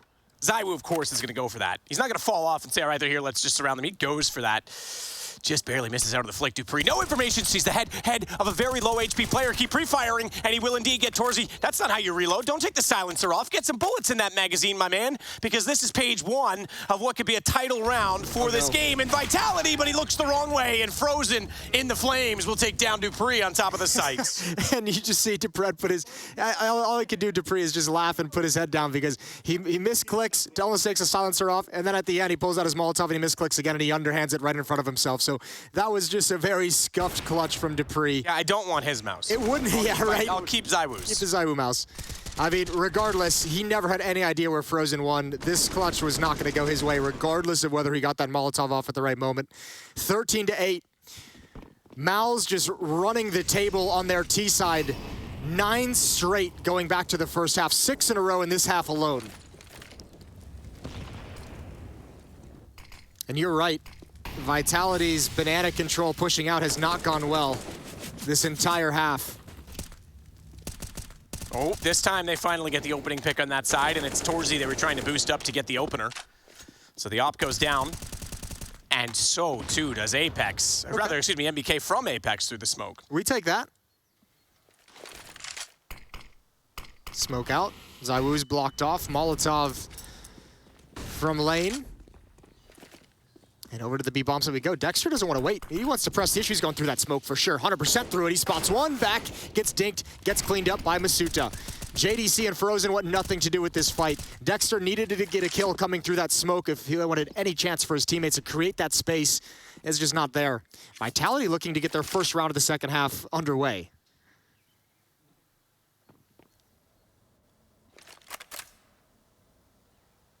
And yeah, again, winning out the banana early on is how it starts. Apex will eventually perish in the round, but he does his job, certainly, with 3 kills so far, and nowhere for Frozen to go except into the frozen ground. Although it's Italy, so it's probably not as frozen as what I'm used to. Doesn't look winter. They got some mountains. You know, they got snow. They host a World Cup. But yeah, no, he's gone, and Vitality are right back on the board finally after not only 6 rounds in a row to start the half for Mouse, but the 3 prior, 9 rounds in a row in this game. Yeah, that's brutal. Let's see if Vitality can come back. I mean, all that being said, the lead isn't exactly super secure for Mouse. It's just 4 rounds away. Vitality need another win here. Dexter down to 5 HP. Apex gonna swing out, needs that kill. Oh, he misses the chance. Masuta follows it up. Torzy's holding the angle, holding the fallback. Might have to use some utility, but the shot is gonna give Masuta the opening he needed. Bomb passed over to Dexter, who sits on 5. In a 4-on-4, banana control once again preoccupied by Mouse. Maybe they should listen to Rush's Future Pros tips about how to retake banana control. Problem is they're just going to walk into the B bomb site. They might have heard those footsteps. Oh, they definitely hear him running back and forth. Masuta's the only one. He's smoked off now. Molotov gonna land, gonna force Frozen forward, but there's nobody to capitalize on anything.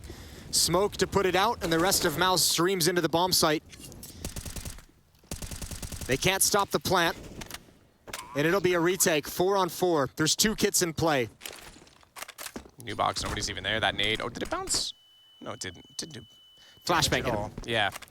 Dupree, meanwhile, trying to march over and help out Masuta. It's Magisk that actually combines with his Astralis compatriot that's joined over to this Vitality roster to get the first kill on the way through, but Frozen immediately gets the headshot back in return, and this round gets more and more tense, but Frozen unable to capitalize the fact Magisk slides under, lined up for the bomb at Banana, but Magisk ready for that as well. Dexter goes down, and there is a kit in the hands of ZywOo, and he knows exactly which wires to snip. That's a really, really tough, gutsy retake from Vitality, one they absolutely needed. Plant is going to help Malz reinvest into this next round.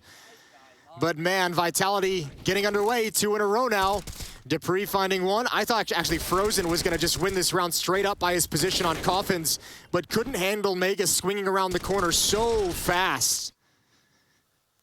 Here we go, 10-3. Vitality just 3 rounds back.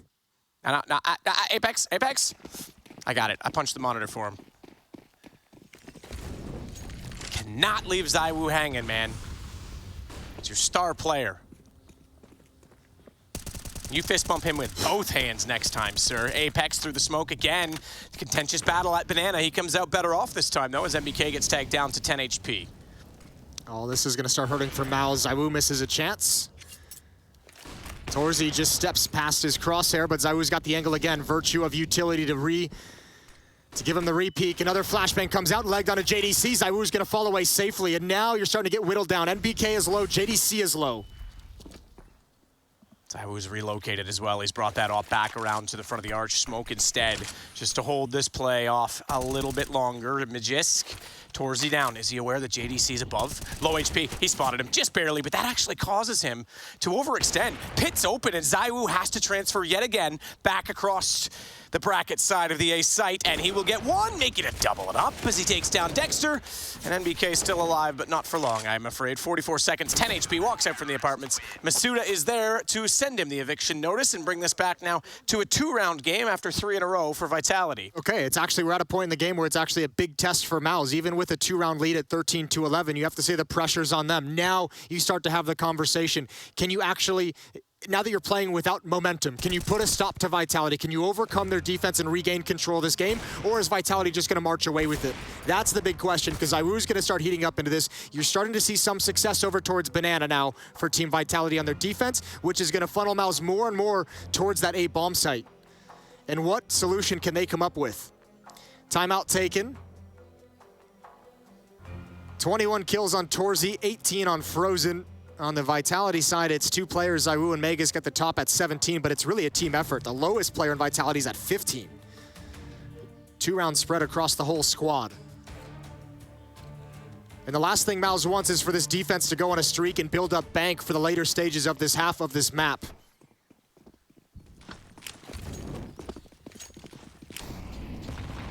Toss the nades via the skybox toward the Banana position. This time it's going to work out brilliantly as NBK is victim yet again to Apex. This time not just for significant damage, but for a full kill. And Dexter has to be slightly careful with his Deagle, trying to go back for more. Nothing found. Not even any damage done at all. I take it back. Apex, why you got to lose a little bit and make me wrong again? In some sense, it's kind of cool seeing how much Vitality has struggled at Banana throughout this game against, I mean, obviously mostly against Rifles, but now, I mean, you just see them keep going back to it. It looked a little bit silly when they kept losing, but now they've kind of got that swagger back into them, and they're not afraid of those fights. Nothing is going to force them off it. Dupree finds one in lane, and the rest of the attack, the rest of the presence up mid is swept aside. Molotov to get a kill. Dexter's alone in a 1v5. 1v4. Hello. 1v3. Ah, damn it, I tried. Magis gets the kill. 4 straight. 4 straight for Vitality. They're back into it, just 1 round away. Did he just call him Daddy? He called somebody Daddy. I don't know if the stream could hear it as well as we can. I thought I was the only person he made called Daddy. He made some kind of a joke about Daddy.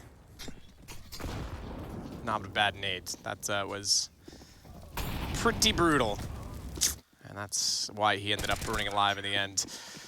So like you say, a 1-round game between them, and ZywOo back to the AWP. Banana, again, going to be a point of contention. NBK this time beating a bit of the nades. No Molotovs, or rather incendiaries down, so he'll tuck his way in. In fact, he's going to go all the way to the half wall.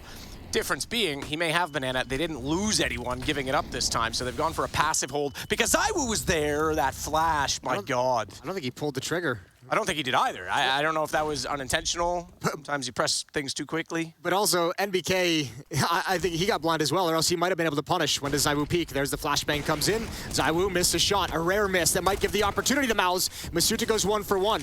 What does ZywOo do now in this situation? Around the smoke, using it. That's the bomb he could put a stop to, and Apex comes flying through. Double kill for him, spamming inside the smoke, and he gets Torzy. What a huge save from Vitality's captain. Apex with a triple. And I think that's because they tunneled onto ZywOo. He got lost inside of the smoke, they ran in, and Apex saw an opportunity to just barge into the site. Magis taken down by JDC, 33 HP and 2 to find. Apex being one of those players that has 3 in this round. And AK-47 on the T side can punish, but Dupree gets the better of the duel, and we are tied up again. Yeah, you're right. I mean, it makes sense too. You tunnel vision on that player that you have to find to secure the bomb site, and Apex just takes the opportunity, takes the opening, and takes 3 kills with him.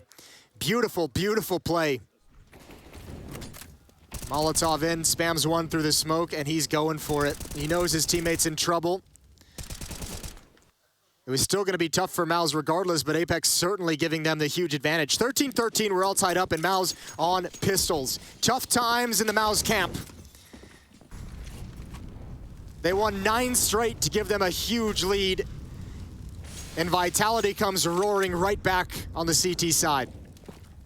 You know what it was, Jason? What's that? ZywOo was the piece of cheese. Okay. And Apex was the clamp on the mousetrap. Ooh, that's not bad. I'm rusty. Good. I should have come up with it at the time, but you know. You could have saved it as well for the future. Damn it. The thing is, no one's going to hire me again after this event, right? I'm like Rookie Gervais at the Oscars. I ain't coming back. He says that every year. I know. He gets double kill. And Torzy's going to find one, spamming the P250. 14-13. Finally, that's got to feel good for Vitality. They regained the lead that they haven't had in so long. Might be the Academy Awards, but doesn't matter. As Vitality, you're right, back into the lead. It was an 8-7 lead for them to start off this half. And it's taken them this long to get back. Huge. Up on Torzi, up in the hands of ZywOo still. Complete reversal of fortunes in Banana. Vitality haven't been losing nearly as many players as they were to start this half. We might get a challenge again. Dupree, deep smoke. Masuta's gonna play out towards sandbags. ZywOo with the angle with the AWP.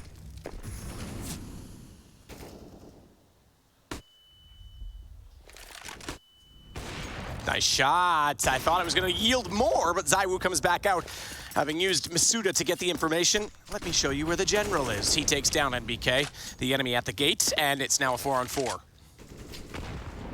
Yeah, actually even tagged ZywOo through his teammate through the board at the car. Important rebuttal, and ZywOo changes position. Now over to the A-bomb site, playing in library, watching Rap side. Magus can pit. Tough player to flush out of that position. Dupree inside of the bomb site, and all of Mao's encroaching towards this A-bomb site. Apex has all the information. He continues to shoulder peek the half wall. Swing for Dupree. Spotting out one needs to be efficient, though, because there's two there. He's stuck in the corner. Now he has to get the reload. Right button this time on the mouse. Rather on the keyboard. Oh, no, it's not. What is... Does he have a broken... Does he have a broken right click? Like, throw it away. Break it with a hammer. As if I say that and that's what happens. And now look at the round. It's falling apart. ZywOo has to save this based on that. Torzi's going to win it. We're tied at 14-14. Dupree, someone unplug that and get him something else. Yeah, he needs an exorcism on that mouse. It's really ruining his day in every sense of the word. Some missed shots as well before that, but ooh, frustrating. 14 all. What the heck? Yeah, that is really uncharacteristic. Wow. Oh, we're gonna show it again. That's so cruel. Whoop. What? Does he have that much muscle tension? Like maybe the button's slightly worn out and like he's just tapping it? Yeah, I'm not sure what that is. Like like you know, like a mouse gets old, sometimes the click resistance is like worn down. Like just burn it with fire. Yeah, I'd never. That mouse is. I'm gonna do it for him after this game. I'm getting retired after this game. Yep. All right, ZywOo. There's still money, despite that. Putting out the Molotov so we can fight with this team, and oh no. Good damage onto NBK, decent damage onto Torzi, but losing a player. Deep nade evens things up 4-on-4. NBK's been involved in some brawls in Banana throughout this half. It's even worse because he's using the silenced M4, which means it does prohibit you from shooting. If he's on the other M4, it doesn't even matter, right? Yeah. Aside from the Molotov, perhaps, but you don't. Yeah, the Molotov situation was weird. Yeah, but that's just ridiculous. It must be cleansed. ZywOo rotating over to A again, leaving Apex alone. No more smokes, no more Molotovs for Apex, nothing at this B bomb site, so you can see ZywOo leading the way to get information in mid. Dupree's gonna be on the hustle to get over here. Apex just huddled up in dark, waiting. That flash needs to come soon. Apex is calling out, looking for the timing. Oh, he's got it. He's kind of got it. Over the top. Now he's alone. Dupree has gone down, and there's Dexter with another. Great headshots. I think he got to save. I think ZywOo's got to back off right now. You do not want to lose this up. There's no money for Vitality in the next round. He's going to stick around. He's going to go down. He actually hit Torzi on that sequence. I mean, it doesn't matter. It's inconsequential. The round's lost. Bombs planted. They lose the op. That is still definitely more of a problem. But this will be the first, by the way, with double overtime in the last map. This will be the first map point Mouse Sports has had in this series. Yeah, that's a good point. We'll see. I mean, and a great chance to close it out. Look at what Vitality is going to be fighting with. Dupree will have a decent buy. Magus will have this M4. But Vegas wants nothing to do with that offense CT either. Like, there's a chance the bomb pushes it further away. I guarantee you one of the T's is going to actually, they're going to send Dexter that direction so that they can't recover the op. Oh, man. Yeah, first. What is that chicken? Is he swimming? He's chilling in the wood. That guy's even scared of him. He's like, yo, that guy's crazy. Like, look at him. He's got half a body. I'm out. Get me out of here. One's at a treadmill. One's chilling in the hot tub. Okay, that's a little more friendly than what I was thinking. I was thinking some sort of demonic possession going on. Ghost Chicken, the sequel to Ghost Shark. All right. Well then. Over the wall. You mentioned the first map point that Mouse will have in this series despite double overtime on Vertigo on the first map. What an opportunity it is. 2 M4s An SMG and 2 Deagles. Couldn't ask for a better situation if you're Mouse. We'll see if they can do it or Vitality to force overtime.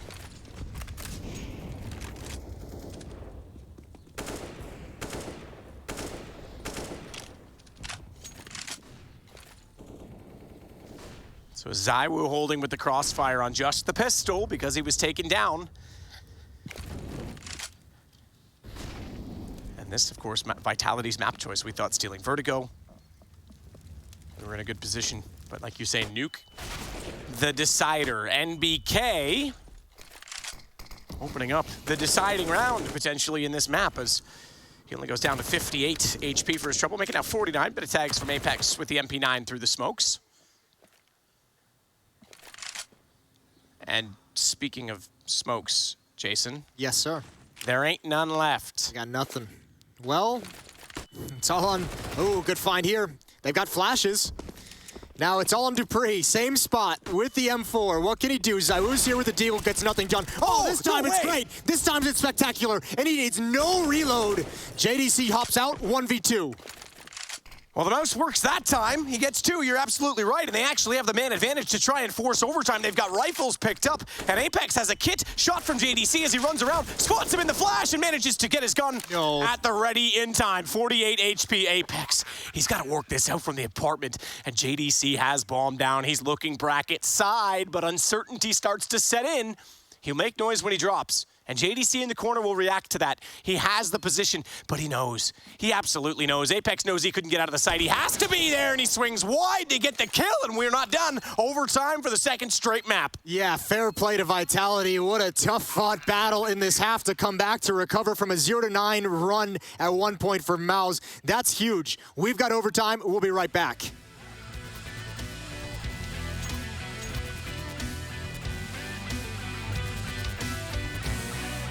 Playing with now Danny, Peter, and Emil it's new because it's not the same CS that I'm used to because I didn't play with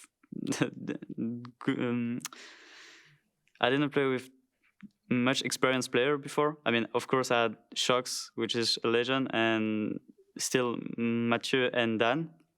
But now with Peter and Emil plus Danny, I feel like I see everything, I mean, more things, new things during the games, or like why he does that, at which moment, etc.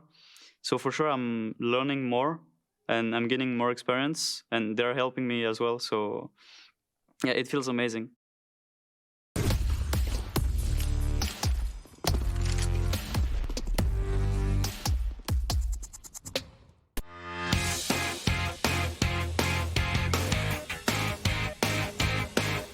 Hey Future Pros!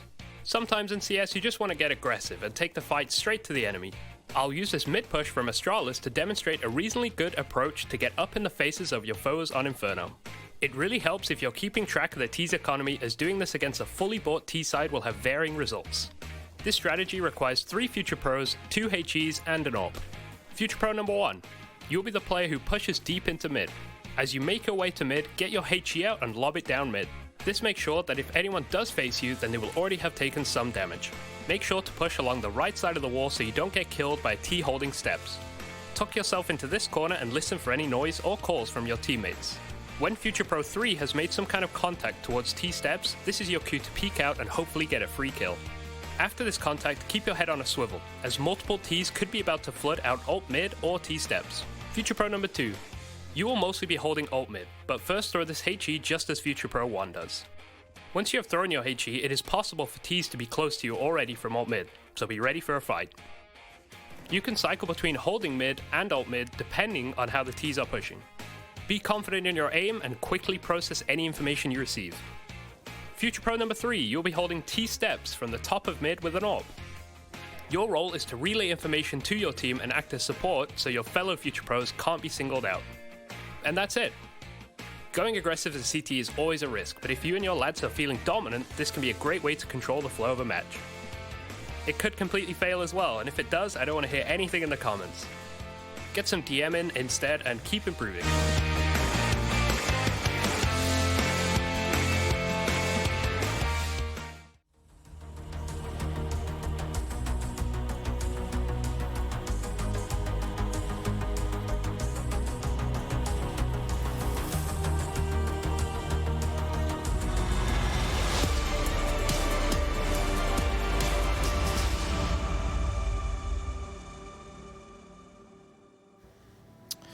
Someday, Jason, they'll have your face etched into the Mount Rushmore of Counter-Strike.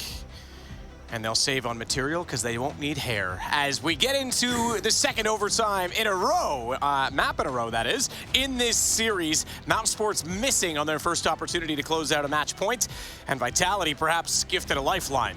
Yeah, they needed one. It seemed like they were knocked out of this map for a long portion of it, and they're going to go right back to their pistol round strategy, a push down mid. Dupree's going to try and catch him off guard. Oh, and he's almost got MBK, but now he can call it out. Maybe not efficiently enough. Nobody called it out quick enough, or nobody reacted.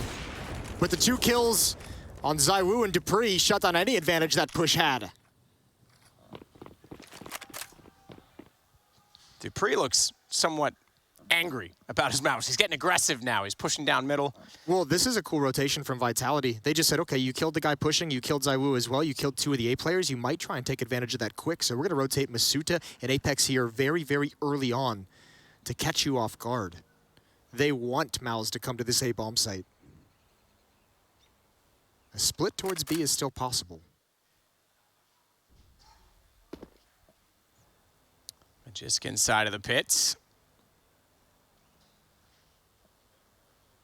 JDC sneaking all the way around, though. Masuta's about ready for it. They're aware there's no one in the lane. Apex taken down, and the trade. But Magisk, this is why you never leave the pit. Just like Maverick never leaves his wingman, Magisk pops out to find 3. That's so spectacular. Oh my God, Mouse have no idea what just hit them. They were so excited about that. Even with the stack, even still getting that first kill, the numbers are difficult to deal with. And a triple kill from Magisk.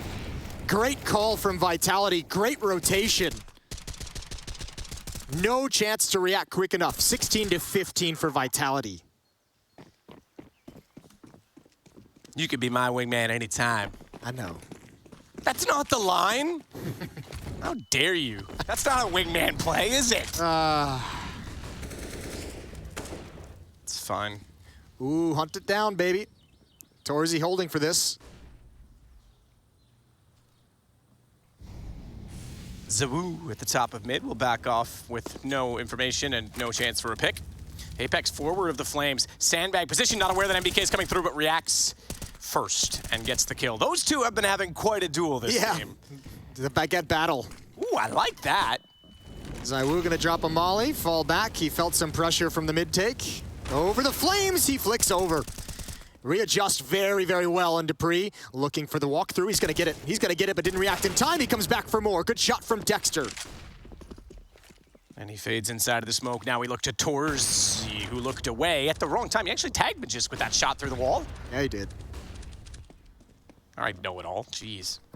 Trying to let everyone at home know. Oh, that timing. That timing is rough for Torzy. He was looking for the flank, but if Masuta, okay, he started walking. I think Torzy might have heard one footstep. Yeah, scopes in.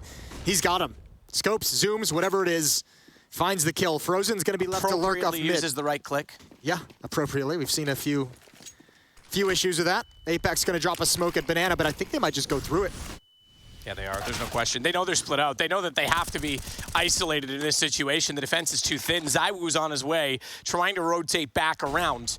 But this looks like a potential 16-16 bomb planted, both with kits, no utility. That's the key. And the smoke still lingers towards CT as well as Banana. And Dexter's going to play on the other side of it. Now, Frozen isn't here. He might catch Magisk, though. And he's going to have no idea at Highway. Yes, he's got the angle. He hears him running. This should be a clean and concise headshot. And that is the round. Now, that lurk could have cost him as well, though. The reason I brought that up is he's got a Molotov. If he puts it in the corner, oh, it bounces off. He still gets him to peek, and Dexter wins it, but there was an opportunity there. I was worried, just to go back to that, I was worried as well that if Frozen doesn't catch him and they isolate this Dexter, the single player on B, that's done. He defuses it and it's over. The nice thing, Dexter was looking at the long game. He did plant for Dexter, planted in the open instead of over towards Coffin, so that Frozen could have been involved with that lurk, but certainly that was the winning play. Catching Magisk put ZywOo in a near impossible situation. 16 all. Good kill from Dexter. Thought Dupree might have had the advantage. That was the big one. I think Masuta just ran one footstep too long. And an entrance going through the smoke.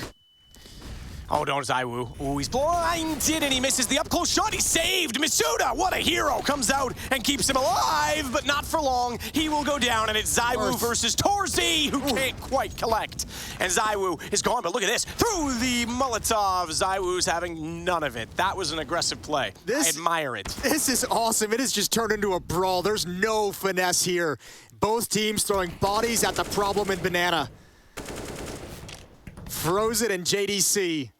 A 2 versus 3, but dupree's going to take the opportunity to push down. He can split the map. JDC can move as far forward as he'd like. The one problem is, I don't know if dupree realizes the timing of this. If JDC, for whatever reason, decides to wrap towards B, I don't think anyone from Vitality is going to consider it. The one thing that does still linger is the bomb back at T stairs. And Frozen, you're right. Frozen's going to go get it. JDC's going through. This could turn into a B split. It's the one player that could do this. Yep, and dupree just got there late. Now Megas, okay, so he is looking for it. He does keep his eye on it, but will he find the timing for it? Oh, he's calling for the flank. Yeah, be careful, flank is there. We heard dupree say it. So they are definitely going to be considering it. Like you say, though, timing is everything. Smoke goes down for the cross. That will not, oh, it does. Magiska's rotating off of it.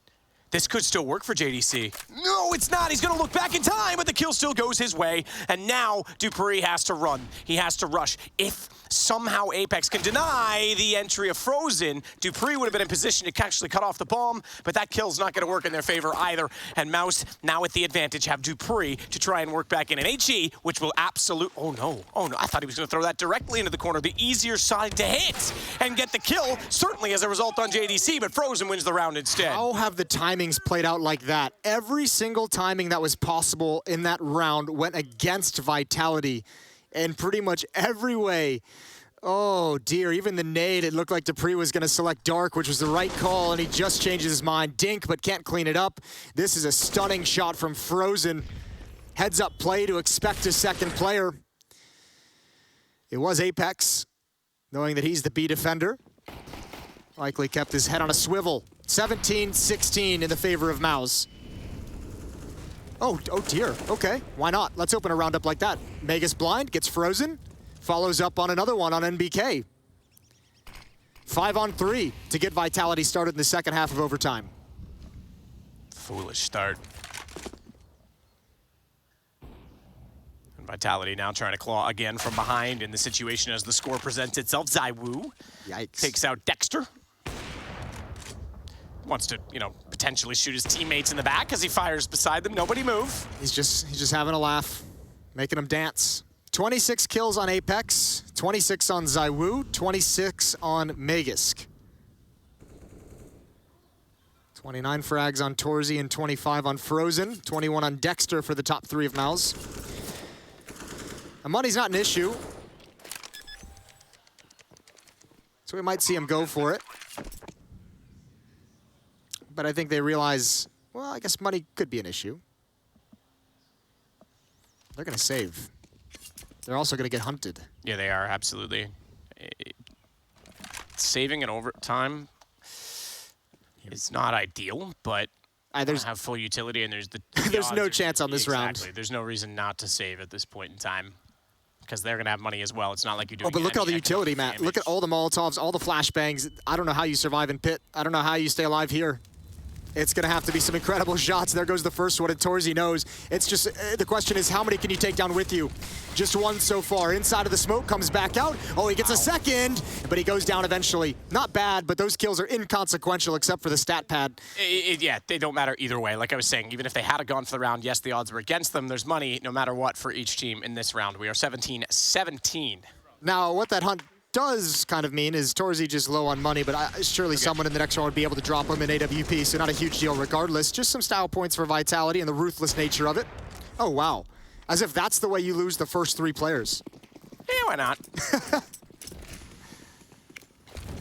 ZywOo, first to Banana this time, and there's 4 players that actually were looking to try and get a stance there. If you're going to put that much there, you'd expect to take control of the portion of the map, but ZywOo gets the winning kill, and now they're starting to work their way up toward Banana. NBK, Dexter, both trying to retake position. NBK has actually slid across, and he's at the sandbags. But a smoke will come out, and that will pretty much neutralize the area. Everyone move along. There's nothing to see here. I wonder if they heard the footstep. I wonder if dupree heard Torzy jump back in towards pit. There's the flashbang. It's perfectly timed. Oh, the Molotov as well. Good kill. But Torzy has no smoke. He's got to fight in the flames. He's burning. He does go down. But what a heroic effort. Jisk, though, with the one back, keeps this level and keeps it close as Apex comes over top and takes down JDC inside of the site. Dexter, bounce smoke, wants to get himself closer. Meanwhile, NBK lurks up from the top mid. Magisk firing into the smoke does tickle Dexter. But it's no laughing matter for him. He'll sit back and wait still. Bomb not planted, 48 seconds, and some ground to be made. The bomb is inside of the site, but Magisk has to cover lane, surely, at least.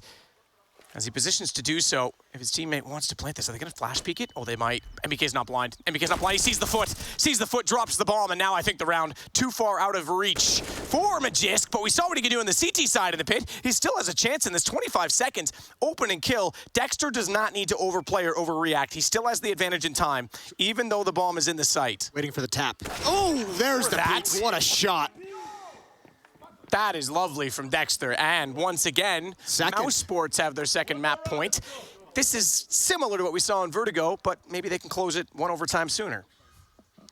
I wonder if Apex wishes he could have that peek towards lane back. This was great from Torzy, and you think how close this round came to fight in the flames like that, knowing you're going to go down, hit 2 stellar shots. Beautiful, beautiful effort. Dexter shuts it down at the end. Frozen likes it. 18-17.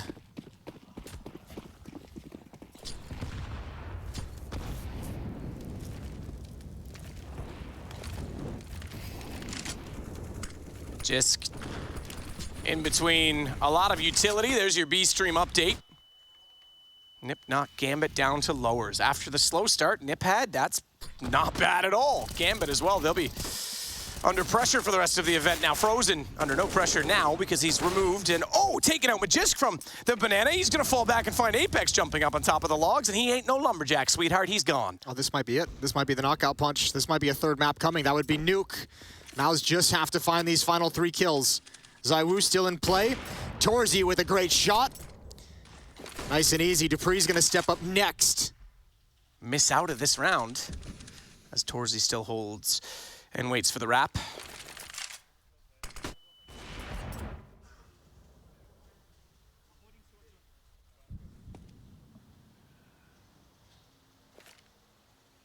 Torzy's gonna hold even longer in the same position, but the smoke will finally go down. He fires into it. They know where the op is, no question, but JDC on Dupree.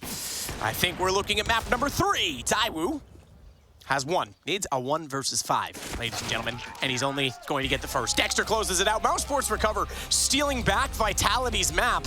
We have Nuke as the decider. Yeah, very back and forth game as well, and it's good to see Mouse with some composure to be able to close this one out. A huge, huge win, and Vitality fall just a little bit short. Regardless, fantastic series we've had so far. 2 maps, 3 overtimes. What does Nuke have in store for us? We'll find out after the break.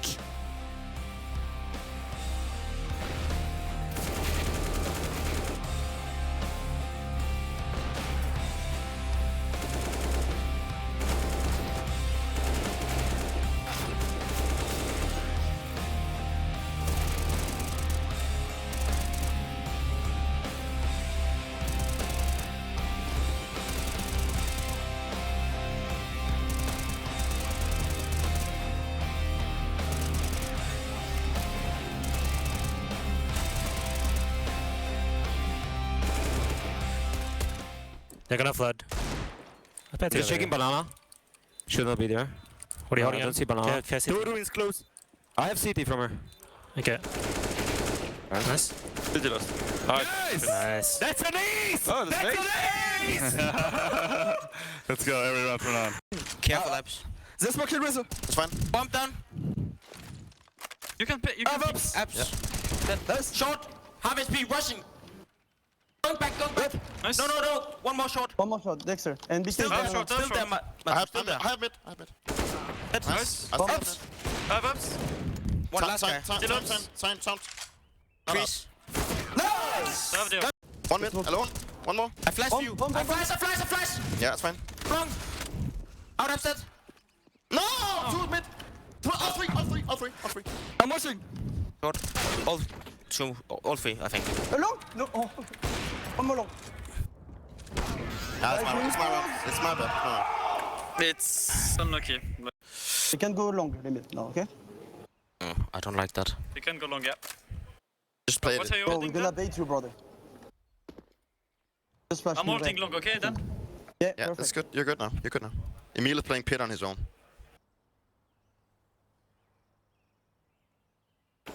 Long one. Pop it.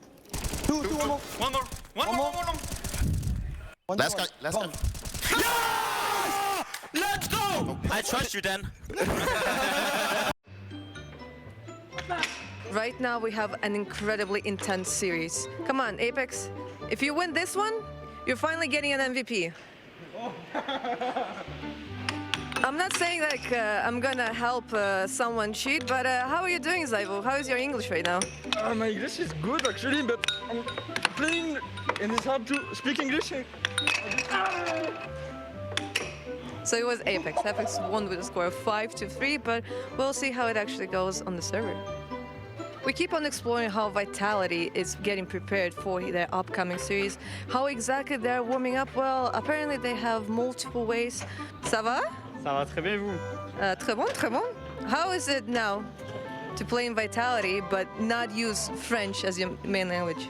I mean, I'm used to talking English with people, and I learned good English with school, so I don't really mind. It doesn't change anything for me. So I'll not delay you any longer. I'll let you prepare. I mean, I'll let you prepare for your series. You know, like you need to warm up the mechanics. Exactly, so that's how it is. That's how it is. That's how it is. You keep your hands warm. That's like actually really crucial. But thanks a lot, and good luck on your upcoming series.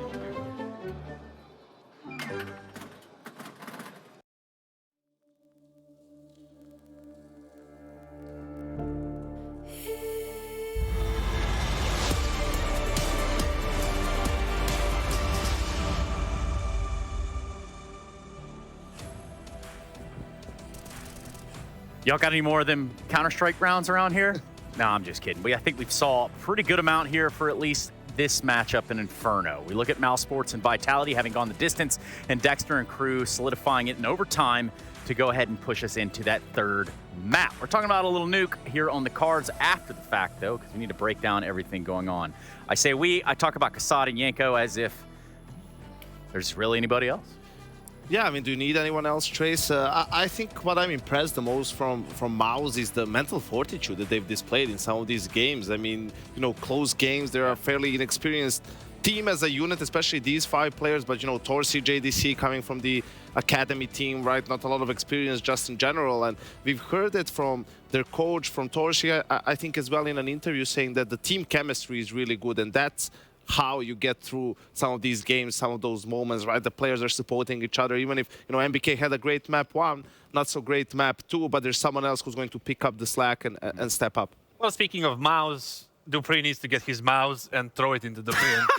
That's the first thing he needs to do, because on the most important round, the mouse jumped and then the right click, and it's just... Maybe just see his palms are sweaty. Awful sequence, you know. The T side from MOUZ was based on the really early aggression on Banana and Bracket 2, which is very risky and very dangerous thing to do, especially on a map like Inferno. If you do something like that, you get easily punished. They didn't get punished. They got quick 2 gun rounds after winning the pistol. It was 13-7 all of a sudden, right? And then kind of Vitality consolidated. They didn't give up any early kills. It was 13-13. The MOUZ jumped. And then we have overtime and anything can happen. But most definitely happened that Torsi bounced back after the first map and showed up with 34 kills here. Yeah, Torsi's not just bouncing back, he's kind of just bouncing around, doing as he pleases. And that's from time to time we get to see that from Torsi. Kind of cool, considering he's one of the newer faces around here. Also some new face to kind of put an understanding to this matchup, Yanko. I believe it'd have to be that around 20. Yeah, I think it's compared to what Kasad said about MOUZ and their approach. You know, Vitality is a little bit different. It's a little bit more methodical, right? You could see early on when things were working for them, right? And they could understand, okay, we're winning some of these rounds, like standard banana control, get an opening kill or get a positive trade, and then just closing out the rounds in a pretty clinical way. Then they slow down their default. Really, they expect some aggression from the CTs. They have to switch it up. They can't just be playing, you know, the standard style. And there was that round 11 where they did a great job of just kind of reading that aggression, a simple flash play in apps, which completely dismantles the setup for MOUZ, and that was another easy round really for Vitality, just to keep having more momentum. You can see like Dupree smells it here, just asks for a flash, pops, double kill, pretty much the round over right then and there. Yeah, 20th round, 11th round, yeah, tomato, potato, right? You know what I'm saying? It did look like some pretty well-oiled parts of Vitality right here. And we just heard the team comms, which I don't know if you guys were able to detract anything from that, but it was kind of nice, honestly. I know there's a lot of question marks around this team, and can they do it with an international lineup speaking English? But, I mean, communication is the biggest part for this team, and it's going to be the biggest problem. We spoke about that. From tactical side, Vitality has always been good default team. They've always been like problematic team when you allow them to keep their utility late in the round. They know how to execute, and you know it's always a problem against them if you allow them to keep their smokes and mollies. Just crazy. This shot from Torzi still look kind of fast, even in slow motion. But Right. in real time, when you saw this, it's like, wow, this kid's fast. Yeah, he is, and we're fastly gonna, or excuse me, expeditedly. That's not a gonna word. Be, it's I made not. that mistake 6 years I don't ago. even know if the word I just used was real, but I know that we're going to nuke, and that's what you need to know about the things in front of us. Yeah, we had an overtime affair here. Yeah, these players are full of experience, should have everything that they need in terms of recentering themselves, but damn, there's going to be some heavy breathing. It's tricky sometimes. I mean, this was the 3v4 that Vitality managed to bring back, or even a 3v5. Like, they just gambled towards A. Magus with a great quad kill, right? It was a 3v4 situation. And, you know, you can go about it when you have a man advantage. You can, like, send a guy on a suicide mission on one side. If he has contact, you go on the other side. But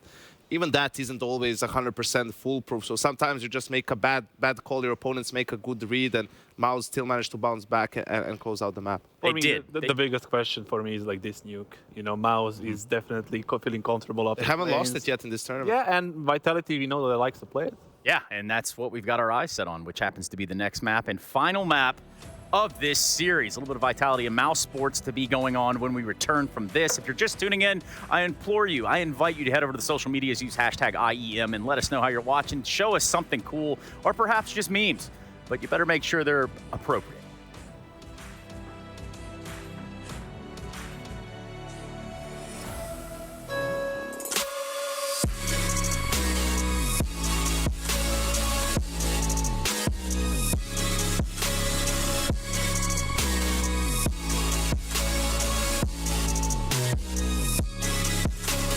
You love it, you wear it. What's your style? Get your merch at shop.eslgaming.com.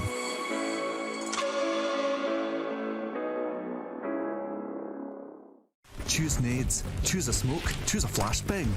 Choose team badges to support your favourite CSGO team. Choose an ESEA Premium membership. Choose routes you know bring in wins. Choose pro video tips. Choose the fan club wars. Choose behind the scenes content. Choose good grades. Choose guns you know you can shoot right. Choose bingo. Choose the equipment you know is going to get your team the win thanks to heat maps. Choose the CSGO Hub Premium, the complete package to help you and your squad achieve all your CSGO goals. Can't be long. Holding it. I'm doing first smoke. I'm holding short on. We're both smoked up. Plan perfect. Reloading. Have long. Shot in the smoke. Short. One short. He can close. Short dead. Nice. Last on him. Oh, Short, it's up, it's up, it's up. Short. Yep. Last one, guys. Yep. Together. Hey, cat. I'm chilling. I'm behind him. Have good angle. Play good. Let's go! Let's go!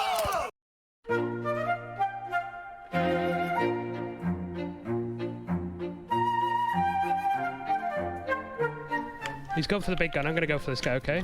This could be a big goom. It's not a goom, it's not a goom. One more. Okay.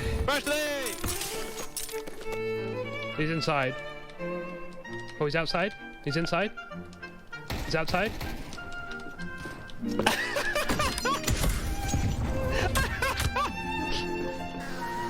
Okay, I'm going for some no-scopes. Okay, see that. 360s. Nice. One fella here looking at you directly. I'm going.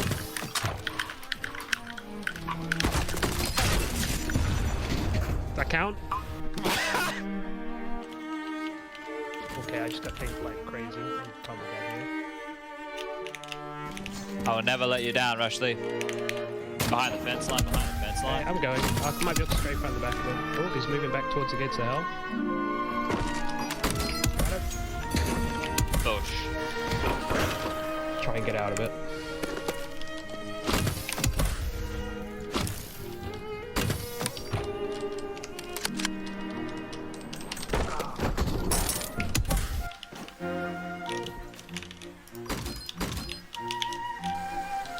Ah, stuck. You got more to put on? That's it, that's it. Okay. Okay, I'll tell you when. Oh my god, two of them. I'll let you know when I'm ready. right, now. Beautiful, beautiful. Teammate here on that thing, kind of far. I'm just gonna go.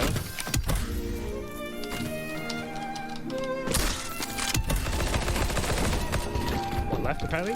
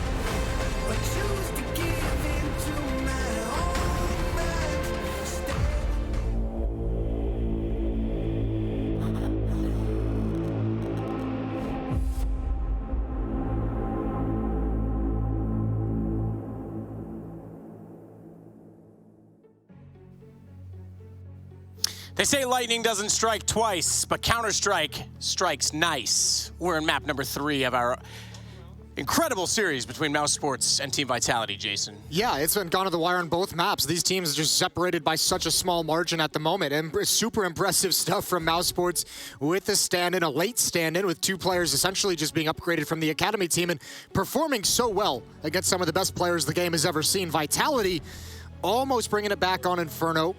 We had double overtime win on Vertigo to start this series for Vitality. ZywOo and Dupree both over 40 kills. We had Mouse Sports winning in overtime on Inferno in the second map, highlighted by some phenomenal rounds from Torzy. And now we get to decide everything on Nuke. That's how we got here. Absolutely, yeah, and what a tense deciding map it will be. It will appear as though I'm seeing things now in the server. That's Team Vitality will start out on the CT side. They are set and ready. We saw the quick huddle from Mouse Sports. Yeah, just talking some things over. Makes sense as well. Probably getting everyone settled in. Everybody calm down. They've been playing so well in the play-in stage. They've been playing well here right now in this series. And mostly just talking, just keep it up. Keep doing what you guys are doing. Have the confidence because you guys have obviously shown you can compete with the big boys. Let's get it underway. Mouse Sports taking on I did it again. Mal's taking on Vitality. Right. Third and final deciding map. It'll always be Mouse Sports to me. On Nuke. Maybe it's because they want to pick up a console team. They can't be Mouse Esports anymore, you know? Fair point. Well, we're going to get aggressive early. Frozen already into the upper site through the huts. And shot in the butts because there was players on both sides of him as he gets taken down. ZywOo from above gets one. Dupree and Apex contributes as well. And JDC is left working in through Squeaky with now nothing else to live for. Yeah, great pistol round from Vitality. They shut down everything. Oh, JDC, you're even wrapped upon. They know exactly where you are. And you get nothing. Masuda finds the final frag. 2 for ZywOo in the round. And that's a 1-0 start for Vitality. 1-0 indeed on the CT side, and they're going to go with some MP9s to go along with the M4 and FAMAS. One of the FAMAS is brought out. Go ahead, Jason. Now, one of the things we got to worry about here, I guess, in this, after 2 great maps, the fear is always that this third map isn't going to stand up to it, isn't going to deliver, and just yet another test for a Mal's team that's already inexperienced together with this stand-in as well on top of everything. How deep can the map pool go? You know, how competitive can you be on all 3 maps in this series?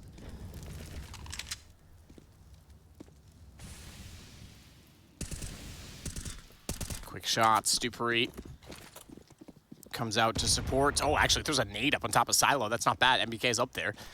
That's a bit of damage onto him. That'll benefit the M4s as they get closer. Tapping, Apex, Frozen, Torzy both go down as a result of it, and he's looking now toward the red crate. And that's smoked off. Massive gap, though. ZywOo's got that covered. And they're still trying to find MBK up top.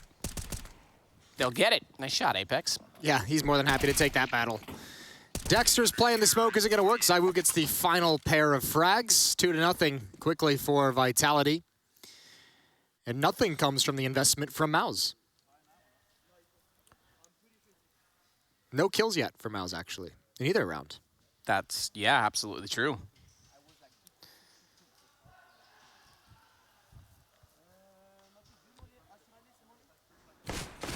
Astralis Mully? Is that what I heard? Yeah, probably.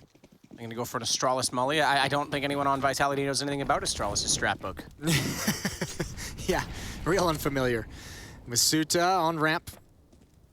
Looking to see anyone over the flames. Tagged by the Deagle, almost caught. There was an opportunity there. And Dexter is going to try and encroach, try and push up a bit closer. Nade keeps him at bay, and actually, there's some weird timings possible for Masuta to get caught off guard. Thankfully, he does have a teammate here. Apex has an off angle as well, and they're challenging. Dexter is going to go down first. So far, the only. Now, that's about to change. NBK, second time up on top of the silo. Zylu makes short work of it this time. Dupree has Torzi as well. That's with the MP9 on the upper site. Bomb still way back toward the entrance to the lobby, so not really a factor, and I don't know that it's going to get to that point either. With Frozen up above on a Deagle. JDC, the same weapon. Inside, still no kills at all for Mouse. And I say it'll probably change. Nope, Zywoo's gonna get the same shot that he had onto Apex earlier in the round. Still no kills for Mouse yet on Nuke. JDC trying to change that. Dupree just chilling with the SMG. He knows he's got him trapped, but Magus is gonna come peek from the other angle. It won't matter. Dupree's got it. 3-0. In the favor of Vitality, and they don't need to upgrade anything. They're gonna have a lot of money to bring forward. Zywoo's gonna stay off the op for the moment, and a chance actually for him to upgrade for free. Torzi's gonna pick it up. So if Vitality can have a strong win here, it'll be interesting to see what they call as well with this SMG. If they want to push him up close outside, if they want to do some kind of a fast crunch towards lobby, a push into hut. Yeah, Dupree played in the front hut position with it last round, so see if that's going to be the same. It looks like he's going up the ladder right now toward heaven, so I imagine it will be something of that style. Apex, this is always spotted, I think, absolute. No, he wasn't? Oh, no, the flash over. Dupree gets a kill inside. That is the MP9. JDC up close, presumably, in fact, through Squeaky. Yeah, that's a bummer. Apex is the one lining up that flashbang that allows Dupree, I think, through the Squeaky door that allows him to get the kill. Zywoo's going to chill here at the top of Secret Stairs. There are Molotovs to take care of his position to flush him out, but he's wisely kept a smoke in his back pocket. He's going to need it. It would have been a huge play from Apex if he could have got the kill outside, but having to smoke himself off now, Zywoo will retreat down the Secret Stairs. The not-so-secret secret. Torzi, meanwhile, trying to find anything with the AWP. Pre-scoped in, looks at the trophy room. Nothing there yet. There's a tough off angle with the FAMAS. There's the shot. Yeah, right into the AWP. That's huge. Look at Frozen's position. This is massive as well. I don't think Vitality, they've lost control, which is why we're seeing Mages push in towards Squeak Door. Gotta be careful, though. Gets the dink, not the kill. That's brutal. Dupree's up on top of hut, and it's only a matter of time before Frozen finds him. Zywoo climbing up the ladder will sneak, I was gonna say towards Squeaky and try and find the players, but MBK making noise behind him. Doesn't matter about not having kills prior to this round, Jason, because now they found all 5. And we get a round on the board for Mouse Sports. That's a really good win, and I mean a good job from Mouse to really take advantage of the kills they got early on. Obviously killing Apex and Mini, who's setting up the flashbang for the push into hut. That Dupree finds the kill. You take out one of the outside players, and obviously you saw the second one gets forced down into secret by the Molotov at the top of the stairs. That was Zywoo, and all of a sudden you're Mouse and you're saying, oh, we've got a giant opening outside, and Frozen completely takes advantage of it. But it was very much a bonus round, as you mentioned, for the CTs. They're still not going to go for an AWP. They could have dropped one over to Zywoo, but they will be all on rifles this time. No MP9 for Dupree. He's still the one that plays toward the huts. Has Magisk to his left and Apex as well toward Mini, but the smoke screen down. Apex needs to be very careful of his position at this point, as they're all going to walk toward the stairs. Frozen, in fact, also just holding the big garage if they try and rotate in behind those smokes. And now's the rotation. Now Apex drops down the vents. Everyone needs to be careful. Zywoo saw one make his way in towards Big Garage. But yeah, who's actually down low? Apex in the control windows. Zywoo still ready and waiting, trying to find this lurker. Frozen biding his time, but Zywoo has not really moved. Apex gonna give it a look, gonna give it a glance. He's lucky to have his life. Drops some Molotov. They can wrap around the bomb site, and ZywOo finally finds Frozen. 2-man advantage. That's actually impressive that they were able to slow it down so well with Apex being the only one downstairs, because Masuda was about to leave ramp, but now he doesn't have to. Apex getting MBK. He's still just going to be in a position to peek if they get into the lower site, which is now. Apex gone, Masuda's on the move, and he'll hover from the right side. Looks control doors, sees nothing. He's worried about someone coming close through the windows of the control room. Meanwhile, bomb planted safely behind the silo, and Torzy starts to look in the direction we mentioned, and safely gets back inside of decontamination to hold off the back stairs. That'll buy space. Dexter, goes down. As he got aggressive, there was no peek out from the CTs. Torzy back inside of the site, has both sides to play off of, but 2 players staring him down. They will get the kill and the retake. Well, there's that free op if they want it. You mentioned they didn't pick up the AWP in the previous round. They didn't buy it for this one, so ZywOo actually ignores it as well. Upgraded to an AK-47, 4-1. Nicely done from Vitality. This time handling the rotations very well. This time helped out as well. Magus gets a kill through the smoke at door to open things up, and they're able to handle outside with ease. 3-round lead. Plant gives some extra money over to Mouse, so they can't choose to buy in the next round, and I believe they're going to be calling a timeout.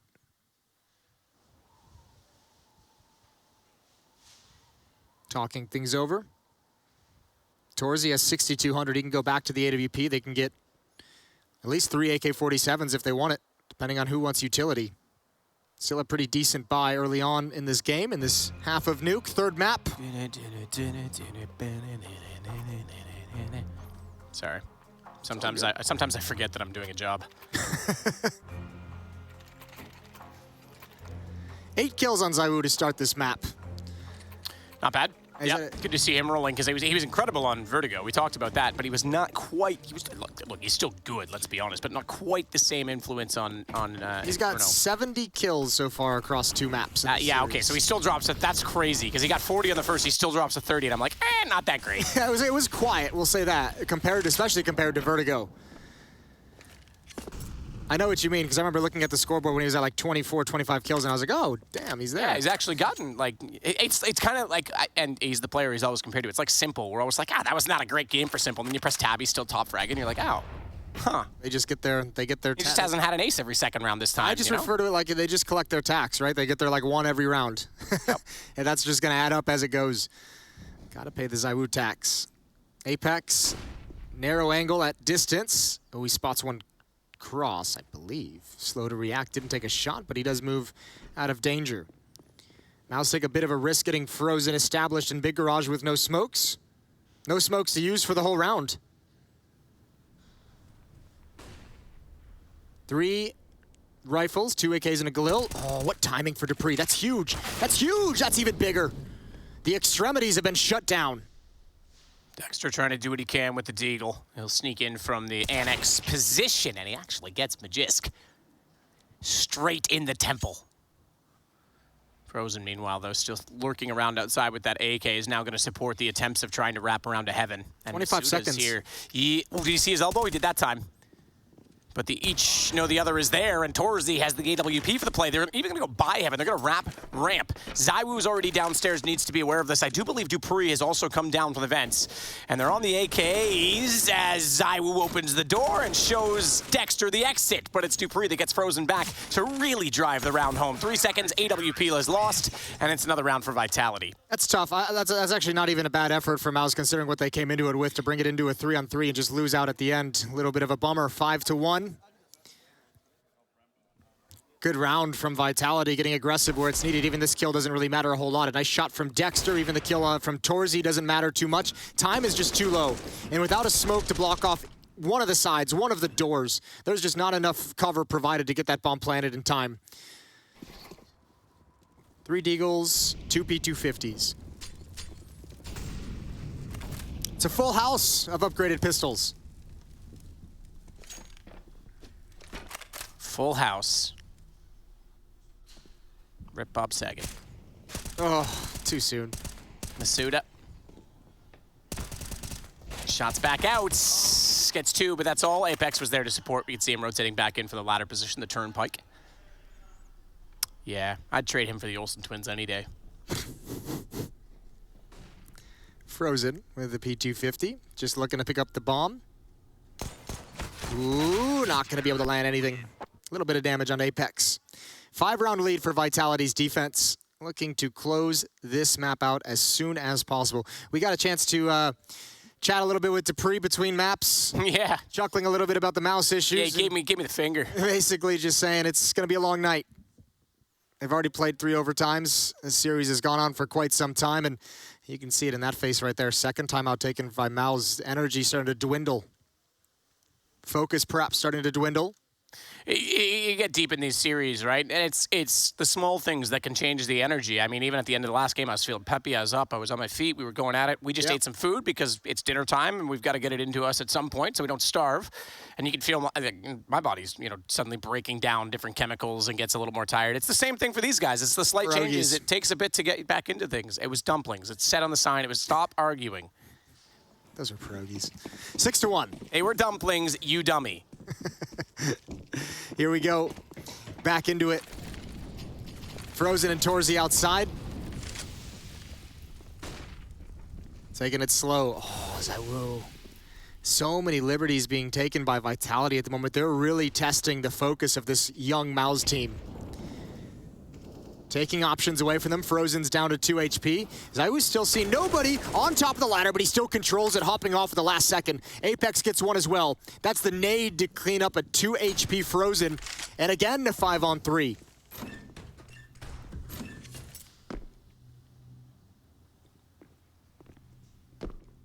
Dupree with the nade at the ready, just jumping. Gotta be careful with that one. Yeah, that jump's a bit difficult. Like, I actually like that he was bouncing off the door frame before because it keeps his head as a smaller target. You can still see. Look at Torzy. There you go. Now he's exactly that. He bounced off the Apex. If he goes for the full jump right there, it's when he's jumping back. It's not the full jump. It's the fact he's getting caught in the ceiling. Yeah, that one was bad too. He's just freezing at the peak of his jump. Ooh, spicy. NBK, 1 kill in the round, gonna come in through Mini. No one is really in the upper bomb site itself. Thankfully, the bomb is down low. So NBK's mostly just a fake, and how do you deal with this position? Dupree up top. Oh, he sees the feed. Was ZywOo actually burned himself? I think he burned himself with the Molotov. It doesn't matter either way. There's no chance Torzy can win this. Masuda puts him down. Why is ZywOo? He's laughing at, oh no, oh God. Burned himself or fell, he did something. Probably a fall. I saw the skull and crossbones. Yeah, maybe he did the, World Crater. Yeah, off the rafters, you jump. He was downstairs already, so I don't know how he would have done that. Maybe we'll get a replay. Oh, okay, this is Apex. Ooh. Nice. That's pretty good, actually. It's quite a long throw. That was a beauty.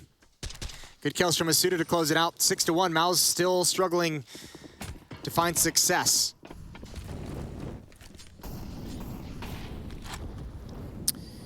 They've already used 2 timeouts as well, and I at what point? Tough call to make. That was the timing from ZywOo. Yeah, absolutely. Yeah, I was just at what point do you just say we have to just start burning these timeouts just to put rounds on the board? Yikes. Tags him. Apex is up close as well with the M4 trying to find the shot toward the silo. And the head shows again. It's MBK. It's the scout. It's menacing. Don't overcommit to it. So ZywOo is going to back off instead. But the smokes are sufficient. They actually have access toward the stairs. Apex trying to do what he can to get an angle and finds a gap in it. The smokes now start to fade, and Dexter's left in the open. ZywOo still can't hit the shot from heaven. He'll rotate around, likely head down the ramp. He does get JDC, excuse me, so fair enough. He still finds a kill. There you go, right? Yep. Oh, look, ZywOo missed. He's having a bad round. Still gets his kill. What's the call? He's coming over to elbow, and he's telling Masuda to start dropping down to attend to the lower bomb site since the smoke wall was good, as you said, and did allow Mouse to cross towards Secret. So a shift, and everything's covered. Masuda just chilling, ready and waiting. 2 players left, Torzy and Frozen.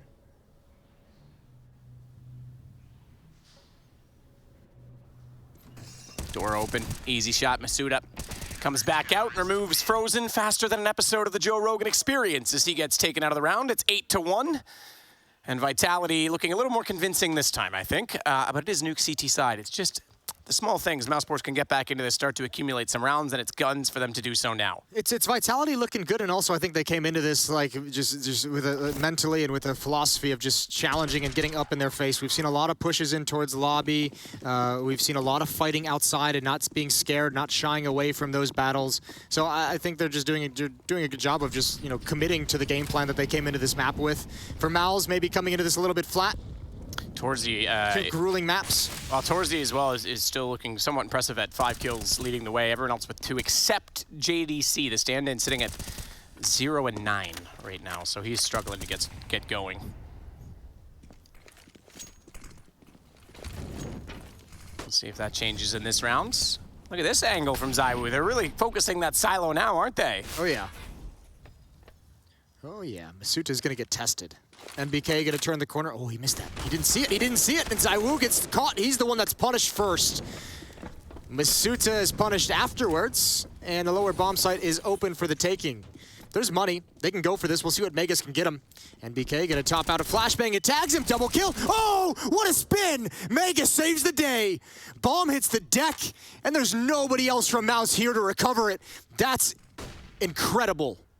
Dexter's gonna do what he can to recover it, but it's all falling apart now. The experience of Vitality and the time potentially to warm up into this event, given that this is day one for them, is starting to pay off. Dupree closes out on Frozen, and we have a 9-1 scoreline in favor of Vitality. You did say to Dupree, hey, maybe try and close it out in regulation this time. Yeah. Well, everyone's helping out to get to that goal. That's so nuts from Magus. This transfer is ridiculous. This entrance, the double entrance of MBK is beautiful, and Magus rips it out of his hands.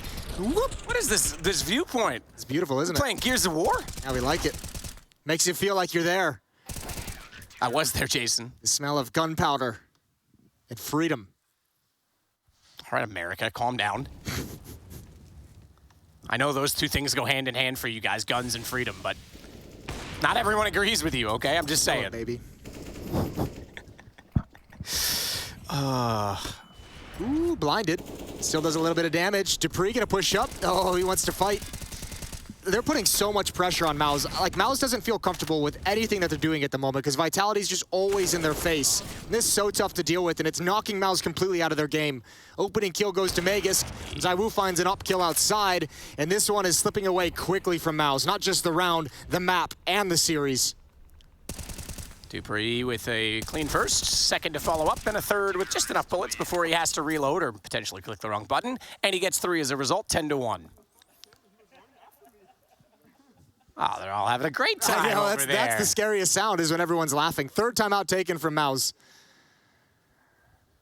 It is scary, because normally when I hear people laughing in my life, they're laughing at me. Yeah, that's true. Nice triple. Just the amount of multi-kills right now coming up from Vitality. They're stringing them together real well. Hasn't been really anything close. Outside of that 4th round that Mouse won, none of these rounds... Mouse has not yet had a round where they've gotten more than 2 kills, except for the round they won. Like, there's just not a whole lot of production coming out. 0 kills on JDC, 2 on Dexter, 2 on Frozen, 4 on NBK, 5 on Torzy. Fragging is just is not happening right now.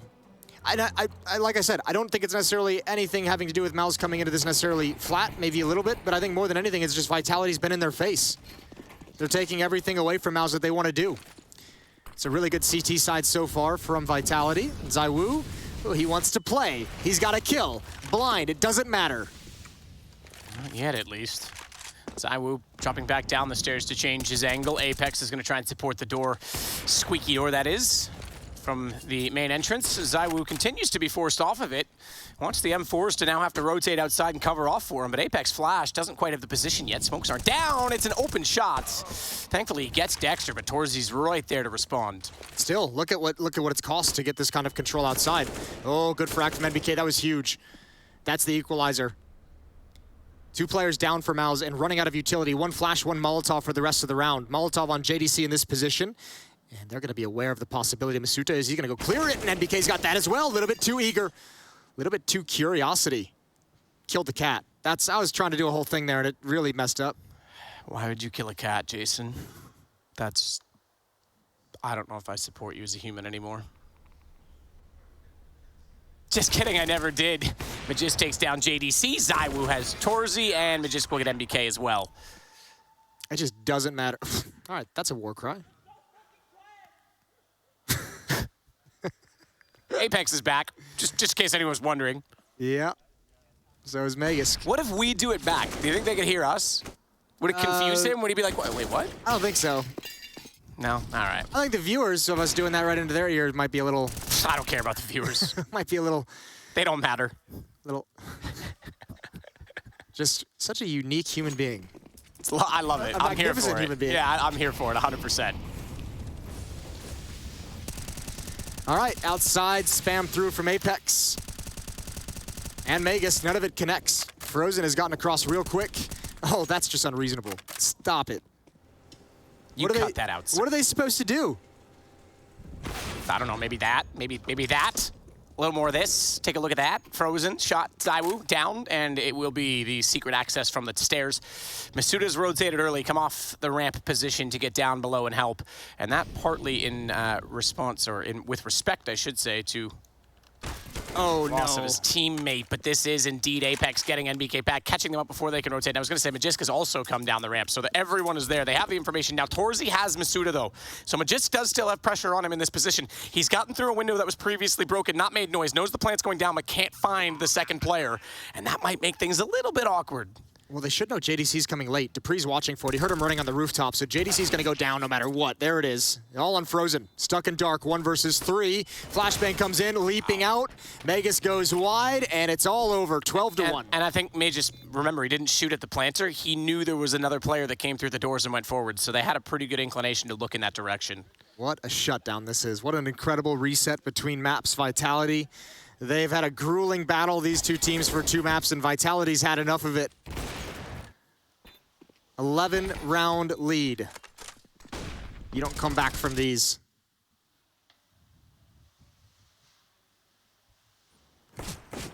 Well, yeah. This is old school Nuke, right? Yeah, it really is.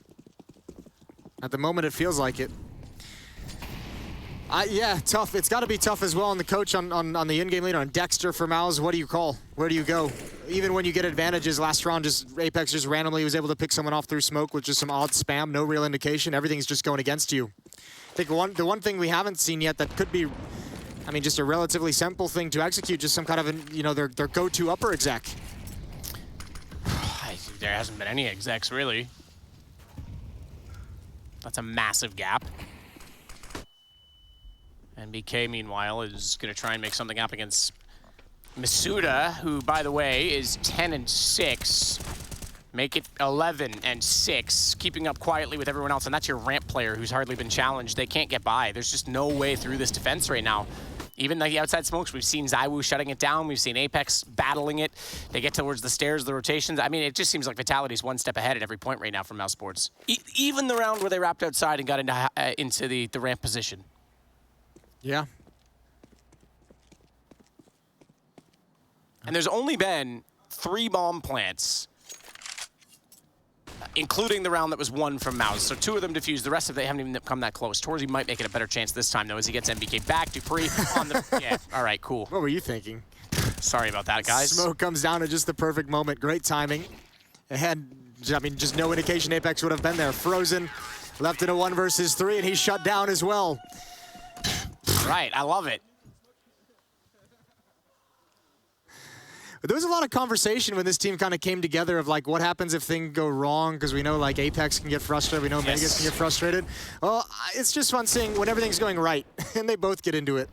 Yeah, absolutely. No, and you know, the communication was one thing I talked about. ZywOo, look, I did an interview with him. He speaks better English than he would have you believe. Happened quick, yeah. He's fine. Masuda is a little less actually proficient, I would say, of the 2 of them in the language, but it seems to be working for them so far.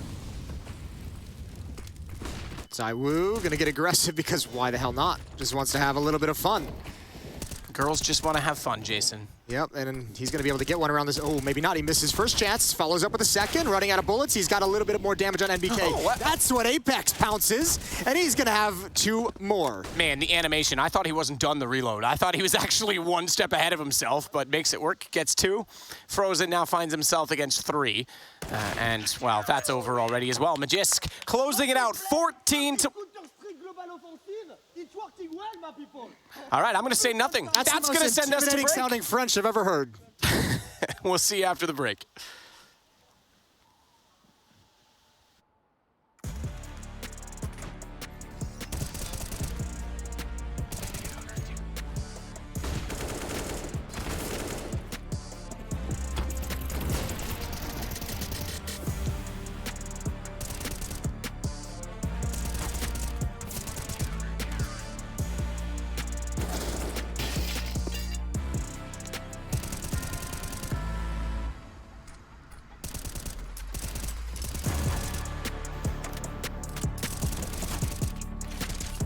One small door? Yes, small door. I have small.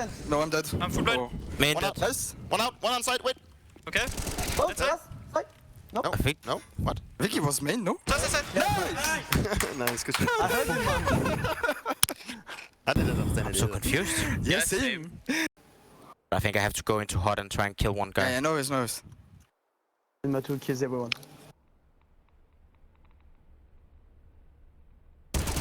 Nice. Evan.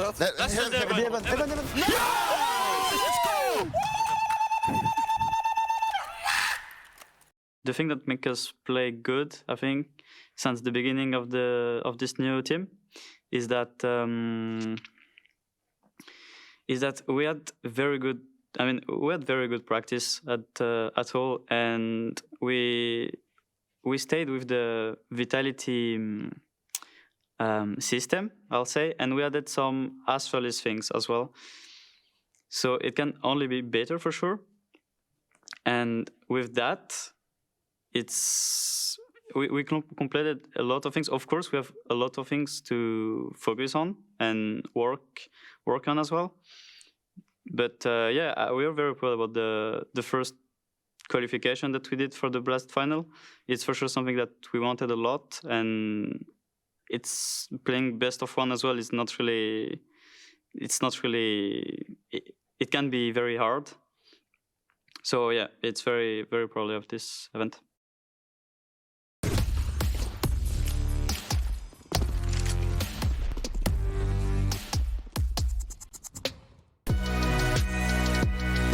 Hey Future Pros! Nuke is one of my favorite maps. So today I'll show you a powerful fast A flash Glaive often throws for Astralis. This flash works wonders for a hut rush. Communicate to your team you have a god flash and politely ask them to rush hut. First things first, break out the window on this skylight. To throw this flash, climb the ladder. When you're at the top, aim to this section of the dome. Run forward and throw the flash while you're running against the vent.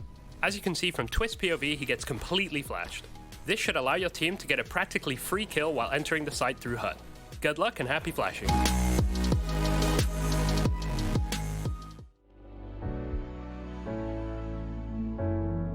Seems like I can't get away from the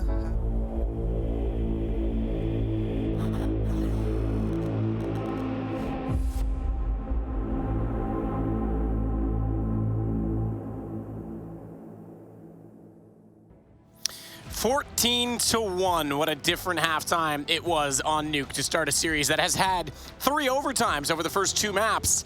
And poor Mouse Sports, the team that is being rebuilt, has a stand-in, has very young players looking to make a new start.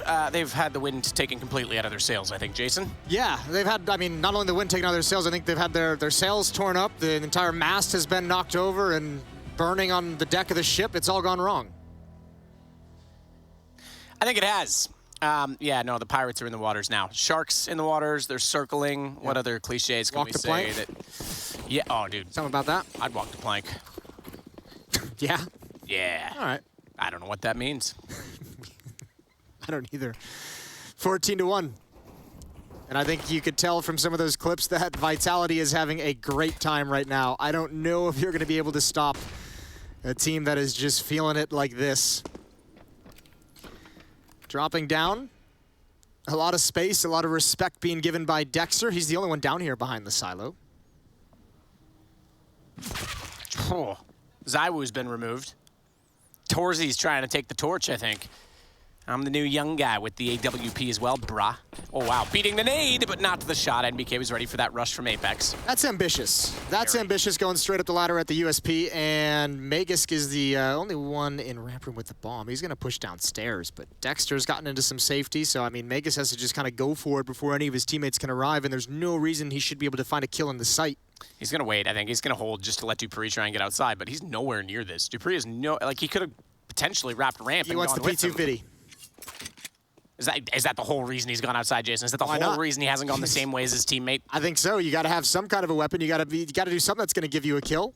He's making a lot of noise, and immediately Torzy is going to hear that and start to walk in from the garage above, as well as relay that information downstairs. He is behind the door. That's actually a pretty sneaky little spot. Torzy's there. Now they'll peek and sandwich. Dupree gone. Magisk, information as to where one is, opens the door up, gets one, tries to snap it back. Torzy's got to hit the shot. He can't. Magisk, block to work, but 1 HP to find 2 players. Fakes the bomb plant with 15 seconds. Knows they're going to be peeking out from decontamination side.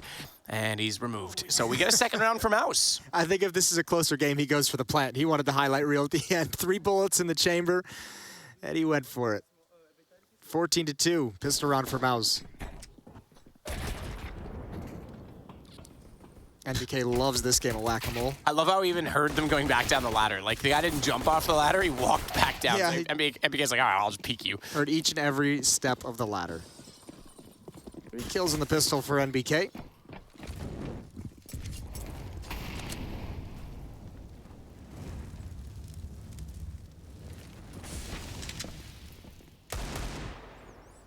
Pew, pew, pew. That's way more powerful pew than that.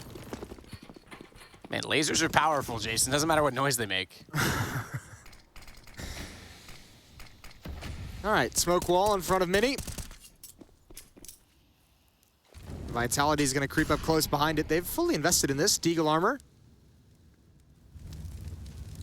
Zaiwu just making sure no one's peeking around the edge of that smoke.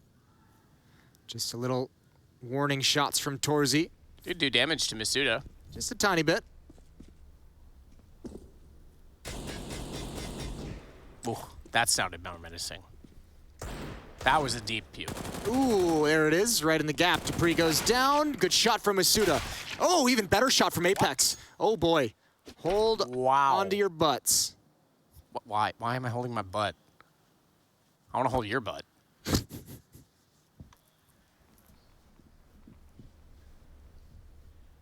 Well, NBK, now aware of things getting a little bit awkward, is going to try and peek out from main entrance. NBK gets the kill and no swing. I thought Masuda might have been close enough, and just as well to maybe get a kill in response, but Zaiwu has that M4 picked up. He only gets 1. NBK is out, but JDC is there to respond, and now they at least have the lower sight, smoke down, plant inside of it. Oh, this is brutal. If he can get this bomb planted, Dexter turns the corner, spams it a little bit late. He does get the dink. Oh, but he can't get the feet as they run past into the door. 2v2 post-plant. No need to close that off. He knows he's done the damage, but the high HP player still alive in this as Magisk has lost his teammate. His teammate did well to get Dexter down to 10 in the meantime, and he's actually gone to where he's just cleared. They're going to go back. They have to wrap it around. He's got to hit the shots. No, the Deagle, no. It's deprived him, and he gets caught in the corner. ADC gets the kill. Oh, dear. Where doth thy bullets go? Where did they go?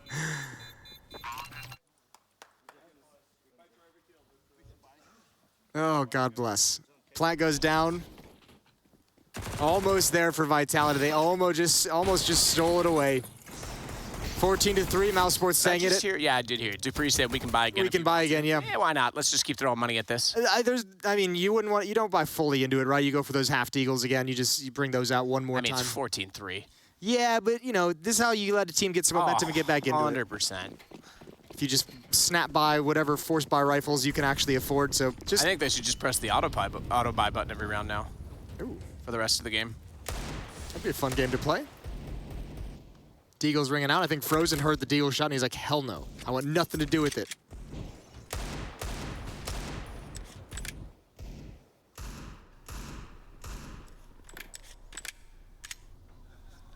Dexter spots out his shoulder. Is he aware that there's one player closer? It doesn't matter. He's not going to commit to the peek. He'll back off. Masuda can't get the angle.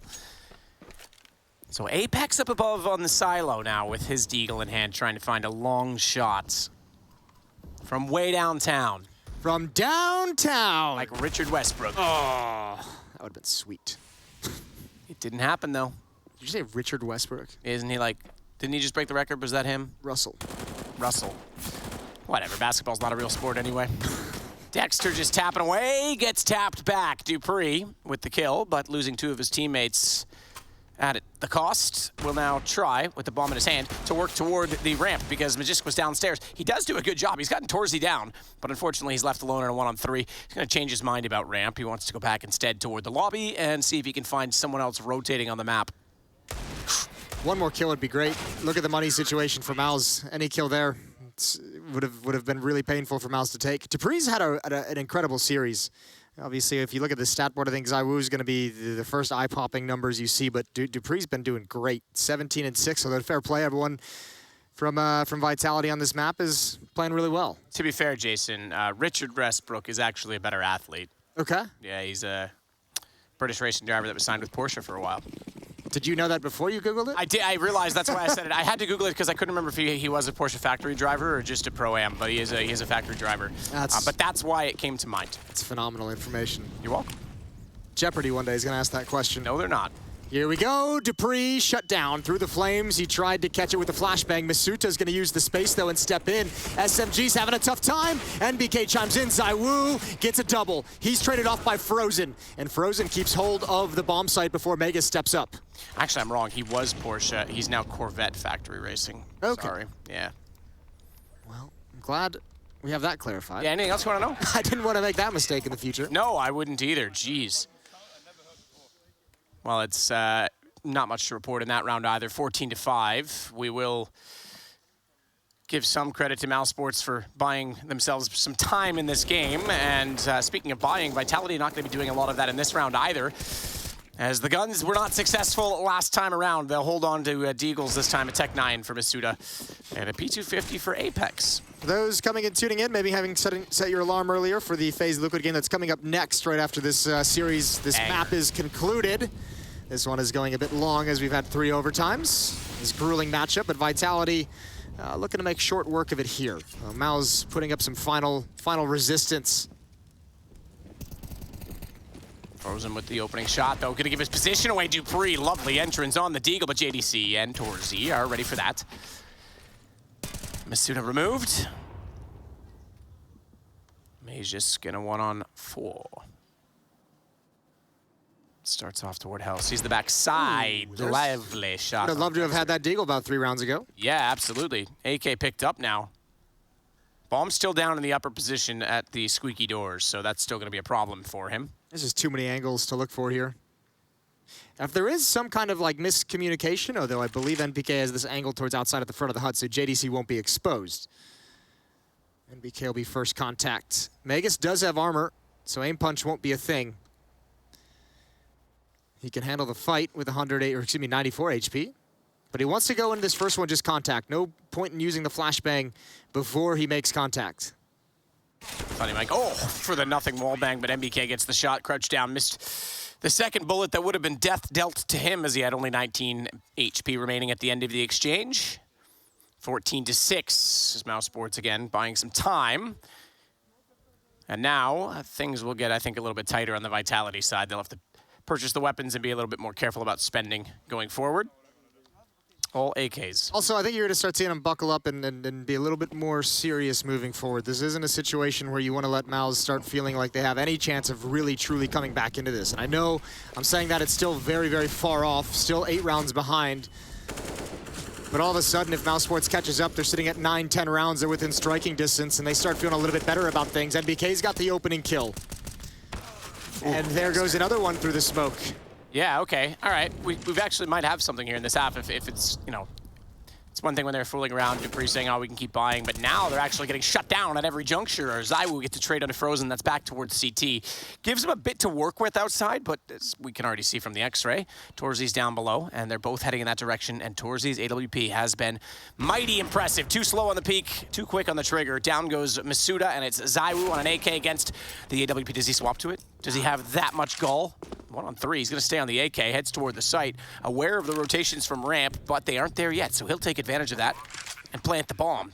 In this position, you could see him go for an up, potentially gets him behind blue box just in time. Dexter, not able to see him, he spots him in return, goes for the peek, but they both doubled up. They were slow about it. JDC, though, makes no mistake tapping away. That was tough. He had to get aggressive and try and find a fight, trying to be able to give himself some kind of safety, some way to isolate the last 2. Op is recovered by NBK, and Mals have their 7th. Starting this round out in a 5-on-2 with the opening kills. A team ace for Mouse as well. Everyone gets one.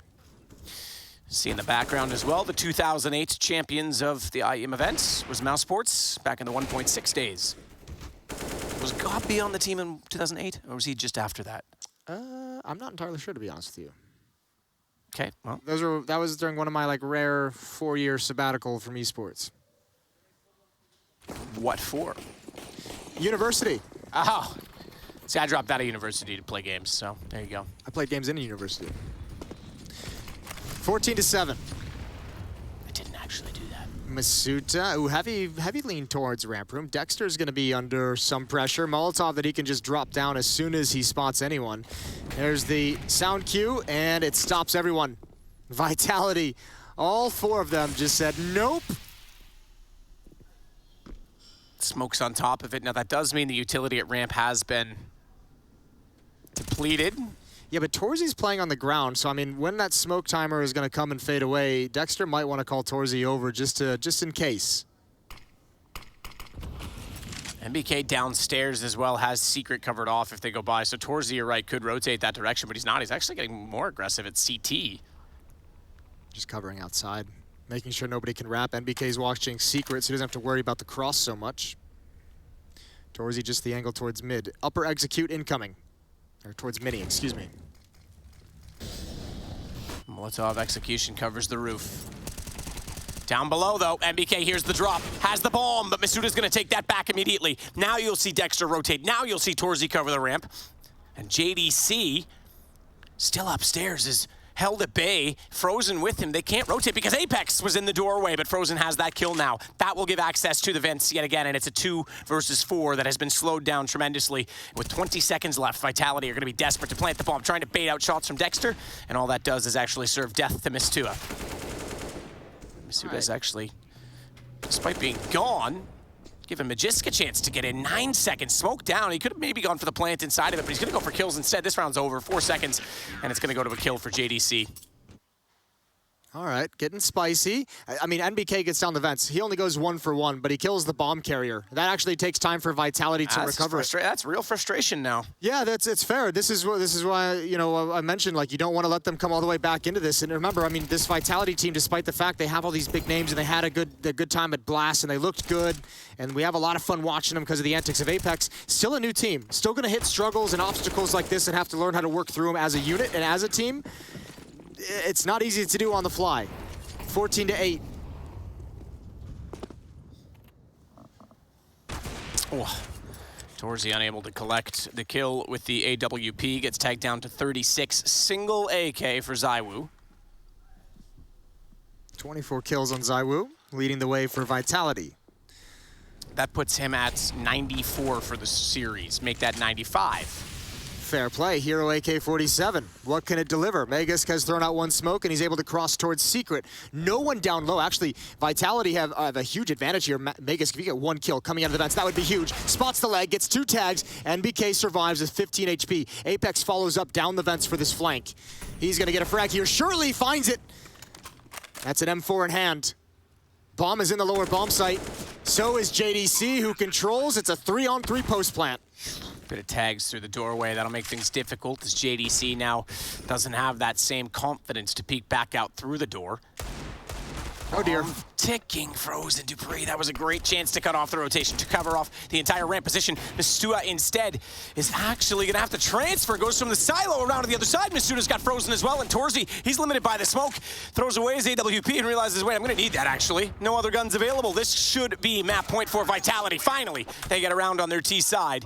And it's Torzy that falls last. Took him forever, but look who delivered it. ZywOo, when they needed the impact the most, you call the number of your star player, put an AK-47 in his hands, Deagles on everyone else. He gives you an instant opening on Dexter. That is a beautiful shot, and a good job following it up. Vitality, 15-8, 7 chances to close out this series, and go have a well-deserved sleep. Or drink, and then a sleep. Dupree, Huts, but flames at his feet will not dare walk through those. Apex. Oh, look at the money. I didn't even notice that. Look at the economy on Mouse. That's nasty. That Molotov actually did spread quite a bit because Dupree's down to 32. But you're right, yeah, this is breakpoint. 2 5-7s. Well, it's not even the breakpoint. It's just the fact that they only have the 5-7s on 2 players. Light utility on some of the other ones. Advanced position from Dexter, though, is pretty nice. Dexter 5-7 on an off angle. I mean, I say breakpoint, they lose, it's over. So it really is breakpoint still in many different ways, Jason. But you're right. Frozen's got Magisk. That will at least give the start to Mouse. Dexter is not going to be known to be there. Apex trying to get the wall bang inside of the mini position. Can't do it. ZywOo now again on the AK looking for that same shot though, as they've had to move it. If he's able to freely walk in, that smoke's down. They're not going to expect this. Does he get spotted? Gun barrel showing, they see it. NBK with the kill. Pistol to get both Masuda and ZywOo, and Dexter pushes through with his 5-7, and it's now 15-9. Well, they rattled off the start of this half with 7 in a row. They need 7 more, or they need 6 more in a row, 7 in a row total to close out if they want to force overtime. I'll just have to do it all over again. No more mistakes for Mouse Sports. Mouse. Just Mouse. Just, yeah, good try though. Just Mouse. They're gonna write you a letter soon. I've got 2 cease and desist. 2 decades of muscle memory going against me. I don't think your brain has muscles, Jason. Just, you know, sorry to let you know. Whatever it's called. Smooth brain, Jason. 2 decades of habits. Okay, sure. My brother played for Mouse Sports. What was your brother's name again? Shut up. It's just, for those who don't know, his brother's name was Hare. I find it ironic. As in the animal? Yeah, but still ironic. 15-9. And yes, it is series point as the HUD suggests, but it's been that way. Actually, it has only been that way now for 1 round, but it's been a pretty one-sided scoreline that should have been closed out, I think, a little bit sooner for quite a while. And Vitality's starting to struggle. If this goes to overtime, Jason, I mean, all 3 maps did, but this one would be, I think, the most surprising. Oh, it would be unreal. We kind of made the joke that this was like 2014 Nuke, and that would actually have it come to reality. The 14-1 halves back and forth. Oh, dear. Opening kill provided by Miles. That's on Apex. We already saw him getting a little frustrated earlier. Remember as well, it is Matt, the assistant coach, standing behind Vitality, a former 1.6 player. Means they're probably screwed, because Mats are not very smart people. You would know? I would, yeah, unfortunately. Ooh, that's nice. Dexter walks right into the barrel. Vitality is going to come right back up, throwing smokes outside, setting up a wall, blocking off all information, and then walking in towards lobby. Contact at door. It's going to be NBK. Dupree shows a shoulder. Great double kill. It is Old Nuke. NBK with a stunning triple. Mouse is going to get to double digits. The fun and games are gone. I don't hear any war chants now from Apex.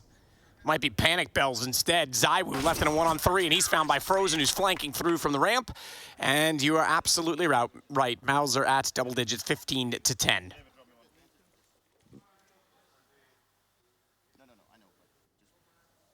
NBK. Dupree's trying to calm them down, I think.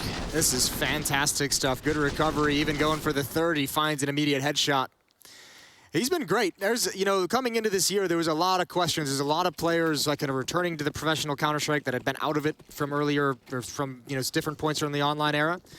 It's nice seeing a lot of them just come back and seemingly not miss too much of a step. Yeah, all it took was 1 land to remind them what the better game was. Ooh, again, Hero AK-47. Last time it was on ZywOo, this time it's on Magisk. Can he provide the opening needed?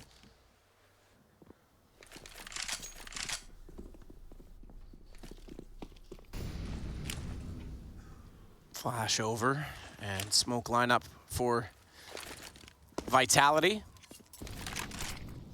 Just straight smokes, in fact. And they'll cover off the garage. Oh my goodness, that was an early peek. I thought Torzy had that. That must have missed by the smallest of margins, Jason, as Dexter is in a perfect position with Frozen to play off this, to set the crossfire. A line of destruction, but Dupree somehow prevails in getting the kill back. He has to get the bomb, however, and Torzy is near enough by. Dupree's aware of it. That'll bait out the shot and force him off, so at least they recover the objective. There's a chance here. Apex is in vents. He's cutting off any rotation. Dupree can drop down. There's nobody here for Mouse. If he can put this smoke down, NBK's gonna have to come through secret. There's a real chance. He's gonna go that way as well. That's the disappointing part from Apex's perspective. Yeah, but if anyone goes through vents, Torzy. You're right. Oh no, this is not good. Apex with 1. Rifle drops into his hands, but he's got Apex behind, or he's got NBK behind, excuse me. NBK's gonna have to clean lineup from the side entrance. Oh no, he's going for the front entrance. Torzy hasn't dropped down yet. This is timing.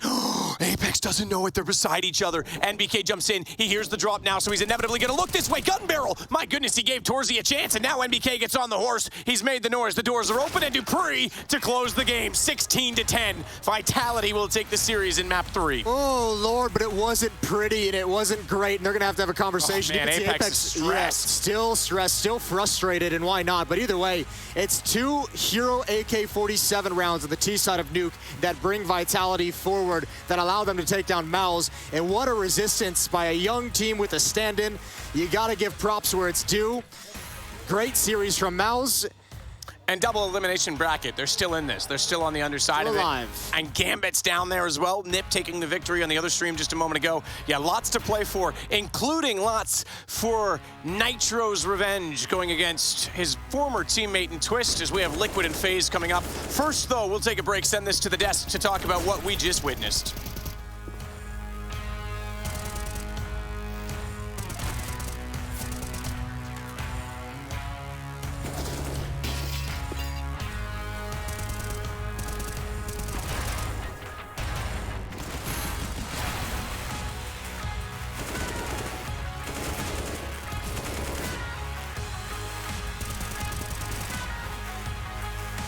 I mean, listen, you already know what happens at DreamHack and IEM Dallas, right?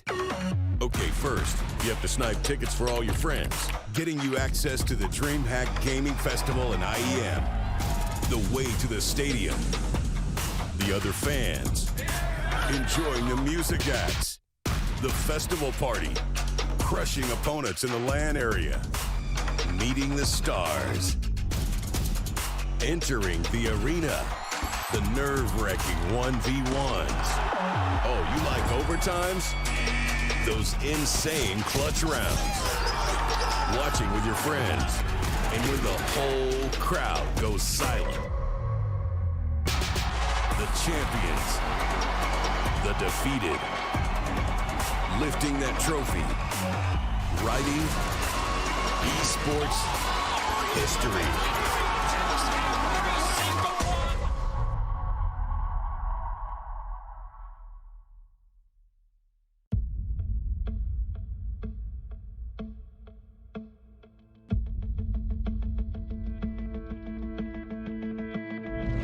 2015 was the prime of the famous Polish Golden Five, and the tournament in Cologne would be no different for Taz and his crew. At least not until the semifinals, where the Poles clashed with Fnatic. Two giants of Counter-Strike battling for their place in the final was a true feast for every fan at the Lanxess Arena. And at first it would seem that Virtus Pro had the upper hand. However, on the second map, Inferno, the Swedes took the initiative. But even then, Pasha Biceps sent a clear message that you do not mess with the Bears. As Pronax finds Snack. Oh, Pasha! Oh, my focus! In 4 seconds! You blink and you miss it! Jesus Christ, Pasha. Insane spray down. Big shout out to Virtus Pro as well. They played an amazing series.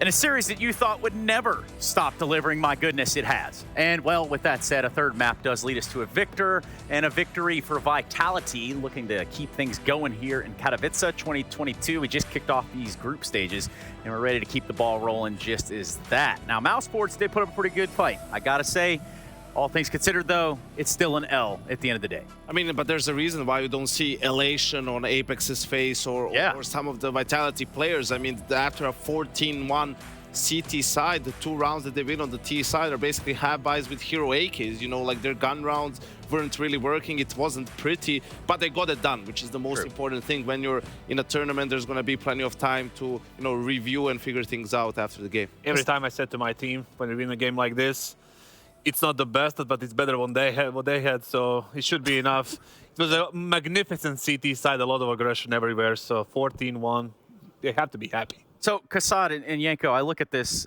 in a different way, which is how much of the stuff that we're seeing from Vitality are them going through growing pains?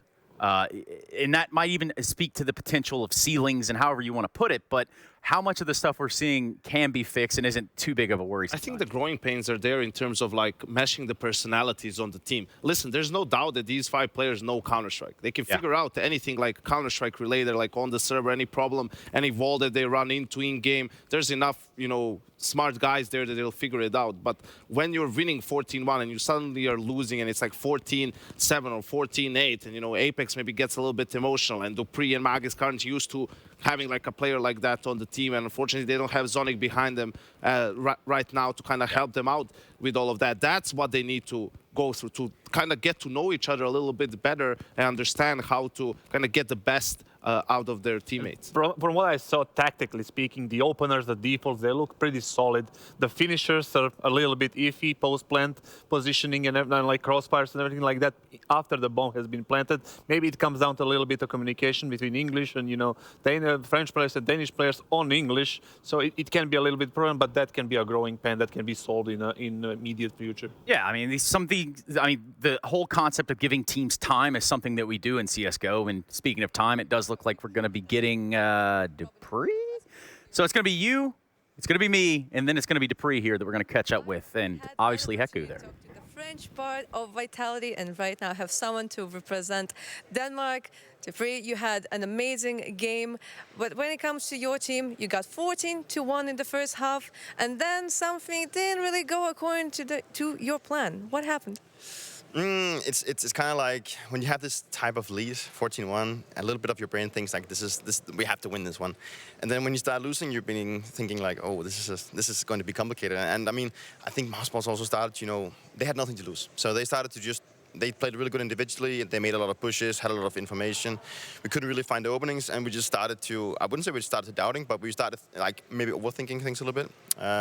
But yeah, it's been kind of shaky today, but also we had some really good glimpses of Counter-Strike. But I guess that's part of the deal right now. We're still a really new team. Everything happening in English, so it's it's I wouldn't say it's a challenge, but it's definitely something new, and we're working our asses off to get it to work. But I'm really happy that we won today. It's really important. Yeah, well, on the first map, you wanted to double overtime, so the second one into like one more overtime. And when you got there, you said like, oh, I'm getting old for this. Like, I mean, right now you played against like NBK, who has been a part of the scene for a really long time. But like, there was also like a lot of young blood. Like, were you kind of surprised by how they performed? I mean, everyone coming to this tournament needs to know how to play Counter-Strike, and I guess that's also what they proved. Coming here, like Mouse was having a stand-in. Unfortunately, it's sad for them, but I mean, that also kind of takes some of the pressure away from them. They came into the game with some high expectations, obviously, and I also feel like facing a team that's already played the play-in. Like they have played maybe, what is it, 3 matches already? I think that's also kind of an advantage in that sense. Like they're used to the setup, they're used to the environment and everything. And I'm just really happy that we won. I mean, like we could have lost Overpass. We could have lost 2-0 today. Yeah, not Overpass. Sorry, Vertigo. I'm so tired right now, so I can't even remember the maps. Don't worry, like we remember the maps because we were just sitting here. It was like, there's no way there's going to be another overtime. We get another overtime, and then the second map, and there's another overtime. We're like, please don't tell us that we're getting more overtimes on you, because the guys from Liquid were sitting there like, when are we going to play? So they were really looking forward for you to finally close the map. Just like one final thing, like as you mentioned, that now you are communicating in English in your team, but I did hear that sometimes some calls are actually like in French, like maybe like some spots are being called in French. Do you sometimes get like maybe that brain lag that you're like, okay, this thing means this thing, so I need to go there? Do you ever get that? Actually not. We had an agreement when we started the team that we want to have some calls in French, like call-outs in French, a lot of positions in French. Obviously, all the tactics and everything is it's still in English, but the call-outs for a lot of things is still in French because it's easier for me and Matches to adapt because we're only 2 guys that have to learn instead of 3 guys having to learn something new. So we have some French call-outs. We also have a few tactics that's called something in French, but as long as we just know what the name is, it doesn't really matter. But then obviously it's so fun to try and play in a new language. It's also difficult in some ways, but I mean, like that's what I like about the process. You know, like we really try to find our groove and get things together, and we make tons of mistakes and we make tons of individual mistakes, and we are very eager to finish off rounds and stuff like that. But it's so new. Like it's been 1.5 months for us in practice, so yeah, we just need more time. But today was what we came for. We came for the win, and I think we also kind of needed this kind of debut to get a good start with everything. So yeah, that's good. Well, you came here to get a win, and you managed to take it. So good luck in your upcoming series. But right now, we'll not delay you any longer because you're probably really looking forward to just go and relax. So thank you for the interview. Thank you. Very much so. Thank you, Dupree, and of course, thank you, Heku, as well. So I think we could put a pin in this one. We got a pretty good idea of where we see that of Vitality now that they've got a dub under their belt. I still think it's to work on for us. We continue to work on what these brackets begin to look like, and that doesn't mean we're going to pull them up. I'm going to give you a B-Stream update, actually. Furia and Astralis. Now, if I told you that Astralis was losing, would you believe me?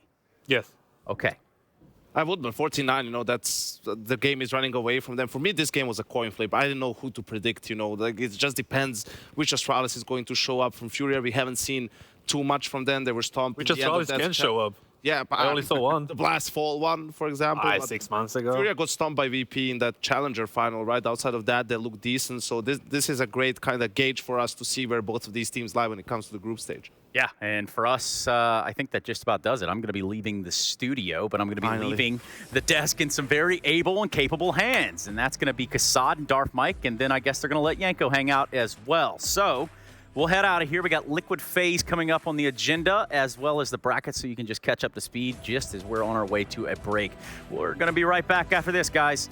Don't move a muscle.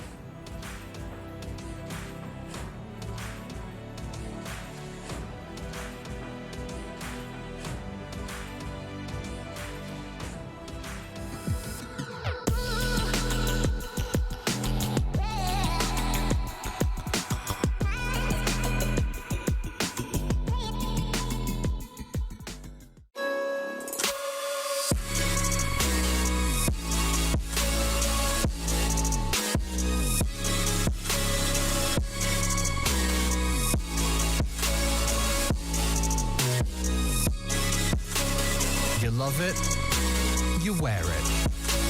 What's your style? Get your merch at shop.eslgaming.com.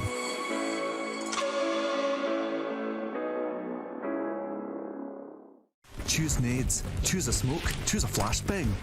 Choose team badges to support your favourite CSGO team. Choose an ESEA Premium membership. Choose routes you know bring in wins. Choose pro video tips. Choose the fan club wars. Choose behind the scenes content. Choose good grades. Choose guns you know you can shoot right. Choose bingo. Choose the equipment you know is going to get your team the win thanks to heat maps.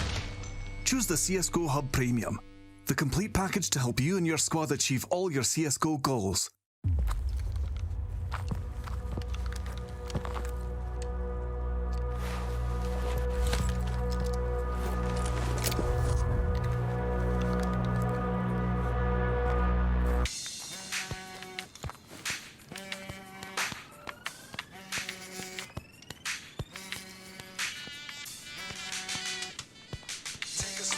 that true blueness exclusive. I call that the Tribe Called Quest featuring Q-Tip. I do this coming out the wazoo with newness, shocking these con artists with the ruthless. Pioneers laid the foundation with the blueprint. All you gotta do is what you feel. Ain't no rules to this dish. We hostile, so when you see smoke coming out my nostrils, I'm about to breathe fire through my tonsils. Doc you, your opinions are not the gospel. If you ain't holding the door open, then you an obstacle. Baby Bam spitting out the wop babaloo. Without a DJ, none of these jams will be possible. I walk tall, carry a big staff, and when I go back to the home of hip hop, they call me Af. You don't see me where I'm at in the lab, with memories on my mind that never could be gentrified. You get down.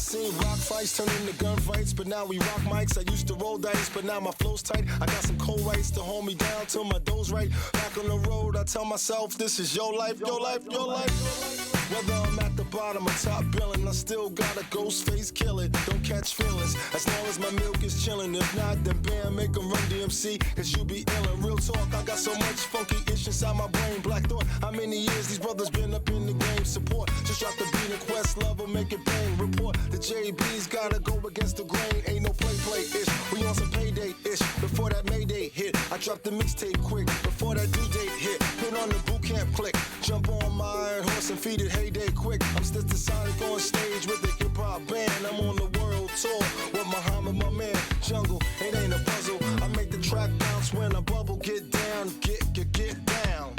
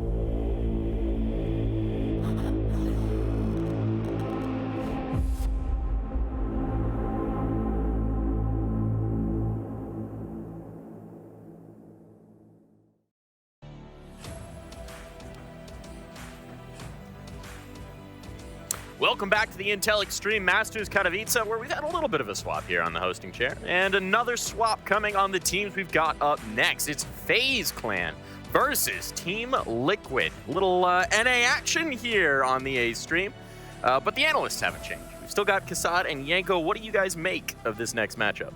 Yeah, this is going to be an interesting one. Obviously, they met at Blast, had those 2 overtime games on Inferno, but we don't have too much information, especially on Team Liquid, when it comes to their map pool, how is it going to look like, and obviously the FaZe situation without having Robs here, their star player, you know, they could have dropped off a little bit, and that gives a chance for Team Liquid for an upset here. I mean, we don't have the clue on the map pool, but we saw their game, and it wasn't really the perfect one. They had a tight game against EG as well, 19-15, 2 overtime games against FaZe, and then they lost to Navi, I believe, and that was their run in Blast. So we couldn't see really much, and I wasn't really impressed even in those victories, you know. So but I wasn't disappointed either. I wasn't disappointed. You could see like signs there of things starting to come together that with time, you know, they could maybe make something happen, and we'll just have to see here from Blast to hear how much more have they improved.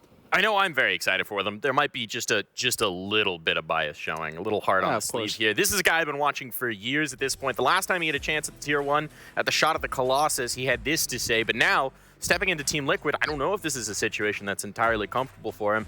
He's going to be making the jump up to the next tier. Well, Aussie is a player that's kind of deserved the spot that he's in right now. I used to play him a lot in America when I was with my teams, and he's quite an aggressive AWPer. And the way that you need to cancel him is just be careful in the first 20 seconds of the round. Your players on extremities, they need to be careful. Your pack, your 3 players in the middle, they need to be aware of the early picks, and after that you can shut him down. He's a quite aggressive player, quite efficient player as well, and then kind of the AWPer that you actually want in your team. Very mobile kind of AWPer. Yeah, a guy who can definitely have a lot of impact, definitely moves around as well, can create openings, and you can work around it. I think that was something definitely Team Liquid, even if in some of the previous iterations of the team were missing, and something that Nitro perhaps will need a little bit of time to figure out how to best use him and to build a system in which he can thrive. He also needs to figure out how to get back into the game himself. Yeah, true. That's also a bit of a problem right now.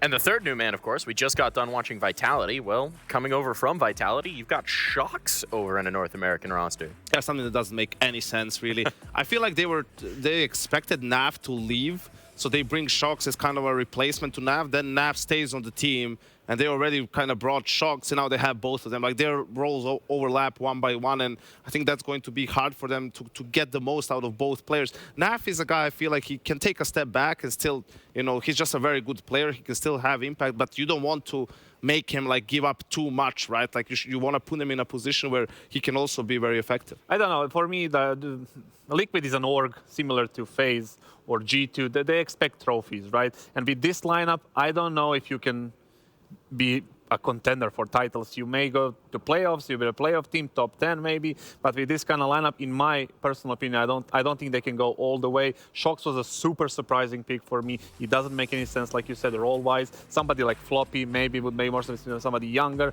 you know, younger generations, but, you know, they have their plan against coming into this year and season.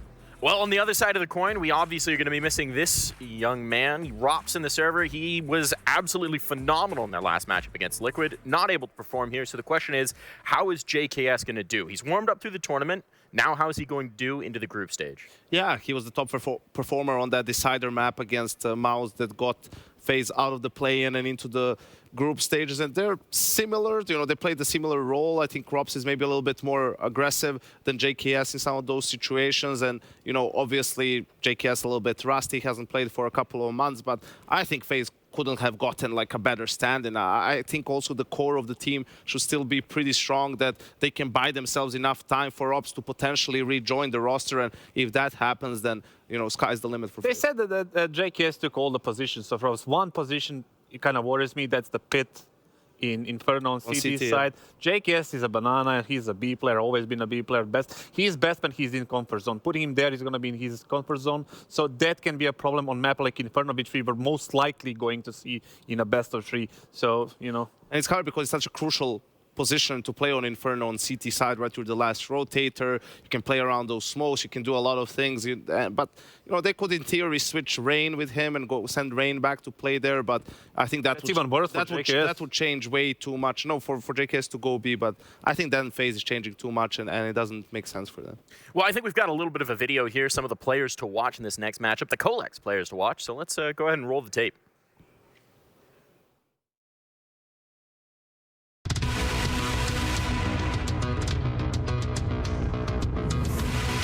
As Team Liquid enters a new chapter, we see the revival of the former extra solid AWPer OC. He steps in to fill in some big shoes as part of the colossal North American org's new lineup. OC will be adding some much needed firepower and looking to help restore the success that Team Liquid once had.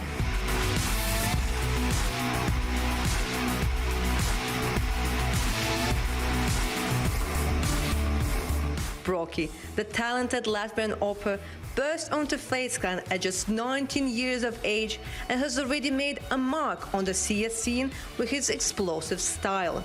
As he goes from strength to strength, there is no doubt that this year he will be looking to secure some titles with the veteran org.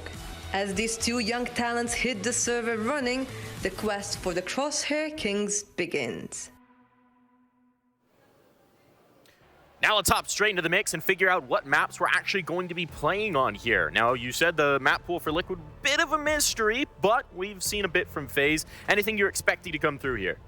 Yeah, we see for Liquid the big changes, the fact that they're vetoing Nuke and now they're playing Ancient. That was the map they picked against Navi at Blast. And we see here when it comes to picks, just getting Mirage and Ancient again, really, which, you know, kind of makes sense, at least for FaZe. They were one of the early adopters of Ancient and Mirage. I mean, the most common map in the pool. Yeah, definitely. And we see Inferno as a decider. And of course the decider. Easily, Inferno has to be. Nobody's gonna leave that out. So a pretty expected veto from what I can say. Yeah, I think this was like from as far as I can tell, it was FaZe picking Mirage, right? But Liquid, like, they're so feeling so good about the Ancient pick that they're just going for it time and time again. That's an interesting one. I can understand it also against FaZe. I was thinking maybe they will also go for something like Overpass, like Liquid with their old lineup. They were one of the best Overpass teams in the world. But yeah, that Ancient must have been going great in practice. Yeah, I was hoping something like Dust too would come into play from FaZe. You know, it's an easy map to play, especially if you have a stand-in. JKS is a player that plays on the Rob's position as well on T side as on CT side. So something like that maybe had sense, but they had their own plan, I guess. We'll see. I think despite the maps, you know, FaZe is the stronger team. Like, even JKS, you can work around that stand-in situations. You know, Rain has been playing great so far in the tournament. Twist has had some good games too. Brokia, I feel like that's enough for a Team Liquid that's still trying to figure things out, to get all the pieces together. For Nitro, who's just come back from Valorant, I think they're still going to need a month or two before we can see them kind of being able to put up a good fight against some of these teams. Well, we'll have to see what they can do when they hop into the server. But for my money, the focal point, I mean, you know, it's gonna be OC. I'm gonna talk about OC. Well, I've seen enough. JKS is smiling. There you go. FaZe won. All right. We can just shut this down and go home. We FaZe won. That's the first time I've seen him smile in 5 years. But I know it. Well, so much about your team. Yeah, well, what team? No, but technically also, like, he can have a lot of impact here. Also, you know, if you're playing a team with a stand-in, you're lacking maybe a little bit of coordination. That's where aggressive operators can thrive, right? You shut them down with good teamwork, with good utility, with good spacing, so that he can't just pick you off one by one. So he might be in a situation where he can have a lot of impact. The thing is, like, his FaZe, the way they play, are they ready for an operator like OC? OC is super aggressive, like we mentioned before. He's going to be aggressive on both sides, especially on CT. He's going to enter. He's going to take the spawn, every possible one that he can take, and he's going to go for those entries. So unless they are able to stop that, they're going to be in a big problem. Well, we'll have to see if they can. Two guys to bring us through the action. We got Moses and Sadakist on the casting desk. Yeah, thanks so much, guys. Pleasure to be back with you for this game. North American Counter-Strike, North American casters, all terrible if you ask me, but they'll be going up against FaZe. Honda versus Nissan. Also terrible if you ask me. Yeah, I was just going to let that one sit out there and see where you're going to go with it. CVT transmissions will break on the Nissan. Hondas just are no power and all noise. VTEC doesn't do anything. All right. That's good to know. Yeah. Nah, don't waste your time or your money. Perfect. Well, not wasting any time. I'm kidding. All right, I'm just kidding. Before the sponsors write me and try and get me fired, it's just jokes. They're both very reliable cars. I drive a BMW. It's called Bring My Wallet. So what can I talk about, Jason? That's true. Not much. We can talk about Team Liquid versus FaZe. North American hopes of Team Liquid, this retooled Team Liquid roster going up against FaZe, a team that brought in Rops, instantly became championship contenders, but aren't able to play with them quite yet. JKS, an admirable fill-in for the position, though. It's still going to be a tough task. Liquid starting on the CT side here on Mirage. FaZe Clan's pick.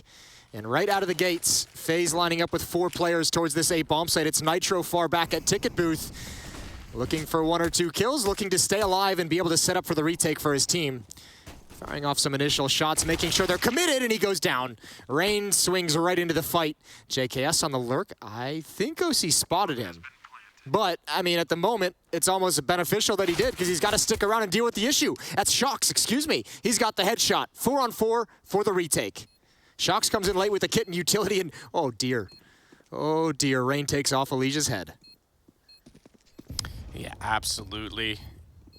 Good position to be in. Rain, talked about, has incredible aim, but oftentimes he's not in the best position, has to swing and try and use it because his crosshair placement, he expected a player to be walking out from jungle. It's Twist that goes against his Canadian compatriot, his former teammate, and no longer in that alliance. And even though he fell, Kerrigan steps out to take down the Frenchman who's crossed the pond the other direction and joined Team Liquid. Yeah, many international sort of endeavors between these two rosters to stay, I guess, whole, and it is great to have Nitro back. What an implement, a whole, complete. Yeah, I know. Yeah, what did you think I said? No, I thought you said whole. I was going to go on with it, but you kept building on it. I thought I said something else. No, it is good to see Nitro back. It really is. I've always enjoyed Nick. I think he's a player that evolved very well. He was the top fragger at the entire ESEA LAN Season 16 when he was with iBuyPower as an entry fragger and a rookie. Then he went into sort of a support role. Then he was an engage. He's done it all, and it's good to have him back. I think just his importance as a glue guy for the team as well. From my time there, that became very apparent. A team without Nitro, very tough to keep it together. And Nitro, I think, provides a lot of that intangible impact onto the team. 5-man stack towards B. Nitro's the one man back in market just to watch towards the window jump and murder hole to make sure they can't get flanked out, and they have the correct stack.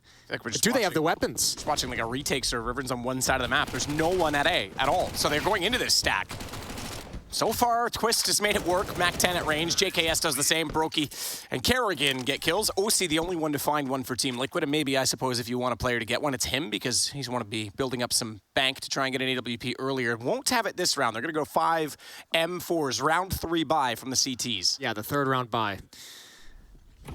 See what it comes up with. And yeah, when FaZe starts spotting this many people at the bomb site, you're going to check every corner. Brokey just comes in pre-firing because he knows if there's a stack, likely someone is in that position. 2-0 for FaZe early. Twist going to challenge at a ramp. All silenced M4s for the Liquid side of things. And not only that, no kits because it is the third round buy. They can't afford it. They've gone for some smokes. They've gone for some utility. They won't have the diffusers. Now, one thing to talk about, just to build on what the desk kind of discussed, Nitro maybe needing a little bit more time to kind of get up to speed on an individual level. He is a player also anchoring that A bomb site. That might be something FaZe tries to abuse later on in this half. Mid control, Liquid not wanting to fight for it without all the utility they'd enjoy. Naf's going to be on catwalk, Elige playing towards jungle. Top connector. Good fight, good win. Rain crouches into it, takes Elige down a little bit low. But man advantage for the North Americans, 5 on 4.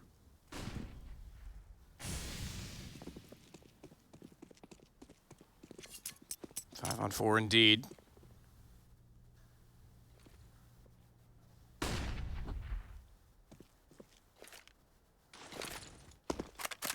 Backing off towards CT spawn. OC, smoke in hand. Twist is already through that smoke, but Nitro is underneath the balcony. He's found 2. That brings OC back out from CT, only to see Kerrigan, who gets him down with a Mac 10, and Elige gets him in return. So it is the response, the early buy paying off for Team Liquid. It's going to be tight and scrappy on the T side as well because they didn't get a bomb plant off of that. So even though Twist is in good position right now, Kerrigan as well, not everyone has that luxury. No, not at all. You'll see a Galil picked up by Rain. A Mac 10 passed over to JKS. So yeah, they'll have to fight with a few diminished resources there, see what they can come up with. 2-1. Still money not set, not comfortable for Team Liquid. 3 players surviving in the previous round. And heavy towards the B-bomb site this time. Kerrigan trying to call maybe a timing hit with that Mac 10 leading the way on JKS. 2 Galils as well. Deep nade, that's gonna do decent damage. Kerrigan just above half HP. Twist brought down to 64, and that's the indication the hit's coming. Shocks to defend. It's Naf from catwalk to get one blind. Shocks just waiting inside the bomb site. His teammate's gone down. Kerrigan 3 HP. Oh, wow, what a jiggle. Rips off Shocks' head, and Elige coming behind the smoke. That's such a brutal shot from Kerrigan. Completely changes the dynamic of the round and completely gives FaZe the advantage. That is absolutely huge. You're not wrong about that at all. Nitro the kill, however, to keep the minutes. At this point in time, he does have the kit, so too does OC. But not a lot more to work with on this because they are going to bail out. They've got to both come in from checker, and Brokey doesn't need to leave. JKS is covering it. They'll soon realize that they have this round in the bag, and the save very much required. No money left over from that early buy. And Liquid's going to be back against the wall in a 3-1 score for FaZe. And do you think this is a grudge? I mean, I interviewed Twist one of my favorite interviews I've done just because Twist and I get along so well. It seemed very honest and open, and you know, he spoke very well. And I enjoyed the answers, and that's why, you know, it didn't seem like he was playing politics with it. But he was also very honest that, you know, he has a lot of respect still for the organization, that it was mutual, that he was thankful for the opportunity with Liquid. I'm sure he's still friends with a lot of these guys, right? Yeah, I don't think it's going to be any kind of crazy grudge match. I mean, is there a sense of pride? You coached him. Is there still going to be like the I'm right? There always is. When you meet up against former teammates and former organizations, there always is that extra little angle to it. But I wouldn't define it so much as a grudge. Fair. Certainly you just want to take the win for some bragging rights, for some friendly pokes on Twitter. Twist backs up, boost up in middle, Rain's in trouble. This is getting more and more common, this boost. Rather than going for the window jump and holding that angle, you boost instead. The problem is now they're limited in there, and you know there's two at mid. The reason you can justify doing it is because it was pistols. Watch out, though, because JKS is sneaking through the underpass, and he has the lineup through the smoke. Yeah, it's not the kill you got to worry about getting. It's what you do after the fact. Good job from JKS with a double. Twist adds a kill in as well. It's just Shocks and Naf, but the rifles have been taken out of the hands, so this Deagle needs to sing. JKS in underpass, Twist and Brokey towards top mid. All the action happening at this part of the map. Shocks looking for anything. Grabbed an AK-47. Naf now has an M4 as well, so rifles picked up. Shocks has been spotted. Naf needs his kill. He peeks out. He spots it. And he's got a winnable situation with no armor and a kit, but look at the HP on Brokey and Twist, and Naf, one of the best clutch players we have in the scene. Let's see what he's got. Flash goes over. Naf going to actually rotate. That flash worked. That flash worked entirely. He heard it. Knife out. Twist has the kill for sure. Oh my God, that's crazy that worked that well. Like, I thought for sure he gets away with that low HP, and he just runs with his knife directly toward him. I was wondering if he was going to be able to catch that from that far away, and oh, what a bummer. He gets lured into a fast play. I will say one thing with Liquid over the years. They've had some pretty nice looking jerseys. I like these ones too. A little bit of yellow and the dark blue, as opposed to sort of that lighter. They've had the camo. They went through obviously all of the Marvel? Marvel, thank you. I was going to say comic book because I don't know Marvel DC. It's all the same to me. Although I did find it interesting, speaking of that obviously Batman sponsored FaZe, and that means that basically the villain... Marvel versus DC. Marvel versus DC, and Twist switched sides. Oh. But yeah, no, I do like these jerseys. They look cool. Yeah, this is the Leviathan set. Is that what it's called? Yeah. Oh, look at you still having all your knowledge. The FPS jerseys. I will say, by the way, I think in my time, Henry G went to be the manager of Cloud9, and suddenly I had a ton of Cloud9 clothing at my house. I never got any Liquid, Jason. Yeah. Oh, okay. Dude, look at the sick apparel. I'm keeping all that. Oh, okay. All right. I'm just saying, you could have just threw me, you know, some swag. Nah, I got 30 jerseys. I'm gonna give them out on Twitter one day. 29 jerseys.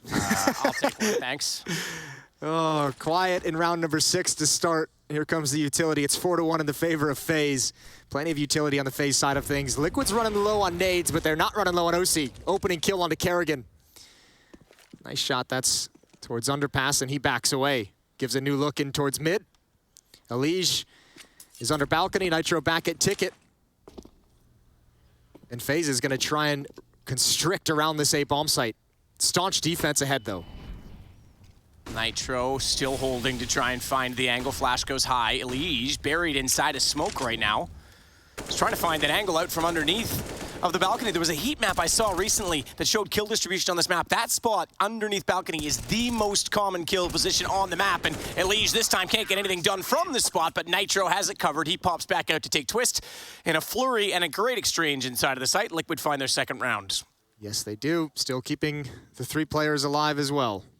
That's not bad at all. 6 kills on Nitro, 5 on OC so far early on. Leading the way for FaZe is Kerrigan at 7. That's a quick shot. Kerrigan just tries to jiggle, and Ray not prepared for the swing, or actually he's fighting Elige underneath the balcony. And the rest of the teammates string out. Here we go, Naf making the jump, M4 in hand. Back to the B bomb site we go. Again, low buy, half buy essentially for FaZe, a couple of MAC-10s, and they rinse and repeat towards the B bomb site. Shocks to anchor, Naf to support at catwalk. they go. Shox was spotted, but there was a nade in the hand of Kerrigan, and Shox makes no mistake to find twists as well. A 2 for none, and FaZe might be done, I think, going toward the B side. They're going to back out immediately, and Rain will have to try and work through middle and come up with an alternate course of attack. He could pick up an AWP. I'd love to see how he killed OC. He got it. Yeah, just now in the smoke, but I just want to see how he killed OC. That's impressive stuff from top mid with the Deagle. Brokey and Rain are both going to be there. JKS in the B hall still with the bomb. Only the one Molotov for FaZe to use for the rest of the round. And the op. So Nitro is going to get aggressive in A ramp. He's going to position himself on top of the flower pot. A tough angle to deal with. We'll be able to spot the shadow if they peek from the back wall. Elijah will be there as well to turn in response. So well-coordinated defense here at A ramp. The 40 seconds remaining, there's the first kill. Elijah's going to be here as well. Good shot on the JKS. That's the bomb. That means Elijah could push forward if he wants. But he's waiting to see what the peek is going to come from Palace. Brokey, meanwhile, back out with the AWP. Doesn't even look CT, and somehow Naf doesn't hit that shot. Puts him on 11. I'm not sure there's much more to say in the round, though. 20 seconds left, but that, I think, was a free kill for Brokey. He'll take those all day long. Yeah, it's unreal. Naf will be a little bit bummed about that one. Brokey's just going to save the gun. No HP. Molotov in deep. And there's not enough money on the Liquid side to hunt this down between Shox and Elige. Elige's getting a little frisky with it behind the Molotov he threw, but he's not going to get there in time and not going to press the issue. They're going to be content with their third round on the board. How do you rate OC? You've always been pretty in touch with, obviously in touch with Liquid, as we know, but with the North American scene and young talent. OC, for me, obviously I'm aware of him, but I haven't had enough personal experience to make a full opinion on him yet. I mean, look, there's no doubt he's got great skills. It's just like any other player being brought up to this level. That's a nice shot. That was the shot you wanted to see. Yeah, it really was. How's he going to be able to compete at the tier 1 level? And I think early returns, early looks at him have been good. We'll continue to see how he develops. A lot of hope on his shoulders to be one of the next big stars. And problem, isn't it? There's so much. Is it pressure or is it hope? Is it both? I mean, the pressure all depends on how he takes it. There's hope from the community. I don't think it's going to put too much more pressure on his shoulders to think that, the pressure is coming from you're playing for one of the best organizations in esports. Yeah, absolutely true. OC able to grab Rain. Gonna back off.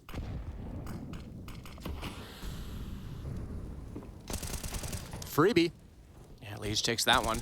Collects. Brokey does get one back on Naf again, this time in a very different position under different circumstances. Naf, not quite the same chances, but the same result will go down.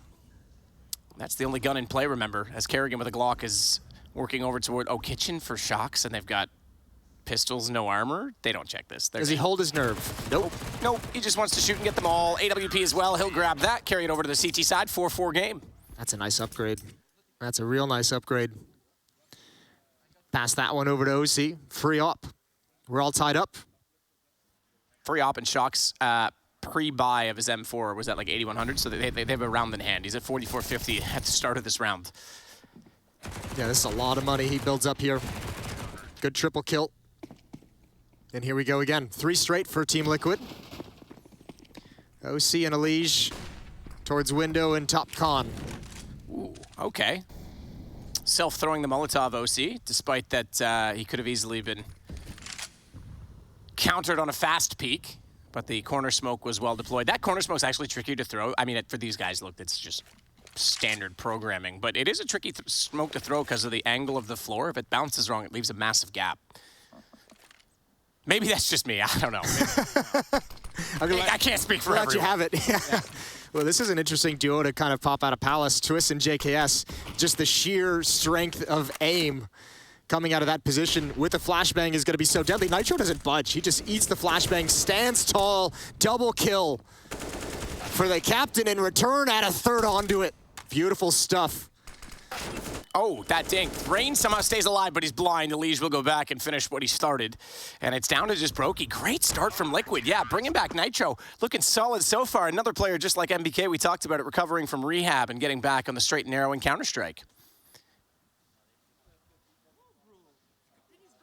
And look, I poke fun at Valorant. I think it's a fine game. There's nothing wrong with it. I have no issue, but I think I think a lot of that was during the online era kind of took the shine off the Counter-Strike scene for a while, right? The big LANs. There's a lot of stuff. There's a lot of different factors that fed into everything. Sure, but yeah, you know, I can see why a lot of people, that was the time at which they were kind of going, maybe something else, you know? So. Deep Molotov. Rain going to push up around the smoke. Kerrigan over towards Palace. Elige with a spam right through. Rain goes down again. The second time he's been caught trying to make a similar play. Nitro finds Kerrigan in the A-halls. And still middle is heavily contested. JKS, Brokey, and Twist at top mid, and Elige is going to add on to it. 8 and 5 for Liquid's star player. One of Liquid's star players.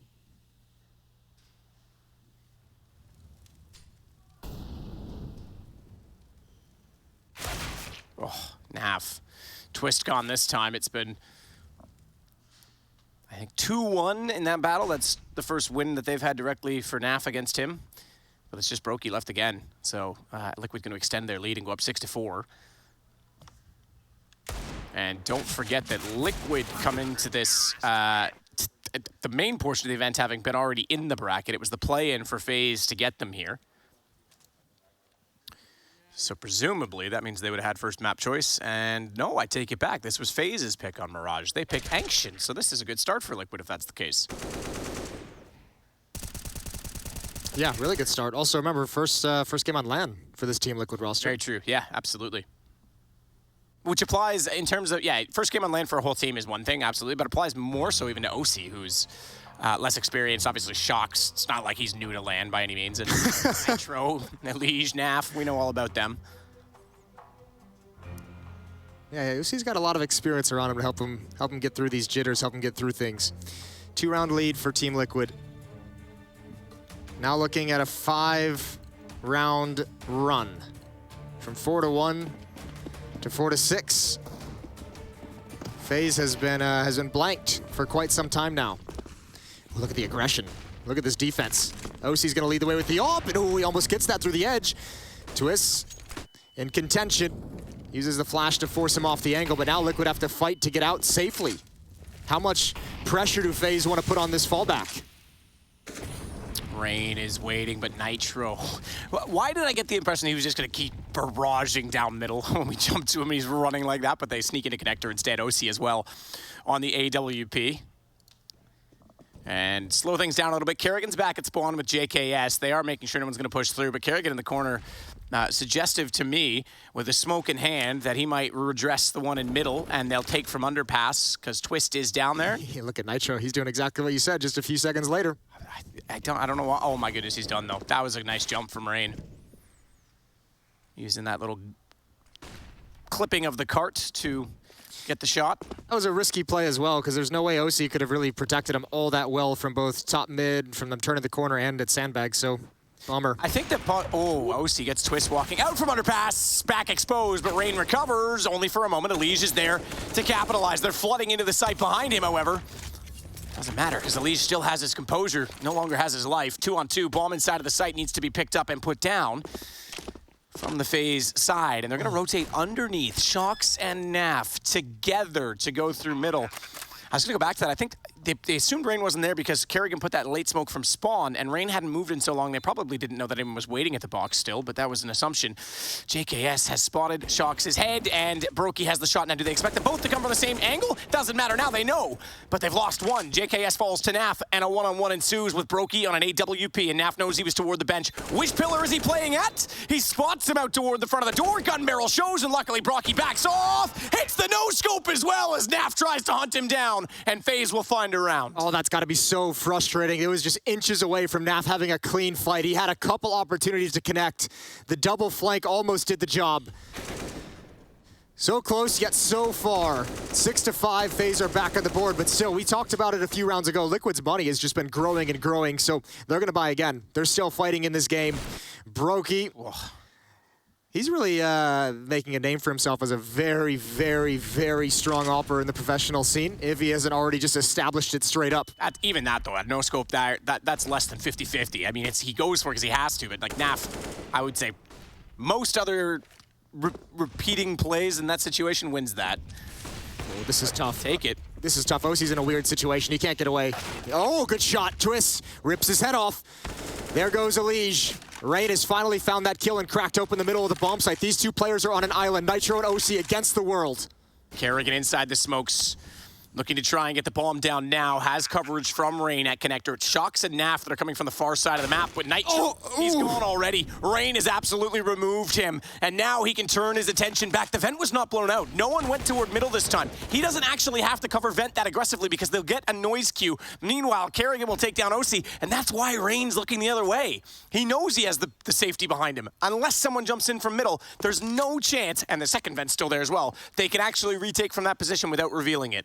Man, Rain has the two most important kills in this round. Not even just the kills, the pressure he put on mid, bringing Elige down super low, putting OC in an awkward situation, finding the kill on Elige jumping up through window. That lets him control the middle of the map, but he also saves the day by killing Nitro in dark. Nitro is going for a multi-kill. Yep. Nitro sneaking out, and he's saying, if we want to win this round, I might need two. He's taking his time knowing Kerrigan's not looking in that direction, and Rain, for whatever reason, heads up, checks it. Brutal. 6-6, we're all tied up.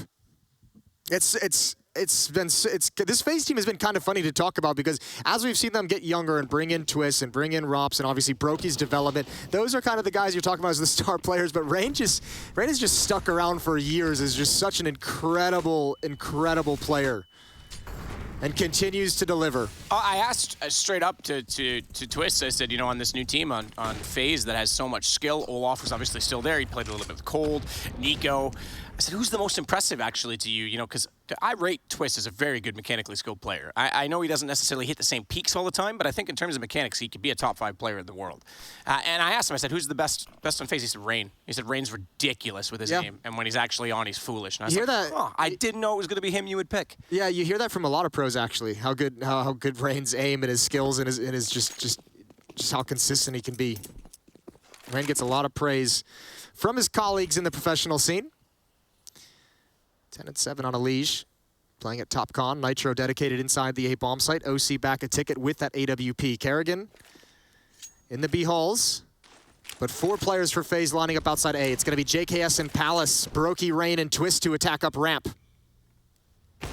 Not a show. Oh, he did it, that OC. That was fast. I thought he missed it, but he catches Twist, and that's going to give Nitro a chance on the firebox to take down Rain at Tetris. JKS walks in from the Palace.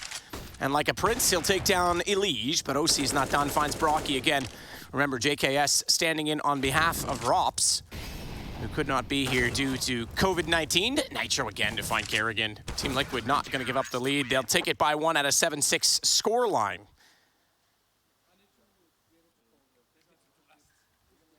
This Liquid's looking good right now. 1-round lead, 7-6.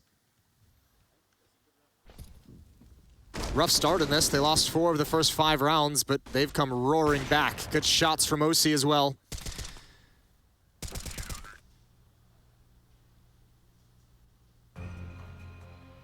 Got a timeout called for FaZe. 2 of 4 remaining. They've already used 2, and we're just getting to the end of the first half now. So, just speaking of Rops, by the way, posted an update today on his Instagram story, which then was screenshotted and added to Reddit for all to see. No symptoms, however, self-test is still positive. ESL needs a negative PCR, but Poland will quarantine him again. So he's still waiting this one out, and look, unfortunately, it's the world we live in. I went through a similar thing where, you know, I tested positive and had to get locked down for 11 days, and now there's a chance I could continue to test positive on a PCR. And it's fun 11 days. It really wasn't in that case. But no, look, it's unfortunate. And it gets a bit complicated, so hopefully he can get here, and hopefully Liquid can extend their run in this tournament to allow him to do so, but credit to JKS for stepping in, and big shoes to fill. Indeed.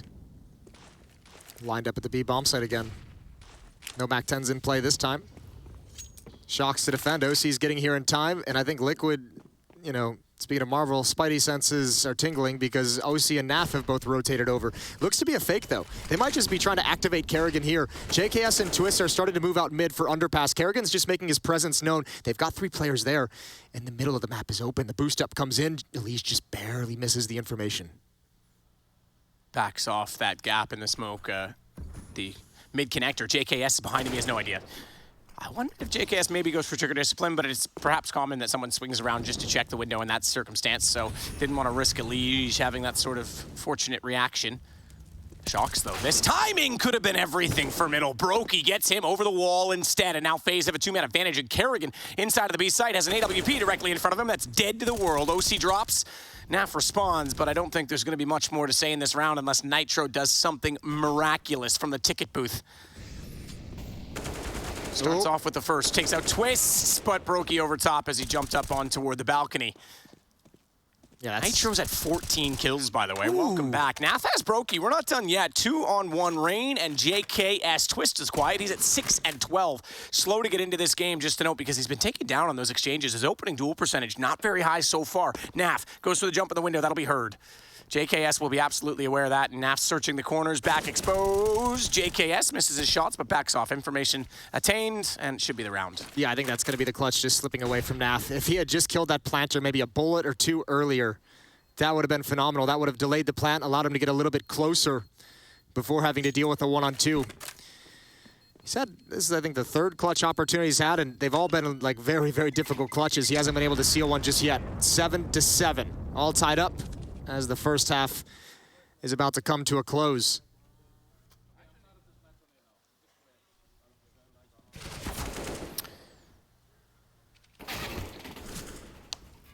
Nitro, I have to say, I'm impressed coming back in like this. He's always been someone I mentioned, I know it's way back in like 2015 or whatever it was, maybe even late 2014. I think it was late 2014 when he top fragged out of all teams at the ESEA season 16 or 17 land, but he's always had that potential. And in-game leading, I think, took a bit of that edge off for a while, but now coming back, maybe he's fresh, rejuvenated, and he's looking sharp so far. Naf's going to trade out JKS at Palace, but that battle not done. Brokey gets back in that position. Shocks, finds Rain, trying to sneak through the window at mid, and that could have been a huge play. And I think FaZe just saw so much resistance. Two players pushing Palace. They know their mid portion of the attack is gone, so they got to come up with a new idea, new plan. A lot of utility for the Team Liquid side, but they're getting spread thin. OC back towards CT spawn. Nitro and Shocks over at Ticket as well. So the entirety of the defense at this A bomb site. 3 smokes all around as well. FaZe, meanwhile, just crawling up catwalk. No information yet for Liquid. And they need it. They need it soon to be able to rotate. Smoke. It's just going to fade. Oh, I thought Shocks was They haven't seen it yet. He missed it. He missed his chance. He's going to see one now. No, he's not. He's in the corner. You see the gun barrel? Yes, he did. Shocks is staring it down. Brokey drops. Now they know it's B. The problem is they still have to get there. Bomb's not planted. It was actually in the hands of Brokey. Kerrigan's got to go back to pick that up. That buys some space. That's a huge kill for Shocks to get because Kerrigan was going to be able to just kind of chill in ladder room and cut off some rotations. Now he has to pick up the bomb and hustle into the site. And Nitro's going to they're all going to go that way. They're all going to go, oh, Kerrigan, this is going to be so tough. He's traded. There's no question he's traded here. If he gets both, he may not even get one. They've baited out the shots already, and he goes down. Twists, who's been quiet so far, to 1-on-3, and he only manages to find the first. Shocks with the immediate trade. And 8-7 will be our halftime score line for Liquid. See you after the break.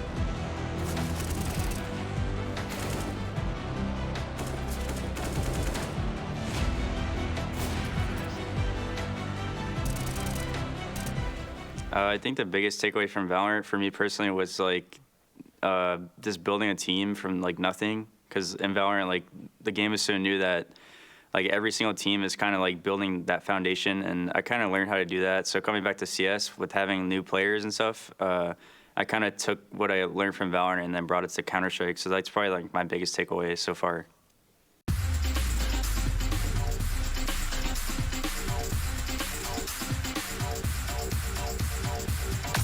It's a leash. He's at the backside of catwalk. He can see players pushing him. He's spinning back and forth. A Legion electric hold.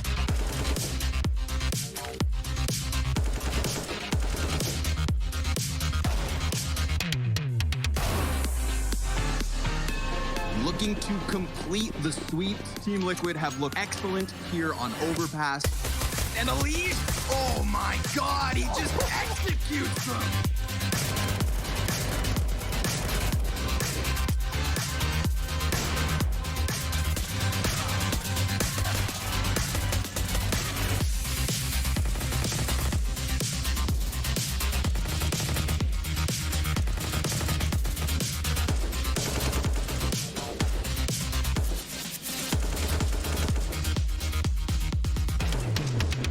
into OT.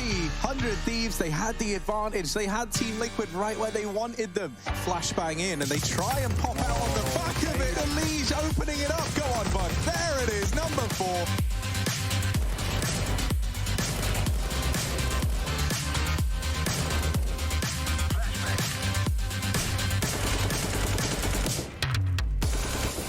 It's about to get real cool over here towards their ramp. Doesn't work out, but there's Elige. You said you wanted to see him. T3000 on the map. You've seen a lot of him. That's stunning from Elige. That's the big dog you want.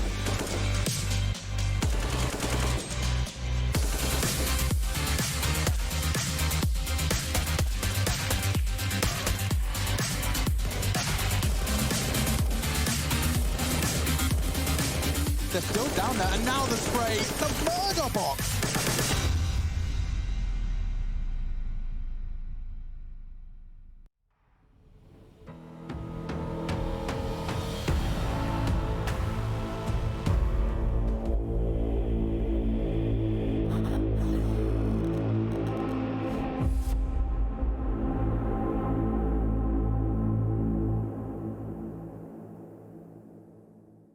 IEM Katowice 10 years, man, oh man, I cannot wait to get inside of the Spodek, but when will these teams be joining us? Right now, Liquid putting their best foot forward against FaZe. A one-round difference, but a pretty convincing half in a lot of ways, winning some rather spectacular duels, good rotations for, as you say, first time on LAN core, and they will swap over to the T side of Mirage and see if they can continue on that fashion. Jason, decent start. Yeah, decent start. I mean, look good. Actually, I think in some level it's impressive. I think Liquid looked far better than FaZe in that first half, but FaZe still have 7 rounds. They still have this very, very close. So that's, I guess, in a way, a worrying thing if you're Team Liquid, at least in my mind. Twist, gonna peek down a ramp, misses the shots on Shox, gets a little bit of damage, but the rest of the team is gonna follow it up. Rain and Twist for the initial defense. Rain, known as an excellent pistol player. When does he get activated? I think right now. Right now, indeed. Oh, it's Brokey that got the kill instead. He knows there's another player there. Nitro swings and punches straight in the mouth. So Rain goes down without a shout. It's Kerrigan that does, you're right, exactly that. Knocks the bomb out of Nitro's hands. So that'll give a bit of space. JKS needs to get into this from the connector, but double peek. And a victory again in the pistol. I say again, excuse me. We go back on that. It was not a pistol victory. It was the 3rd round bye that Team Liquid and Nitro got on the board. So this one gives them a bit of momentum early. 9-7 scoreline. I'll do so quickly while we have a chance because we're just getting into this half. The B stream updates. We have right now Astralis going against Furia. Furia took the first map on Overpass 16-12. They are currently leading 8-3 on the T side of Mirage. Hot damn. That'd be spicy. We got a spicy one here, though. Twist. Just firing us some shots through the smoke. Shox with the MAC-10. Liquid, 3 players still in T-spawn, deciding where to go. Setting up utility in middle for Elige to feel comfortable to just chill at top mid. Look for any information, see if any of the defenders are going to get lured into pushing towards this direction.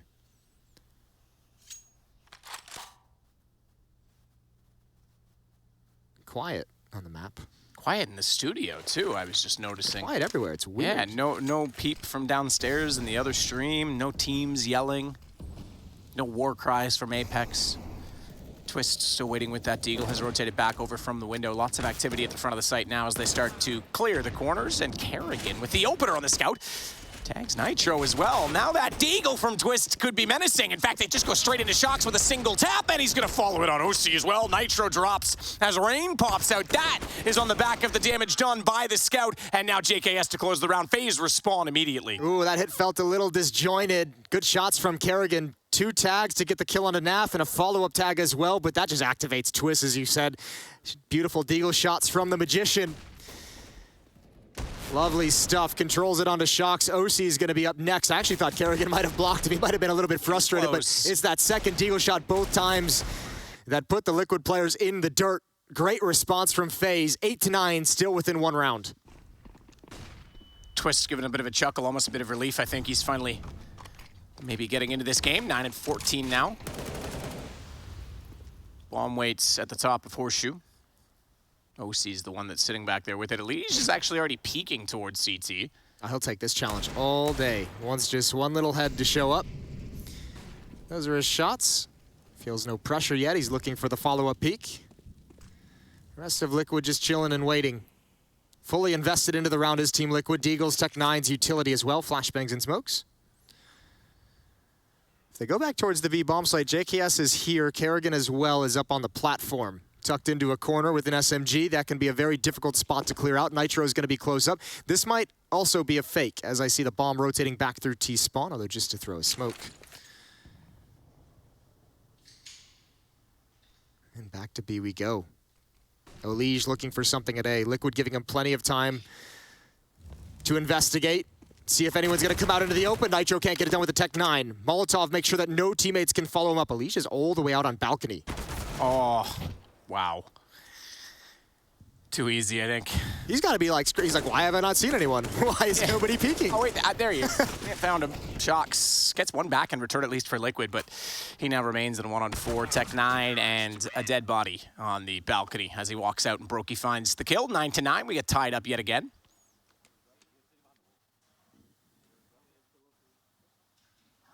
I didn't know that Adrem was capable of growing facial hair, to be completely honest. He's a dad now. I think once you have a kid, you can, it automatically kicks in.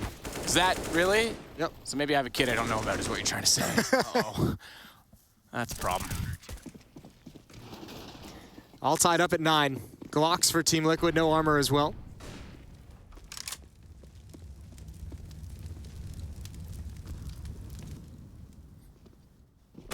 That is a bit of a problem, Rain. Not far out on his own. Uh-oh, and there's 3. Yeah, what a rookie mistake.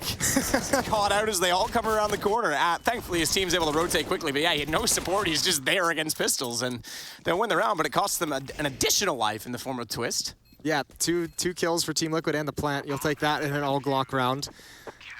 Losing bonus with the plant bonus. They got a lot of cash to play with. AK-47's being picked up by the Liquid offense. 1 round lead for FaZe. 1 round indeed, and although they had a couple of ties on the scoreline in the first half, they never really had the lead on the FaZe side. It was always close, though, right? Yeah, it was always within. I shouldn't say within 1 or 2. It was within 1 round. It was a very back and forth opening half. It was cool to watch. Yeah, and to be fair, it's not like they've cracked it wide open here either, because they're up against guns brought out from Liquid again, so it'll be AKs. The only AWP on the map was in the hands of Brokey. Nice thing for FaZe right now, too, is the only player missing money in the bank is Twist. Down at 850 after the buy, but everyone else. That damn Canadian dollar, man. I know. Just not worth what it used to be. Monopoly money. It's those loonies and toonies. Yeah. Loonies and toonies. It's pretty good names for money, let's be honest. It's not bad, yeah, I do like it. Toonie Tuesdays, bud. Get your double-double down at Timmy Ho's. Which is actually owned by a Brazilian parent company now. So not even Canadian anymore. Yeah, we lost our one good friend. Yeah, we suck. Canadian Dunkin' Donuts is lost. It's gone to the wind. Nitro and underpass. Heavy lean towards the A bomb site. A lot of faith in Brokey with that op, that deep angle. Early warning system, perhaps a little bit of damage. If he's lucky, a kill. Split towards the B bomb site for Liquid. That's a deep smoke. 40 seconds left on the clock.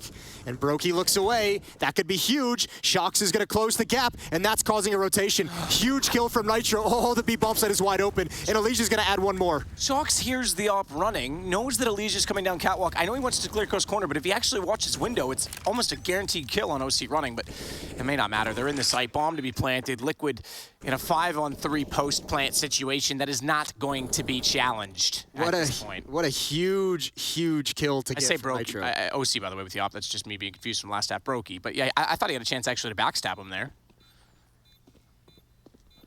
Like a flawless win. Barely taking any damage. Nitro at 82, OC at 95. Flawless victory. Take that to the bank. 10-10. The back and forth continues, and with 3 weapons being saved, no real economic issues for FaZe in this next round. It's going to be another full buy for the defense.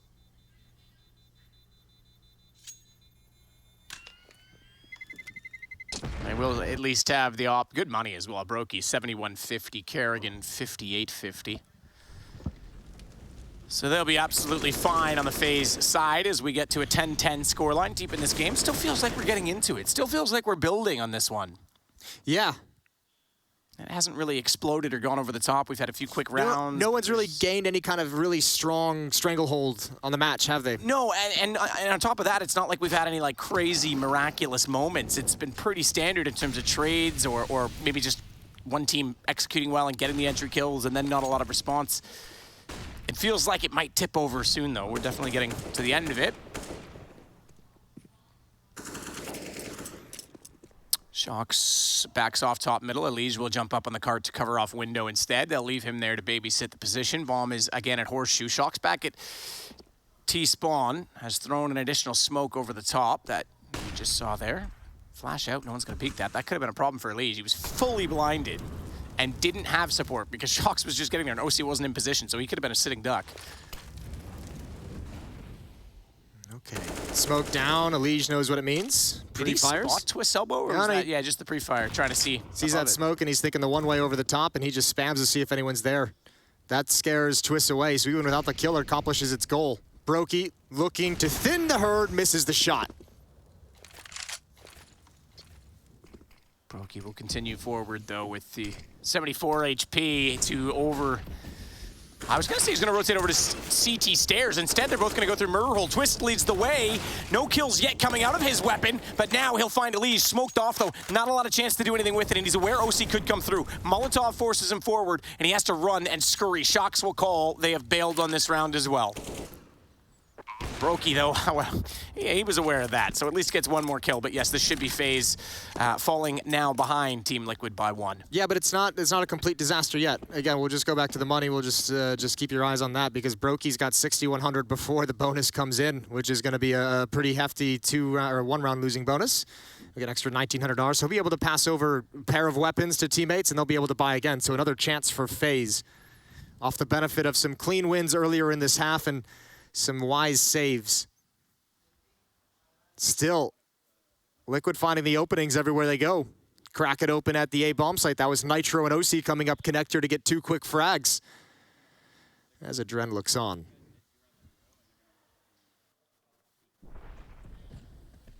I think actually that interview we had at halftime with Nitro about what he learned over in Valorant was actually some really, really cool insight, mentioning learned a lot on what it meant to build a team from scratch as you went over to Valorant, and every team was trying to build those initial foundations and take those first steps, and gained a lot of valuable experience, I would imagine, in something like that, and comes back to Team Liquid essentially right at the start of a complete rebuilding phase for them. And an organization he'll be very comfortable with. Has a lot of history here. What I learned at Valorant was that I was missing out on Counter-Strike and it was time to come back. That's what I thought he was going to say. That's how your brain assembled those words that came out of his mouth? Just retooled them all? Yeah. 11-10, 1-round lead for Liquid on offense. Don't fact check me, bro. Looking good on the opening map. FaZe's pick, Mirage. Brain's going to get aggressive underneath the balcony. This time he's not going to get caught out at A main. Naf's the only one over there. Shocks is already quite far forward in the B apartments as well, just checking that side of the map. Twist's the one in the window, though. Has a smoke and a small gap to look through. He's backed off that because he is worried about the underpass position, and Brokey will go with him, in fact. So they'll completely concede middle. Rain's on his own for the moment, so he's getting a little uncomfortable and checking toward the arch instead to make sure he's not about to be overwhelmed so his teammates can get inside of the site. But giving up middle like this, okay, it's fine if you want to stabilize the sites, but they've also placed themselves in a very far means from the B site or vice versa for rotations.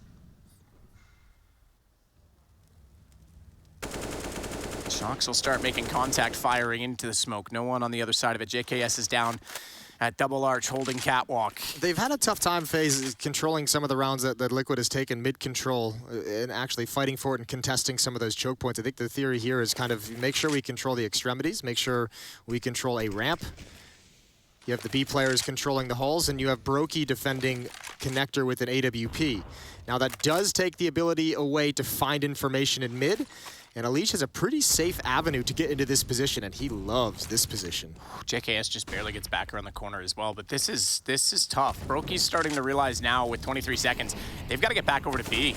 Rain's pushed out. It's JKS only good for one. Kerrigan's there. Rain's going to try and go for a flank, but Kerrigan needs multiple kills. Shocks takes him down immediately. Broki has Nitro. He is gone. And the horse through CT. That was a late shot through connector, but look at where they are. They're still just getting to position for the retake. This is the important round for Liquid to win. You could take all the money away because FaZe is going for it. Rain's gonna start it off, steps out, OC off angle, finds the headshot on the AK, and Twist and Broki are gone, done. That was the flank they needed, and that was the problem with it. I know it's easy for us to see it on the minimap, but they're so deep in the A site playing the extremities, there was no rotations. Yeah, they needed a little bit more from that initial defense, and I mean, that's just, yeah, you're right, one of the negatives of that setup. I think even JKS had a little bit of a misclick with the whole silencer on the M4 as well. There's a lot of that going around these days. Happens to the best of us. Also happens to the worst of us. Nitro calmly and keeping his troops focused. 2-round lead now for Team Liquid. I don't think it would have mattered. Naf had him from behind. Shocks, another kill on Kerrigan, who couldn't control the spray. And after this kill comes out, FaZe prioritizes saving the AWP. I think Broki's been saving this op 3 rounds straight now that Team Liquid has won. They just can't take it away from him. Still some rounds to play with FaZe, but not much. It's getting into crunch time.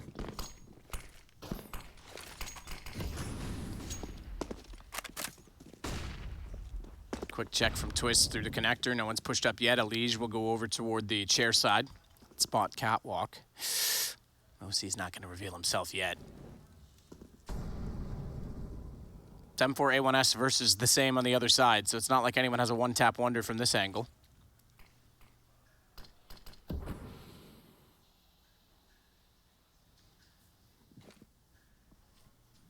Twist nading into the underpass position. Rain very passively inside of the ladder room.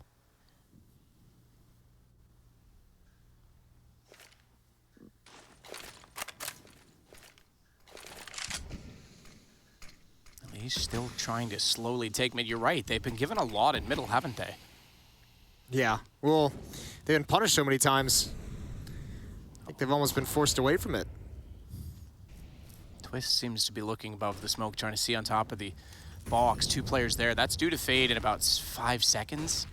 This could be huge. The fact that he goes to an off angle on it, sees both, finds them, and takes them down. Broki actually gets one of the 2 kills, but Twist was in the right spot. Naf's got him in response, though. And now Broki's under pressure in the backside of CT stairs at the ticket booth. Balm waits, though, at the top of connector, and Kerrigan's about to spot that, which makes it very awkward. Broki finds a kill. He drops. Balm not recoverable until now. OC, that's a massive kill, but JKS, can he get the shot in return? Flashed off. They'll grab it and head for the hills. Shocks staring it down with an AWP. He has the angle and the lineup. 13 for Liquid. That is well done, especially considering Twist starts it off with 2 kills. Goes for more at the top of the stairs, and that's when Naf gets activated. And Team Liquid is starting to really abuse the real estate that they're being given. Well played all around. Good response from Naf here. Shocks as well, cleaning things up, grabbing the op and sealing the round. Another timeout taken by FaZe to talk things over. 13-10. And with no save, Liquid have finally done it. It's taken them 4 rounds due to all the saving, due to all the money that had been built up by FaZe, but they finally cracked open the economy, and FaZe can't buy. They can't invest. Maybe drop down to like a half armor with Deagles. Yeah, that's tough. Great team effort from Team Liquid. 18 kills on Nitro, 17 on Shocks and OC, 13 and 14 on Naf and Alish, respectively. Smoke to the window, Alish with the high smoke on catwalk as well as looking to go straight through it. Jumps down, spots Kerrigan. He even tries to bait out a shot. His high sensitivity is so apparent, isn't it? No situations, and Twist has him down. Nitro did find a kill beforehand. JKS will back off the catwalk in a 4-on-4. That gun not recoverable. It's out in middle. Ain't no one going to get that girl. What, you want to go get that girl? No, I just never heard that accent out of a Canadian. I don't even know what accent it was, to be completely honest. I don't either. 3-round lead.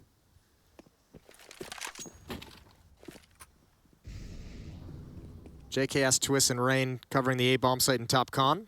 Brokey alone over at B. Team Liquid passive on the map. Only sounds being given away is utility. Smoke and window, smoke at top con. Gonna start to indicate that Liquid's heading towards the B bomb site. And Elige is always lurking in middle, controlling with the safety of these smokes.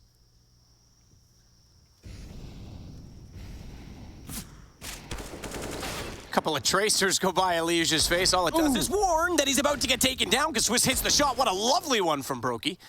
Shocks dropped inside the archway window, heading toward the site where we now watch Naf flood in behind the van. OC missing a shot. 3 players spotted, though. He goes back for more and actually gets Twist through the edge of the wall, takes down Rain, and now Naf comes alive. Brokey still with this deagle, though, brings it to a one-on-one. OC's on 26, which means he is absolutely in a position to get taken down by the pistol, and it is a round of phase. That's magnificent. I mean, think some huge clutches for Brokey at this B bomb site. One on the T side, one now on the CT side. Those deagle shots are gorgeous. And OC did a great job picking a couple players off on catwalk to even bring them back into it, but Brokey just stands way too tall. That's disgusting.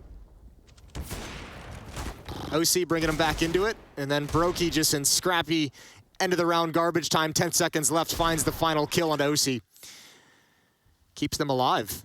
That would have been such a massive advantage for Team Liquid, and oh, you could hear the screams immediately when he got that kill. Yeah, exactly right. A meaningful one. 14-10, and the money would have been in the bin. It goes the other way. Free op as well for Brokey, so he gets to keep $3,800 in the bank after the buy. Round 25 coming in. Close affair all the way through. You know, Shocks is the only player in the professional scene that I've seen that just says have fun after every single time out. That still types it in chat? Yeah. Doesn't say good luck, though. No, why would I wish you good luck? I'm with you. I support that. I say BL. No fun? NF? Yeah, no fun. Okay, let's pop it. Mac 10 on Shocks, he's leading the way. Kerrigan tucked into the get-right corner. He's got the first and doesn't need to swing too much wider. He does anyways, though. Nitro finds him. No support there to slow things down. Oh, and Elige must have just turned Brokey. Maybe the scope. Either way, he rips his head off. And Team Liquid have control of the B bomb site. If you're FaZe again, what decision do you make here? You might have to call for another save. 3 on 4, and you're already backing up. Thankfully, Brokey can afford an op in the next round, but these Team Liquid hits and attacks have been so convincing that FaZe wants nothing to do with the retakes. Yep, I'm impressed. This is very fast from Liquid. Shocks looking the part as well in this team. It's been a while since we've really seen him step up to potential. 17 and 13 right now. And it's cool to see too, because that is, as the Des talked about it, and I would agree with him, probably the most head-scratching roster change, you know, post-major. A lot of the attention obviously going to like G2 and Vitality. Shocks to Liquid was like, what the hell? Yeah. Is this guy really that desperate? Like, he's got to go to North America? There's that. There's that angle. But yeah, it was a bit of a head scratcher, so it's good to see like him performing well within the team and starting to figure things out. This is really nice. 14-11. Still early returns.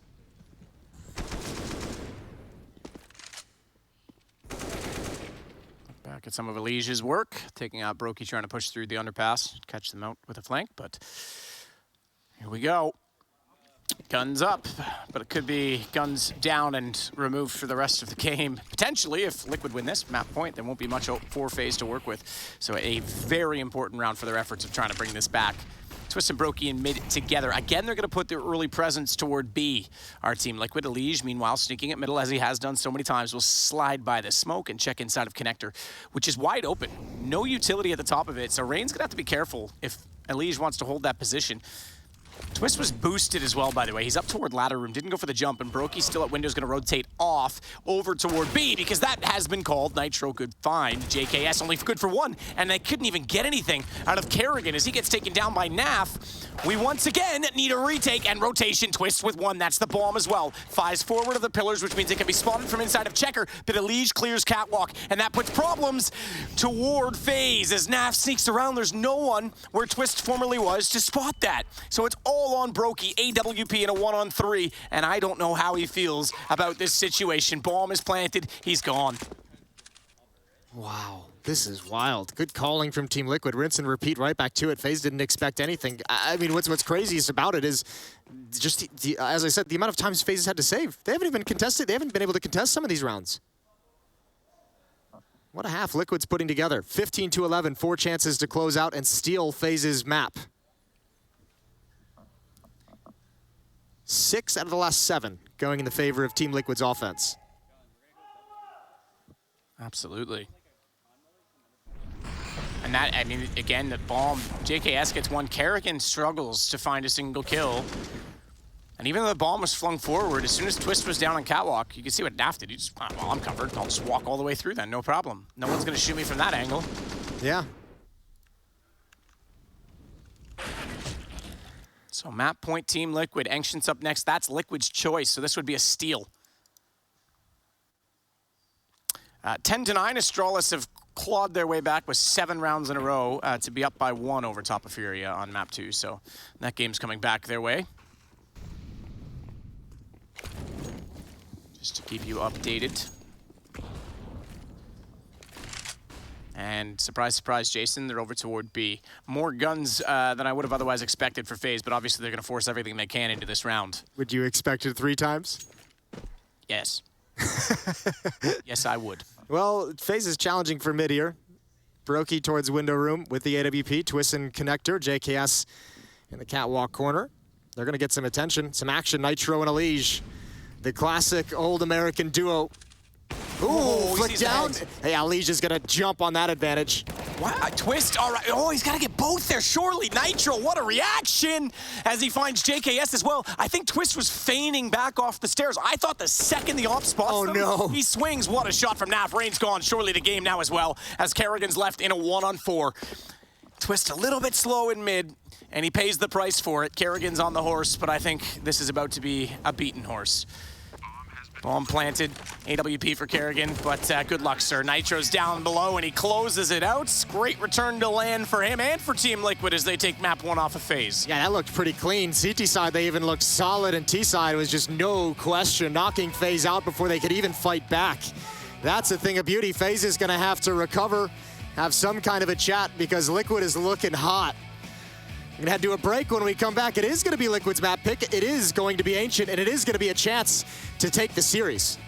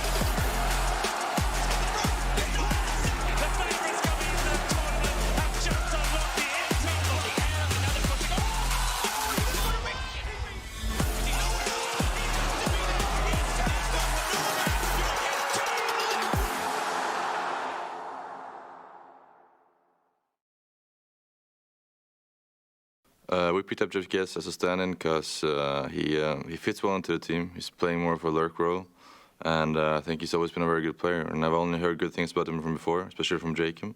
So I think it was a good fit for the team overall.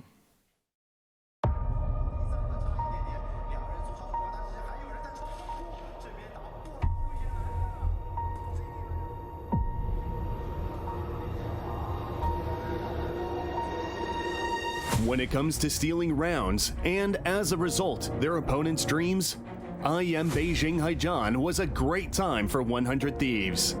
Vitality might have been a threat back then, but what Gratisfaction did was just a prelude to what was to come. There's no bomb plant yet. All the pressure of the timer right now is on 100 Thieves and Gratisfaction. He's... Oh my god! Are you you kidding me? Taking down shots as well. The French fought valiantly and were able to earn some crucial points. But when the game transitioned onto Inferno, there was a very important factor that they didn't take into consideration, and that was JKS defending the bomb site. They almost catch him at the angle. Can they finally bring down JKS? He's going to try and flash his way into a fight. What does it take to bring him down in this B defense? The flash for the setup, and actually, he makes it back around the smoke. He's still a factor here. Oh no, they line up behind it. I can't believe it. He's destroyed their team. There's nothing that will stop JKS. Unbelievable.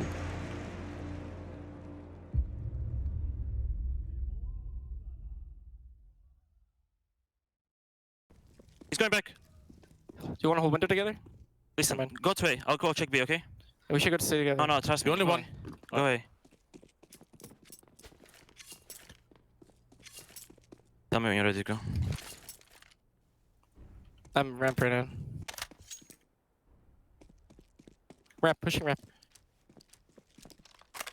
Nice, nice fake, dude. Nice, Perky. Good go. He's got around Connor. I'm gonna kill him. You sec. Okay, be calling top man. Con dead.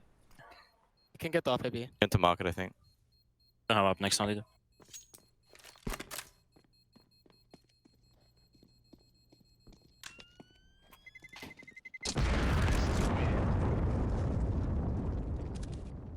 It's just sin. Good lurk, man. Yeah, listen, smoke Nice. distracted him bad.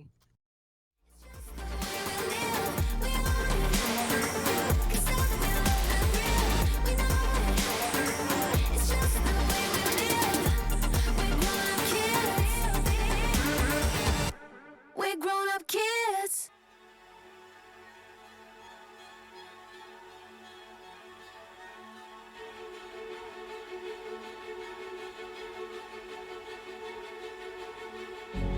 This world is slowing down. How can I fight it? How can I listen when there's no sound? Oh, the wolves are out. Yes, the wolves are out.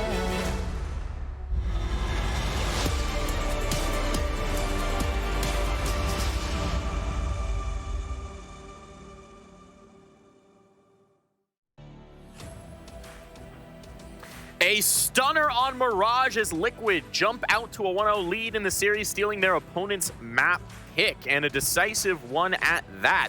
Nitro on top of the scoreboard, perhaps not what we expected here.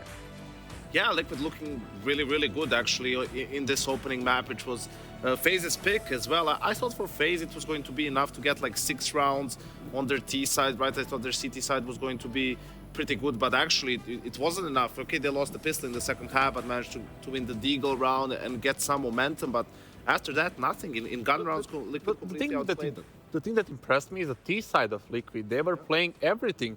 Defaults, pops, everything. The pace switch-ups after the timeout. They were going B constant most of the times.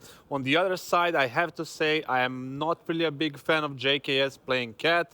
That position demands somebody to be aggressive, somebody to be mobile, somebody to be overall aggressive, and Justin is just not that type of player. He is an anchor, he is a type of defensive player, that's his instinct, that's how he should play, and we saw in a couple of situations that him and Kerrigan didn't have so much coordination on the B-side hits.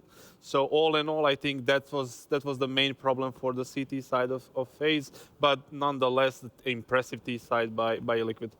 Now, it did seem like there were moments where FaZe might be able to recapture that momentum, but a few key rounds went against them. I think we've got one of those queued right up. Yeah, I think this was like the first example is of what FaZe did, right? You could see they did some of their preparation. This is the second to last round in the first half. It's a nice little B fake, which they were able, Rain throws the smoke all the way from outside B app, so he's closer to the A bomb side. You can see Liquid was kind of already deciding to go towards B. The smokes are going to fly over flashes. Kerrigan is going to try to create as much noise as possible, and all the meanwhile they're just boosting into window. Elish here can't really, he misses the timing a little bit, and they get a kill on the back of him. They get a couple of kills actually on unsuspecting Team Liquid players, and it's just a beautifully executed round by FaZe. So it was a sign of, okay, they had a couple of rounds prepared, which they went through with JKS for when they really needed them to get the job done on the T side. And I thought after they won the second round in the second half, that was going to be enough for them to lock it down. But they just couldn't do it. Liquid with a lot of slow defaults in the second half, and FaZe was just control. It was a classic T-side Liquid on Mirage, kind of. But you said it nicely. It was pretty much the whole half of FaZe on T-side were set pieces. You know, explodes from holes. You know, executions like this and fakes and everything. It was there was not many defaults overall. It netted them 7 rounds, but it wasn't enough in the end. Now, we did hear from Kerrigan a little earlier in the tournament that when playing with a stand-in, sometimes you have to throw the playbook out of the window and go in towards mid-rounding a little bit more.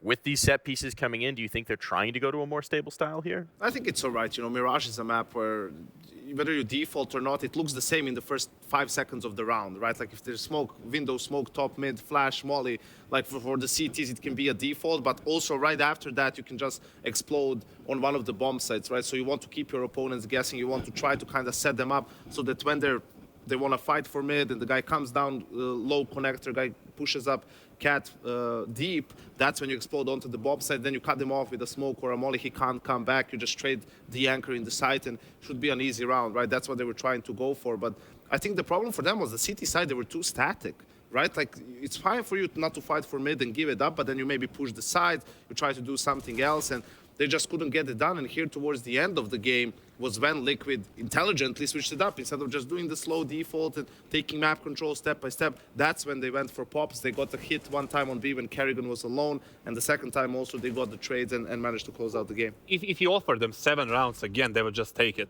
Yeah, for sure. And then it's the CT side that betrayed them. I believe that the main issue was the JKS positioning on Cat. I mean, it's not his natural spot. I don't think he should be playing there. He's not connected to the mid. He's not connected to the default style of, you know, T-sides from Liquid. You need to have an aggressive Cat player right there to stop those defaults, to maybe kill someone, to throw an additional smoke, to get an additional smoke. He didn't get any of that, and he was like too passive. He didn't play in ladder at all, and this is the result. Now, you're headed into Ancient as our next map. If you're a FaZe fan, is there any reason to be optimistic here? Well, just the fact that there's still Counter-Strike to be played, right? Like, I mean, it doesn't have to be pretty for FaZe. Their win conditions become a little bit more narrow, right? It's in those reset rounds, in some of those crucial rounds, you have to try and win as many of those as possible, convert the pistols if you win them, right? Because Liquid obviously is very confident on Ancient. They're going to have a deep playbook. For FaZe, not as much, so they need to get, you know, a bit of luck. So that's what scares me. You know, the fact that they picked it, that means that they have something special on it.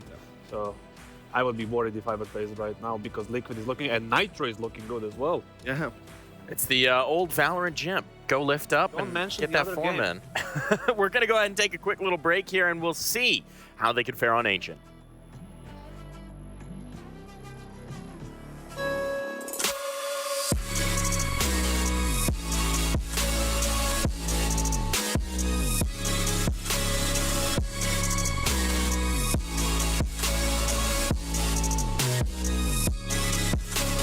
You love it, you wear it. What's your style? Get your merch at shop.eslgaming.com.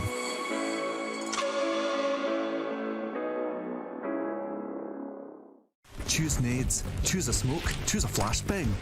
Choose team badges to support your favourite CSGO team. Choose an ESEA Premium membership. Choose routes you know bring in wins. Choose pro video tips. Choose the fan club wars. Choose behind the scenes content. Choose good grades. Choose guns you know you can shoot right. Choose bingo.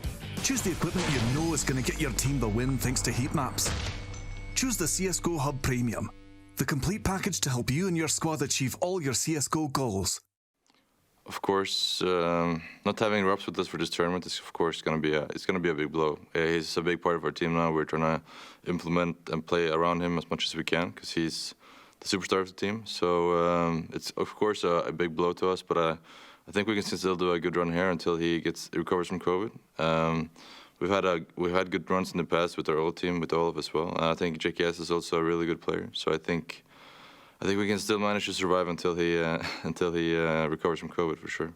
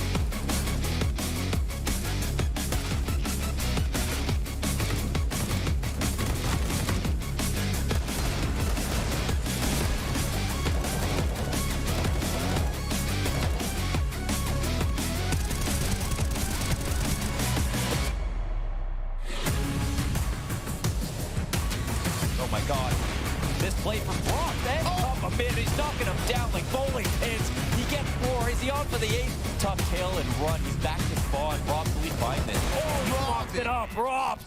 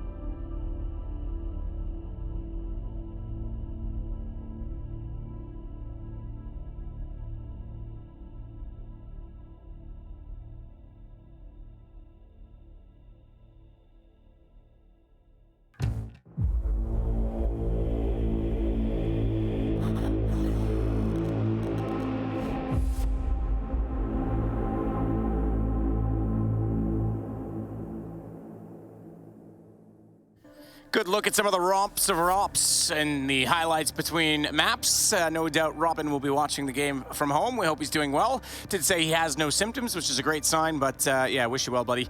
And hopefully you can get here and join FaZe soon. Meanwhile, JKS doing a sufficient job as a stand-in, but he's got more to look forward to or work toward in this game because they are one map down against Liquid as we switch to Ancient. Yeah, that was a tough first map though, wasn't it? That was a level of Liquid we didn't expect to see. I don't think many people expected to see coming into Mirage. Here on Ancient, their map pick, feeling very confident on it. Let's see how it goes. Brokey gonna get aggressive. Elige turns with the flashbang. Everyone's blind across the map. The aggressive play is basically stopped, but it's gonna be re-aggressed. Good shot from Rain, better trade from Naf. And actually, FaZe is in a little bit of trouble. They're committed here. Elige did not expect Brokey. Brokey's going to get one and start backing away. Backs off to the ledge in middle. Wait, look at Shox' position. Actually, Nitros might be getting into this engagement. Shox has found his way wrapped around through cave, almost towards Jaguar. He almost has a flank on the flankers. And he's got trigger discipline as Brokey goes back behind. You're absolutely right. He snuck in there through the site. Very passive toward the lanes. They didn't spot him as Twist now has to try and go forward. Pillar to protect on Nitro. He's gonna wait for the information from his teammate toward the stairs. They get in each other's way a little bit. JKS now letting Twist try and take the fight, but they've got to get the move on. They've got to get toward it because Shox is still inside of that cave position.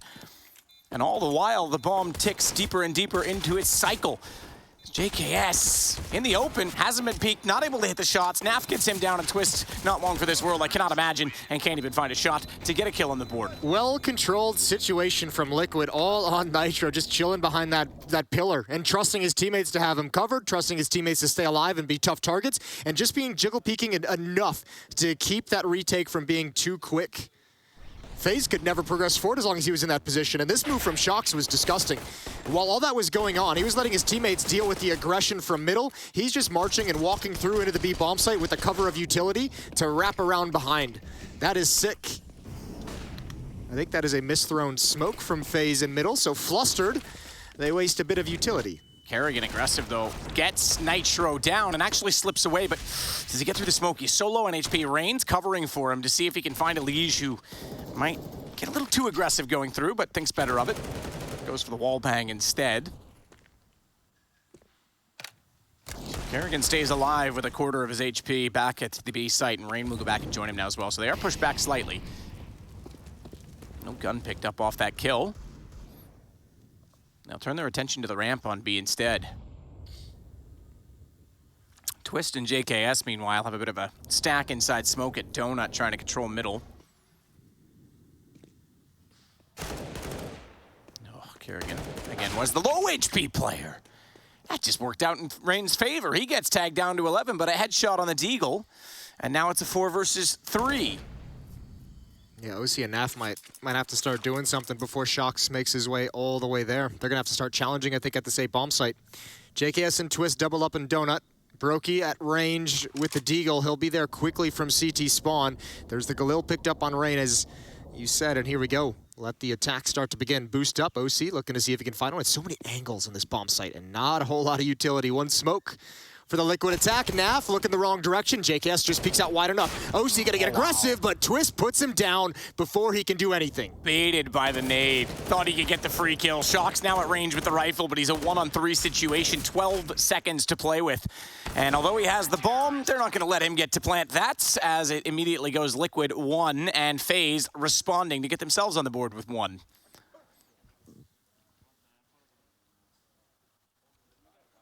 Oof. The rebuttal. This good shooting. Nasty. Yeah. There was some good deagle shots there. Twist as well. I mean, JKS, that one was clean. Like you say, so many angles. Look at this. Goes there, sees the nade pulled out, goes for him, and Twist is like, nah. That's my boy. Right? He's wearing my jersey. I will protect him. Even if he doesn't hit the one dig, it's just a matter of time before JK is able to recover, and then you have a 2-on-1 fight. So just really well played from FaZe over towards Donut. Pistol and armor for Liquid's attack. One smoke to utilize on OC. 2 flashes as well. Brokey's gonna get another peek. Actually, FaZe initially starting in this half so far been very, very aggressive from mid. Brokey's gonna get a triple kill. And Rain, as we know, he's got some very nerdy spams from Jaguar. It's the original pioneer of the sweaty spamming. Nerd. Kerrigan takes down OC, bomb dropped as a result. Naf inside smoke will at least get Twist tapping away with that Tech 9, but Kerrigan is there to respond. We go 2-1 now for FaZe as they control the situation against the Pistols, and there won't be much money for Liquid in this round either. No bomb plant in the last. Life's a garden, Jason. Dig it. Yeah. Plant that bomb. Well, Pistols are going to be tough. Just the Glocks, unarmored Glocks at that for Team Liquid. Remember as well, don't be too worried. This is one of the more CT-sided maps for all you Liquid fans out there. Over on the B-Stream update, it is a 2-0. Furia has defeated Astralis in the series, 16-12 on Overpass, 16-11 on Mirage. Okay, Serato, Art, and Safi, all 44, 45 kills. Safi's a pretty sick addition to that team. Yeah, they're obviously saw him at the major looking pretty solid before he joined, so. It's a good first look. Not a great look for Astralis, but for Furia, living the dream. Twist. Pistol out. Knows it's going to be a low buy on the Liquid side, so doesn't invest in any heavy weaponry just in case. Just going for the pistol, and it's going to be a clean sweep for Brokey and JKS at the A bomb site. 3-1 for FaZe, early lead. They had this on Mirage as well, remember? They had a 4-1 lead before getting slowly overtaken.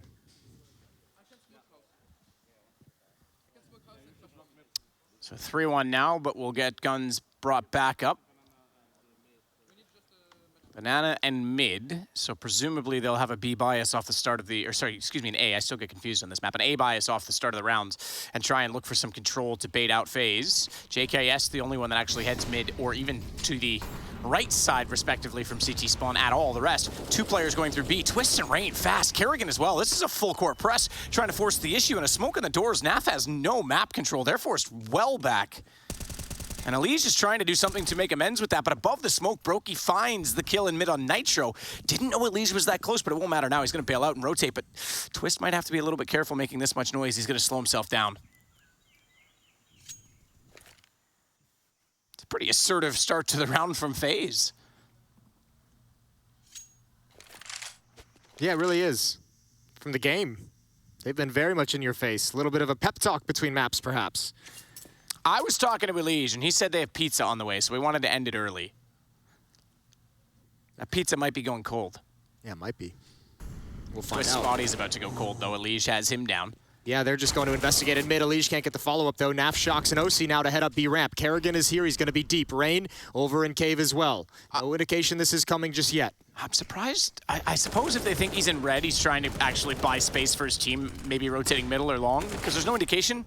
But they're so far away on the B side. This kill still could have been a 2-on-2 take and a bomb plant that could make the round possible. There still is time. Brokey's still not there. He's just going by the cave now. JKS is smoked off, but OC's overthinking perhaps. Had a chance to put the bomb down. He's going to rotate back through cave, 22 seconds. Oh, if he actually reads the fact that Brokey's gotten by, if he can get this kill, 18 seconds, he's got to start running. Yeah, no chance. I was going to say, once he gets to the edge of Jaguar, he's got to start running and just bail out. But he knew that was going to be a tough clutch to win at the B bomb site. Couldn't escape. 3-round lead for FaZe. And they'll be back onto rifles naturally. They've got an AK for Brokey that's been carried over. They won't put him on the op yet. He has 8350 with full buy already, so they're looking pretty cozy. 8950 for JKS, in fact. But it's just Tech-9s on the other side that they'll be going against. Tech-9s are going to be moving quick, though. Very quick flash. Oh, Rain only good for one in that situation. Brokey's forced off the angle as well. Smoke down. This should be a fast plant. And on top of that, they get an 8 in on top of NAF. That means they can actually spray through. Kerrigan denied the plant. With all of 1 digit left to be put in the code, that bomb will not be planted. Yeah, still would have been a tough win, maybe an impossible win regardless, but the extra money would have been nice, and who knows how their situation could have played out. Nitro has an M4 in hand, and JKS isn't going to give him the opportunity to find a kill. 1 versus 3. No armor on Nitro either. Kill would be great. JKS has got a lot of money, so does Brokey. Smoke's in his face. He has found a gap. Oh, Brokey's gonna walk right into it. Low HP, that's gonna be an... Oh, did Nitro not spot that? Ooh, that's weird. Brokey's just walked by cleanly. He's aware of the possibility, Nitro, but how do you get there? Trying to bait him out. And Brokey's holding his nerve. He's called the bluff. It's Twist to take care of things from Cave. Brokey still hasn't moved, taking his hand off the keyboard. 5-1 for FaZe. Yeah, absolutely.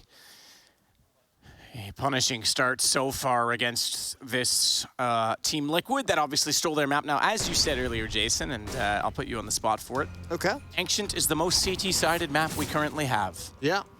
So maybe not too much to worry about just yet. Not yet. I mean, look, it still doesn't feel good when you go down to a certain degree. There's not many things in life that do feel good, Jason. It's a couple. Yeah? You want to elaborate on that? No, I'm good. Okay. We'll do that after the watershed hours. Actually, brand new bed sheets. Feel pretty good. Fresh out of the dryer, too. Yeah. Socks fresh out of the dryer. Do you Canadians do flannel bed sheets? Yeah, I have them. They're sick. Pretty baller. I actually have like a fleece right now, but yeah, I have flannel as well. Nice. Yeah. Freshly poured maple syrup. Oh, all right. You're not wrong. You're hitting all the good things right now. Keep going. I'm enjoying Flannel this. sheets and maple syrup. Ooh, baby. OC headed towards mid with that op. Grabs an angle, but blinded and forced off. Doesn't see anything as he repeeks into it. No one from FaZe being aggressive in that part of the map, but it's over towards A. JKS has slipped to an aggressive stance. And Liquid have no idea. Brokey at an off angle with the AWP. This can be a pretty dangerous setup if Shox moves forward, but he's the only one here. I don't think he's going to probe it quite yet. Probes don't feel good. Rain inside of Jaguar is going to be aware now that there is a presence on the other side, trying to spray into that smoke. Nitro evading it so far, has Naf coming up to join him. Shox over toward long A. JKS pushed forward in that position. There he is. Chickus. Justin. OC with the dragon lore. And my lore, he good with it. Sorry, that was terrible. Brocky down. Shox, though, still working toward the side of the map. Was unaware JKS was that close. He was actually clearing it, but then moved, expecting the corner to show sooner. And JKS gets the shot to clear off the approach, the two-pronged approach that would have been toward A. They're still rotating this way. Look at Kerrigan, though. His timing could be massive in mid. I was going to say, he's going to have a quick flank. Even if he can't stop this attack, he's going to be able to finish it. Potentially.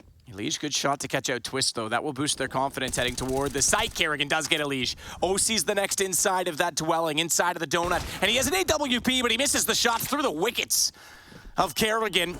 And immediately he punishes him in return. Rain and JKS capitalize as well. 6-1 for FaZe. That's a really nice win. Big flank. The information JKS had, that advanced position was so strong. Shox had no idea. JKS has $13,000. Yeah, he's rich, real rich. He's also got 7 kills. Brokey's at 10.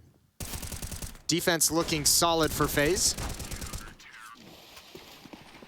Here we go again, round number 8. Tech9s.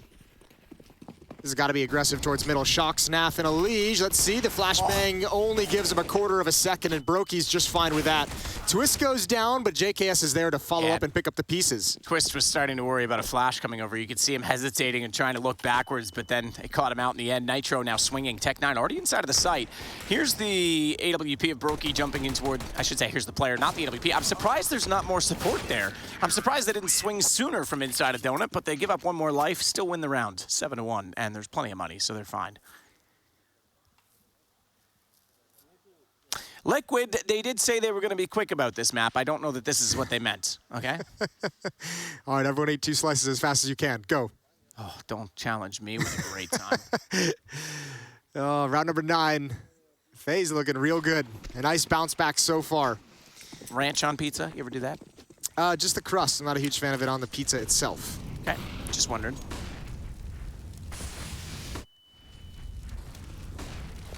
So Twist gets down to bottom of mid. Molotovs as well to cover off L-turn. Mid connector. What do you want to call it, Jason? There's so many names for everything on this map still. Every time I hear people talk about it, I hear different names still. A constant evolution. Shox coming through. Twist is blind. He gets the first with no eyes. And then it all clears up, and he's got Elige as well. Not bad. That's a good round for him to stabilize the mid position. And Bomb is back towards spawn. Naf will scoop that up now. Twist has already left mid. He's gone back toward Donut with JKS. No one inside a cave or Jaguar this time for the CTs because there was that opposite approach to mid, but Rain, Kerrigan both at B. Brokey there as well, not rotating yet with the AWP. This could still go either way from Liquid's side. They're inside of middle, 56 seconds, and no commitment. I think the fact that Twist and JKS are pushing back out, though, could be an interesting proposition.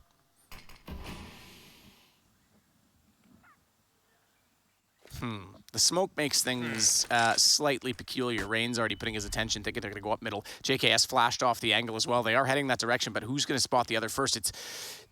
It's almost confusing FaZe a little bit because they have to consider that they're going mid, and as a result, can't really get on the horse and rotate anywhere preemptively, and they're going back to B.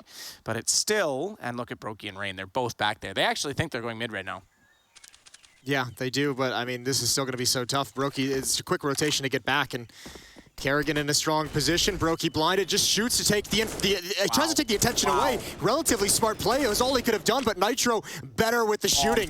Bombs down, Rain 2 through smoke. The Architect has all the angles. Nitro's gonna get the bomb planted. No, he's not. Twist finds him as well. And I'll go back to it. There's not enough cover in the B site. That is why it's too easy. That pillar is too easy to fire at. I would like to see that changed, but good recovery, and I know I was kind of reading into a situation. Still, it's a 5-on-3. They've got the advantage, but the smoke's up mid, and the fact that JKS was forced off the angle with the flash, they were forced to consider that they were trying to divide by going in and flanking, and that left an opening. Great flash timing as well for Nitro to walk into the site and nearly make things interesting. I really like the attempt from Brokey. He's just like blind. He's like, I'm gonna die. I'm just gonna take this shot. I hope he looks left, and I hope Kerrigan is able to get him from the other side, and it's not to be. Good entrances from Nitro. It unfortunately, Rain just puts a stop to it. That's the face of someone who doesn't know what to do about getting shot through smoke.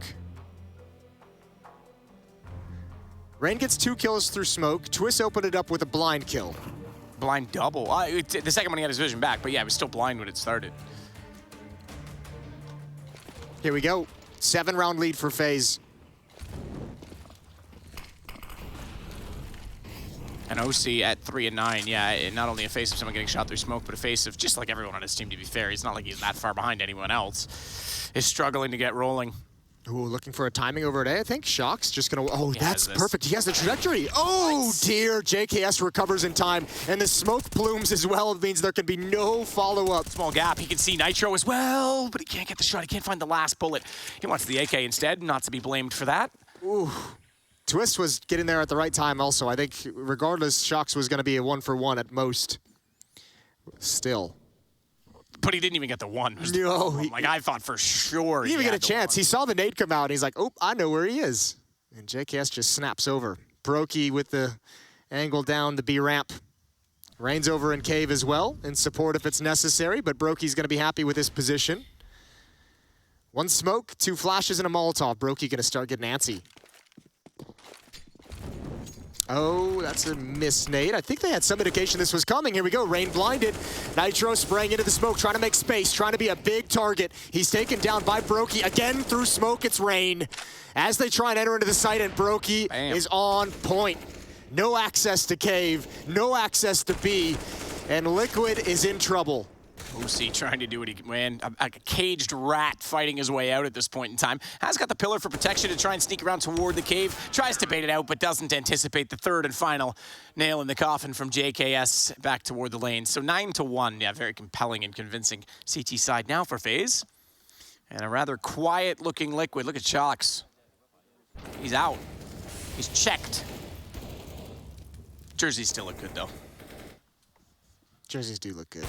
9-1. FaZe having all the answers right now.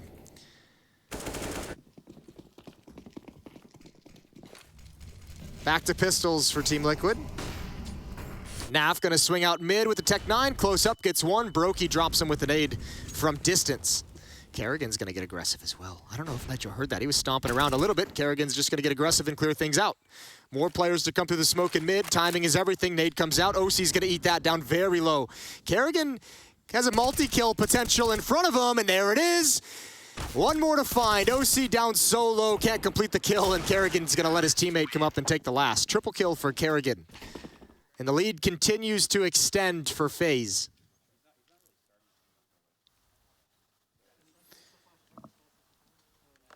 So 10-1 now.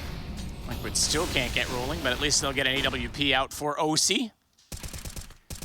Kerrigan looking solid, has to be said. I mean, everyone's been winning their duels this game. It's not like they've been challenged too much. But 14-4 Brokey, not bad. JKS as well, again, the stand-in 11-3. Elige holding off the angle in middle that Twist wants to take yet again. And this time, Brokey and JKS are both there with him. Elige falls. Snapshot from Twist's AK.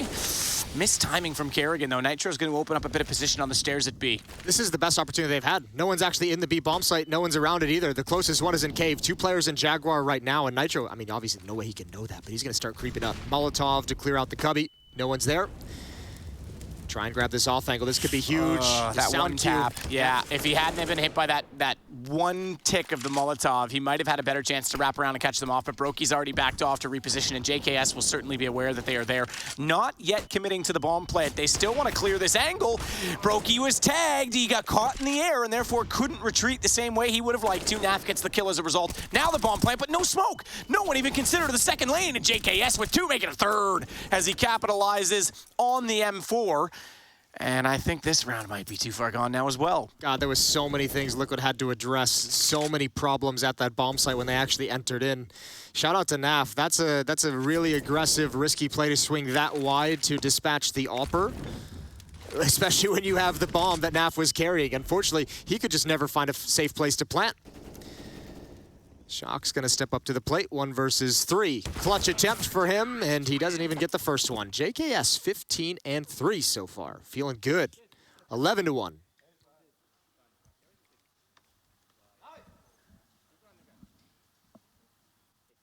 And no guns yet, but presumably there will be with the maximum bonus. Yeah, there we go. AK's Galil for OC.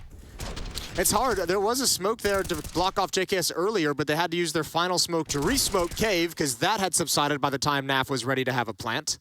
Yeah, and that, again, goes back to not enough cover in either of the sites in so many angles. Like, you almost have to have, like, 10 smokes. If you want to take mid early and use smokes there, you're going to have one that's missing toward B. Like, you need 3 on A and 3 on B, and you can't let them expire because you're going to run out. The problem, too, is remember, like, Liquid on Mirage was doing such a good job on the opening kills and actually getting into the bomb sites that FaZe couldn't even fight for them, and now they're not winning a lot of these opening battles. Like, when they get in, it's scrappy. When they get in, they're already at a disadvantage.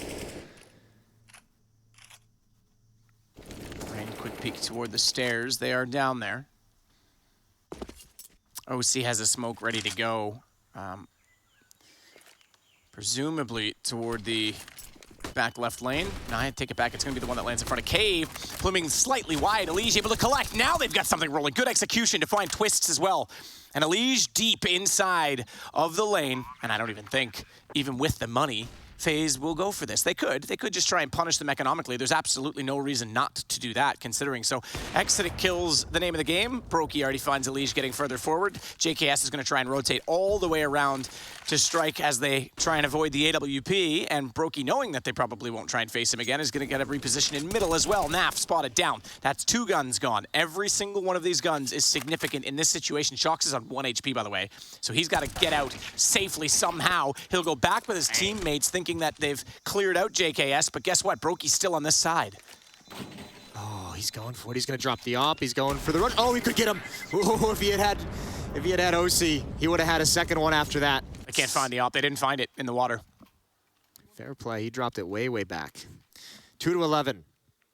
So Liquid at this point is just trying to scrape together enough to fight in the second half. Enough breathing room to be able to try and get something going moving forward. 2's not enough. I think they probably need 4 to feel realistically like they could have a chance. That's not going to be easy. Twist in middle, 3 players towards the B bomb site. Brokey and Rain heading towards Jaguar. 3 players toward A. You've done what I do. No, it's 3 players towards Oh, you CT side. Sorry, I thought you were talking about Shox and Nitro, because JKS is the only one there. He's pushed up. All right, we were both right. Yeah, triple stamp, a double stamp. I just licked the stamp. And send it. JKS has Shox down as he sends bullets his direction from an A1S, but Nitro gets the shot back instead on the AK. Now a quick bomb plant because of this situation.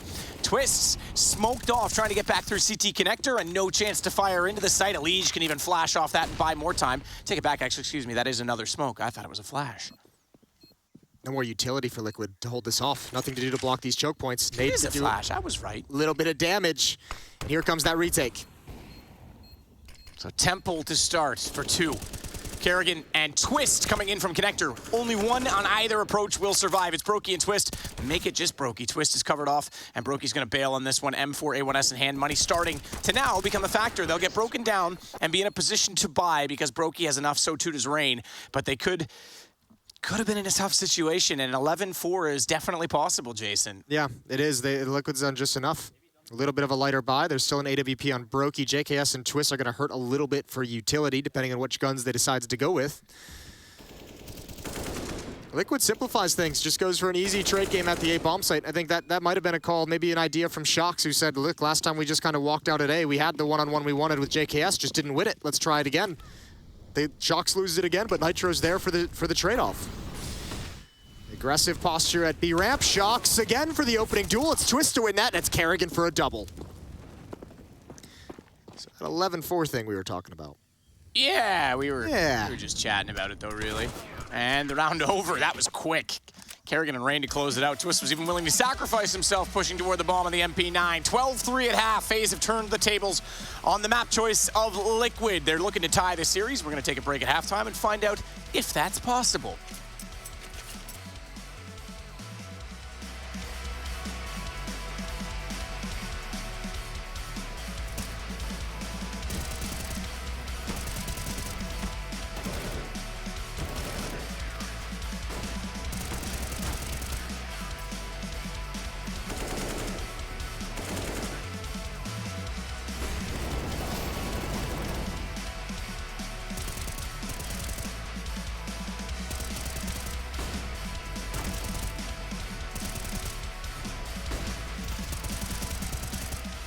I think there's been a lot of changes in CS, specifically especially like bringing the new map Ancient in. That's probably like the biggest change so far. But honestly, I think just the way like people are playing and approaching the game nowadays is different from whenever I was playing. I feel like players have more protocols down and more like teamwork aspects of the game down, and then everyone is pretty good now. Like I'd say like the average skill floor like went up, I would say. Other than that, it's kind of the same, I would say. Just like different, there's like little different things of the game that are really important. So overall, it's a lot different, but it's also like not that different, if that makes sense.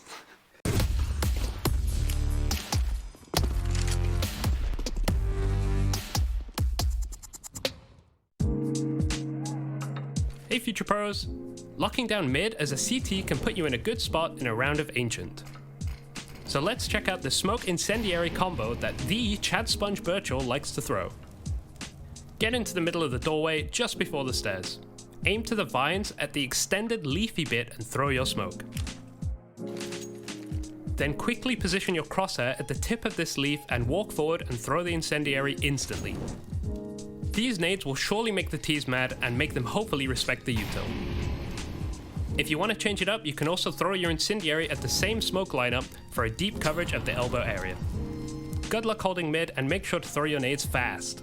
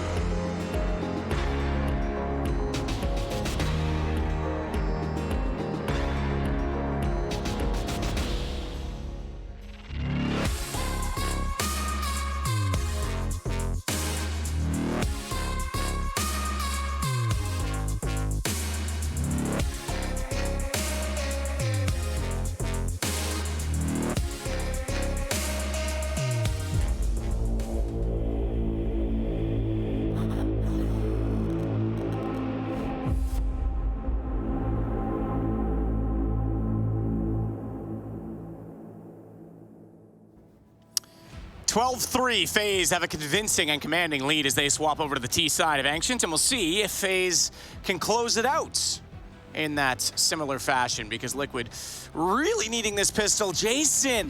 Yes, sir. Man, oh man, my boy, they've got 7 pistols among 5 players. I know, and they've, oh, yes, they do. Oh, yes, they do. Naf and OC, and both of them at Cave, both of them at the B bomb site. They're going to get a chance to get involved in the action, unless Shox kills everything before they show up. Good opening kill at range, tapping away, looking for one more headshot. What do those dualies get into play? Naf and OC going to wrap around. Brokey might be in trouble. He's got to start pushing forward, throwing support utility. He hears it coming. There goes the first. He's got one more to find, or 2 more to find. OC just holding off, and somehow FaZe is turning this around. It's all on OC now in a 1v2. Brokey's going to go down to those pistols, and Twist is off to the other side of the map. Are we going to see a dually clutch? I'll never hear the end of it from you if we do. Twist with 2 kills, going to rotate around. You're right, not bother with B because he knows that OC was pushed so far forward. Bomb planted, and he's even going back because he expects that he'll be rotating in tow. Dualies are drawn, and Twist with Temple hallway covered off, elevated slightly on the perch to the left. Has a good position. Dually clutch. He's going to check it. Twist, thank you. You've saved me from Moses' wrath of hearing about dualies for a week. Listen, there's a lot of dualies being picked up these days. Even Twist has picked him up now. He's ready to go. That's just because he wants to, you know, style throw them points. and put them in the garbage for everyone. Oh no, this pistol round felt like it had real legs for Team Liquid. It just, man, all shots all going the way. This was great. Brokey watching the flank grabs. Naf, Twist with a couple bangers. Well done. 13-3. Speaking of putting in the garbage, that might be, you know, Ancient done and dusted. I don't know what that has to do with garbage. Nah, it's fine. Don't worry about it. I wasn't judging you at all.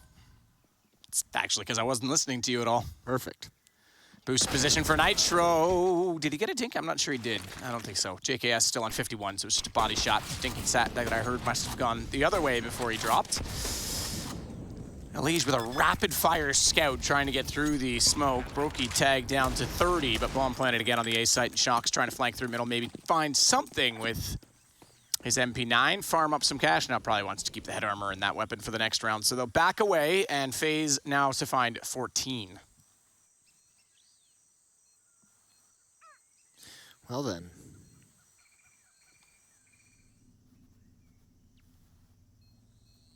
Ten-round lead. Elige gets the tag. I don't really know what to say, Matt. I don't know if there's anything you can really talk about on how to make this comeback happen. We'll just see if Liquid can kind of fight back into this game. Maybe the pizza's gonna do it. You know, it's nice though, Matt, if FaZe does end up winning this, which looks very likely, they just need 2 more rounds, we have a very cool 3rd map decider. Do we? We do. What's that? Inferno. Wow. It is probably the best deciding map. Oh, it is. Yeah, no, usually... not even a conversation, not even a contest. Okay, all right. Well, I won't bother then. Won't waste my breath. Keep your mouth shut over there. Oh, I will. Don't you worry. Now, take it away. You told me to keep my mouth shut. Contradictory instructions. Yeah, make up your mind, Jason. Well, Kerrigan and Twist through mid. Shocks and Naf are going to be doubled up in Jaguar. OC at the B bomb site as well.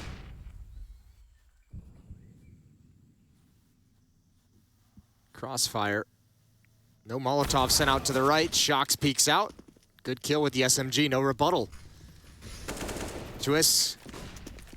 There's the Molotov out to the left. There's still one to deal with to the right, but Shocks has to get aggressive. So does Naf to try and help him. And ooh, unfortunately, it just doesn't work out. And Elige with a scout in this position, I don't know what you think you're gonna get from there. Let's find out. Stay tuned right now as Brokey already on the rotation, finding one easy lineup on OC, who's preoccupied inside of the site, and Nitro. Don't think there's enough Nitro in the world for this one. Was it Crash Bandicoot that always needed like the Nitro canisters? I never really played with Crash Bandicoot, I'm not gonna lie. I know I'm a boomer. That game was never in my repertoire. No? I think it's Spyro. It was on PlayStation, wasn't it? Yeah. Yeah, because I never had a PlayStation growing up. Yeah, me neither, but my friends did. We used to play it. I was Crash Bandicoot, Spyro. Spyro I was a Nintendo kid myself. There was like an Easter egg side game on one of the Spyros. Like I think it was Spyro 3 or something. On one of the levels, you'd turn left and there was like a pond that was frozen, and you could basically play hockey against one of the enemies. It was pretty cool. We just ended up doing that the whole time. That's pretty sweet. Yeah. Yeah, we were the cool kids. Yeah, I can tell. I'd ride my bicycle home after school just to play on the PlayStation. Yeah, all right. Shut up about the dualies, Jason. Let's go in Cowboy. 15-3 map point for FaZe, and quite a number of them. In fact, 12 to work with as battle in mid is won by utility. Kerrigan gone to an aid by Elige. The early advantage in very much the favor of Liquid, as Twist also on 4 HP in this exchange. Yeah, has to back away. Some kind of a mistake, miscommunication, misprotocol, whatever it might be. Twist kept wanting to go forward. Kerrigan wanted to go backwards as he saw the nades rain in. Unfortunate. Lot of damage done. Thought it was interesting. Nitro, he made it sound like he hadn't played the game in years in that last interview, saying, you know, things are so different. Ancient's the biggest change, but the protocols and people are better. The skill set. Yeah, he left after, I think just before the online era, but like when LANs were at their peak still. So I don't know how I feel about that. I mean, I think if you talk to the pros and the level of detail that they have to operate at in this game, they'll all tell you the game has changed massively, especially with CIS teams kind of gaining control and showing a new style of play. The online era changed a lot of things about the way the game is played. However, I will say one of the things I've always heard about Nitro from over the years, he is one of those just whatever gifted video game nerd freaks who can pick up any game in the world and be good at it. Seems like Elige is that way too, right? Because he was what, StarCraft? Yeah, I think Nitro is probably just naturally gifted at video games. I think Elige just is someone who just has an incredible system at learning a new game and an incredible way of thinking about the game. And he's someone who studies the game very much. So I think that's more his strength. But yes, probably a very similar thing. Yeah, I think probably in that sense the most broad gamer that's just a natural dominant force across the board of multiple games has to be Dr. Disrespect. It's probably Shroud, actually. To be fair, Mike is ridiculous at any game he touches. Yeah, he's nuts. It's a wild man. OC gonna take a shot. Nitro finds a gap between the smoke and the sign. Flashbangs force him off. There goes Shocks. Elige with the off angle towards Temple. Kerrigan trying to work his way in. Nitro and Elige gonna combine, doing a lot of damage. It's Elige to get the kills. Brokey holding for the peek behind the box. However, Flashbang coming in could be brutal as he backs away into the safety of some cover. Brokey had to look away from what he thought was a flash. It was actually a smoke after the first flash, and he gets caught for it. Twists on 6 HP to try and pull this round back, as Liquid want to go back-to-back on rounds and save this game a little bit longer. 15-5 now. Twist not with a Twist actually has the most amount of money in his team at 39.50, but not with a lot of money overall. FaZe probably not going to purchase too much and can just be patient in this point. And Leash coming out with the M4. Pretty well timed to strike on JKS. And there you go. Brokey looking the wrong way entirely as he gets caught with that op shot.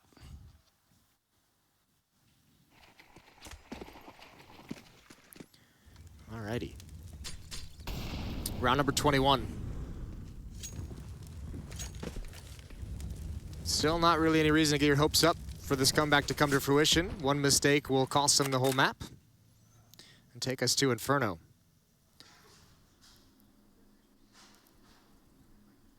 Just Deagles for FaZe, unarmored Deagles.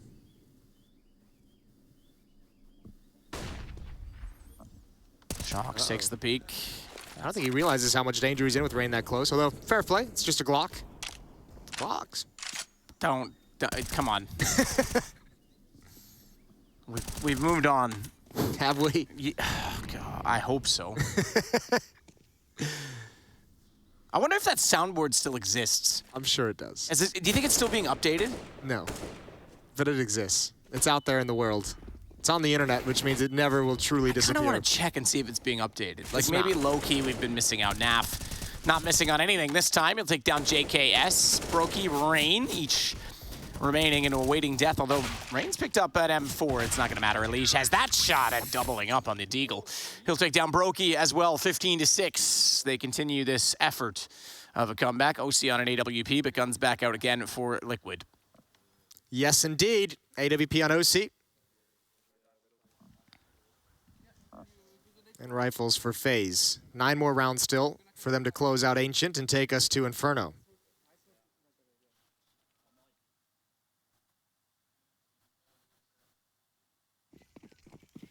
Aggression in mid. OC's gonna tuck in with the op. Kerrigan making her make a run, put out the Molotov.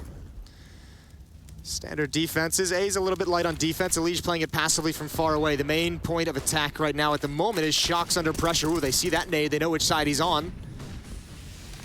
And Naf is going to join up with Shox. OC's about to be pressured. They know he's here as well. Oh, he tucks in a little bit deeper. Gets one shot. And Rain, he's trying to find this kill, and OC is just being a difficult target.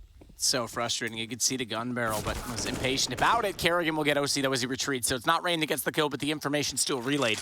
Brings us back to a 4-on-4. Bomb is still waiting, so play out the picks a little longer. Minute to work with on the clock, just above that. JKS, meanwhile, inside of the cave and the hallway at A, is aware that they could be rotating in that direction. He's actually going to give up on the site, so they actually think this is going to be a better chance over toward B. Rain's got the bomb now. Brokey and Kerrigan waiting. Shox is the only one really here. Elish is going to be quick. He'll be back in time. He's just gone to middle to check things out as Naf made his way around to A site instead. But Shox is in a pretty good position right now. If he catches off Kerrigan here, he controls the cave. A bomb plant's going to be a problem for FaZe. Depends on where they throw the smokes and how what route they decide to take to attack this B bomb site. Oh no, Shox looking the wrong way. He wanted to go for a quick wraparound, a quick flank, and Kerrigan grabs, and that means Elish, ranked through the smoke, has got nothing. And this should be FaZe. This should be the map done, and it should be Inferno on the cards because 4-on-2 in the post plant. Naf and Nitro to try and recover the situation. Shots inside of smoke. Nitro, that's going to fade. Kerrigan can't find that angle as of yet. Still waiting. Nitro walks in and absolutely erases him. Quick check toward the cave is pretty standard. JKS is going to try and wrap around and get in that position, though, and the bomb planted wide and open. Rain, oh, he knows. Nitro knows he's there. Actually swings wide beyond the point of his crosshair for that exact reason, and it's a trade. Brokey gets one Naf, although goes hunting, has JKS down. Might. Oh, no, he doesn't have the time of the bomb. I was going to say, might be able to at least bait him out and force the issue from Rain, but this is done. FaZe with the winning kill from Rain will take map 2 and not the series at 1. We have Inferno to decide it. Coming up just a second. Yeah, what a recovery from FaZe. That's phenomenal. After getting their map stolen away from them by a very, very strong performance from Team Liquid, they just do it right back, knock them right in the face. That's one you got to kind of forget about, move on quickly. Maybe go have a slice of pizza to help forget about things.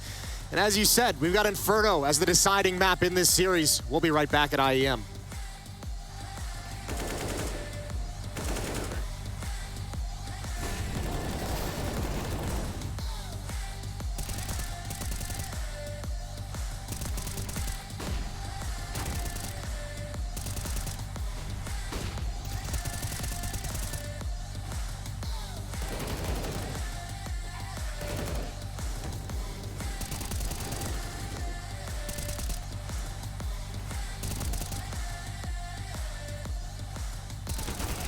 during the boot camp between Blast and Katowice, we only had 1 day of practice actually, and then Ropes got confirmed COVID. So the last 5 days we've just been sitting in a hotel room. We haven't played except yesterday, because we had to go to Katowice to make sure we didn't get quarantined in Warsaw, because then we would miss the tournament. So we haven't played that much lately.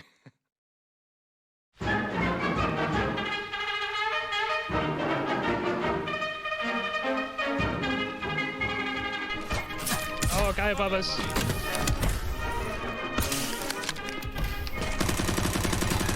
Guy above is dead. Don't know about the other bumper. I'm at the guy at the very, very back of the map. Oh, oh my god. There's more, there's more. Ah, 10 seconds. I'm just going, dude.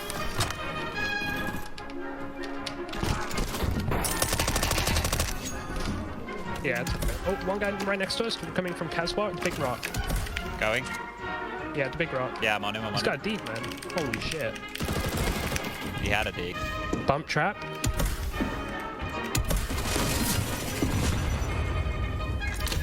Nice. So he shifts up.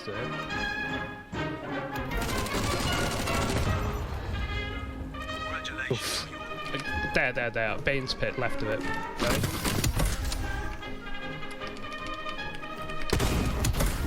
I swear there's another.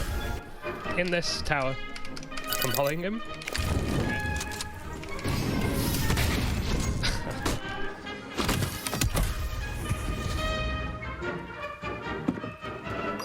Oh, yes. Spiral is dead. Oh! There it is.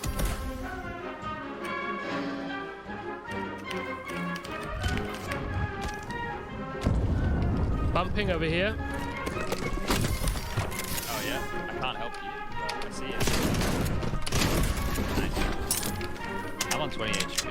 Can I jump off here? The safe way is there's a ladder over here. If you don't make it, you're probably dead though. You see the ladder? Right there. Live ping on the ladder.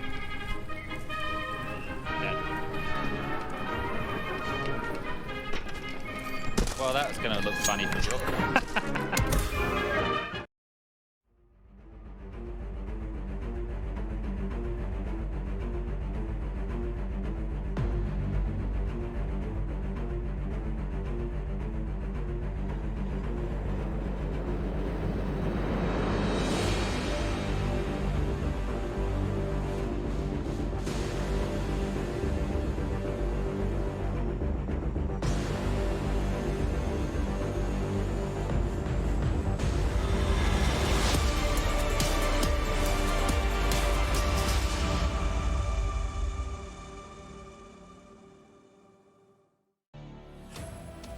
Rebound on Ancient.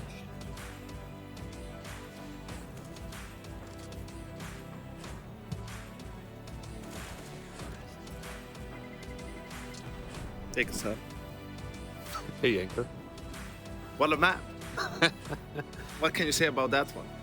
Well, to be quite honest with you, on T side of Liquid's T side, that ended up 12-3 for FaZe, I didn't think they were doing anything bad per se. It was more so they're suffering too many casualties.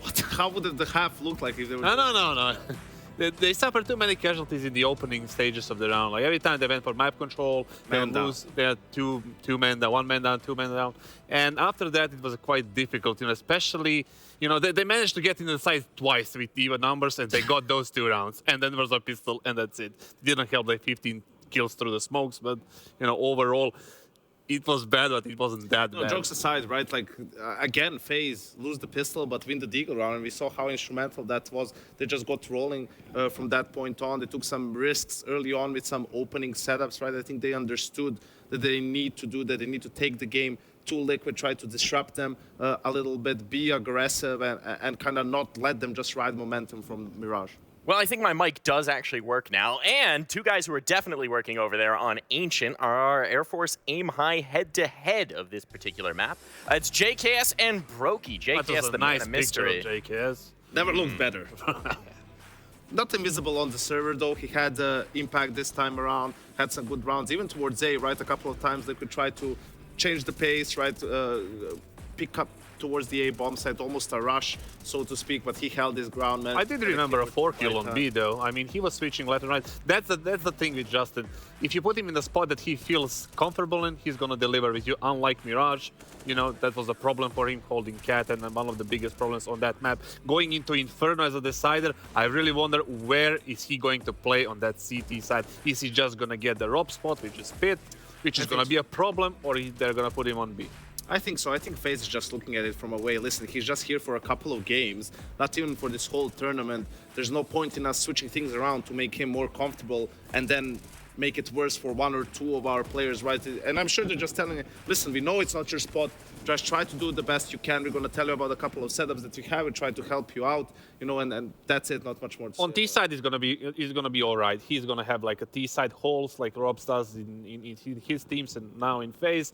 And the only problem is gonna be that CT side. But you know, Justin is a very skilled player, and I believe that he can handle that 1.5. On CT side, they can do what they did on Ancient as well. In a couple of rounds, they had this one opener, right, which can show you guys right now, where they basically just left A completely. They had one guy mid, 4 guys towards B. Here you can see it if you just focus on the radar a little bit more. 2 guys are going fast cave, 1 guy is going to throw support nades, and Kerrigan is rushing down banana. And you know, FaZe uses this to basically get a lot of map control, maybe get some kills. You can see the players are immediately going back. Brocky gets a very lucky kill. That's one of those kills here, right? You love those in the first gun round, so to speak. And they have a 5v4 situation. They also did this in the second to last round of the half too, just a way for FaZe to kind of exert early aggression, get some map control. Here you can see it, right? It was actually the last round of the game, and that of the half, and that was when Liquid was actually going for the same thing and just fast 3 kills and the round is over. Still, like we said, every early map control was stopped by FaZe all the time. They always round, the 130 round is over, right? Yeah, exactly. Well, we do have Inferno to look forward to, right? I mean, some of those set pieces seem to be coming out here. We saw some on Mirage as well from FaZe, where JKS is getting worked in a little bit more as opposed to just finding a position and figuring things out. Do we expect to see more of those tricks coming through? I'll tell you what I expect. Last 2 times these teams played Inferno, it was overtime, right? I don't expect that. So it's going to be a stomp. This is going to be like one of those bad Infernos. It's going to be like 16-5 for someone. Someone's just going to run away with the game. That's what I expect. Who do you think do you have the momentum? I believe FaZe now is feeling much better. I think Justin, I saw him on the camera. He's feeling much like more relaxed. He was smiling. He was like feeling the game a little bit more. I believe that the momentum is way on FaZe side. And I don't know about Liquid. They always get the issues, you know, with, you know, losing that second map after winning the first one and coming into the third one. You know, I don't know how is that going to look like for them. I think knife round is actually going to be pretty important here. I feel like whoever gets to start on the CT side, I think both teams are going to struggle as T, so who gets to start on CT, they get some momentum. They can have that locked down CT side and basically just end the game right there. Now, speaking about momentum, obviously a more tenured player like Shox coming in, a guy who was an emotional leader on some of his previous rosters. Do you think this might be an area where you look to him to contribute in the comms? A good thing about Shox, I mean, the thing about Shox is as well, like in Vitality, their permaban was Ancient, so he's also, you know, learning the map to some extent, probably can't have a lot of impact there. Inferno, a different story. I think he can contribute a lot more. I'm a little bit worried about the T side of Inferno for Liquid because OC is an impactful player, impactful AWPer. On T side of Inferno, the AWP doesn't have a, you know, that big of a role. So maybe there's not enough firepower to that to defeat FaZe in that kind of in map like Inferno. So I guess we'll have to see. Well, we will find out in just a moment. We're going to go ahead and take a break here, folks, and then we'll be right back with a little Inferno action and your casters to escort you through it.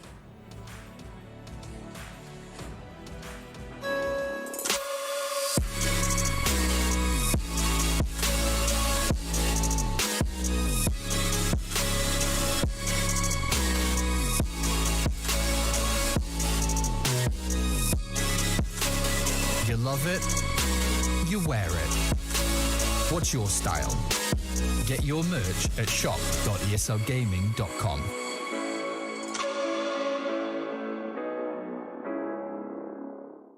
Choose nades, choose a smoke, choose a flashbang.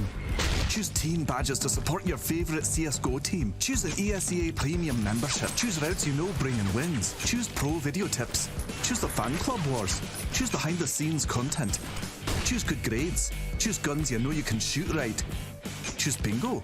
Choose the equipment you know is going to get your team the win thanks to heat maps. Choose the CSGO Hub Premium, the complete package to help you and your squad achieve all your CSGO goals. I think Shox has a very big voice on our team right now. He brings a lot of experience. He brings a lot of high intuition gameplay. So a lot of the things that he says, like during the middle of a round or like late round or whatever, like I usually trust because I feel like he has a very good read on the game, and he's always trying to like outread the opponents. So having that as like your secondary caller or third caller even is very important, I think, for me. And it's all about like building trust, and I trust him with everything right now. So we've just been like practicing and seeing like how he thinks about the game, and he's seeing how I think about the game, so we can kind of come to a mutual agreement on a lot of things. But overall, it's been great. He's been playing really well, and obviously coming from like Vitality last year, where they were coming second place, like the last like 3 tournaments or something like that. I'm not even 100% sure on that, but he's definitely coming from like a high where I'm coming from a different game. So like we have different mentalities right now, and I think a lot of it is just like talking out our issues and talking about the game, which we've been doing a lot of. In overtime, you're looking for the shot. Shot's gonna pick up one more. Triple for him. Oh, he gets the quad kill. Are you kidding me, Johnson?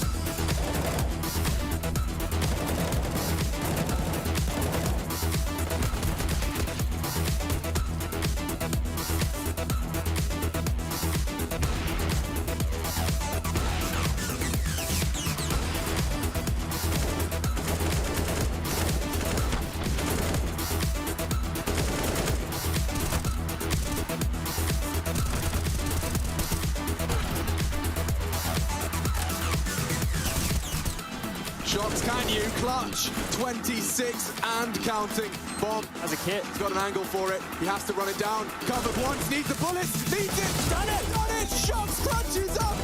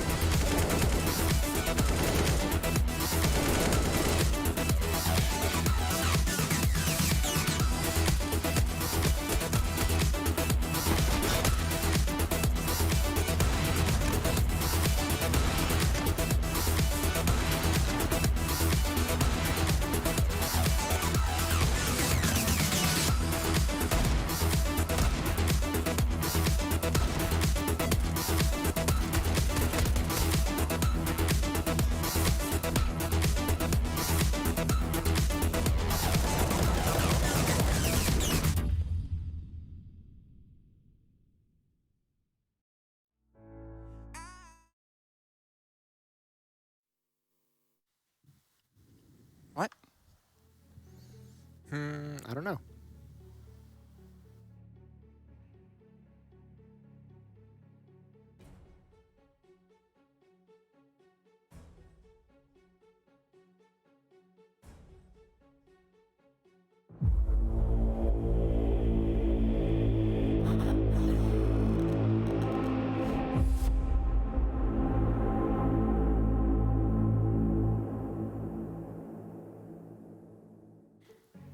The ominous Spodek that looks a bit like a UFO or a sombrero in the background of that video. You know, as he's walking forward, though, we see it's sort of a crumbled FaZe emblem. Yeah. And the Ninjas in Pajamas looking destroyed. Yeah. Nip did win today, but that makes me think that they've been beaten. So who's walking forward there, Jason? Who is stepping on that X to win this event? Ooh, that's a really good question. I don't know. At the moment, it's hard to argue against Na'Vi, but every team that is like kind of favorites in this event has their own issues, and these are two teams coming in with a little bit of new lineups, obviously trying to establish themselves as contenders, not only in this event, but also moving forward. And what a way to establish it if you're to step onto that stage inside of the Spodek and show what you've got in front of the crowd.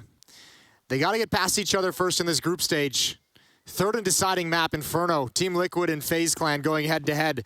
It was a close affair, back and forth on Mirage. Dominant Ancient win for FaZe Clan. That's brought us here to one final map. Stack towards the B-bomb site for FaZe's defense. You've got Kerrigan in support with one flashbang. Twists and Rain Playing right around sandbags and in the choke point, ready to pounce as soon as that pop flash is thrown. Bomb waits at the stairs so they can try and play the picks, but you're right. Twist and Rain have the setup that needs to punish right now and capitalize. No headshot showing for Elige. Good flash, but no way to capitalize at all. They'll get both kills. Osi with the double. Kerrigan, thankfully, still over on the B side of the map, is able to pop out, slow that down a little bit as Nitro goes back for it naturally. Actually, he's dropped it. Okay, no, he isn't going to grab it. I was going to say, you might as well start moving that toward a site because they have the man advantage, and the next kill will be the way they go, undoubtedly.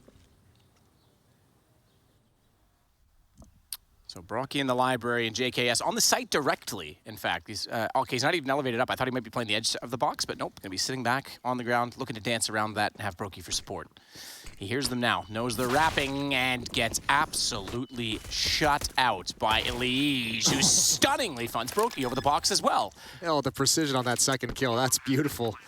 Well done from Elige. Kerrigan's got a kit, no armor. Might even just want to think about saving that kit. Never know if it could have an impact in the next round if you're choosing to buy up. Pretty committed at the moment, though. Naf's going to find the final kill. Great openings provided by OC in Banana. Beautiful shots with the Glock. 1-0 for Team Liquid, emphatically. Yeah, it didn't even really seem like there was much of a challenge against them in that round. Just very controlled. Yeah, okay, there was one kill. There was the trade from Kerrigan, but everything else going their way, and that was only in response to a double. That second shot, you're right, that was pretty sick. OC liked it. Yeah, he's got some giggles. Got a smile on his face. Here we go. Rain, Kerrigan towards B. Nitro and Naf as well to contest on the T side. Deep Molotov. Mac 10 for Nitro.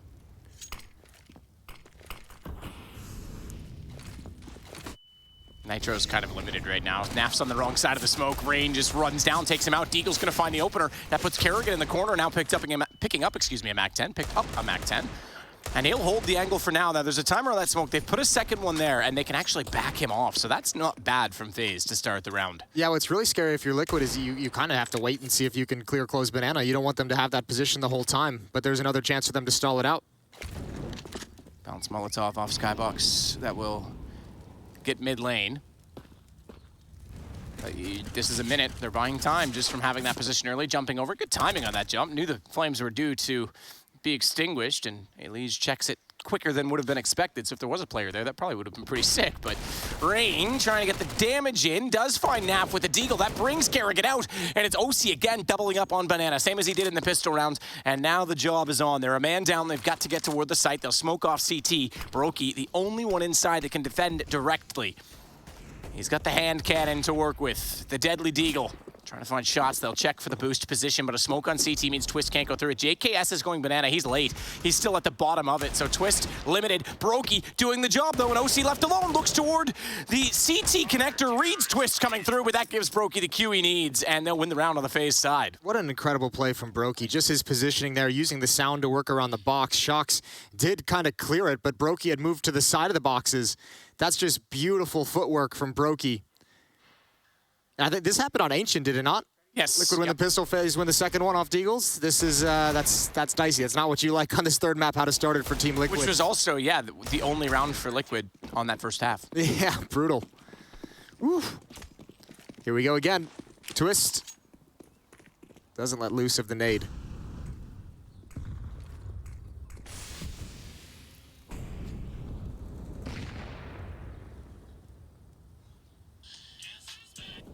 OC. Sato's back. Back again. Brokey is going to have a nice little crossfire set up underneath porch. There's a nice kill from JKS. Jason's whack. Tell a friend. No strength yet for Team Liquid. No flashbangs to really get up. They're really relying on these deagles for some picks and coming through the smoke. Nitro's got a little bit of an angle if he wants to pop out in front of the Molotov. But really not a whole lot of power that is making FaZe feel nervous. It's just in my head now, forever. Twist is in Shox's head, quite literally with a bullet from the MP9 as he was up on the railing outside of the apartments. Yeah, and this one's slipping away. They need to provide something now, those deagles. Nitro is going to try and challenge on Rapside. No one is looking in this direction. The defense for Rapside is from Brokey and Graveyard and Kerrigan towards CT spawn. I don't see any way that this works. You better get something incredible, some incredible shots. Kerrigan, ooh, there's your first one through the teammate. Naf takes down Kerrigan. Not what you need. And that with the smoke means they can actually rotate back around. And Lee's just going to get Brokey. Hang on, we've got a round. Do they clear Rain? No way. It depends on how staggered they are. Quick smoke. Oh, goes for the first. They're staggered indeed, but he gets a double headshot. And now I would say the round is indeed a slim shady chance for Team Liquid. Legion's just trying to die. That's what he's saying. He's going to run into this bomb site. He's hoping someone's going to just peek up and kill him. He's got 16 HP. Ooh, ow. Oh, I hold okay, now, yeah, that may not matter as much now. He's got the phone. M4, so he'll stay alive with it. That's just as good in many ways. Was he trying? I actually take it back. He might not have been trying to die. He was just trying to go recover the gun, and he got it indeed.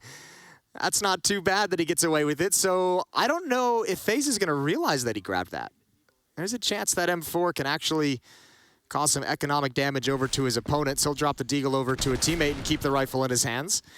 That's actually not the worst turnout for Team Liquid, all things considered, because that looked like there was no chance for anything. 2 kills and an M4 brought forward. What can Elige get done with it? Because he doesn't get the bonus money, though, he has bought down to $0. He's picked up a smoke. That's going to hurt somebody's buy in the next round. Somebody retired. Somebody did retire. So I don't think his buy really matters that much. No.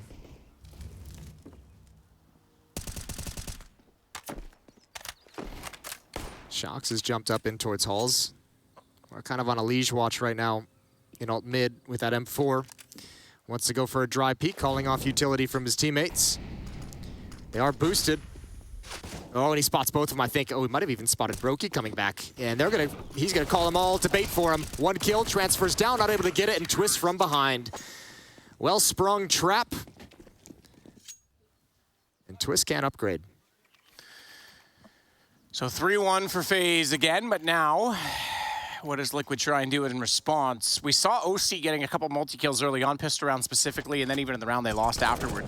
At the top of Banana, we haven't seen a whole lot of map control since, as Twist from underneath of Quad shows off why the loud M4 is still viable. I like that we have a bit of both right now, I do. I think the silenced M4 was out of it for a while. It was long gone, I think that was clear. Oh yeah, it's good to see it back, but I think the balance is key. OC's gonna take down Kerrigan. The only annoying thing is... What you got? What's annoying? If you do get used to one, and if it's, let's say it's balanced, instead of the whole team using the same one, someone else uses the different one and they drop you a gun and you're like, oh, I'm not as, proficient. It shouldn't matter at this level, but yeah, I know that was always frustrating if I was using one and someone throws me the other. I'm like, oh, hang on, this breaks my rhythm. Yeah, but you're a Tribes player. Yeah, that's absolutely true. You're not wrong. The last one left. Nitro gonna throw a close Molotov, start clear out close Banana as well. Looking deep. Does that, I assume you're trying to say it just doesn't matter what I say anymore because I'm a Tribes player, is that it? No, I'm just saying, Okay, yeah, just discrediting me, I get it. Don't got the same familiarity. Whatever, man. I think the interesting conversation around that is it was brought out by Blade from Na'Vi, talking about different players and different roles and different bomb sites. Well, I've always thought that, because the smoke, not having tracers going through it, more bullets in the mag and one than the other for spamming. There's definitely reasons to consider that, but it's interesting because you're seeing a split between them on the teams. I'd say the silencer is probably a little more popular right now. Oh, way more popular. Way.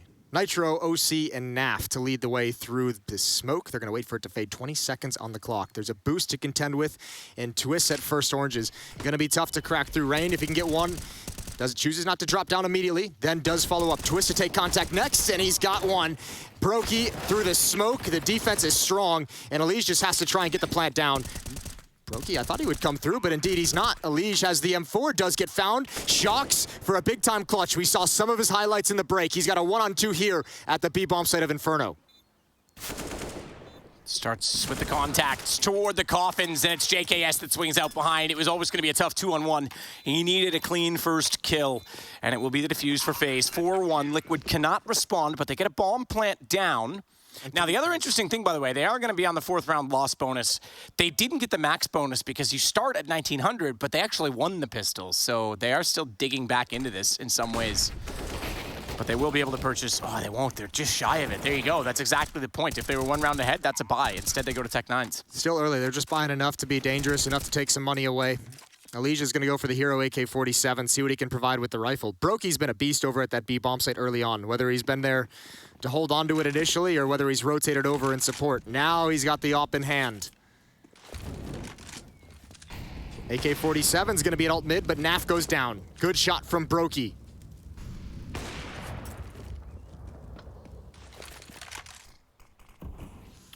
That'll slow down everything. Yeah, Lige making sure no one up close inside of Boilers. They walked in from the apartment. Shocks now holds that position. Passive approach this round from FaZe. But Brokey is, well, was forward with the AWP. The smoke now coming down to that position. He's going to fall back to front library. That means Twist can actually shuffle over and start to support JKS a little bit more.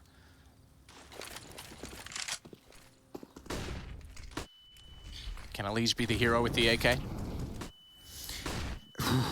He can be. Shocks with the Tech-9 has the opening. That's actually going to provide, it's now a one-front battle. They just have to look left as they come in. Twist, he's got the first. They need a trade. They need it right now. Elige is up to the task, and no. Twist shuts it all down. Timely triple kill. Is he trolling? He's shooting the gun away from his teammate. He's like, give me that AK. He's like, heck no, I'm shooting it away. Nevertheless, yeah, great job by Twist, like you say, a one-front battle, and took down the AK as well of Elige, because that was the one gun that could have really made it a problem for them if he gets that kill and they get the bomb in position. There you go, Shocks, well-timed on the flash from OC. First 2 were pistols. This was the kill, and he shuffled away just as Elige wanted to come around and pre-fire on the AK.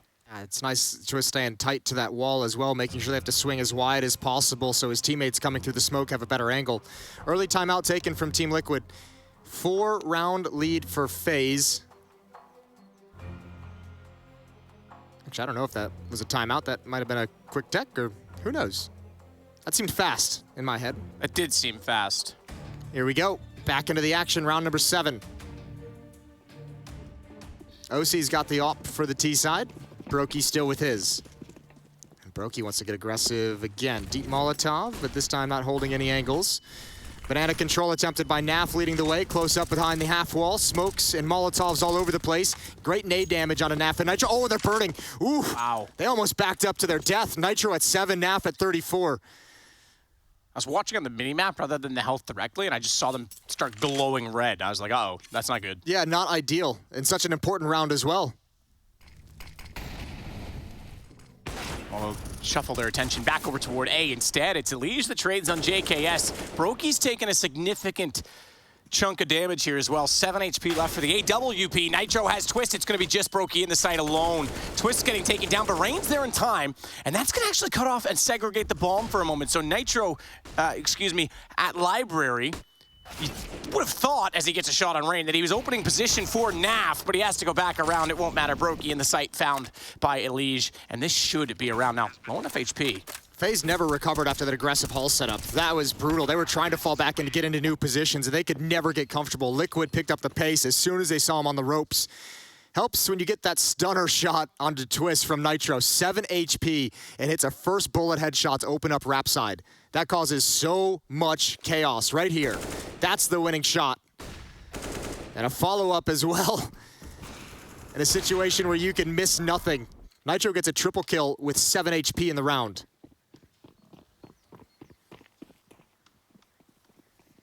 So it's Kerrigan and Rain again toward Banana, but a passive approach this time from Liquid as they try and let OC find a pick up middle. Important round for the early stages of this half, too. There's no money left on FaZe.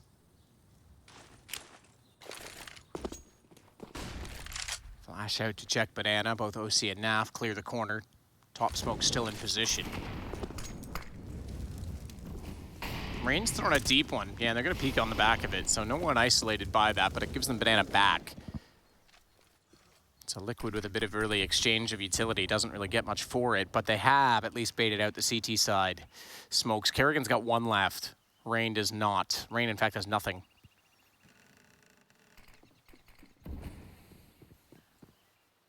Look at Kerrigan's position as well. He's going to try and get baited in by Rain and maybe drop a smoke to get himself out of there if he can. But right now, more important things to consider with JKS boosted up on the windowsill. Twist to watch his back from apartments, and Brokey on the AWP opposing side of the brackets at the arch with a shot potentially into the flash. Couldn't land it preemptively. Forced off the angle. Elige, what a response. What a shot to catch out JKS as he walks out from the boiler, and Twist has to fall off. Brokey all the way back around to the side, at least gets Elige taken care of by his teammate, but Shox is still looking for that AWP, and Brokey's locked himself into the site. He's stuck on the wall. He's not gonna have a lot of room to maneuver, but Twist comes out, nearly gets a lineup to get 2. Can't collect, they're low HP. Rain is on the case, and he will do what his teammate could not. All 3 for Rain. Starts off with the damage from Twist, and it's FaZe on 6. That round took so long, Team Liquid, to actually pull the trigger to try and progress onto the bomb site. It gave time for so many rotations from FaZe to get into position. Twist does a great job in pit. First the kill, then dropping down. Brokey inside the site, not overexposing himself to Shox. This is just good work. The slide out as well, you're right. The cleanup from Rain after this is nice and easy. That's the only kill that had any difficult after that. It's just nice and quick. 6-2, FaZe with a 4-round lead. All right, Brokey, calm down. Top mid smoke from the T's as well. Elige wanted to run that. He's up toward the ultimate connector already. Still, money's not great for FaZe. Liquid still have a chance to close the gap pretty quickly if they can take economic control. That makes the T side so much easier. Deep nades in. Nitro, OC, and Naf and Banana. Elige and Shox just running a standard default towards halls and mid.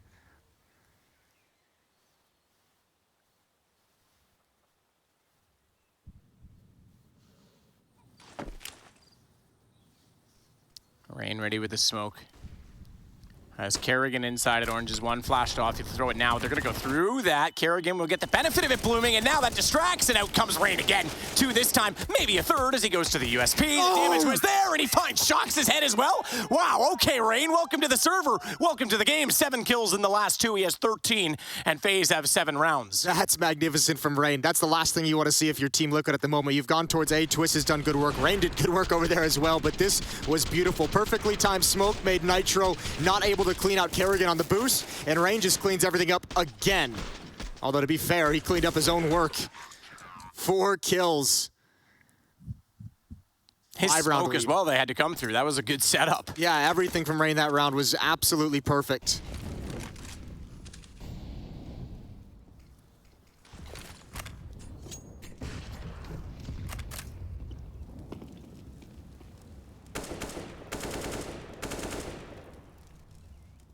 So shots out from the AK. No one on the receiving end, but Kerrigan once again will get that deep position twist.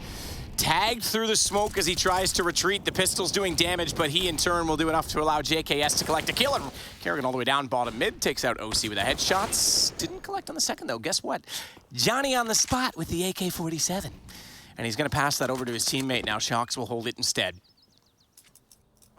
So they have 2 rifles.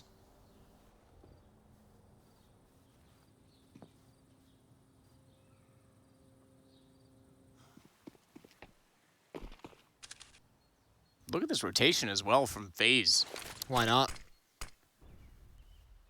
A lot of faith in JKS and Pit.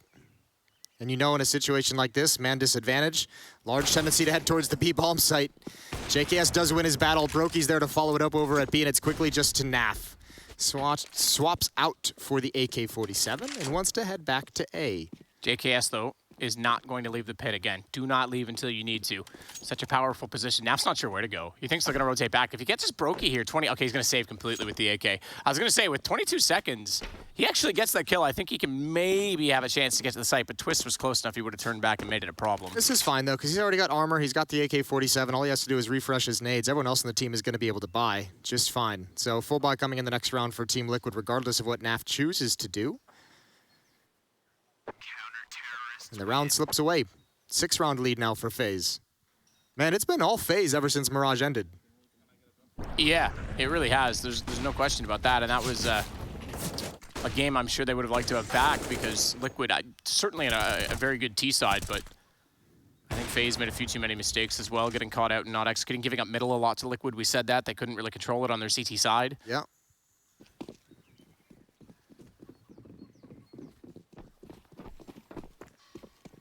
We'll wait. Nitro's going to start it off. Brokey, missed shot. Just taking a couple peeks down mid, making sure Liquid knows he's willing to do it. Round 11. Nitro gets control up to the half wall, and FaZe is going to play this round of Banana passively.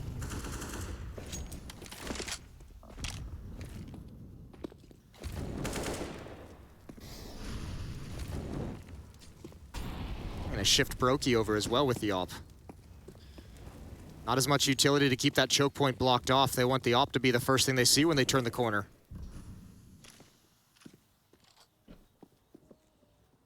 Shox has control of halls, but Liquid still haven't figured out where they want to make their opening move.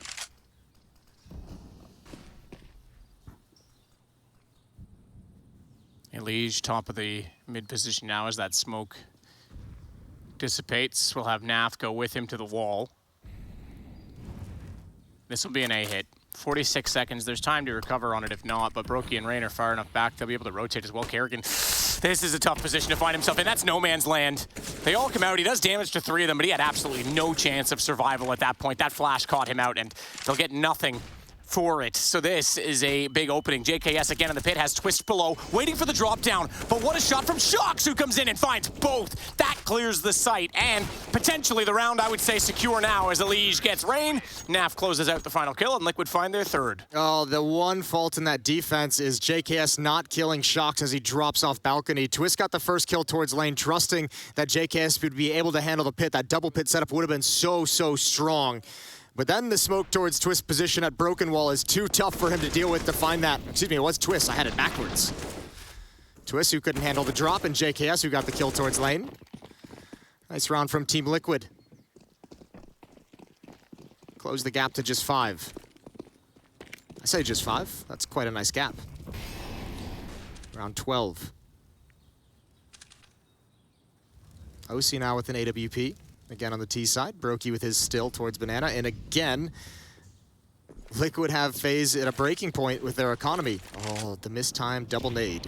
One nade goes into the choke point though, brings Brokey down to half HP. He's just trying to bait for Rain. Shot out from Nitro will take Rain down, so bait not exactly perfect.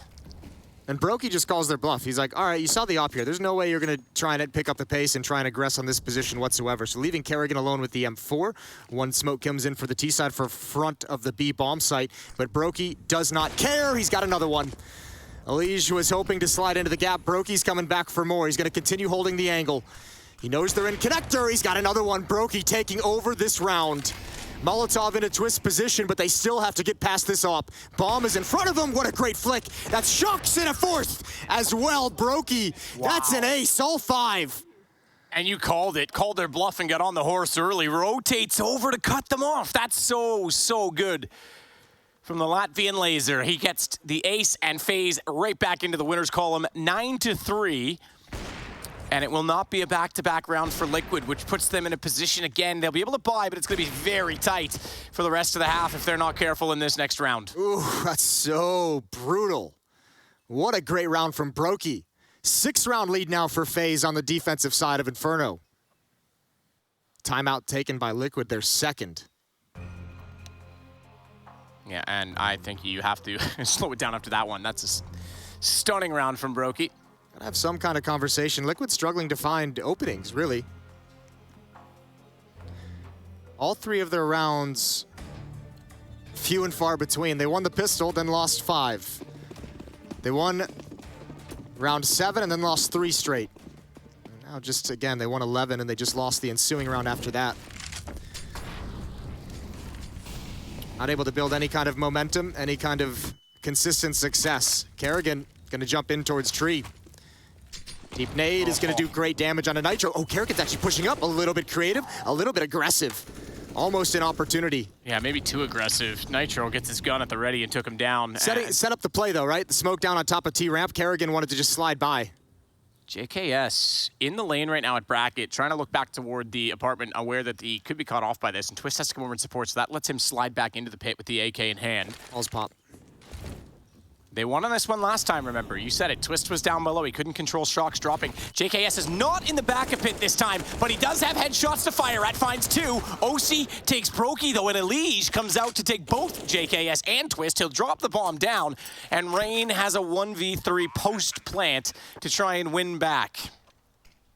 I think he's going to at least investigate to see if he can get a kill. Anyone's going to give him anything cheeky. He could also, if he decides to see that he just wants nothing to do with it, he could push up alt mid towards brackets to pick up the op that Brokey.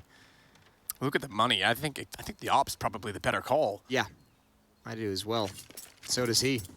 All right, Liquid. That's a brawly, grindy round that they get popping out of holes. They get their 4th on the board. So despite how this half has looked, you start getting 4 or 5. That's not too shabby, all things considered.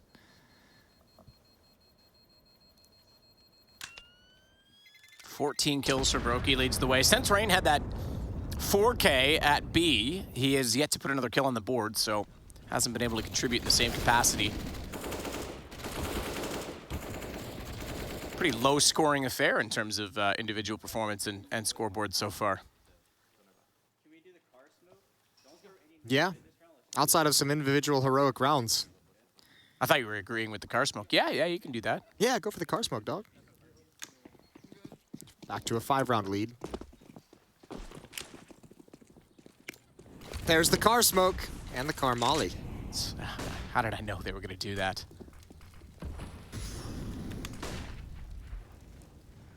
Well, we just saw Brokey take over a round with the AWP. This is one of those rounds where you just unleash him, let him do whatever he wants, see if he can do the same thing all over again. Kerrigan and Rain to defend at the B bomb site. They've got utility. They've got smokes. They've got Molotovs. Quick nade. Not bad damage. They're going to come through it, though. Kerrigan jumps through. Nitro's not blind at all. There was nothing to make that fight easy for Kerrigan. Rain wins 1, but that was going to be it the whole time. Yeah, and I'd say that's it for the round. Brokey's heading over at least to look in with the AWP, see if he can take some guns away from Liquid. But a 9-5, and heading into the last round of the half, it's actually FaZe, despite all of their success, and this being the first time that Liquid will get back-to-back rounds in the half. It will be 4 from the last 3, and therefore FaZe will be the ones without the weapons, or at least the economic advantage. As 4 AKs stay in the hands of Liquid thus far. And with Elige already down toward the bottom side of mid, I imagine everyone exits through Banana at this point. Oh yeah, for sure. Don't risk it, because there is no biscuit. There's not a singular biscuit to be found. All right, well, Brokey has an op. JKS has some utility. Twist as well, and JKS have upgraded pistol and armor. Last round of the first half. Everyone else is going to buy up everything they possibly can. Poor Rain. Nothing he could do there.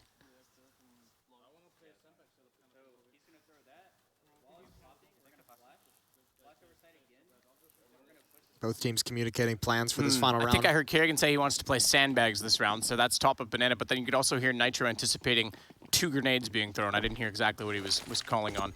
I imagine that's a Banana call, because that's usually where you're getting the early grenades. So Nitro trying to read, perhaps. And they have thrown a deep smoke every single round, so maybe that's what he's trying to say. He's going to throw that and then try and push down or something, so they're going to try and clear it, which they do now. Ooh, Nath almost shoots his teammate in the back of the legs. Close up. Oh, double stack M4s. There's the sandbag setup. Rain and Kerrigan for 1. Kerrigan's brought low. Oh, don't kill your teammate. Almost. Hold the trigger. That was... It's dicey? Intense, yeah. Oh, look at this play. This is so cool. From JKS, he's going to be able to wrap around. The SMG's doing their work, top Banana. They put a stop to this hit. They've made it so costly for Team Liquid, and JKS is going to start having a lot of information, telling his teammates, I see nobody in alt mid. And he's just saying, delay as long as you possibly can. If you're at the B bomb site with a smoke, which they don't have, you drop it right now. Wow.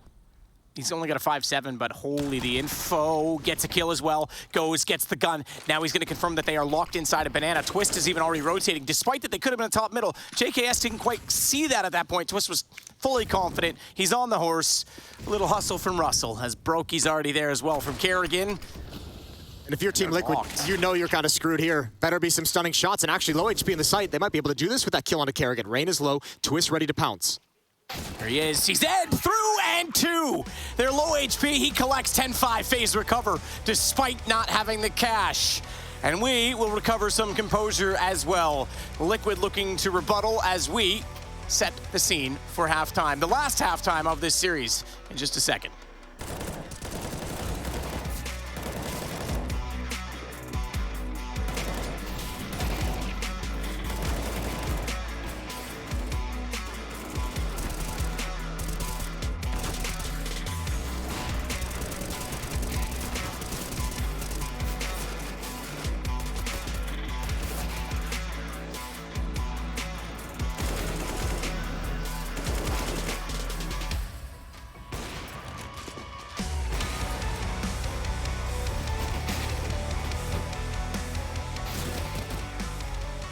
Getting the hang of CS, I had to like rewire my brain to like remember all the smokes and like all the protocols and stuff like that, because during like my Valorant tenure, like I wasn't really thinking about Counter-Strike at all. And like coming back, I had to like relearn all the very basic stuff, like all the very basic smokes and flashbang lineups and stuff like that, and molly lineups, and actually just start thinking about the game again. And yeah, that's basically like the big gist of it, besides like learning all these like newer players like play styles and stuff, because there's a lot of like newer players like Gambit and stuff. So watching demos definitely helped in that department, but overall it's been fun.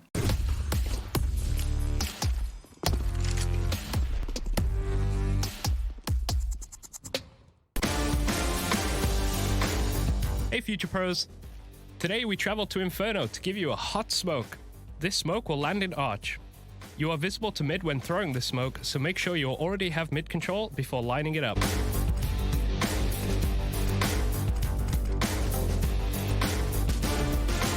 To do this smoke, get in front of this broom. Then aim to this window and move your crosshair up to the highlighted area and then throw. This will block off anyone playing in or outside of Arch, but be careful as they might try to re-peek from Library.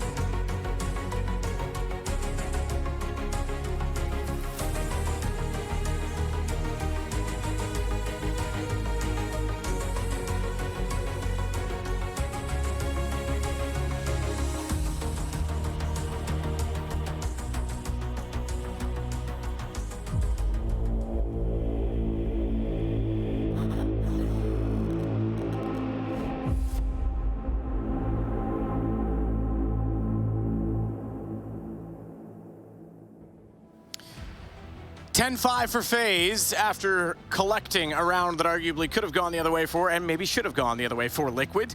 They've got the lead, but Liquid on the defense will try to defend what was a one-map lead in the series that could now slip away. At the end of the night, we're getting into the wee hours, but we've got lots of great Counter-Strike hopefully left in this game for you. Yeah, Mirage seems so long ago at this point. Yeah, absolutely. Yeah, we haven't seen that Liquid get back quite yet. 5 rounds back, starting on their CT side. Stack in mid. I believe this is the last pistol round I saw them play on Inferno as well. And FaZe is going to start moving up Banana.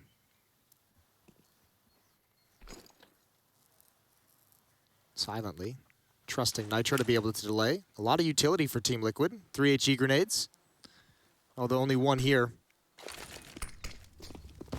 Not bad. 72 damage on the rain, but now you're just crossing your fingers and hope something connect. You could see everyone from FaZe stop as the shots come through and wait for the reload.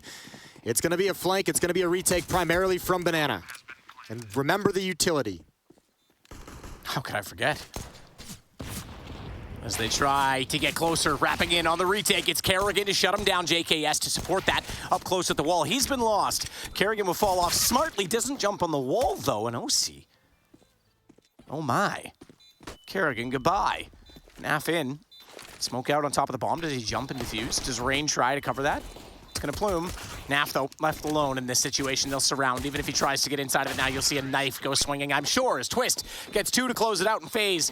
This time, they don't need to win the anti-eco. Second round bye. It's immediately the pistol for them instead. No kid on Naf as well, so even if he wanted to jump in that smoke and stick the defuse, it wasn't even a possibility. The 2 nades coming up Banana, they threw them to bounce off the wall towards sandbags. Defense was at half wall and in the choke point, so the nades do no damage. Nice idea, though. 6-round lead now for FaZe. They've taken control. 3 MAC-10s and 2 Galils, the arsenal for the attack.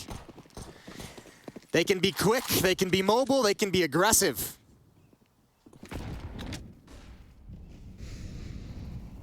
Lige looking down. Scout to work with, flashed off the angle. When he goes back, he does actually collect Brokey. Smacks him straight in the shin. Blows out his ankle. Shin splints, you ever have them? When I was younger. I had them a lot in lacrosse, and they were bad. We played box lacrosse without turf, and that extra padding goes a long way, because the solid cement of a lackluster arena without ice just kills you, man. Thank you for coming to my TED Talk. Back to the game now, as it is a 4-on-4, and Kerrigan, the only one lost on the side of FaZe with the weapons. And that MAC-10 is now in the hands of OC. He's boosted up. First oranges. Naf as well to defend. No utility, just the one flashbang on Naf, but he's going to want to be gun out. Maybe he chucks it now. OC up top, good for, oh, gets 2 kills with it. That's a thing of beauty. Wow. And now FaZe, they're forced away just for a moment. They kind of hesitate a little bit. He tries to bait the bomb, now he knows where he is, and he's 8 seconds, he has to commit. Shox is gonna go back in, but the fountain to protect. Does he go for the kill? It has to be a kill. He didn't commit to the plant, but Shox gets it instead of the 5-7. Oh, that's so rough. JKS would have just loved to have just known just barely where he was coming from. Smoked off CT, you even saw him consider Banana. What a great clutch from Shox. Probably could have cleaned it up on the first peak, but we'll take it. The wily veteran logs another clutch. This is fantastic, though. That second kill, a little bit of lady luck going his way. 4 frags in the round for OC. And then Shox to clean things up behind Fountain. 11-6, they do return the favor. And OC now with the double MAC-10 kill has so much bonus money. He's got AWP in hand.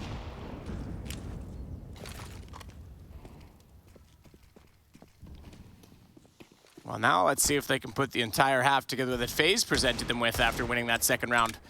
OC tagged, he goes down to 34, Rain's on 18, but he was the one that took the shots with the deagle his direction. Yeah, but the fact that now OC is tagged and brought a little bit low is going to make Elige, I think, a little bit nervous. That such a powerful weapon can have low health and can be tagged up and taken down with just 1 kill. So he's kind of got to have a teammate play with him.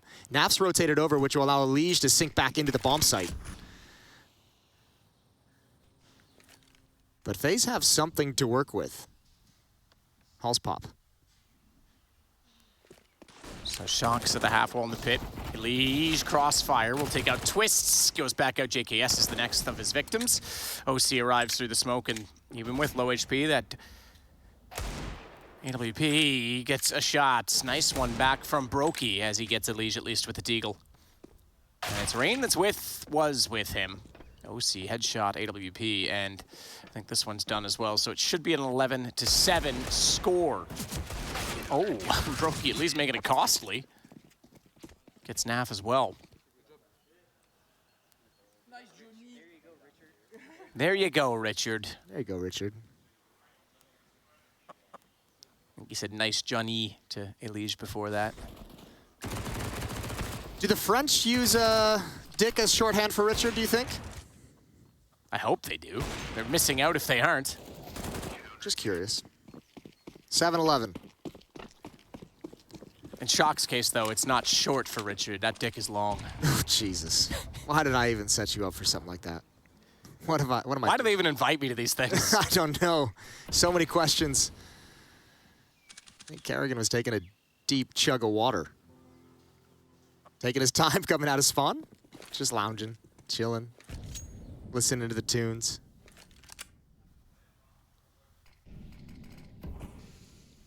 On the mono, like, jukebox thing. Kerrigan trying to be a little bit coy inside the smoke at the T-stairs, but Nitro's got an idea for that. Actually, throw a Molotov deep instead rather than A flash peek. The old French timeout, if you're new to Counter-Strike. Instead of using and wasting one of your 4 timeouts. And around like this, where it's unarmored Glocks, just everyone sit back and spawn, have a chat, have a conversation. Not really a whole lot to talk about quite yet. Nitro, as soon as he sees one, gonna drop a nade. Here it comes. SMG gonna chew him up as well. Pretty decent damage, but it's the SMG that does the work. 4 frags for Naf. Love that. He's on my fantasy team. I'll take it. Oh, yeah, you got one of those, did you? I didn't make one. I should have this event. I thought about it. I'm really bad at fantasy stuff, though.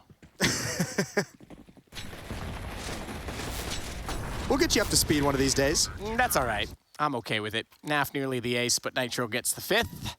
And we have an 11-8 scoreline. We've got guns brought back out, however, for FaZe. Let's see if they can get something rolling in this half. It's the bonus round, if you will, for Nitro and Elige, as they've got MP9s. You can say the same for Shox. He didn't upgrade. Lots of money left over, but it's OC on the op.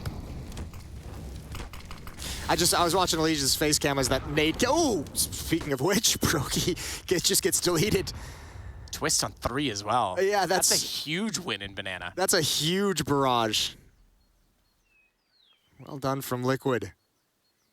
I was gonna say, I was just watching Elige's player cam as the nade came in on his screen. You could see his eyes widen, his head pulled back. It's like Get Right when he gets flashed on stream. We don't have a camera on us, they can't see you. No, it's fine, waving your head around like a crazy man. I told you, I don't care about the audience, Jason. I'm just here for you. I know. You don't get that. I came all the way to Poland just to be your entertainer. I appreciate that. It's You're working. welcome. Is it? Nitro up top, first oranges. Naf over towards the spawn choke point. And FaZe has mostly been stalled out. I mean, there's been really no map presence, no real pressure towards the A bomb site, not even a fake that they're going to head that way. This has just been all Banana this whole time. So Naf, being passive, did fire a few speculative shots at the corner. He's got a Molotov as well, Naf.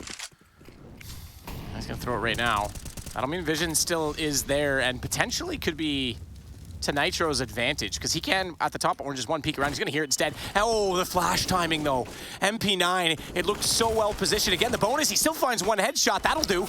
Give him a bit more money, but JKS takes down Naf, and now the site itself open. OC is the closest to the equation, but unfortunately, I don't think he is a common denominator in this problem, because he's stuck inside of the ruins, and the bomb already planted. Where did Elige get? That's okay. It was not. I saw the wall bang, and I had to check to see if he didn't fire through the windows of the church. That actually came all the way from spawn. I don't know how you get back into this round now. This is going to be so tough for Team Liquid. FAMAS and an SMG. Here comes the entrance with the flashbang. Oh my goodness, Shox actually has it. This is still a bonus that's possible. Kerrigan against Elige, and Kerrigan clutches it back, just barely for FaZe. Oh, tapping his chest, heart's beating. Blood is pumping. Kerrigan wins a high-pressure clutch, 12-8. That is huge. Liquid almost make the retake work with inferior weaponry. This was a crazy nade barrage and Molotov combo. JKS secures the site for FaZe, and Kerrigan keeps hold of it down the stretch. All 3 kills in a 2 versus 3 situation. Liquid buys up again. They had plenty of money, but this is the last one they have. If they are to lose everything here, they're in trouble for the rest of this half. FaZe will have the red carpet laid out. All they'd have to do is walk along it. Someday I'll walk on a red carpet, Jason. And then security will come and tackle me and tell me to go home.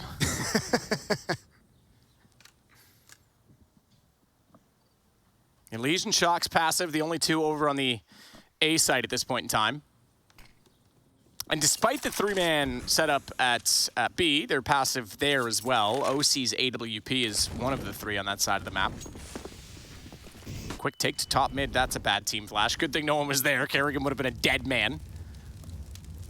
Actually, 2 players to defend at this A bomb site. Liquid's getting information at top Banana. That's going to put Naf on the rotation real quick. Maybe even OC as well to chime in also. They got to hurry up. Again, heavy towards Halls. Elige at distance. He has to be careful not to get caught in transition as he moves over to make space for Naf. Flashbang catches him out. That leaves his pit player all alone for the moment. He recovers. He recovers so well, so does Shox. 2 players down, but now Kerrigan chiming in. Now Twist adding on top of it, and Elige is stuck inside the bomb site. I don't think they know yet. Oh, they see the gun barrel and he goes for the wrong side. Twist recovers. He was a bit slow in the pit. He didn't want to swing and get killed by the site player, and therefore actually left Shox alive longer than they would have liked, because we saw what happened. Shox was able to get one more from that position. OC up close. Kerrigan ain't clutch in this one, but Brokey can do anything he can do with the AWP in return. It's Nitro on rotation from the apartments. Graveyard stairs for Twist. He's still stuck on that MAC-10, but it may not matter if he's forced to come that far, and Brokey's got it on the op instead. Twist will go find another gun, and FaZe will find round 13. That's the brutal, that's the nightmare scenario for Team Liquid. They lose everything. That was almost a great hold. Just after the initial kills, it all falls apart. Twist with the MAC-10, able to wrap on the site. Then, as you said, Elige looking elsewhere. But that's all the money, that's all the weapons, that's all the resources taken away from Team Liquid. So the red carpet is laid out. Kerrigan knows it. 13-8, a great chance to get up to 14. All pistols and a couple flashbangs. Look at the holes push. Liquid throwing some trickery into the mix. Oh, okay, flashbangs over to act like you're gonna peek up balcony for ult mid, trying to keep your eyes off the holes push, and it's succeeded for one. That's a clever way to get a frag, but there's really no chance to recover the round. Twist from the top side of mid is able to fire into that. I would have thought JKS was a little more ready, given that Rain found the first kill and saw them running that way, but he gets absolutely obliterated by I mean, how many times sprinting headshot. do these players probably see 3 or 4 people rushing holes like that? You know, Jason, maybe they should play against me more often. All the damn time. That's your go-to. That is my go-to. It's your bread and butter. I am a one-trick pony, and the trick often fails. Pony's got no legs. That's depressing. So are a lot of things in my life, Jason. Let's be honest about it. But the bomb is planted, and FaZe should take 14 on this. Naf's got the AK. So something to start a comeback potentially for Liquid with. But they'll be 6 rounds behind after this.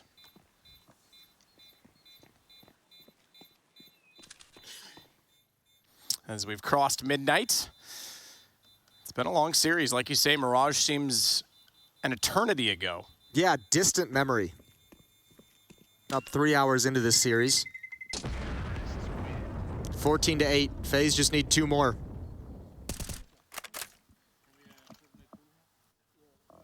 All right, Liquid, another chance to put a stop to it. You have to buy here. It's not going to be perfect. Or do you? Just trying to listen in. I like some of this sort of... We're not directly in the comms. We're not getting the mid-round emotion that sometimes can get people caught out or reveal anything, but we're getting a sense of what they want to do, and I kind of like it. Gives you a bit of insight. Get a couple nuggets. Yeah, exactly. So I've been trying to pick up what I can here and there from them. It's also nice because they usually don't reveal, like, they'll say, like, the name of a strat or something, so they don't reveal anything to us that we can suddenly, like, put in our arsenal, so to speak, or, like, reveal or break down their code or their gameplay. But it's nice, like, when we heard Kerrigan say, like, I want to play sandbags, and then we see the stack work, and they get 2 kills from it. It's, like, nice. Like, he thought of that well ahead. It wasn't just, you know, blind luck that he happened to be there. Like, you can see the design, and whether or not it works or fails, I think that's kind of cool. Here we go, round 23. 6-round lead, Liquid trying to come back into this. Trying to get their Katowice started on the right foot. Close Molotov for Nitro. Twist not going to progress. He eats a lot of nades, though. Triple nades. He was just out of the kill zone, but he's taken 63. Was that a triple? I guess Brokey threw his and then fell back. You're right, yeah. They wanted to set up something aggressive, you could see. I mean, Nitro's trying to stay as close to the choke point as he possibly can, as close to the corner as you can. Here comes the flashbang. Brokey's got the op on. Oh, and he's got it blind. Great timing on that. Nitro goes down. Molotov to prevent any further aggression, and FaZe get to play with a 5-on-4. And I think the assumption here from Kerrigan is that if you're going to make that kind of an aggressive play, there's going to be 3 players at B, so let's move up brackets. Timing, though. OC just got inside. Oh, he missed Kerrigan. He was behind the statue. So there was no smoke, nothing to obstruct it, but he didn't see him through the archway. That lets Kerrigan slip by, but OC does get the kill in the end. And now he's going to go for the top mid flank rather than directly from Library, where the attention is turned. Twist, however, has burrowed his way inside of the pit. And FaZe face series points with this round. OC going the long way, in fact, all the way up inside of the apartment halls. Now, this will take the attention far from Naf, who is at Library, and force them to look in both directions. What an execution. Brokey down. No one able to spot that. OC then takes Twist. The distraction has worked. They've pulled the attention in both ways, but it has to be all on Rain, and Naf's just barely going to get enough to get the bomb defused. Yeah, Naf's not going to lose that one. Rain pinned down. What a brilliant clutch. Everything was on the line. That would have been the weapons. That would have been nothing good for Team Liquid if they couldn't make that work. Good teamwork. The one tap from Naf, the flashbang for OC towards Pit, and obviously Rain has nothing to do. I even dare say that if OC gets the first kill, they don't win on that. The fact that he gets that's a sick shot to take out Brokey. Oh, yeah. But then they think, okay, well, he's Library, and they just don't even consider the apartments. Twist swings out and dies. Whereas if he's able to stay in the pit knowing that the other guy's Library and it's a one-on-whatever, 1v2, 1v1, whatever the case is, he's got a lot better chance there. So that's wicked timing from Team Liquid. Yeah, that's a great retake. Necessary. Deep utility in Banana. AWP back in the hands of Brokey and OC.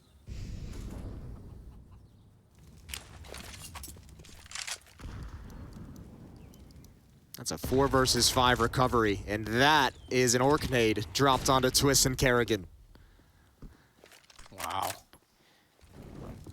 Liquid trying to claw their way back into this game. Preemptive strike from the AWP of Brokey. Nothing on the other side of it. Nitro was falling back inside of the CT connector at the time. Rain and JKS, though, Elysian and OC. That's 4 players in a very tight position on the map. And an op that's going to have to hit a shot. Otherwise, he's going to be in trouble. What are they? They're stepping over each other at this point. Oh, OC's got a good angle, though. If Rain goes slow on that, that's a... Wow, okay. Flash out. That's a tough one. And Rain just checks it. He doesn't want to stick around too long in that situation. I think Liquid's starting to feel nervous. Their defense was spotted.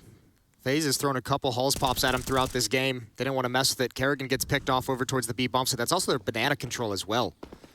Shox isn't sure where to go on that. 32 seconds, they smoke off top Banana, and he knows there's a chance they could still be heading back over. But have they funneled them? And he'll just sit CT backside of the arch so that he's ready to rotate when needed. Twist is going to go. He goes through the smoke, and Nitro's ready for it.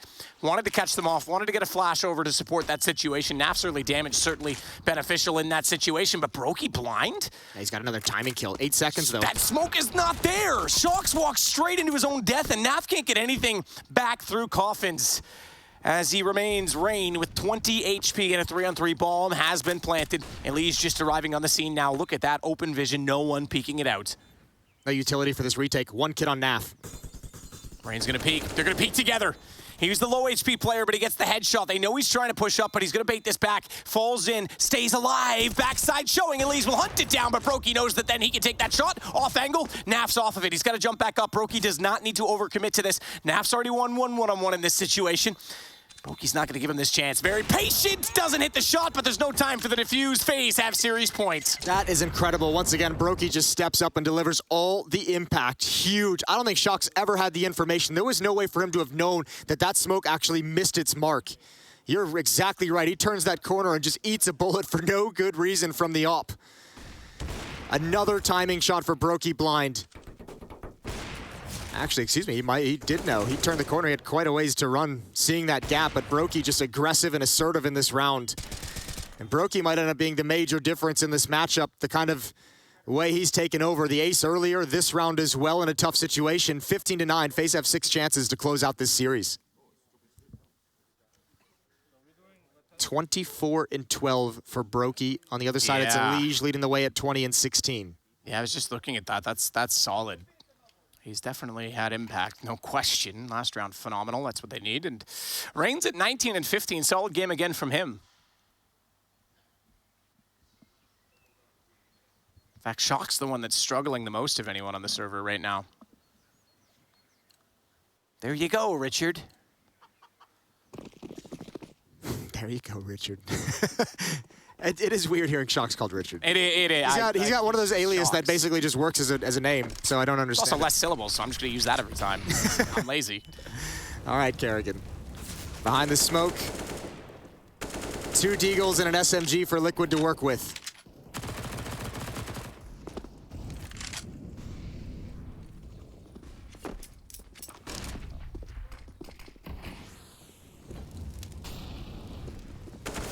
First shot successful. Rain catches Elise. JKS. Crossfire success. A site open. OC Nath and Nitro.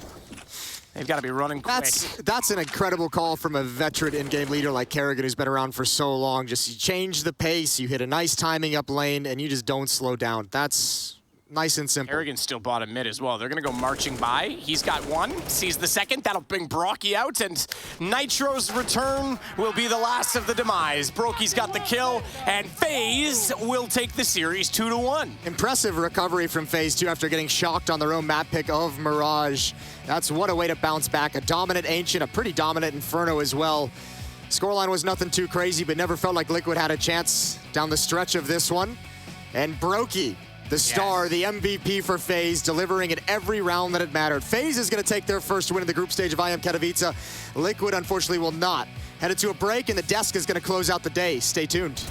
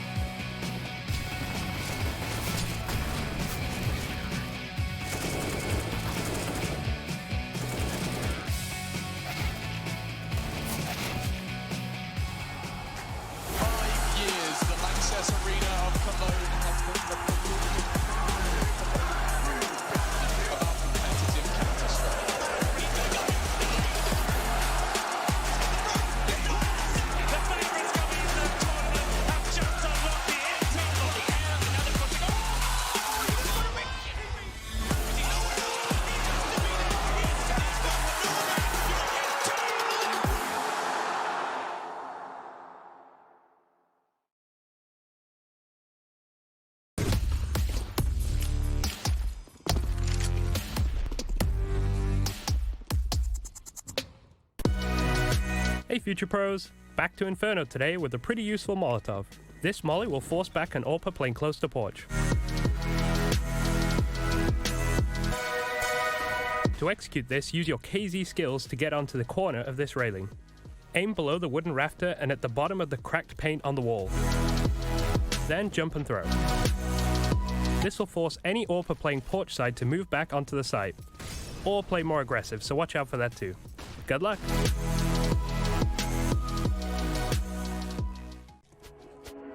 Days gone, I won't waste another one. Oh, that darkness, it won't set me back again.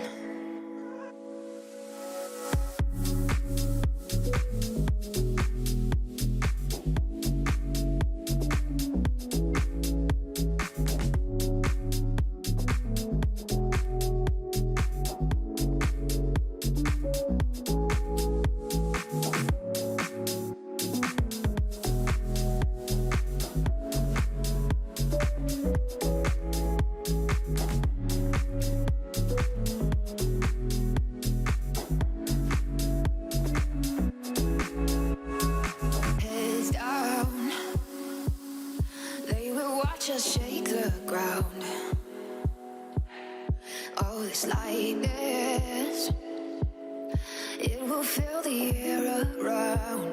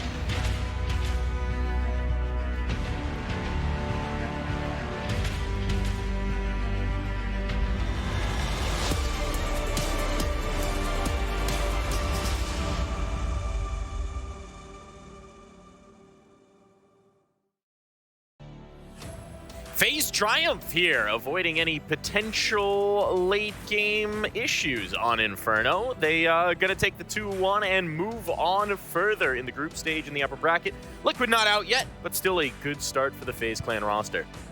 Yeah, both teams struggling to convert their pistol rounds. Liquid, all 3 T-side pistol rounds in this series, they win the pistol round, then they lose the second round to the Deagles, which is even worse than just straight up losing pistol round. And it was like we talked about in the pregame, right? The team that started on the CT side managed to gain a lot of momentum. FaZe was just rolling with winning round after round. I mean, it feels like this game lasted for 2 days. But I have to give it to your boy, Brokey. He was dominating throughout the whole Inferno, especially on that CT side. We know that people probably going to remember this last few rounds on the T side where he got the important kills, but throughout the whole CT side, he was so mobile, aggressive, getting the openings, getting the ace as well. The ace was crucial. Yeah, I mean, was like they were out of money. One of the most important rounds, and you know, the whole Liquid didn't play so bad as well. They tried everything, every possible opener, banana control, bracket control, everything, but Brokey was so mobile and aggressive. And I saw JKS as well on short playing lane side, and then he was playing pit. They were switching it up all the time, and then overall really good CT side from FaZe. Yeah, and crucial for FaZe to win this game because the next time they play now is on Saturday, and if they lose that, they play on Sunday. So theoretically, they bought themselves enough time for Ops to potentially come back, which is, you know, despite JKS doing a good job, obviously they would love to play with their full lineup. Still, your boy did well. Your boy did really well. Yeah, overall, when you think about it, I think he did solid job considering the situation that he was in. Well, we've got an interview with Kerrigan to tell us how he felt about that matchup. Another victory. Kerrigan, congratulations for your win. You managed to win the first best of 1, then best of 3, now another best of 3. And it seems like your team is actually pretty coordinated despite the fact that you actually have a substitute player. Rain, during the media day, mentioned that you actually had some time off and you didn't practice. Did you spend that time for like some 1v1 sessions with JKS just to update him on what the threats you're going to use, or maybe like your callouts? Not really. Like whenever that happened with Robs, we had to leave boot camp and we came here 4 days in the Katowice hotel without computer or anything. So basically coming into this tournament without practice, besides 1 day with JKS. We had some talk about JKS on CT side, but on T side I haven't told him anything at any point. Just to micromanage and let him play his game, and I figure out how he likes to play, and I think it's turning out good right now to kind of see on all the different maps how he likes to play Counter-Strike, right? So I just said, like, just follow my lead and we take it from there. And yeah, I'm talking a lot lately during the rounds, but that's how this will stand in. I mean, seems it's really working out for you. And how far do you think you'll be able to go with JKS? Because like right now, it doesn't really seem that we'll manage to see ropes at this tournament. Do you think you'll be able to actually reach the playoffs? I think it's possible. It's a tough group. Every opponent here in Katowice deserves to be here. So we have to take match by match. But for every match we play, the more confidence we get, the more JKS get into the system. So I can only see us get better for every day. So it's nice to see that the steps we take as a team right now. And yeah, we have to qualify for playoff to see Robs at this tournament. That's how it is. And everybody's fine with that. We do our best group stage here. Win or lose, I'm proud of my guys, how the mentality is, and just everybody's doing their best to perform at the highest level. Well, one last question is actually about Twist, because I noticed that when it comes to the city side, despite the fact that right now it is kind of like the M4 silencer meta, he's still rocking the old rifle. Is there some kind of like specific reason for that? I actually don't know. I think he just likes those 5 extra bullets, even though he does need them sometimes. And probably also an insane skin on that M4. Maybe that's why nobody knows, right? I mean, he plays some positions where it makes sense to have 30 bullets. But still, I don't know exactly why he does it. But if he feels comfortable with that, then he should do it. Yeah. If it works, right? Yeah, exactly. I mean, if he changes to silencer tomorrow and we lose, then I have a problem with him, you know?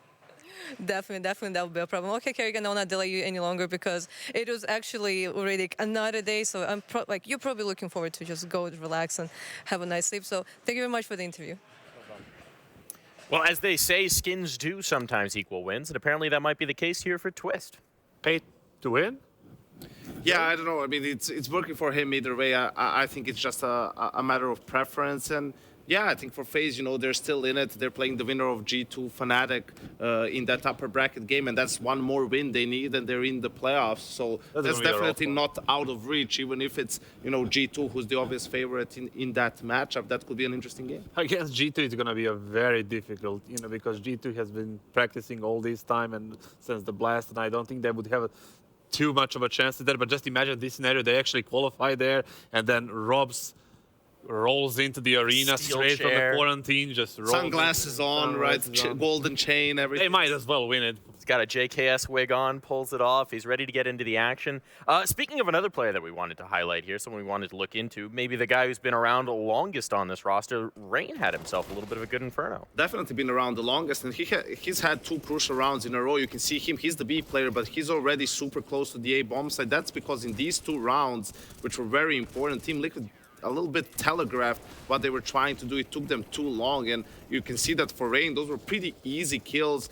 Crucial, he got 4K in 1 round, triple kill in the other round. Just 2 rounds in a row where he's had a lot of impact, right? Just playing for information. Smoke comes in, Kerrigan's playing anti-flash. After that, they just swing together and mop up. So yeah, for Liquid, a little bit disjointed. The timing was off, and he makes it look easy.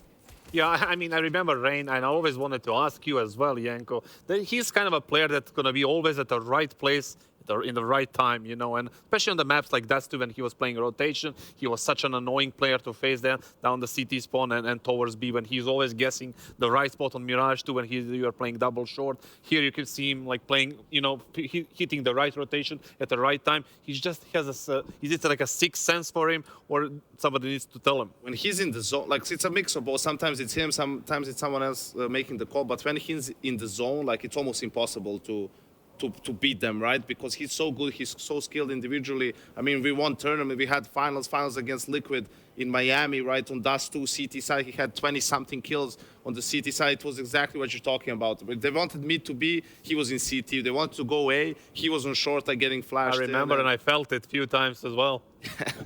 Well, let's take a look at some of the games that we had going on today. Take a peek at the schedule and the brackets so far. Take stock of where we've gotten to so far in the tournament. Any of these matchups particularly surprising today? Not too much, to be honest, right? Fury Astralis, that was kind of a coin flip for me. I wasn't sure what we were going to see from Furia. They managed to make pretty easy work out of Astralis. And, Navi ends tomorrow. Low-key can be an interesting matchup because of Boomic's situation. He's playing from his hotel room. He got a positive test, right? How is that going to affect Navi? Obviously, the G2 Fnatic game is the one that we're going to be following the most, at least you and me, especially because it's a first kind of a LAN event for the new lineup of G2 and facing Fnatic, who are already kind of played here. Yeah, but on the group A side of the bracket, right, VP 2-0 against Copenhagen Flames. Now they're playing NIP. I think they're going to win that game 2-0 as well. And VP, especially if Navi can't have their full roster here, we had them as a dark horse to win the whole thing. They're looking super strong right now. Especially that Navi defeated Gambit, who is supposed to like a kryptonite for VP as well. Now they have the easier opponent, and I think you're right, and that they should be dealing with them relatively easy considering the form they are in right now, and they should be securing that playoff spot. That's probably the biggest upset, NIP beating Gambit. I'm not really sure how that happened, and the 2 map wins were pretty straightforward. It wasn't really that close. So yeah, Gambit might be in trouble early on. Well, you've set the stage nicely for tomorrow's matchups. Let's take a look at which matches are actually going to be on this stream so you get an idea of what's coming your way. G2 Fnatic starting off the day. Vitality Heroic, an interesting one as well. And then that VP NIP. The upset team, can they take it further?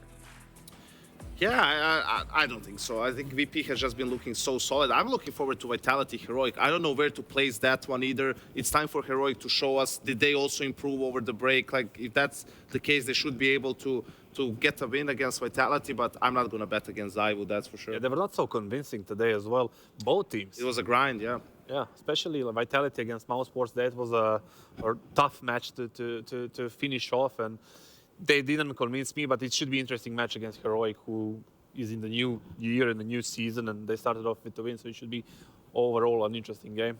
An interesting game indeed. We'll have to wait till tomorrow to bring it to you, though. That's going to wrap up our show for the day. Thank you so much for tuning in, and we'll see you tomorrow, bright and at noon.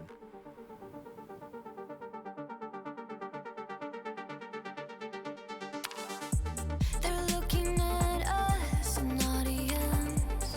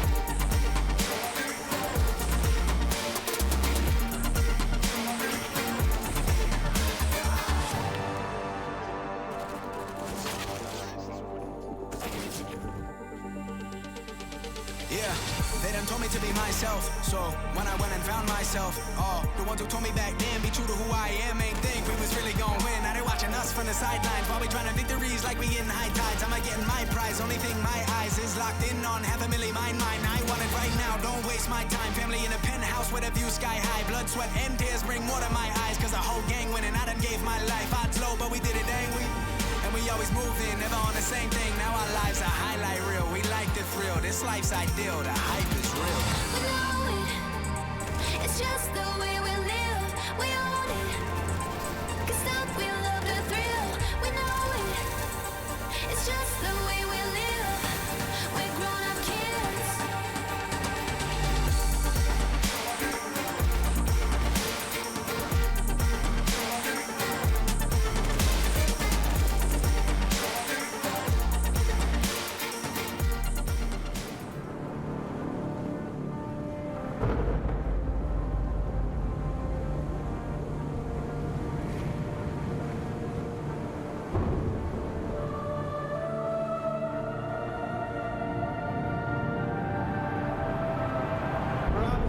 Really making history. Absolutely phenomenal. And Ace is the champion of the Intel Extreme Masters World Finals. Storm's still not quite done. MC is going to take this fight, though. 3 seconds left. Last 2 rounds of passion's got to start it well for ESC. And this is a massive move for Zest, but he's not content with just a Nexus kill. He wants to step out. And it's all done. A flawless win. Unbelievable Rogue with a 4-0 victory over Classic. And they did it again in the grand finals. It's Norby! Give it up for your Intel Extreme Masters World Champion!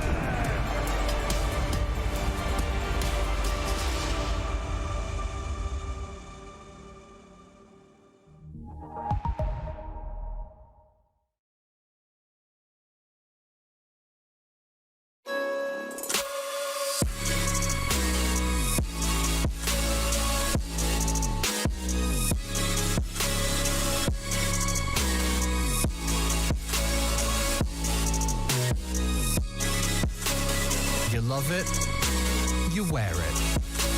What's your style? Get your merch at shop.eslgaming.com.